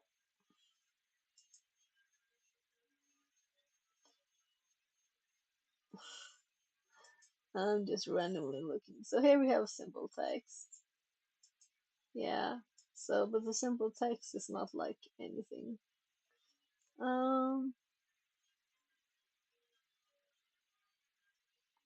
So how could you make it work, right? So if we look at this one here, by the way, let's pull these this direction. We can close that one. So this is what it pops up, JSON, right? Why? So missing parameter file name. Okay, so I missed something there.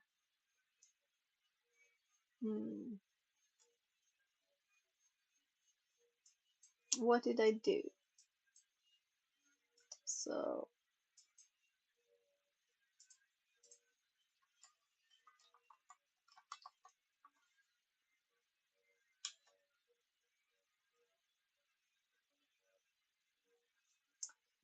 the image cannot be displayed because it contains errors. Okay, so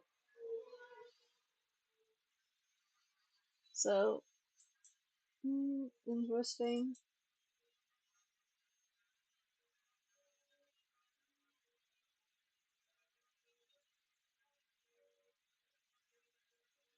Can we copy the image?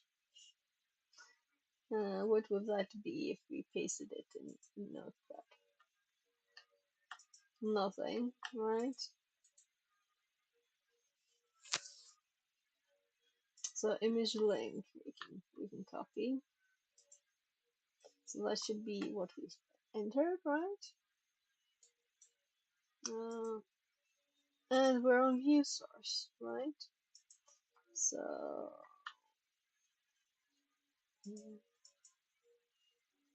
we were not view source. If we not view source this, then we get the same thing.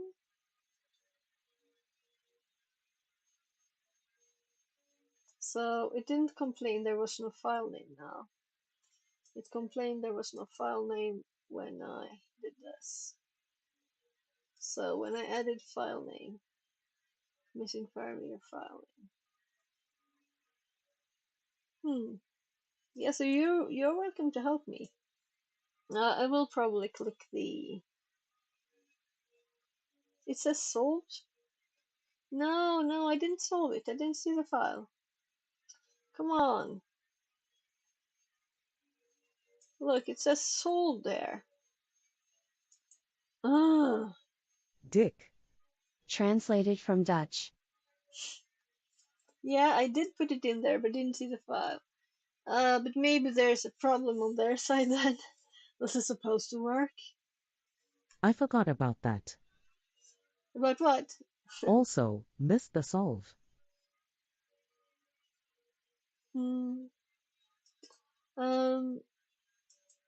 Well, apparently. Forgot about. Forgot about. So if we update this now, it will say sold there, which is not correct because I didn't see the password file. So Use burp suit to modify a request. Yeah, so I don't have burp on this machine because it's not a machine. This is just my normal PC. So I think I might just hop to do this on my other one, on my Kali. So let's open burp again. I closed because I don't want old stuff from the old thingy we were doing. Right, so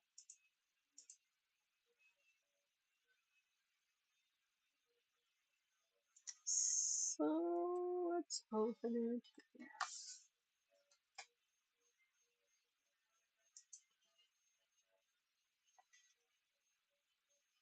Right. So we might want to turn this off. I always have my VPN over there. No, no, no, no, no. You're supposed to be over there. Stupid program. Hop to this tab. So I think you can like right click them and move to one there. So now it might work better to load the actual web page. Can't imagine what the heck we didn't let through Foursquare web page.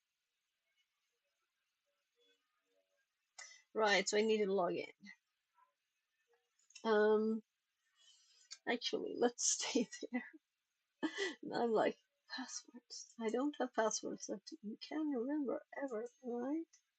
So let's.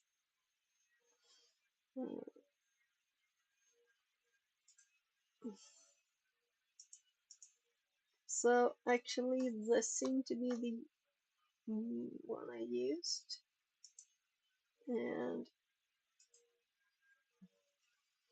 I had to enter a password to be able to copy the password that I can't see. There. So just in case. No, it's not shown, and this is the length. Oh my goodness.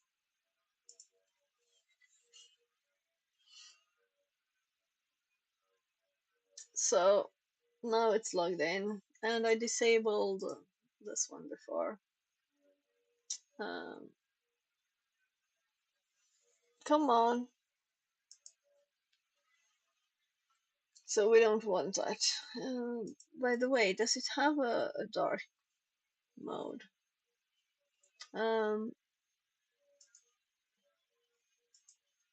So let's actually open another page that might be more basic, and let's turn this off again.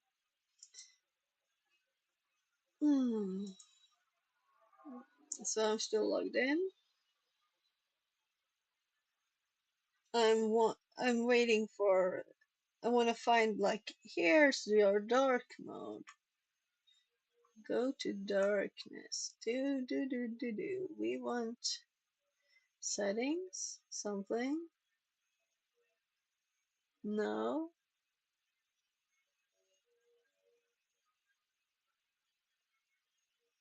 Support.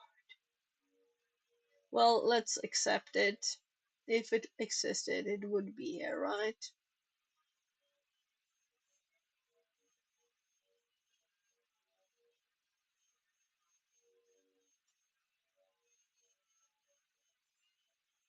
Okay.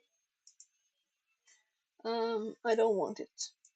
Bright light mode, that's not acceptable. But if we're going to look at code and it will have dark reader add extras, it will not be very nice either. So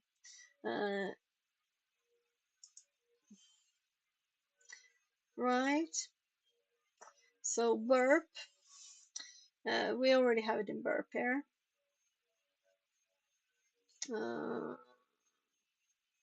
Access the lab.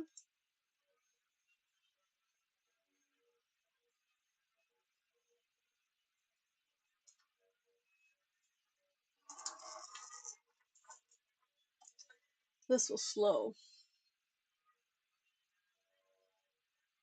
So now it says not sold again. That's nice. Oh, we have different items. Our nice 6-pack beer bells down here. This looks nice. Nice. This looks so crazy. Well, let's go for this one again, right? Come on. Can't I click it? Oh, I have to click the view details. Ah, such a nice page. So now let's actually do it the real way, and let's see if we can get a better answer here. Oh, this was the biggest burp I've ever seen. So let's go here. Oh my god, all the images and everything.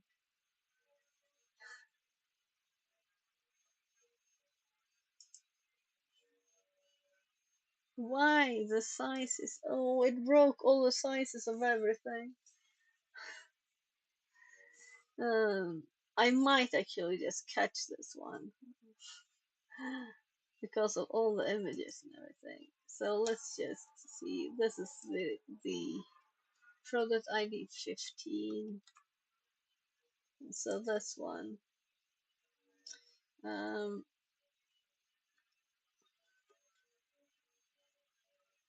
so let's just do this one. And let's just change it then. I think I still have it. No, I don't. So undo. I'm going to be lazy and copy it.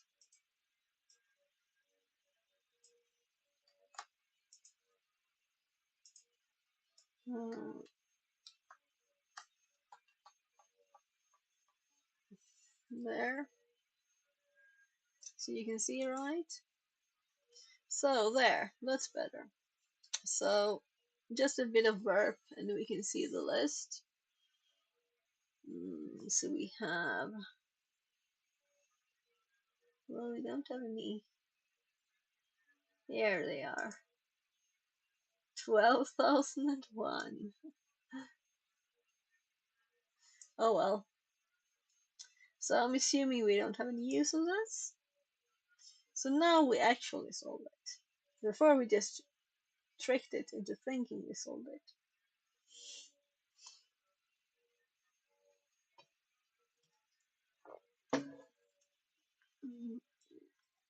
Hacking the hacking site. No, it wasn't good not to see the file. I wanted to see it.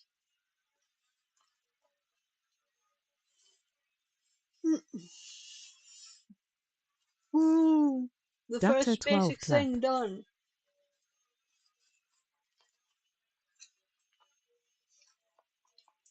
Let's actually close a few things down there. So we can keep this up for now, I guess. But maybe instead have notes here.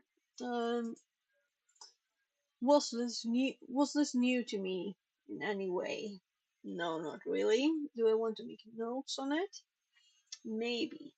I don't have anything on. This is definitely web, right? So I don't have anything on path traversal. So let's make a note for that, right?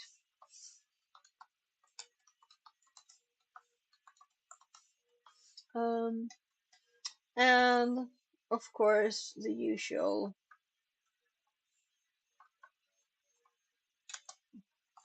thingy, right?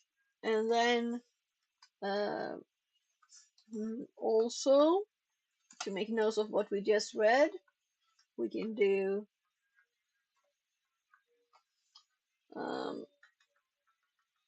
since these will disappear, we just add them like this, right? And this is also more obvious if we there. So on Windows, and I'm at once seeing that this might be not filtered out, you know. You might be able to use that on the Windows thing. Um,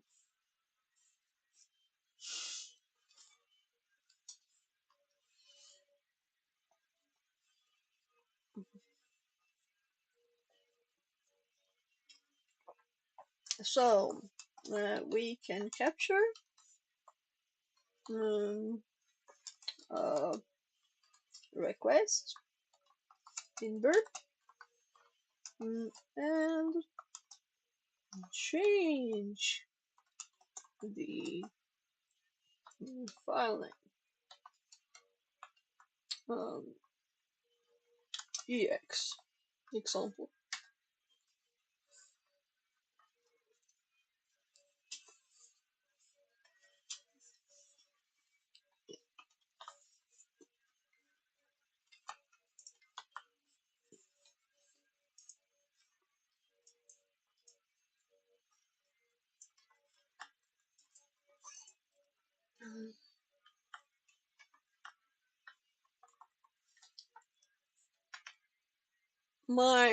I really couldn't copy that. Burp is funny sometimes. You can't copy things. Let's see. Yeah.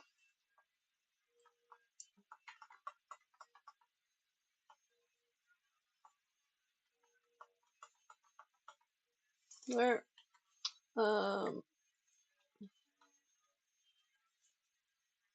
I think that's enough. So that the file name actually was an image from the start is obvious, right? So, this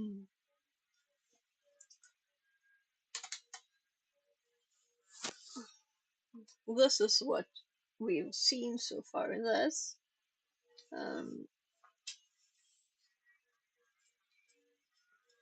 Should I add something about filters and things? I think it will come in the school we're in, right? So in Kali, I want to tab. I don't want to tab outside it. There. So let's close this. And now we actually did it. So does the response contain? So what else did people say? Well, these are videos. Why? I don't want to look at the videos now. I could Google it if I wanted to. That's funny. It's so slow that you can see what it looks like without the graphic layout. So, what is access control? Oh, they're just this short? I'm a bit disappointed. I thought it would be a lot of pages on path traversal. Well, okay. What is access control? Access control is the application of constraints on who or what is authorized to perform actions or access resources. In the context of web applications, access control is dependent on authentication and session management. Authentication confirms that the user is who they say they are. Session management identifies the subsequent HTTP requests are being made by that same user. Access control determines whether the user is allowed to carry out the action that they are attempting to perform. So, I'm like, did I listen to what I started reading here first? I was listening at the end. Broken access controls are common and often present critical security vulnerability. Design and management of access controls is a complex and dynamic problem that applies business, organizational, and legal constraints to technical implementation. Access control design decisions have to be made by humans, so the potential for errors is high. Well, did ChatGPT write this or what?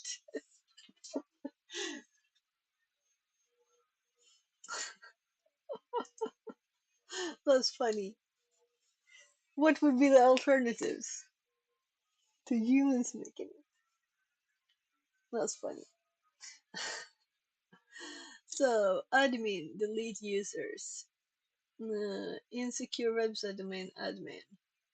My account, balance, transfer, amount transfer, ECPS, insecure website, com accounts. Yeah, okay. So beautiful, that short thing we saw there. Vertical privilege escalation. Is there not supposed to be anything more on this page? Let's F5 this. Okay, I'm going to hop to it on my Windows machine too.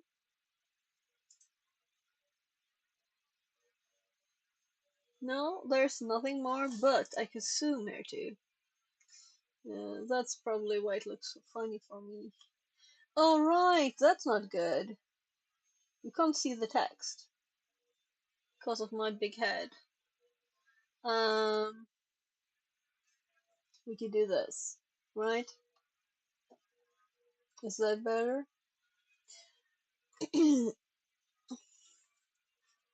So vertical privilege escalation. If a user can gain access to a functionality that they are not permitted to access, then this is vertical privilege escalation. For example, well, okay, if a non-administrative user can gain access to an admin page where they can delete user accounts, yeah, okay, then this is vertical privilege escalation. Yeah, but they might just get another user's data, right? Well, it was nothing more on that page. I was like, that's not a lot of text. So, unprotected functionality. At its most basic, just checking if my image covers everything.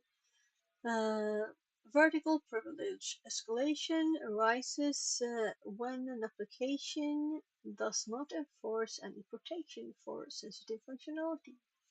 For example, administrative functions might be linked from an administrator's welcome page, but not from a user's welcome page. However, a user might be able to access administrative functions by browsing to the relevant admin URL. For example, a website might host sensitive functionality at the following URL: insecure website admin. This might be accessible. Okay, so I'll just have to unplug my phone there and plug it back in. This might be accessible by any user, not only administrative users, who have a link to the functionality in their user interface. In some cases, the administrative URL might be disclosed to other locations, such as robots.txt file. Yeah. Because you're not supposed to look at this, robots. This is sensitive information. Even if the URL isn't disclosed anywhere, an attacker might be able to warlist or brute force a location to a sensitive sensitive functionality. Yeah, so I'm thinking that we should make a list of. I know you usually just check, with GoBuster or something. But maybe I should have a list of the common ones, because I know that admin is kind of common, that people have. So let's look at the notes for that.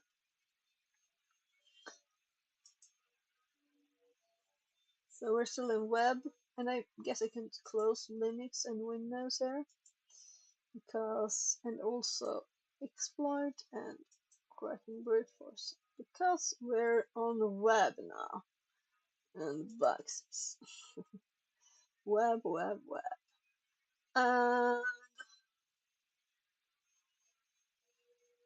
Yeah, like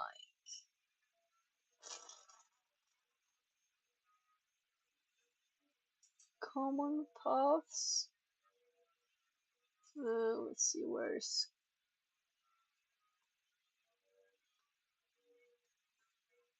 Yeah, here. Uh, check. Check. Come on. Once. Admin. I can't spell admin. And then I'm assuming I'll add stuff here, right? robots.txt. I don't have it in my list, I think. Of course, I should have robots.txt if I don't have it. Don't I have robots.txt? Oh, there. It's kind of right there in the middle of it, and I missed it because I was looking at the second level. Kind of obvious, but I didn't see it. So let's continue.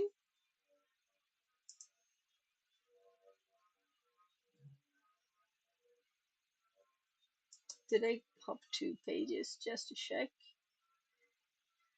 It's so slow. No, this is what I read. So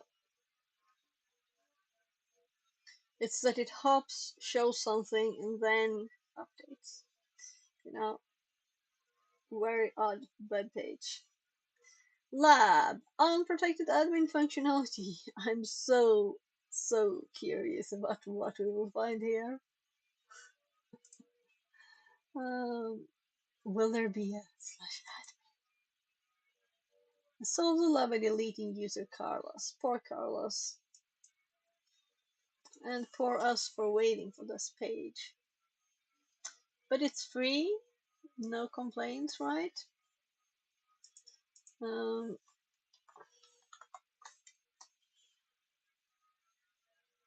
So we get the same error here. Not found. So very interesting.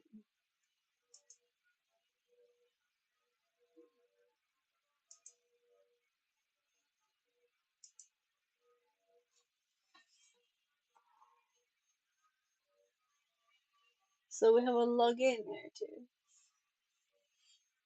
Oh my. Seriously. I'm like, I don't have an IP to do things to. I don't dare to check anything on this. So let's just burp it again. I don't trust that thing. Oh gosh, I think I might have been too long by the computer. And I should try not to pass 10 hours, and I just did. And the reason not to pass 10 hours is because I can't upload this to YouTube as one file. 10 hours seems plenty long, lol. Yeah, but it's just that my arm started over my shoulder. Maybe it's just like this cold from the window now. It's just 12 degrees outside, and it's 28.4 here, so the wind is kind of cold from the window. I don't like cold. I should close the window. And I should close my fan. Let's start the fan. We don't need it You're anymore. uploading to YouTube? You should be able to multitask instead. Yeah, I do that too. But I don't trust that because when I streamed for 13 hours, the YouTube one was 11 hours, you know? So I don't. It's easier just to upload everything anyway, than to check everything if it's okay or not. But I think I will start doing them like hidden. But I think that requires manual work too. So I'll have to go through it all and think a bit. And let's go to the history here. And now I've been talking so long, so we probably don't have it still. Let's just go to the main base page. Just open it here. There. And let's just go admin here. Oh my. Not found. So there's not an admin one at least.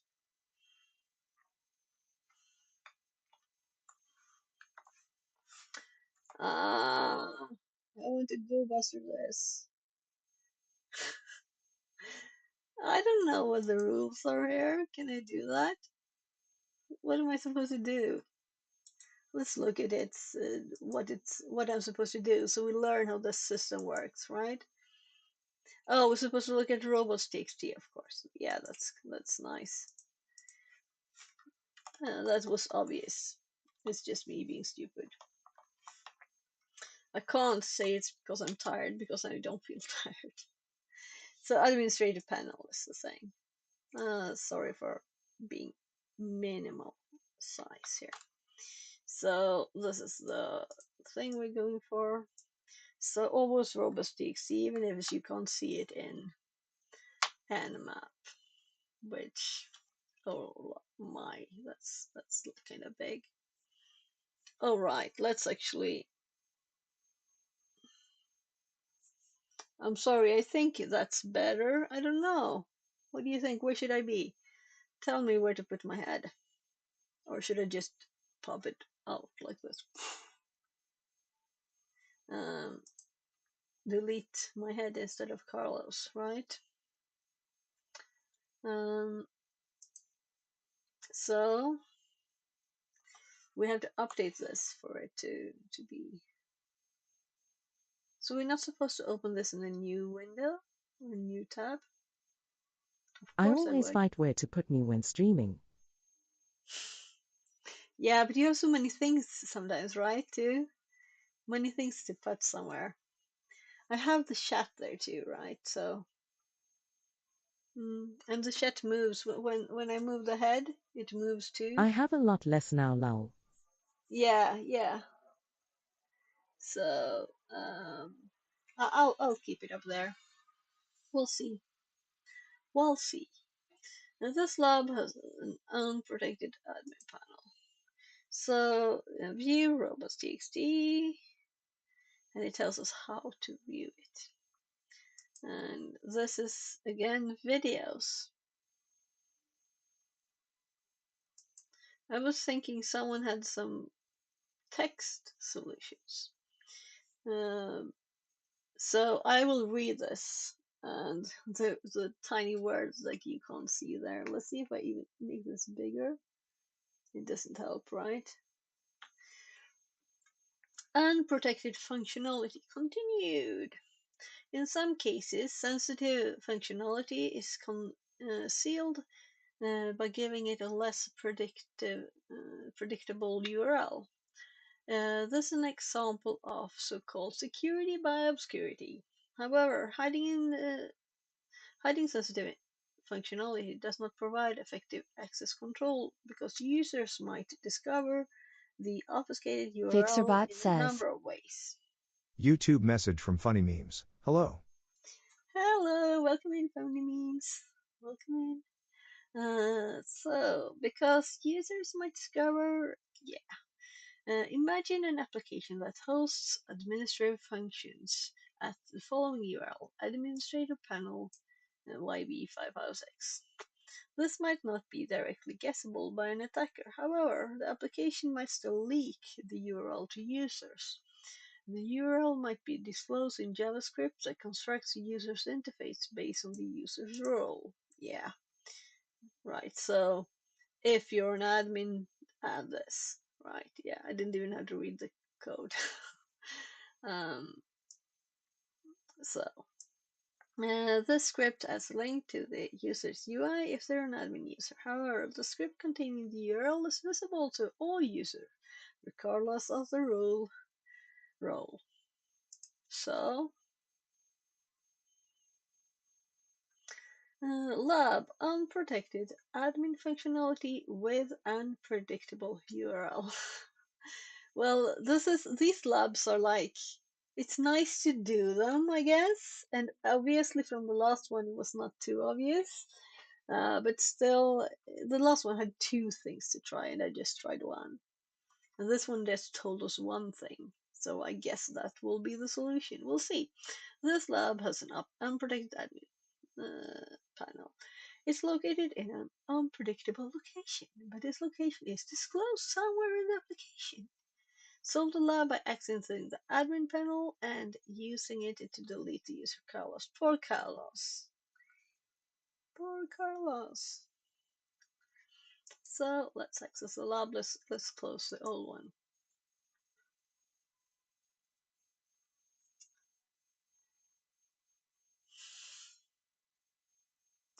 Come on, lab. Open up. Unprotected admin functionality. So, let's just view the source here and see if it's the CC. And I'm going to look for admin.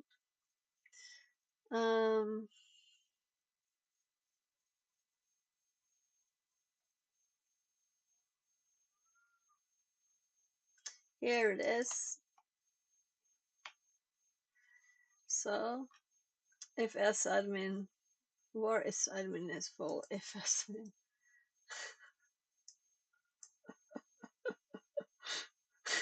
Okay. Admin panel tag set attribute href.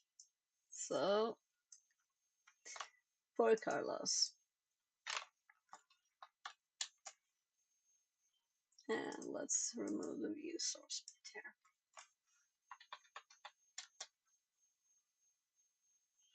And delete poor Carlos again. I feel so bad for deleting Carlos.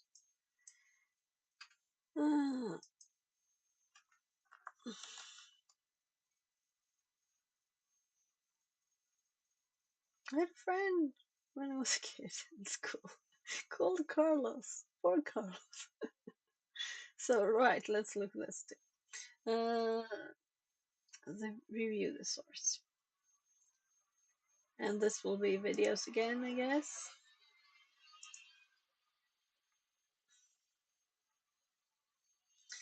Parameter-based access control methods. Some applications determine the user's access rights or role at login. Right, notes. Do we need notes for this?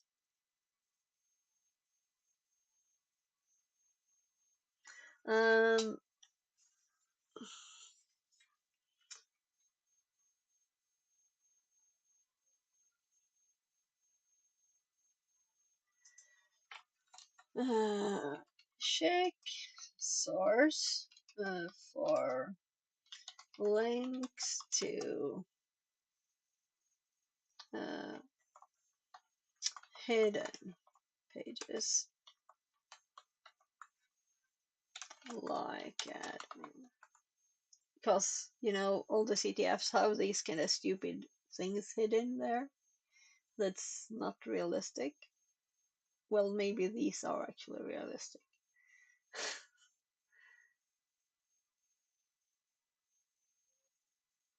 Check source link to hidden pages like admin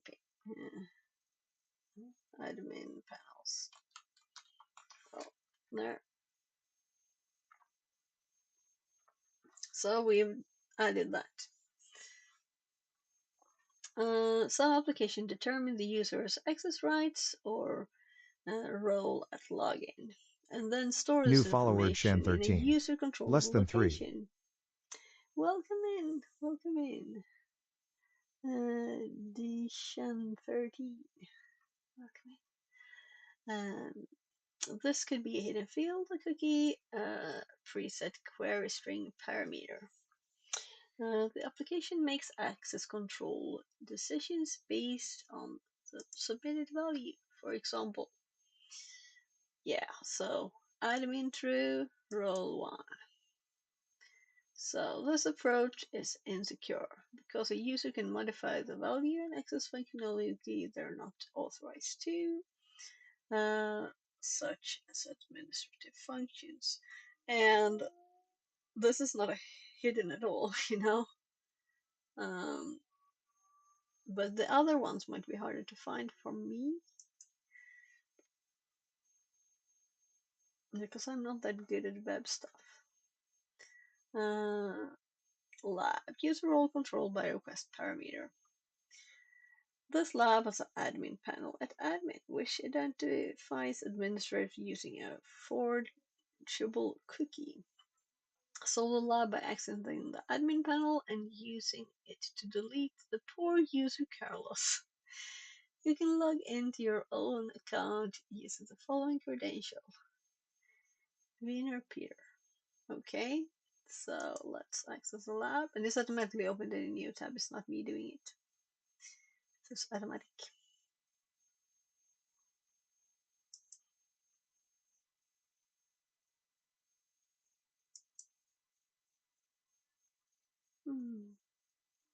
So, my account, I guess.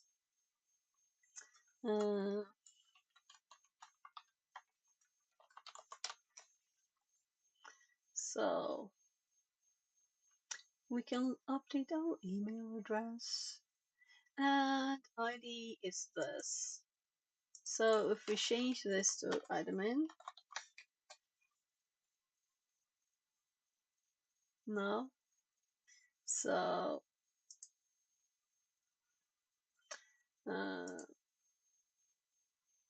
my account, this is all on my account. What does home look like now? Yeah. So let's look at this page.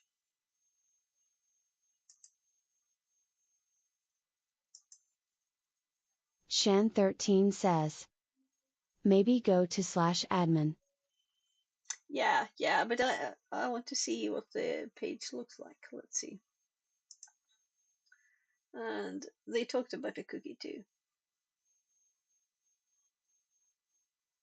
And also, I don't want hints when I'm trying to solve something. I want to think first, and then I can ask for help if I want to.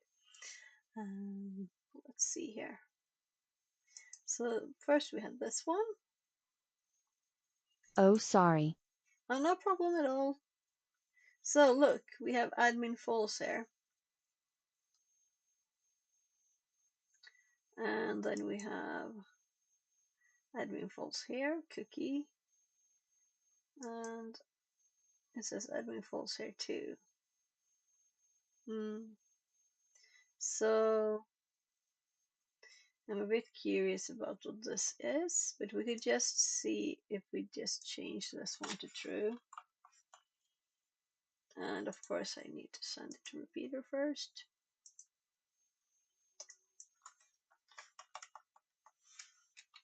But there's nothing that we might not be able to, you know. So if this was false,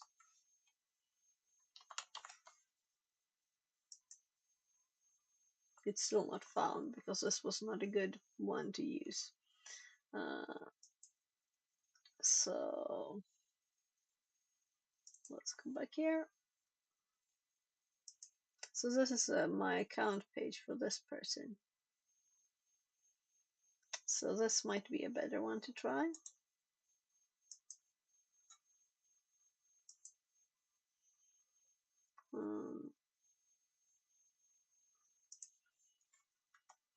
I'm going to read the cookie too, but let's see if this has any other things.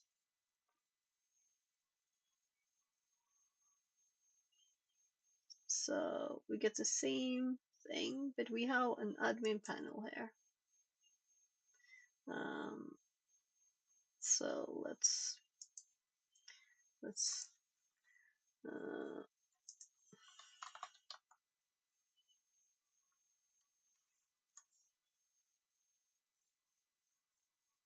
yeah, and it says it's admin. So if we go to admin here,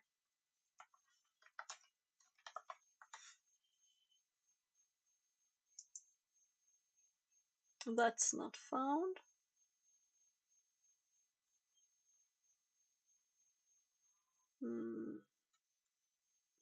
So let's go back here. So now we know there's admin there.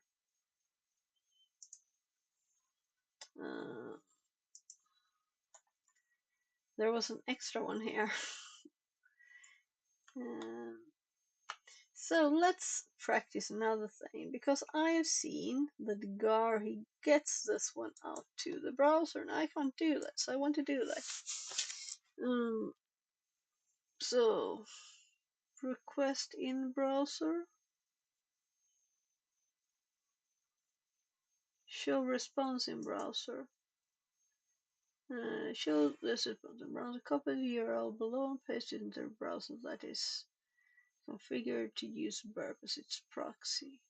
Okay, in the future, just copy the URL. Okay, well, don't do that because this is still new, so I can paste it here and it will show the response.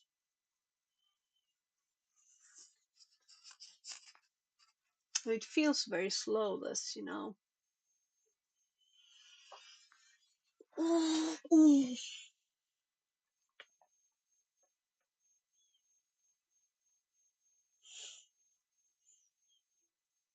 Come on.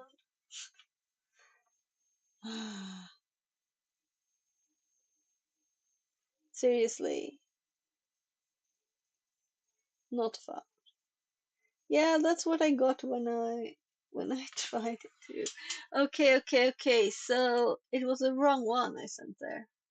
It was my modified one. So I wanted the, come on.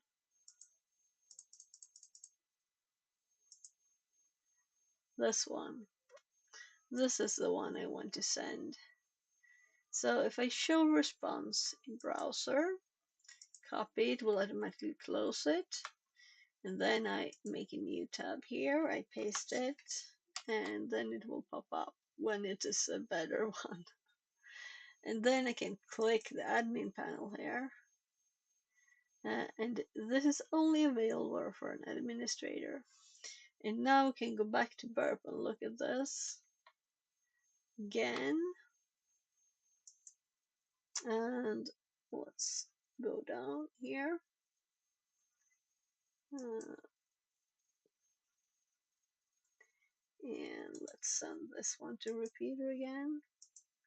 And let's change this one again. This really feels like cheating. I thought I had to change the session bit here.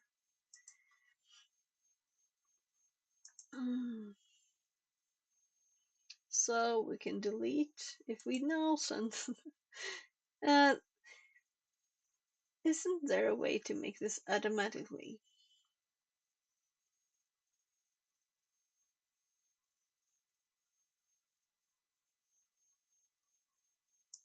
It might be, but not. Well, let's just paste it here. So now we delete Carlos.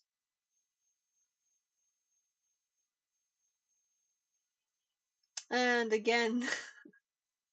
So now we have what we need to do here, though. That's annoying. So, anyone has a better way to do this than to going here? Though I guess if this was what I was after, you know, delete username Carlos is kind of obvious here. Change the cookies. In the browser. In the browser. Okay. I have no idea how I would do that. So this is a great thing to learn. So, I think someone told me there was like, I installed this one. So I can see some things there, but that's not useful now. But I think there was a cookie one too you could install. But if I were to just F12 here, I think I can edit them too, right? And on this machine it opens up here, because in my other normal one I have a special another window popping up. So is it storage? Cookies? Admin?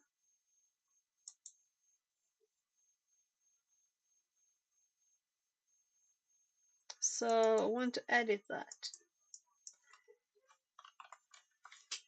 But how come it's not continuing just automatically, right? So, will this work? Reload page. Yeah, I did. So it's deleted. Yeah. So that was easy to find, but I don't like this. I prefer using burp, really. But I guess this is what I need to do in this situation. But I would like to just hop to burp and do everything there. That's better.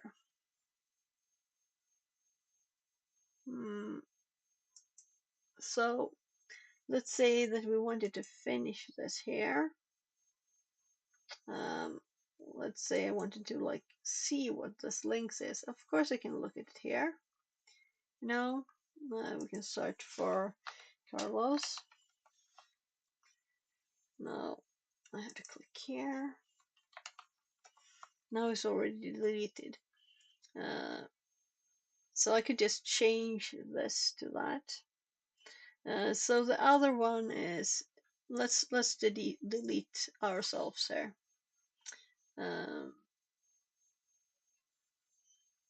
So oh,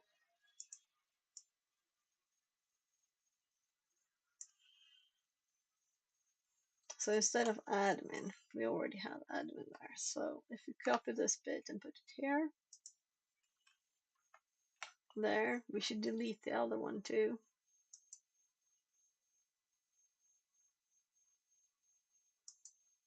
Nothing.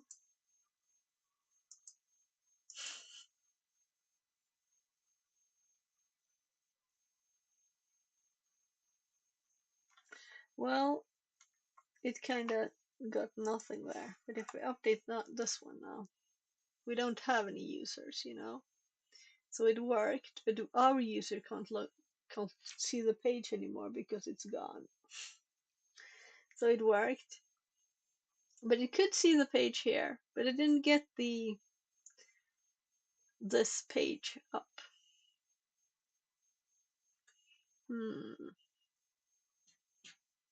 Kids knocking on the door.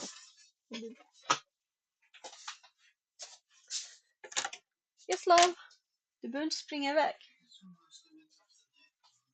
Vad sa du? Jag vet. Yes.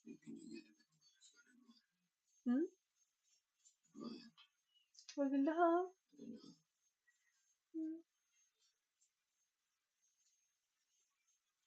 Ska jag ge dig nuggets? Chicken nuggets? Vill du ha det?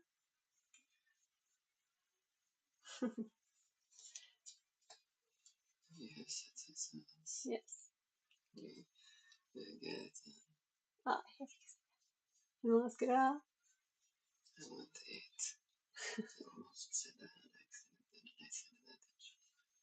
Okej. Ska jag ta ner din gamla tallrik också?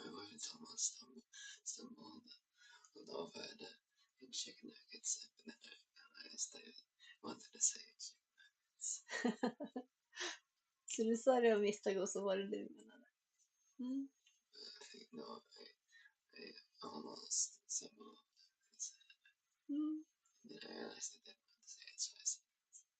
Bra. Jag fixar din tallrik här. On 2 big clean plates. 2?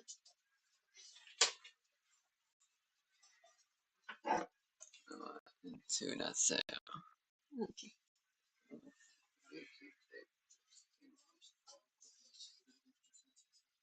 Okay.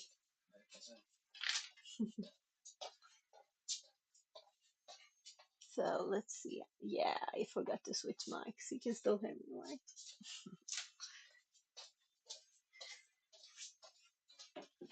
So I think you heard. I'll just start the air fryer with some chicken nuggets. That's quick. Let's see here.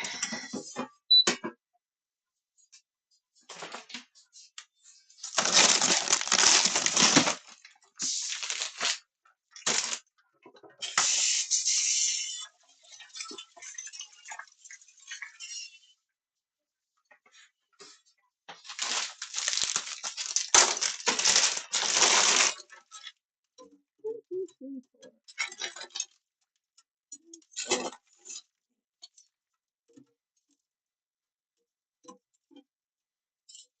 I'll be trying to get in more, so 9.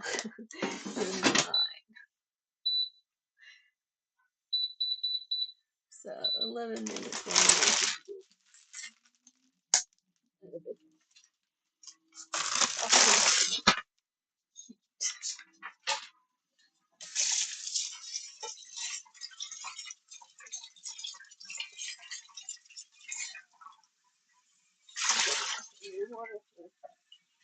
I'm going to eat lots of so, and it's almost midnight here. It doesn't matter, I was thinking, it's Friday night. And I've kind of promised people that Americans that I will stream late sometime. Might discontinue now. So what should I do then? The air frying. Dina nuggets är i air frying. De kommer snart. What should I do? Is it like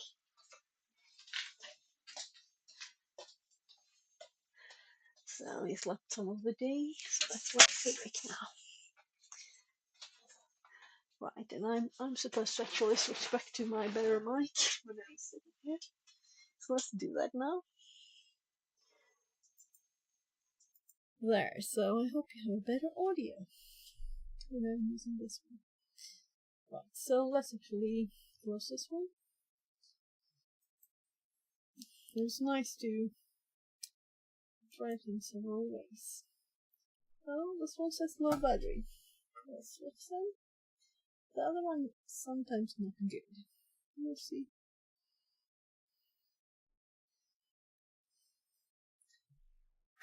So, right, so I had another one happen. Yeah, so this is the reason why I have my Kelly line here, because the VMware one is up there. So, solution. Browser admin, yeah. We didn't do that. We actually found it in the link. Dark proxy. Again. So I'm not going to click this one anymore than this, I think, because it's just these videos. I want text, because it's spooky. Horizontal privilege escalation. Horizontal privilege escalation occurs if a user is able to gain access to resources belonging to another user instead of their own resources at that time. For example, if an employee can access the records of another employee as well as their own, then this is horizontal privilege escalation. Horizontal privilege escalation attacks. They use similar types of exploit methods to vertical privilege escalation.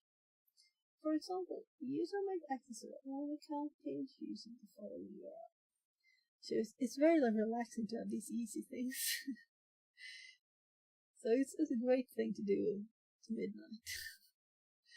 HTTPS, well, ID 153, not like, yeah. So it's like, I don't write this. Oh, it says, yeah. If an attacker modifies the ID parameter value of another user, they might gain access to another user's account page and the associated data information. Note, this is an example of insecure direct object reference. Right, so this is what IDOR stands for, and I didn't know that. I just knew IDOR. So let's put this in the acronyms. I have acronyms up here somewhere. Acronyms and word lists. So, acronyms. So, even if I know what IDOR is, I didn't know what it stood for letters. Direct object reference. That's very logical, right? So,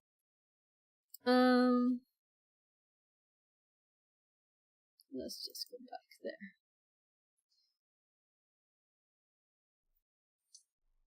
This type of vulnerability arises when the user-controlled parameter values are used to access resources or functions directly.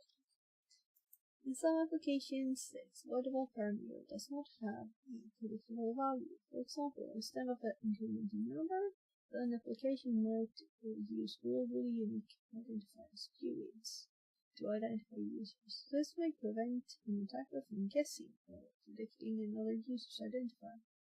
However, the GUID belonging to other users might be disclosed elsewhere in the application, where users are referenced, such as user messages or reviews. Okay, so this is a hint for us too, but also something to remember. So, let's actually make a note of that, because it's a good thing. So, vulnerabilities. I don't think I have either here. Would we make a new one? And let's also use the full name here as a reminder, and not just numbers, might be GUID, for example,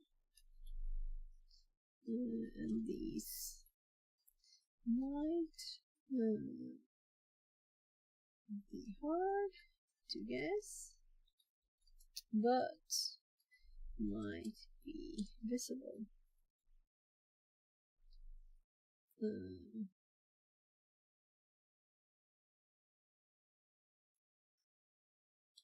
At places. Well, before they said that, I was thinking like, just a simple phone list or something, you know? They have user messages and reviews. Always was possible. Use these.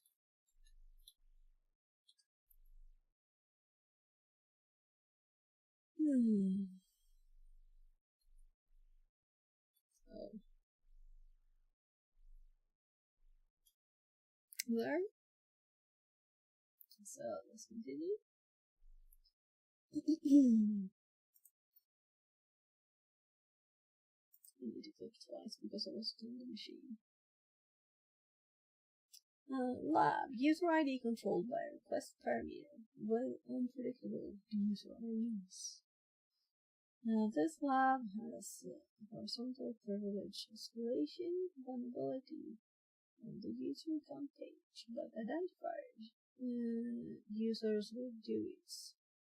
To solve this lab, find a GUID for Taros, then submit this API. I think he actually used GoBuster to just send possible things sometimes. That's on there. Then submit his API key as the solution.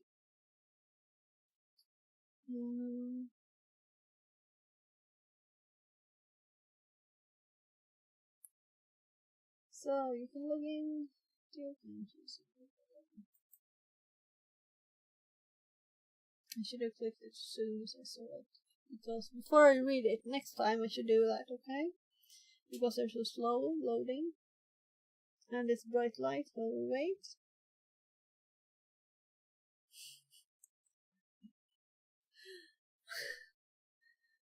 Also it says the cool parent. So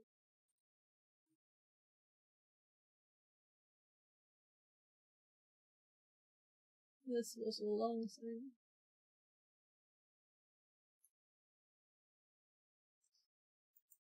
So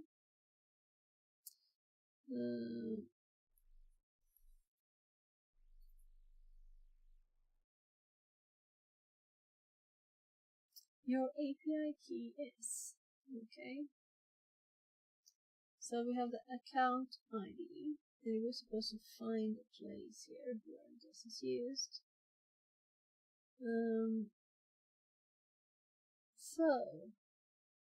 Okay, so did they say, that's so annoying.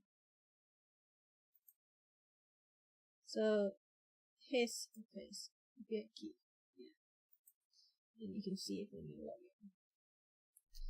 So we're supposed to find it somewhere.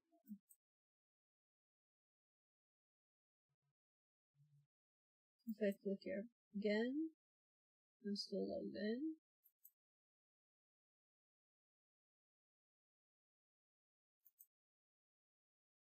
So I expect this person to have, was it some special name? Carlos. For Carlos. Of course it's for Carlos again. So let's just look at this. So working as a text, brilliant.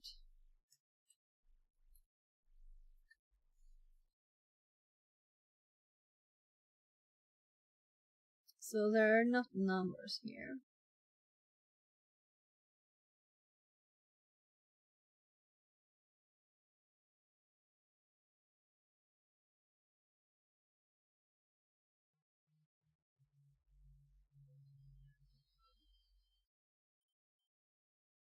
So the author here is Carlos. User ID. Okay, that's too easy. So we have his user ID already. Well, I shouldn't complain.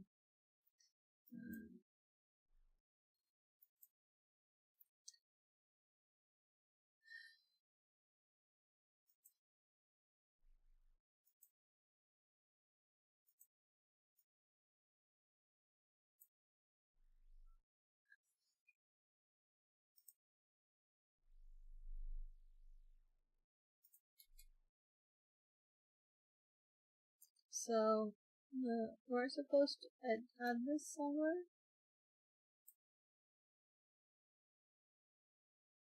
Where Carlos now?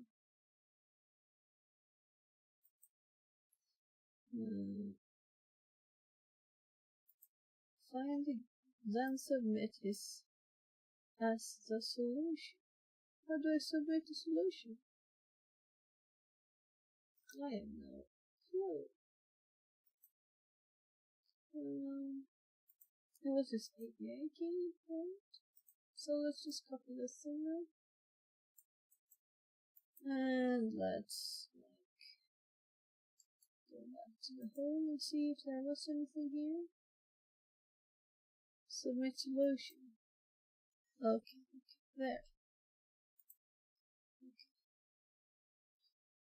So close it. Is there anything to make notes from this? No, I already made notes. I'm just thinking it is very easy, but I guess it's supposed to be. So it's still practice, and it's tiny bit of hardware all the time. And then you think it's all easy. That's good, because then you just learned a lot of things without having a hard time about it. You know, that's good, I guess, right? So it's not bad. It's not just easy. It's kind of good. I'm just surprised, mostly, I guess.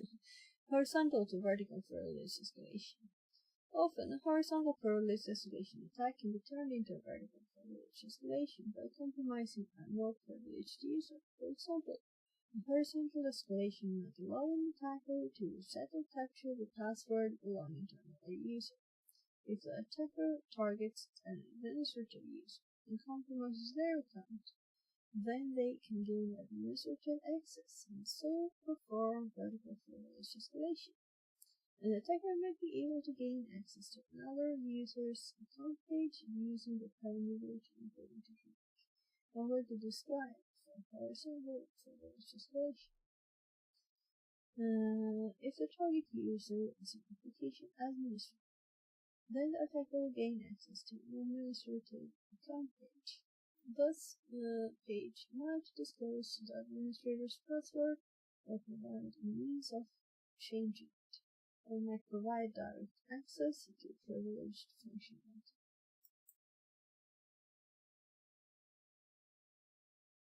Lab. User ID controlled by request parameter with password disclosure. Okay.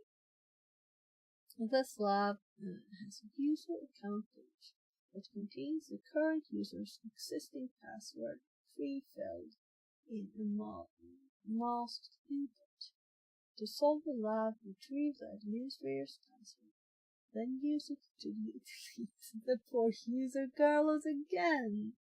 You can log into your own account using the following credentials. So let's go to the lab. I didn't click it before I read. I should have. So next time I see this, I should click this at once. Okay? Program that into my brain.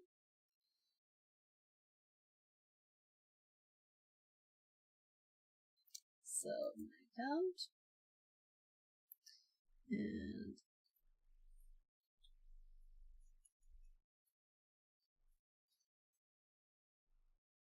so we have the password filled in here. But you can't see it. So what? Can we like copy it? No. But it's probably there, so we can see it.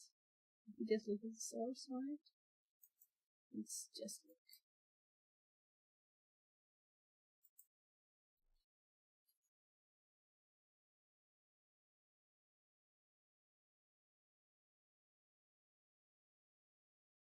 Value Peter. Yeah, so we can see our password here. It's Peter.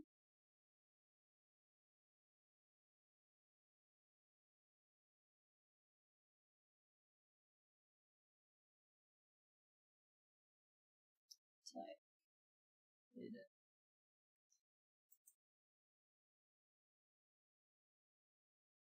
So let's look at one. And let's click on anything.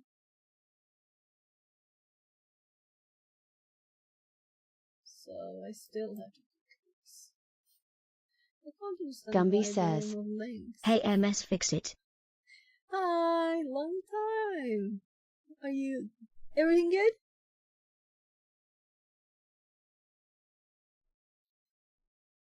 So I'm actually up late, streaming late today. People ask for it sometimes. So Yay, M was on holiday. oh, cool, nice. Hope you had a great time. So let's just do something else here. Let's see. Oh, sorry. We could probably just click anything, right? Is it this user Carlos? Did it again. No Carlos in here. So might this actually be the first one where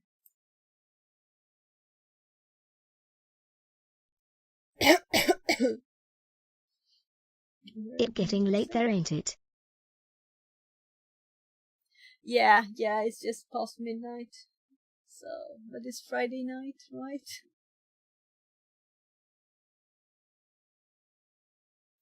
So,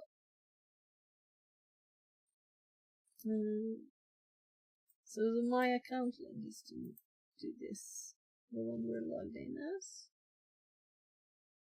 So let's look at other pages, I guess.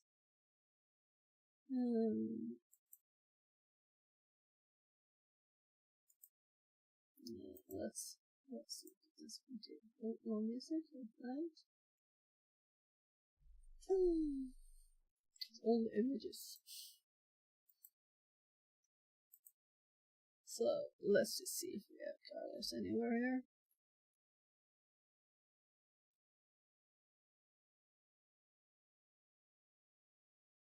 So let's check what we're supposed to do.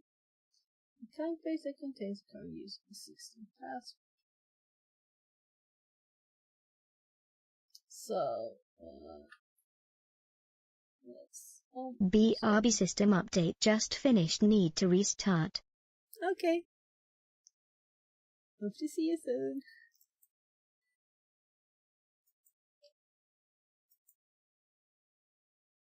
So let's see here. It's just an account ID.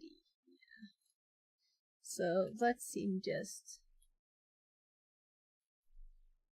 again. I didn't even look there. Well, so this is his password. What am I supposed to do with that? Anything?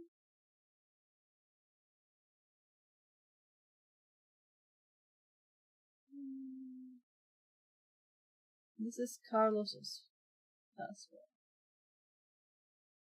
not the administrator. So let's also look at the. So what could the administrator?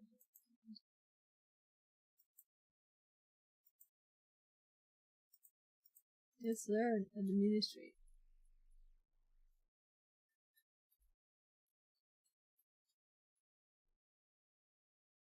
Yes, it is.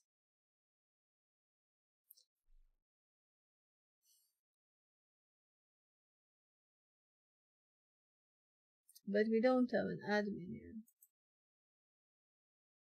So maybe we really need to look at the password first.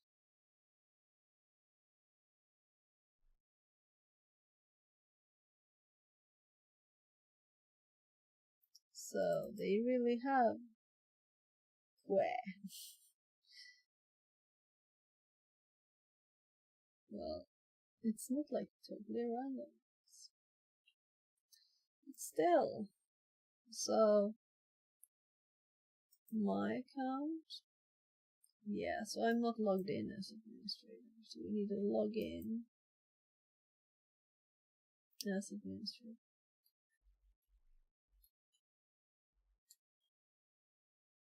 And then we're logged in as that. We can go to the admin panel and we can delete poor Carlos again. So he's deleted once more. Poor Carlos. Let's delete all the tabs. So we need to update this one too. So that's so like odd. Very oddly. So now we're at the new beta authentication. Authentication vulnerabilities. Conceptually, authentication vulnerability. I'm just thinking the same as I'm reading. Maybe I should do one thing at a time. Is there anything more we want to mention? Well, this was crazy with lots of passwords and lots of either, right? Yeah, but I don't see anything more to make notes of.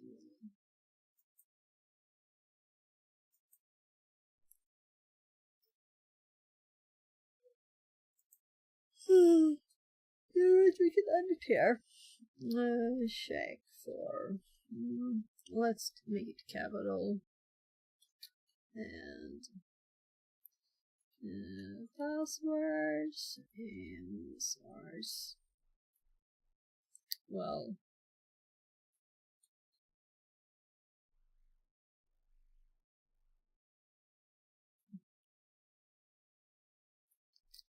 suddenly we have a more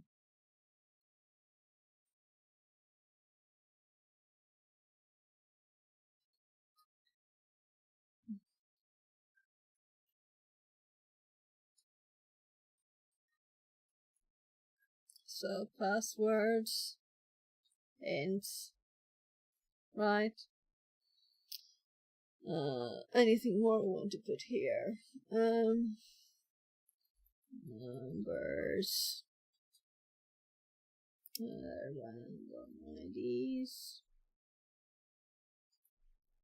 Well, right. So I'm going to go get my kids' food. I'll put up the dinner message. Second dinner or third for him.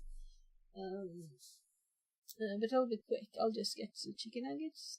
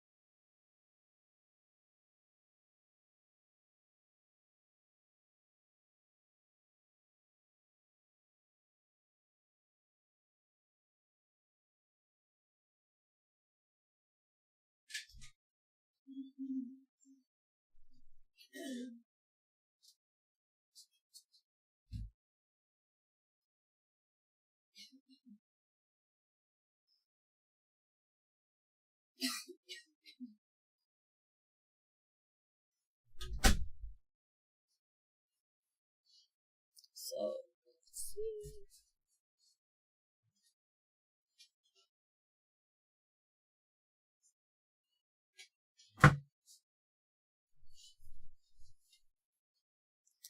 Maybe I should close my window, but we'll see. It's still 28.3 in here, and it's 10.9 outside. So, cold air is kind of like falling into the room on the floor.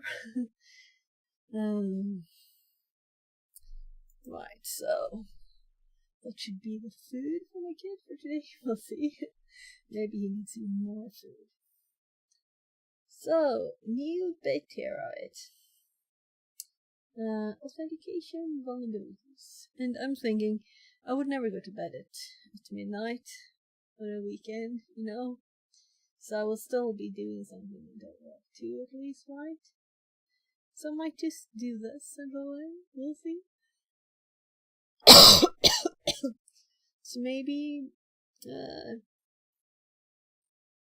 know, oh, let's just continue. Why can I click here? I couldn't. Authentication of vulnerabilities. Conceptually, authentication vulnerabilities are easy to understand. However, they are usually critical because of their relationship between authentication and security. Authentication vulnerabilities can allow attackers to gain access to sensitive data and functionality. They also expose additional attack surface for further attacks. For this reason, it's important to learn how to identify and exploit authentication vulnerabilities, and how to bypass common protection measures. In this section, we explain the most common authentication mechanisms used by websites, potential vulnerabilities in these mechanisms, inherent vulnerabilities in different authentication mechanisms. This sounds interesting. Typical vulnerabilities that are introduced by their improper implementation. Okay. How you can make your own authentication mechanisms as robust as possible. That's also good. Forgot your password. Enter your email address to reset your password. Carlos at normaluser.com. Post password reset. Post eviluser.net. Okay, it doesn't start there. It's like anytime. Hello, Carlos. To reset your password, click the following link. eviluser.net. Password reset token. Okay, so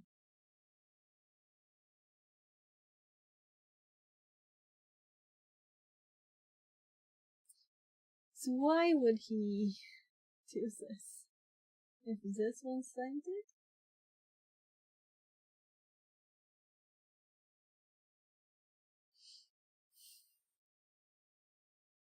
That's odd.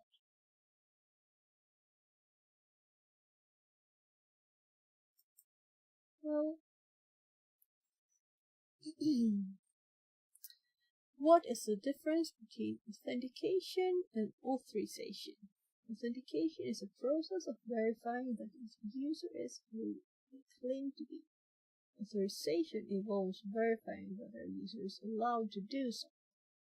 For example, authentication determines whether someone attempting to access a website with the username Carlos123 really is the same person who created the account. Once Carlos123 is authenticated, their permissions determine what they're authorized to do. For example, they may be authorized to access personal information about other users, or perform actions such as deleting another user's account. Brute force attacks. Brute force attack is when an attacker uses a system of trial and error to guess valid user credentials. These attacks are typically automated using word lists of usernames and passwords. Automating this process, especially using dedicated tools. There are cars passing by, but you can't hear it, I think. The filter is working. Especially using dedicated tools, potentially enables an attacker to make vast numbers of login attempts at high speed. And we did this earlier with hardware. So, it all ties together. And we also had traversal earlier. Brute forcing is not always just a case of making completely random guesses at usernames and passwords, but also using basic logic or publicly available knowledge. Attackers can fine-tune brute force attacks to make much more educated guesses. This considerably increases the efficiency of such attacks. Websites that rely on password-based logins as their sole method of authenticating users can be highly vulnerable if they do not implement sufficient brute force protection.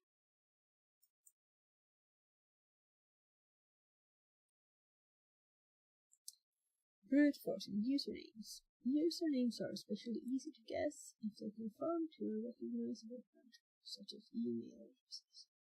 For example, it is very common to see business login in the format firstname.lastname@samecompany.com. However, even if there is no obvious pattern, sometimes even high-privileged accounts are created using predictable usernames, such as admin or administrator. During auditing, check whether the website includes potential usernames permitted. For example, are you able to access user profiles without logging in? Even if the actual content of the profile is hidden, the name used in the profile is sometimes the same as the login username. You should also check HTTP responses to see if any email addresses are disclosed. Occasionally, responses contain email addresses of high-privileged users, such as administrators or IT support. Okay, so I'm thinking this is a thing that we need to add to our list here. Just a reminder to check for at logins. Let's see here.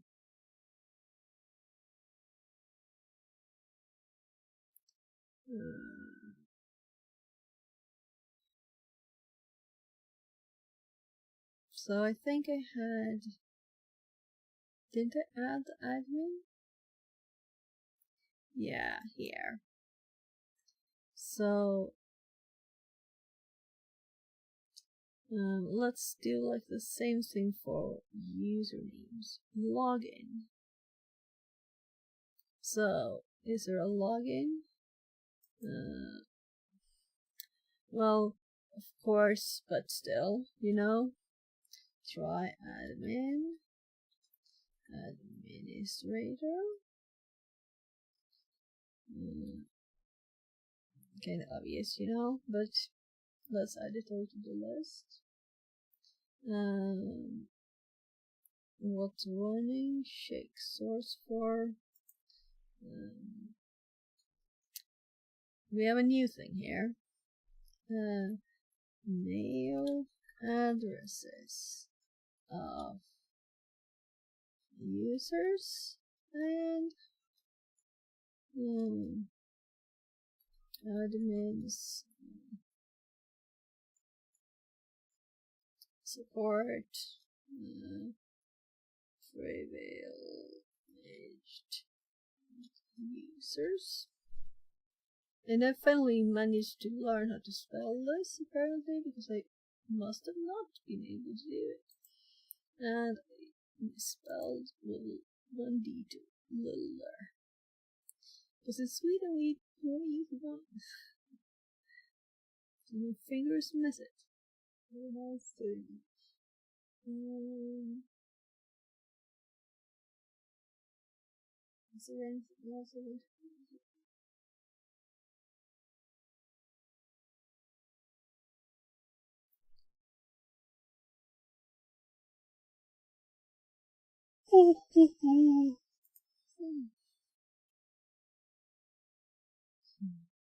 No, I'm not so tired. I did the same 10 hours. So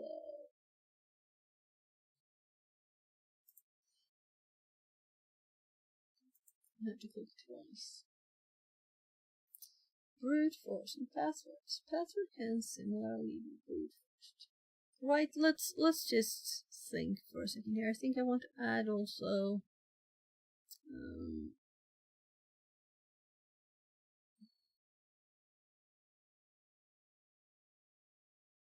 I don't even mention brute forcing here, but that's like an obvious thing if we get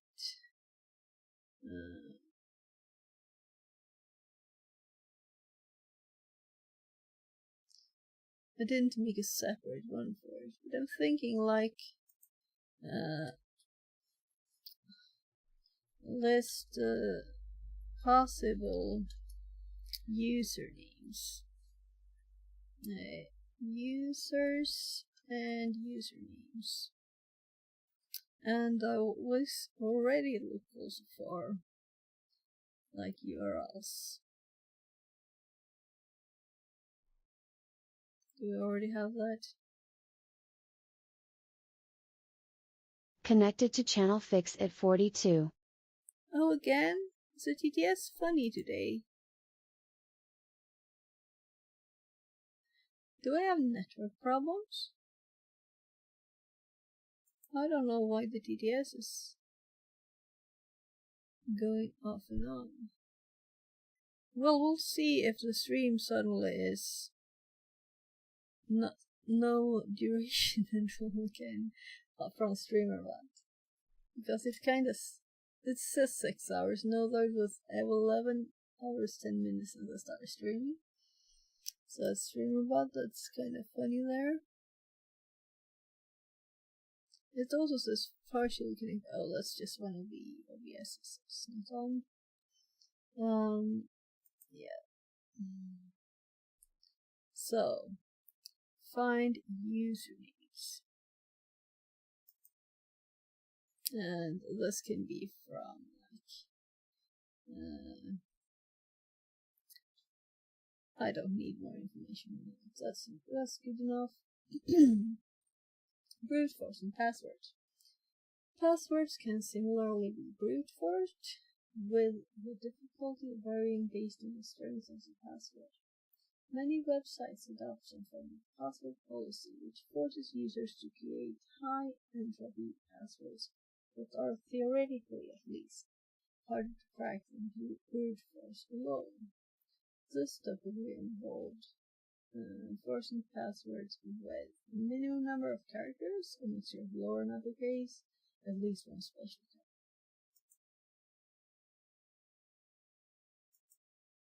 Did I click twice now? I think we just have one page, right? Brute forcing password continued. However, the high entropy passwords are difficult for computers alone to crack. We can use basic knowledge of human behavior to exploit the vulnerabilities that users unequivocally introduce into the system. Rather than creating a strong password with a random combination of characters, users often take a password that they can remember and try to program it into fitting a password policy. For example, if my password is blah, the user will try my password 1 exclamation or my password instead.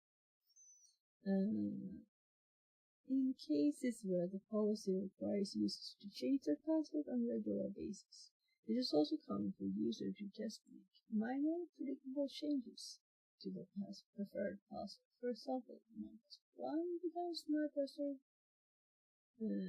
question mark, my password 2.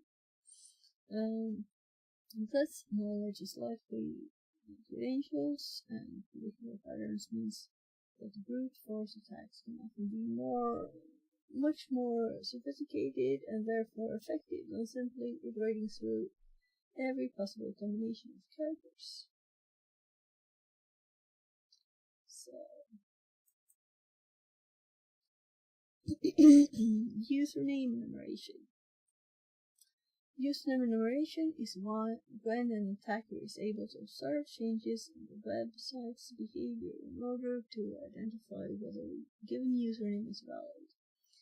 Username enumeration typically occurs either on a login page, for example, when you enter a valid username but an incorrect password, or on registration forms where you enter a username that is already taken.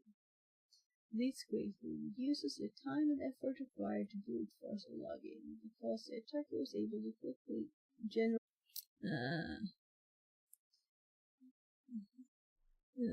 validate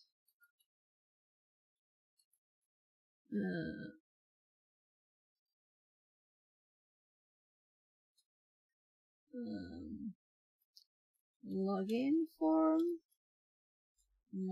Well, of course it might not work. You don't have to do that. But also registration, you know? So, registration form. This is much more likely, right? Because this one will be like, something of your information is wrong. And even like we said, password will be like, if you had an account, it was sent to you. And the registration form will be like, this user already exists. It won't say it might not exist, right? But you can't have it. Oh, that's funny. Better have it there in the list of things. So let's continue. Lab. Let's actually do this one first now. Programmed it into my brain. Lab. Username enumeration via different responses. This lab is vulnerable to username enumeration and password brute force attacks. It has an account with a predictable username and password, which can be found in the following word list. So we have two lists. To solve the lab, enumerate valid username, brute force this user's password, then access their account page. Sounds fun. So,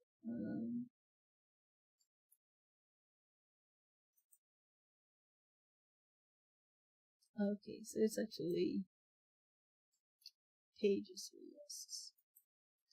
So,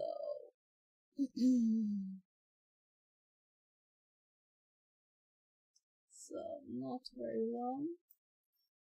So let's call these something and save them.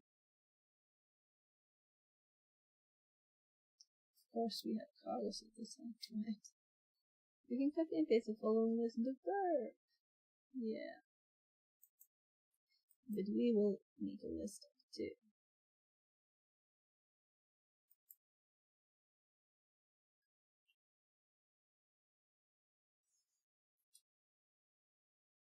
I don't know. I want one empty line there. I don't know. Maybe not. I don't know how they work. Something might not read the last line this way. So let's save this as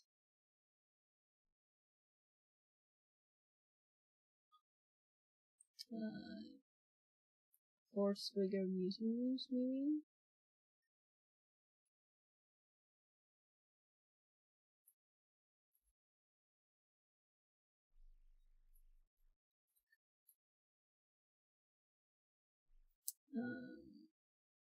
And let's also make a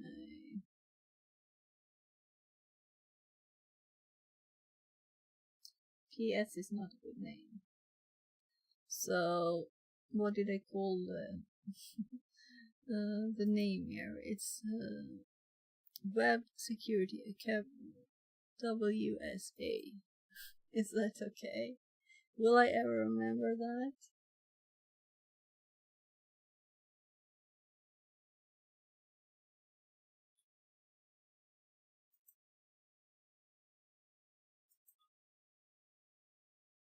well, let's just call it this thing.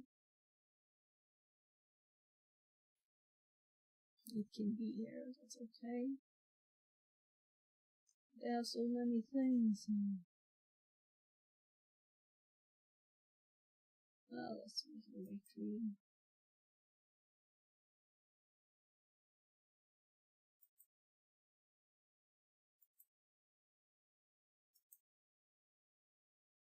So apparently it's called WSA now.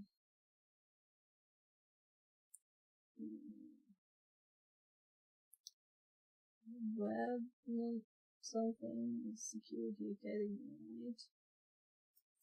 So and this is the web list, and then we have password list. Okay. Remember this one? We just read it earlier. Nice, it's short.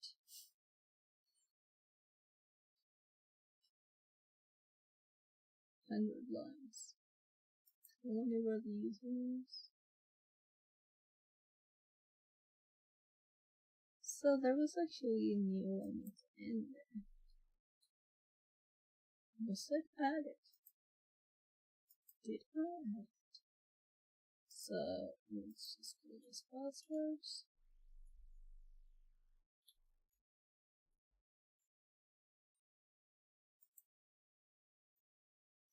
So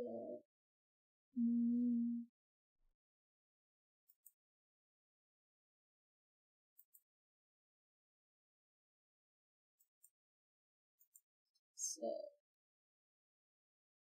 this will allow number the valid username and brute force this user's password.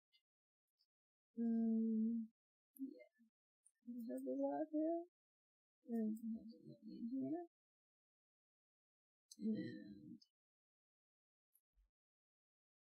let's see.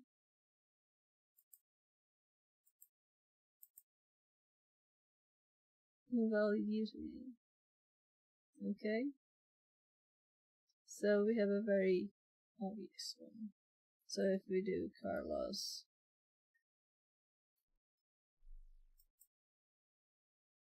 we also get invalid username. Because there's only one username in this one, it's not Carlos. That would have been too easy, right?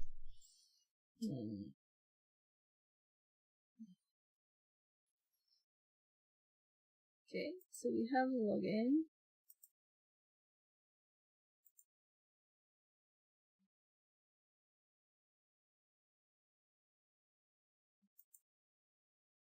So here's the login with Carlos.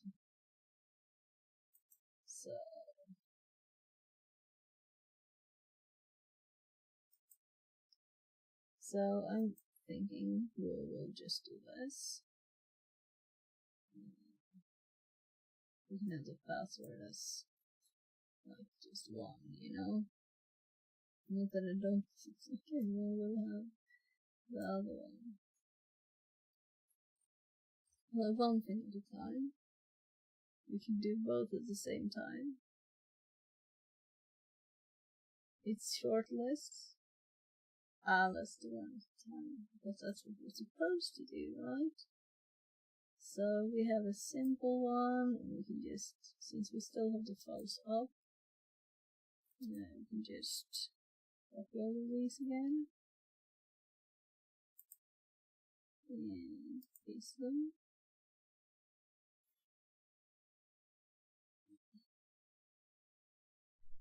So, and that's 101, which is correct. Yeah.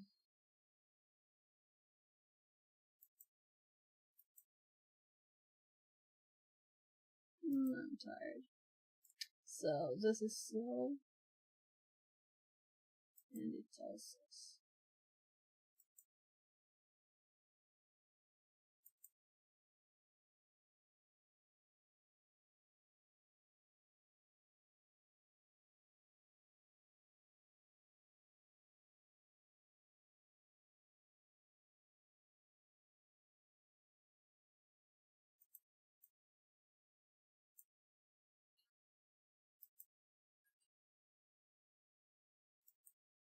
Yeah, so roll it up there. Let's look at the sizes.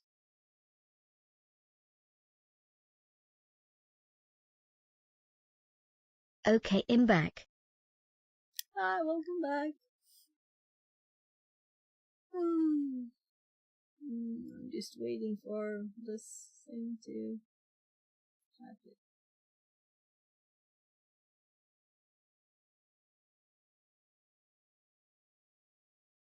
$52 of 101. Yeah, I realized this was here kind of recently.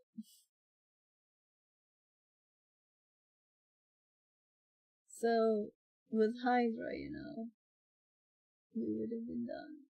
But we could do both. Just because.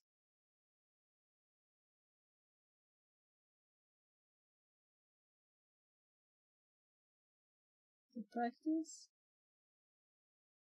But also, I feel like the slowness of this one. This is on the internet as well. So it's scary.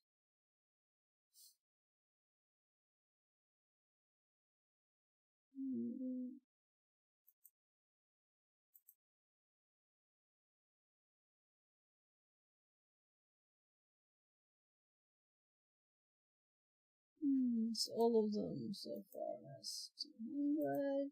All of them are almost the same length. But the one that's shorter is... This one's longer. It still has invalid username.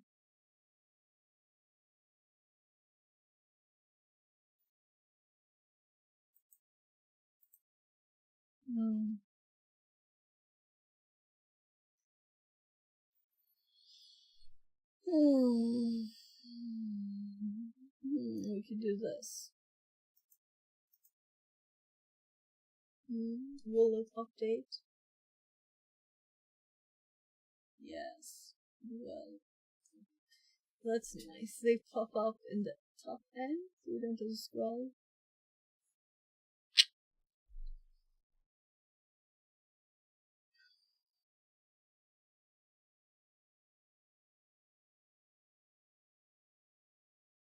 It's almost done.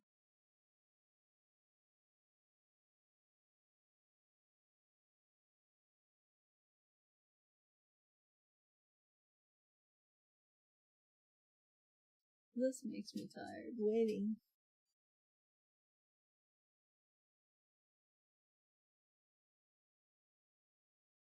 So, will all of them say?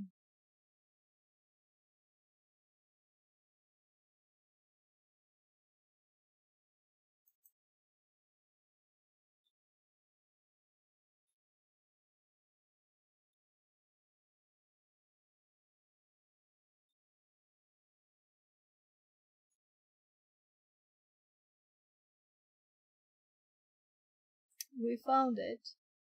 So there was nothing obvious here, but my search for invalid username showed 0 in this one. And it says incorrect password instead. So it's a short, similar message, but it's incorrect password. So it's Atlas. That's the one. So let's go back and just change this one. And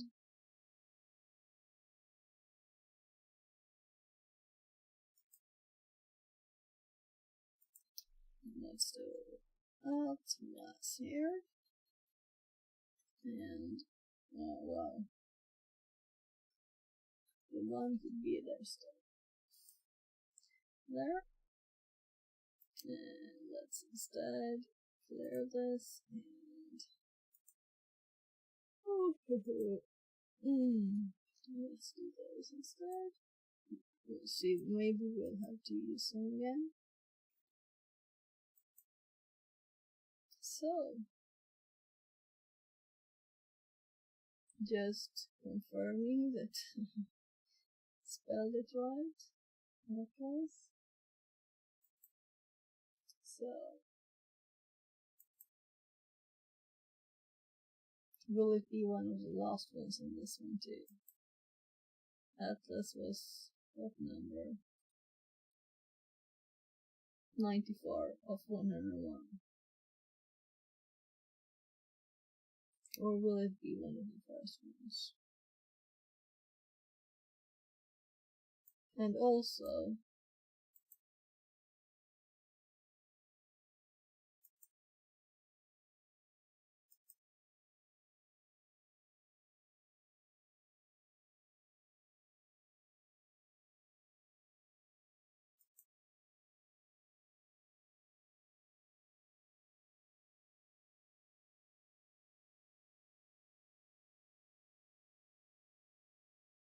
so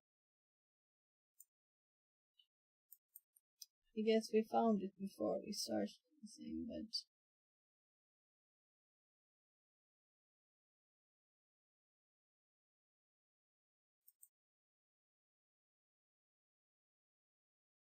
this one is so short.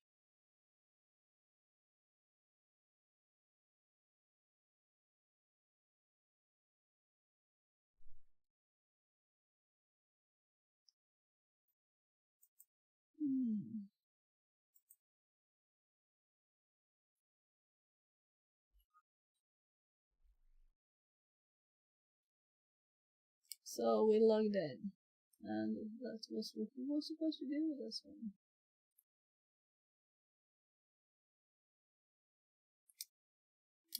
The thing is, should we do this? Let's see how we would do this with Hydra too, right? Why not? So the Hydra one I did earlier today was this kind of mess. This kind of mess. Now we don't need this.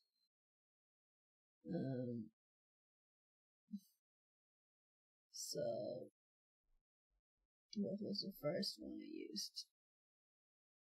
Over here, right? Invalid username.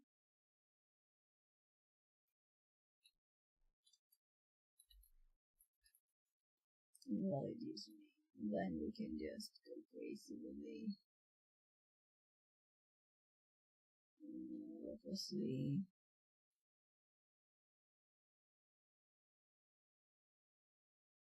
so this is a request as a post, and we have username and password.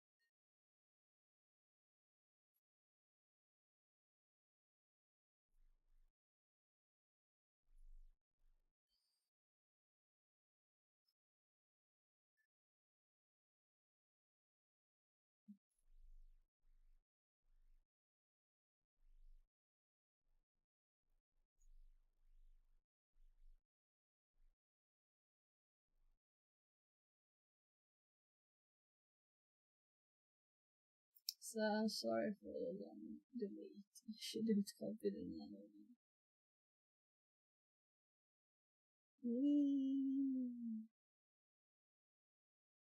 It's almost.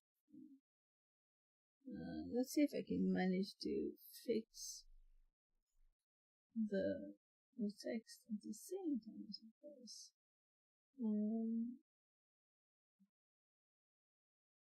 Of course, we need to fix the URL here.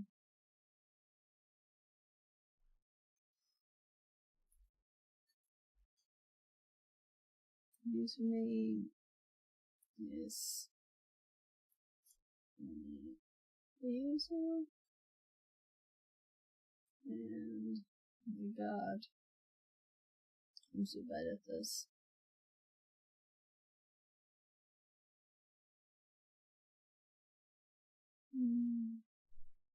The syntax of the URLs is not my strong suit, so I'm looking at my notes, broad parsing, Hydra, and scrolling down just a bit. So it's and of course. Of course.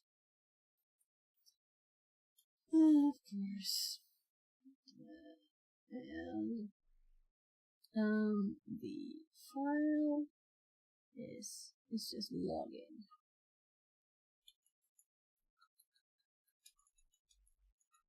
Login.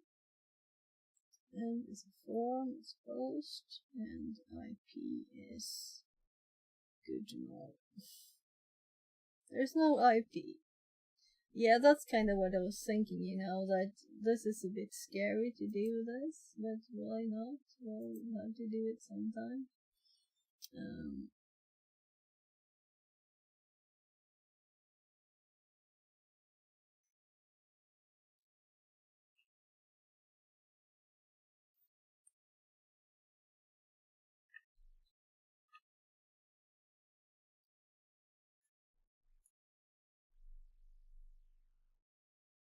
And also, this will not be the list, which we kind of. So it will be.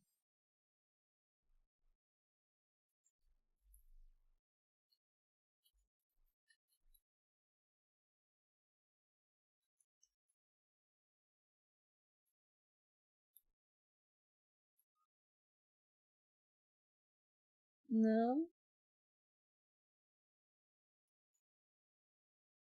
No. What did I call it?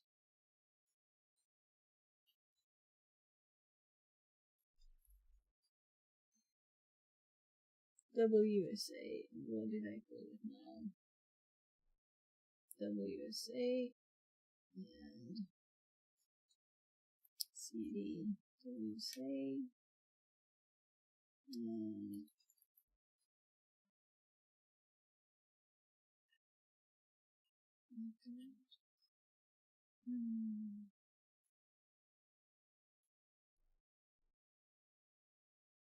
no.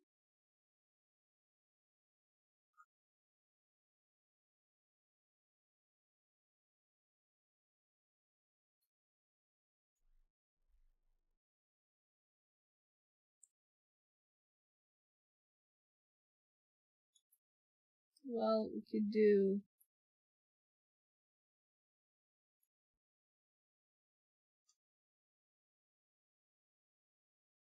What did I do now?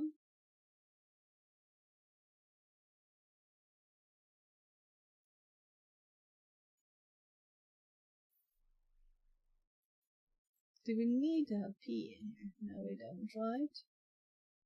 This is good learning. So the list here is.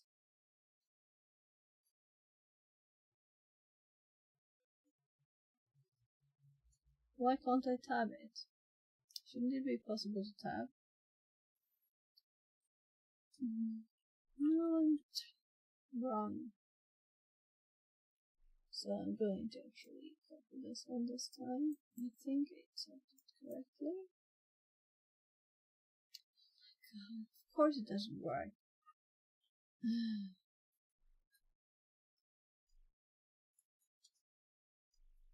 So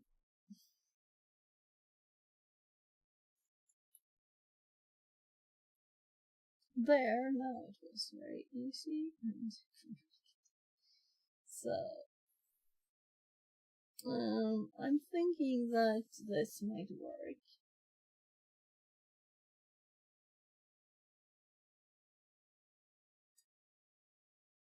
So I forgot something. Valid target. Oh, right. Right, I need also HTTPS.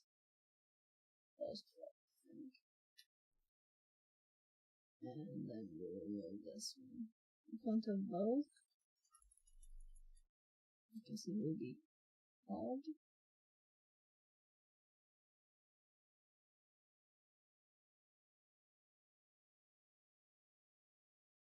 Yeah, but I didn't want to have passwords. I didn't ask you to do passwords, but okay, we'll add the password. We can do that. 3.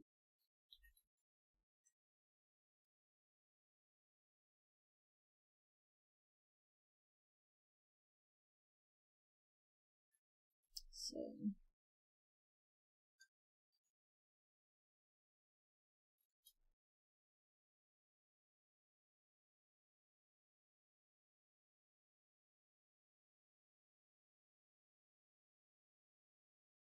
So it doesn't work.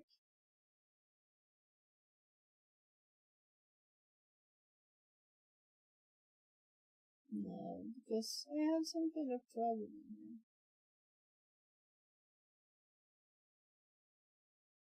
Pepeep says.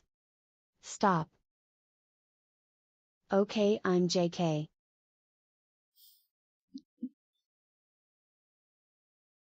So, this is why I'm practicing, because it's wrong.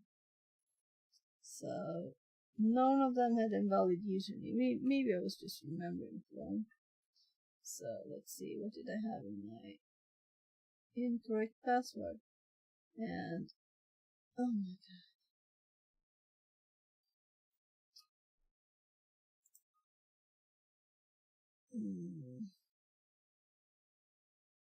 I feel so blind, yeah.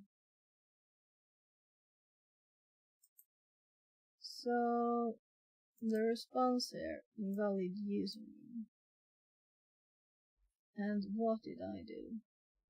Yeah, I'm an iPhone 10R, so I can't hack. Okay.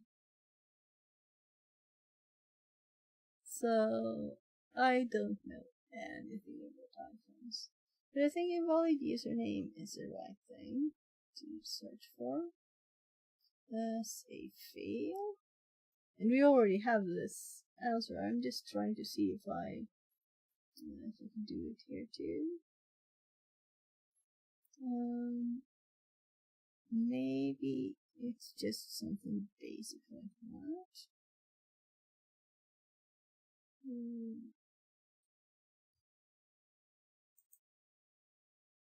But this is login.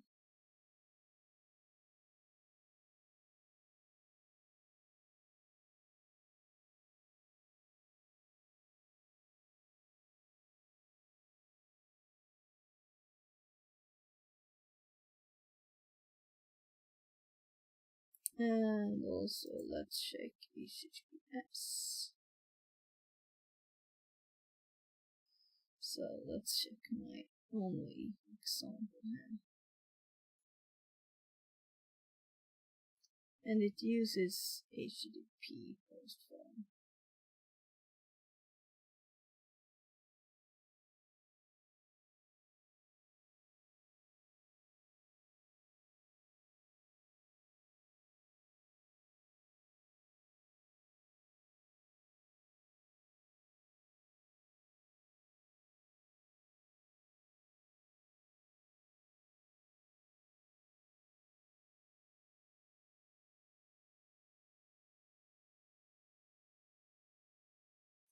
Right.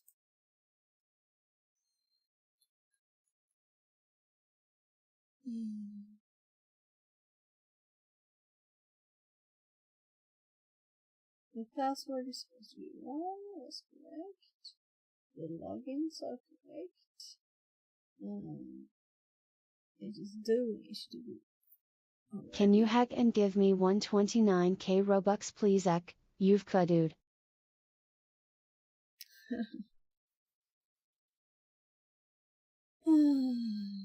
So I'm trying to figure this out. And it's late, it's 1 a.m. now. So if you want to help, you're welcome. But we don't hack anything.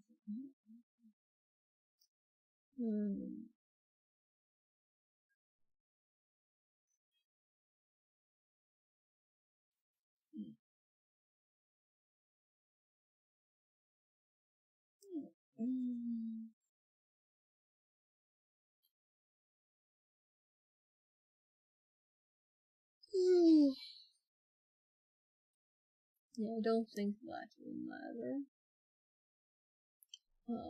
Username, password, and select.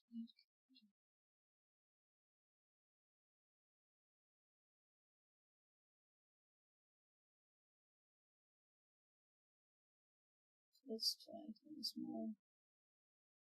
Yeah, so we still get all of them successfully completed. And that's not right. So maybe I should just be okay with this. It might be too late for this.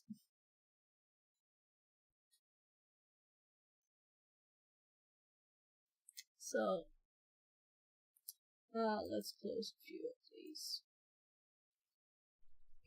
Let's agree password.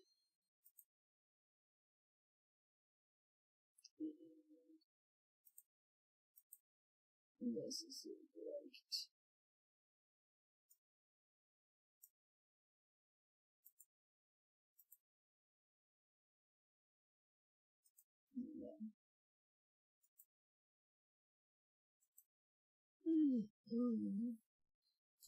Sorry, I'm starting to get tired actually. Maybe I should just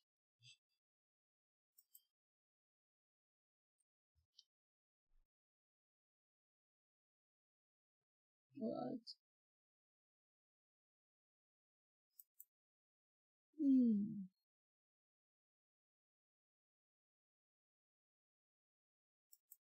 So maybe I should do a few more. Maybe not. Maybe solve this one. Logged in. Did I forget to check the solution for that ones? Start running investigation game page.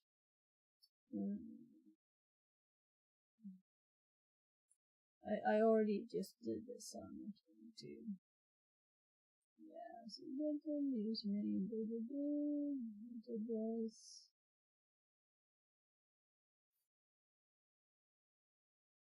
Yeah, leave the password as static value, that's what I did. Simple list, and I just pasted it there. They just also pasted. But they also made a list. When I think it's finished.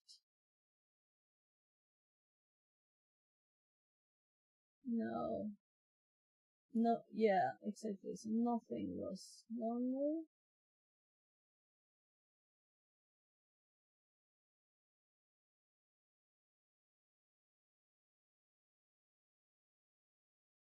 Oh, whatever. I've already done it, so. It's also possible to Brutus plugin and cluster them, yeah. So I was thinking that would be slower. Why do I skip? Because I have to F5 it for it to remember or realize that it's so.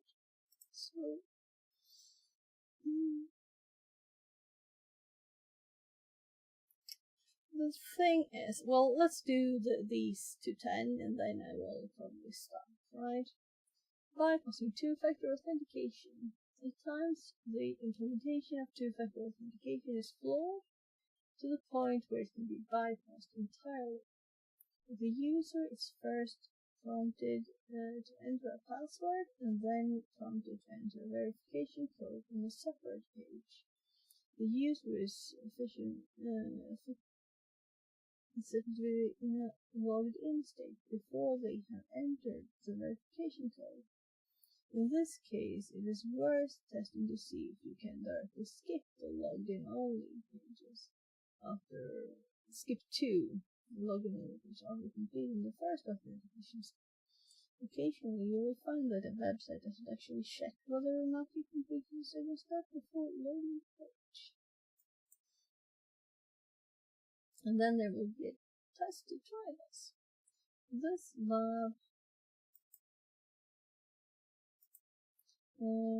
lab's two-factor authentication can be bypassed. You have already obtained a valid username and password, but you do not have access to the user's two-factor verification code. To solve this lab, access Carlos' page. Kids Club. They call me the band. Are you going to give me 129k Robux?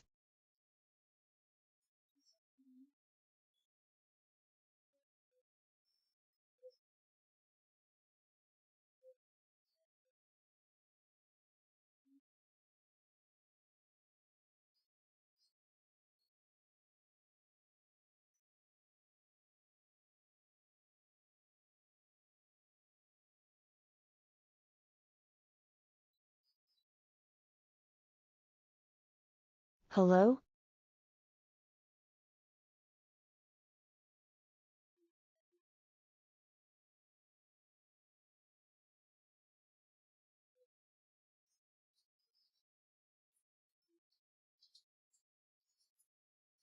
Hello, I'm here.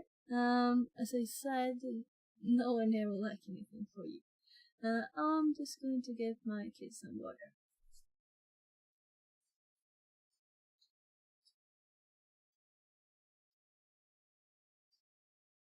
Okay.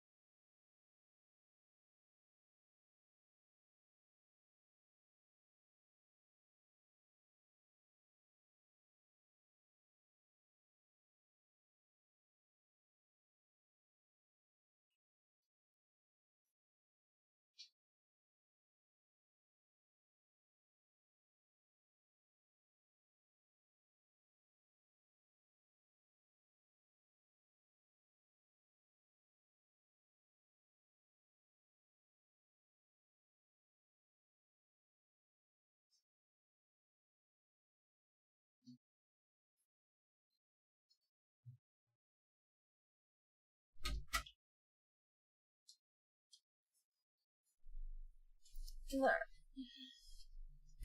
So,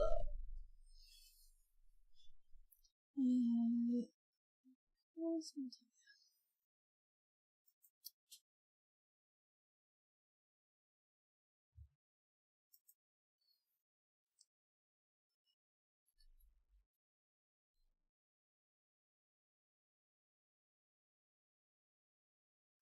let's actually.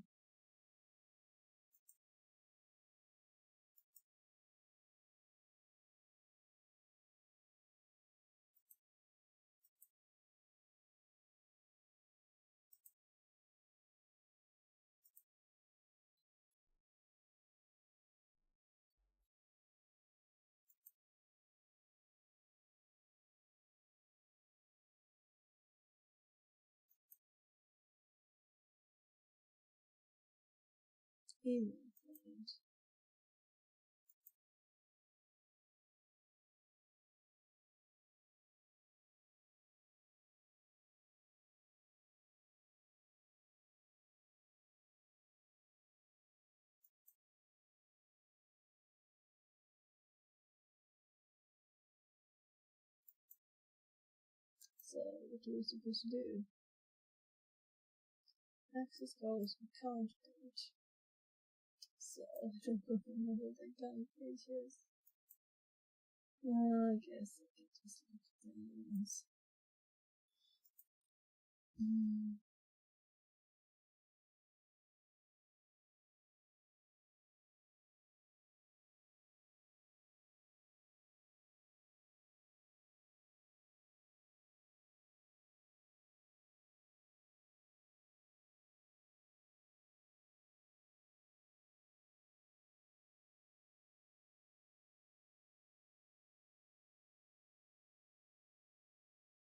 No, it's annoying since I have it all through there.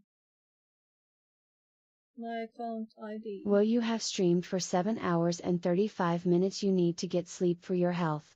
Actually, I've streamed for 11 hours and 53 minutes. Does it say that number? Yeah, but Oopsie. So, let's just copy this right there. And Yeah. see. Okay.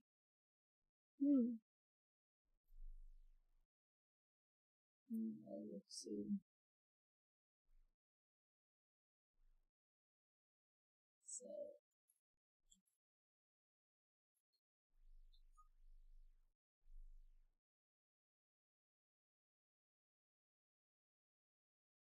congratulations, you solved a lot. Okay, let's look here.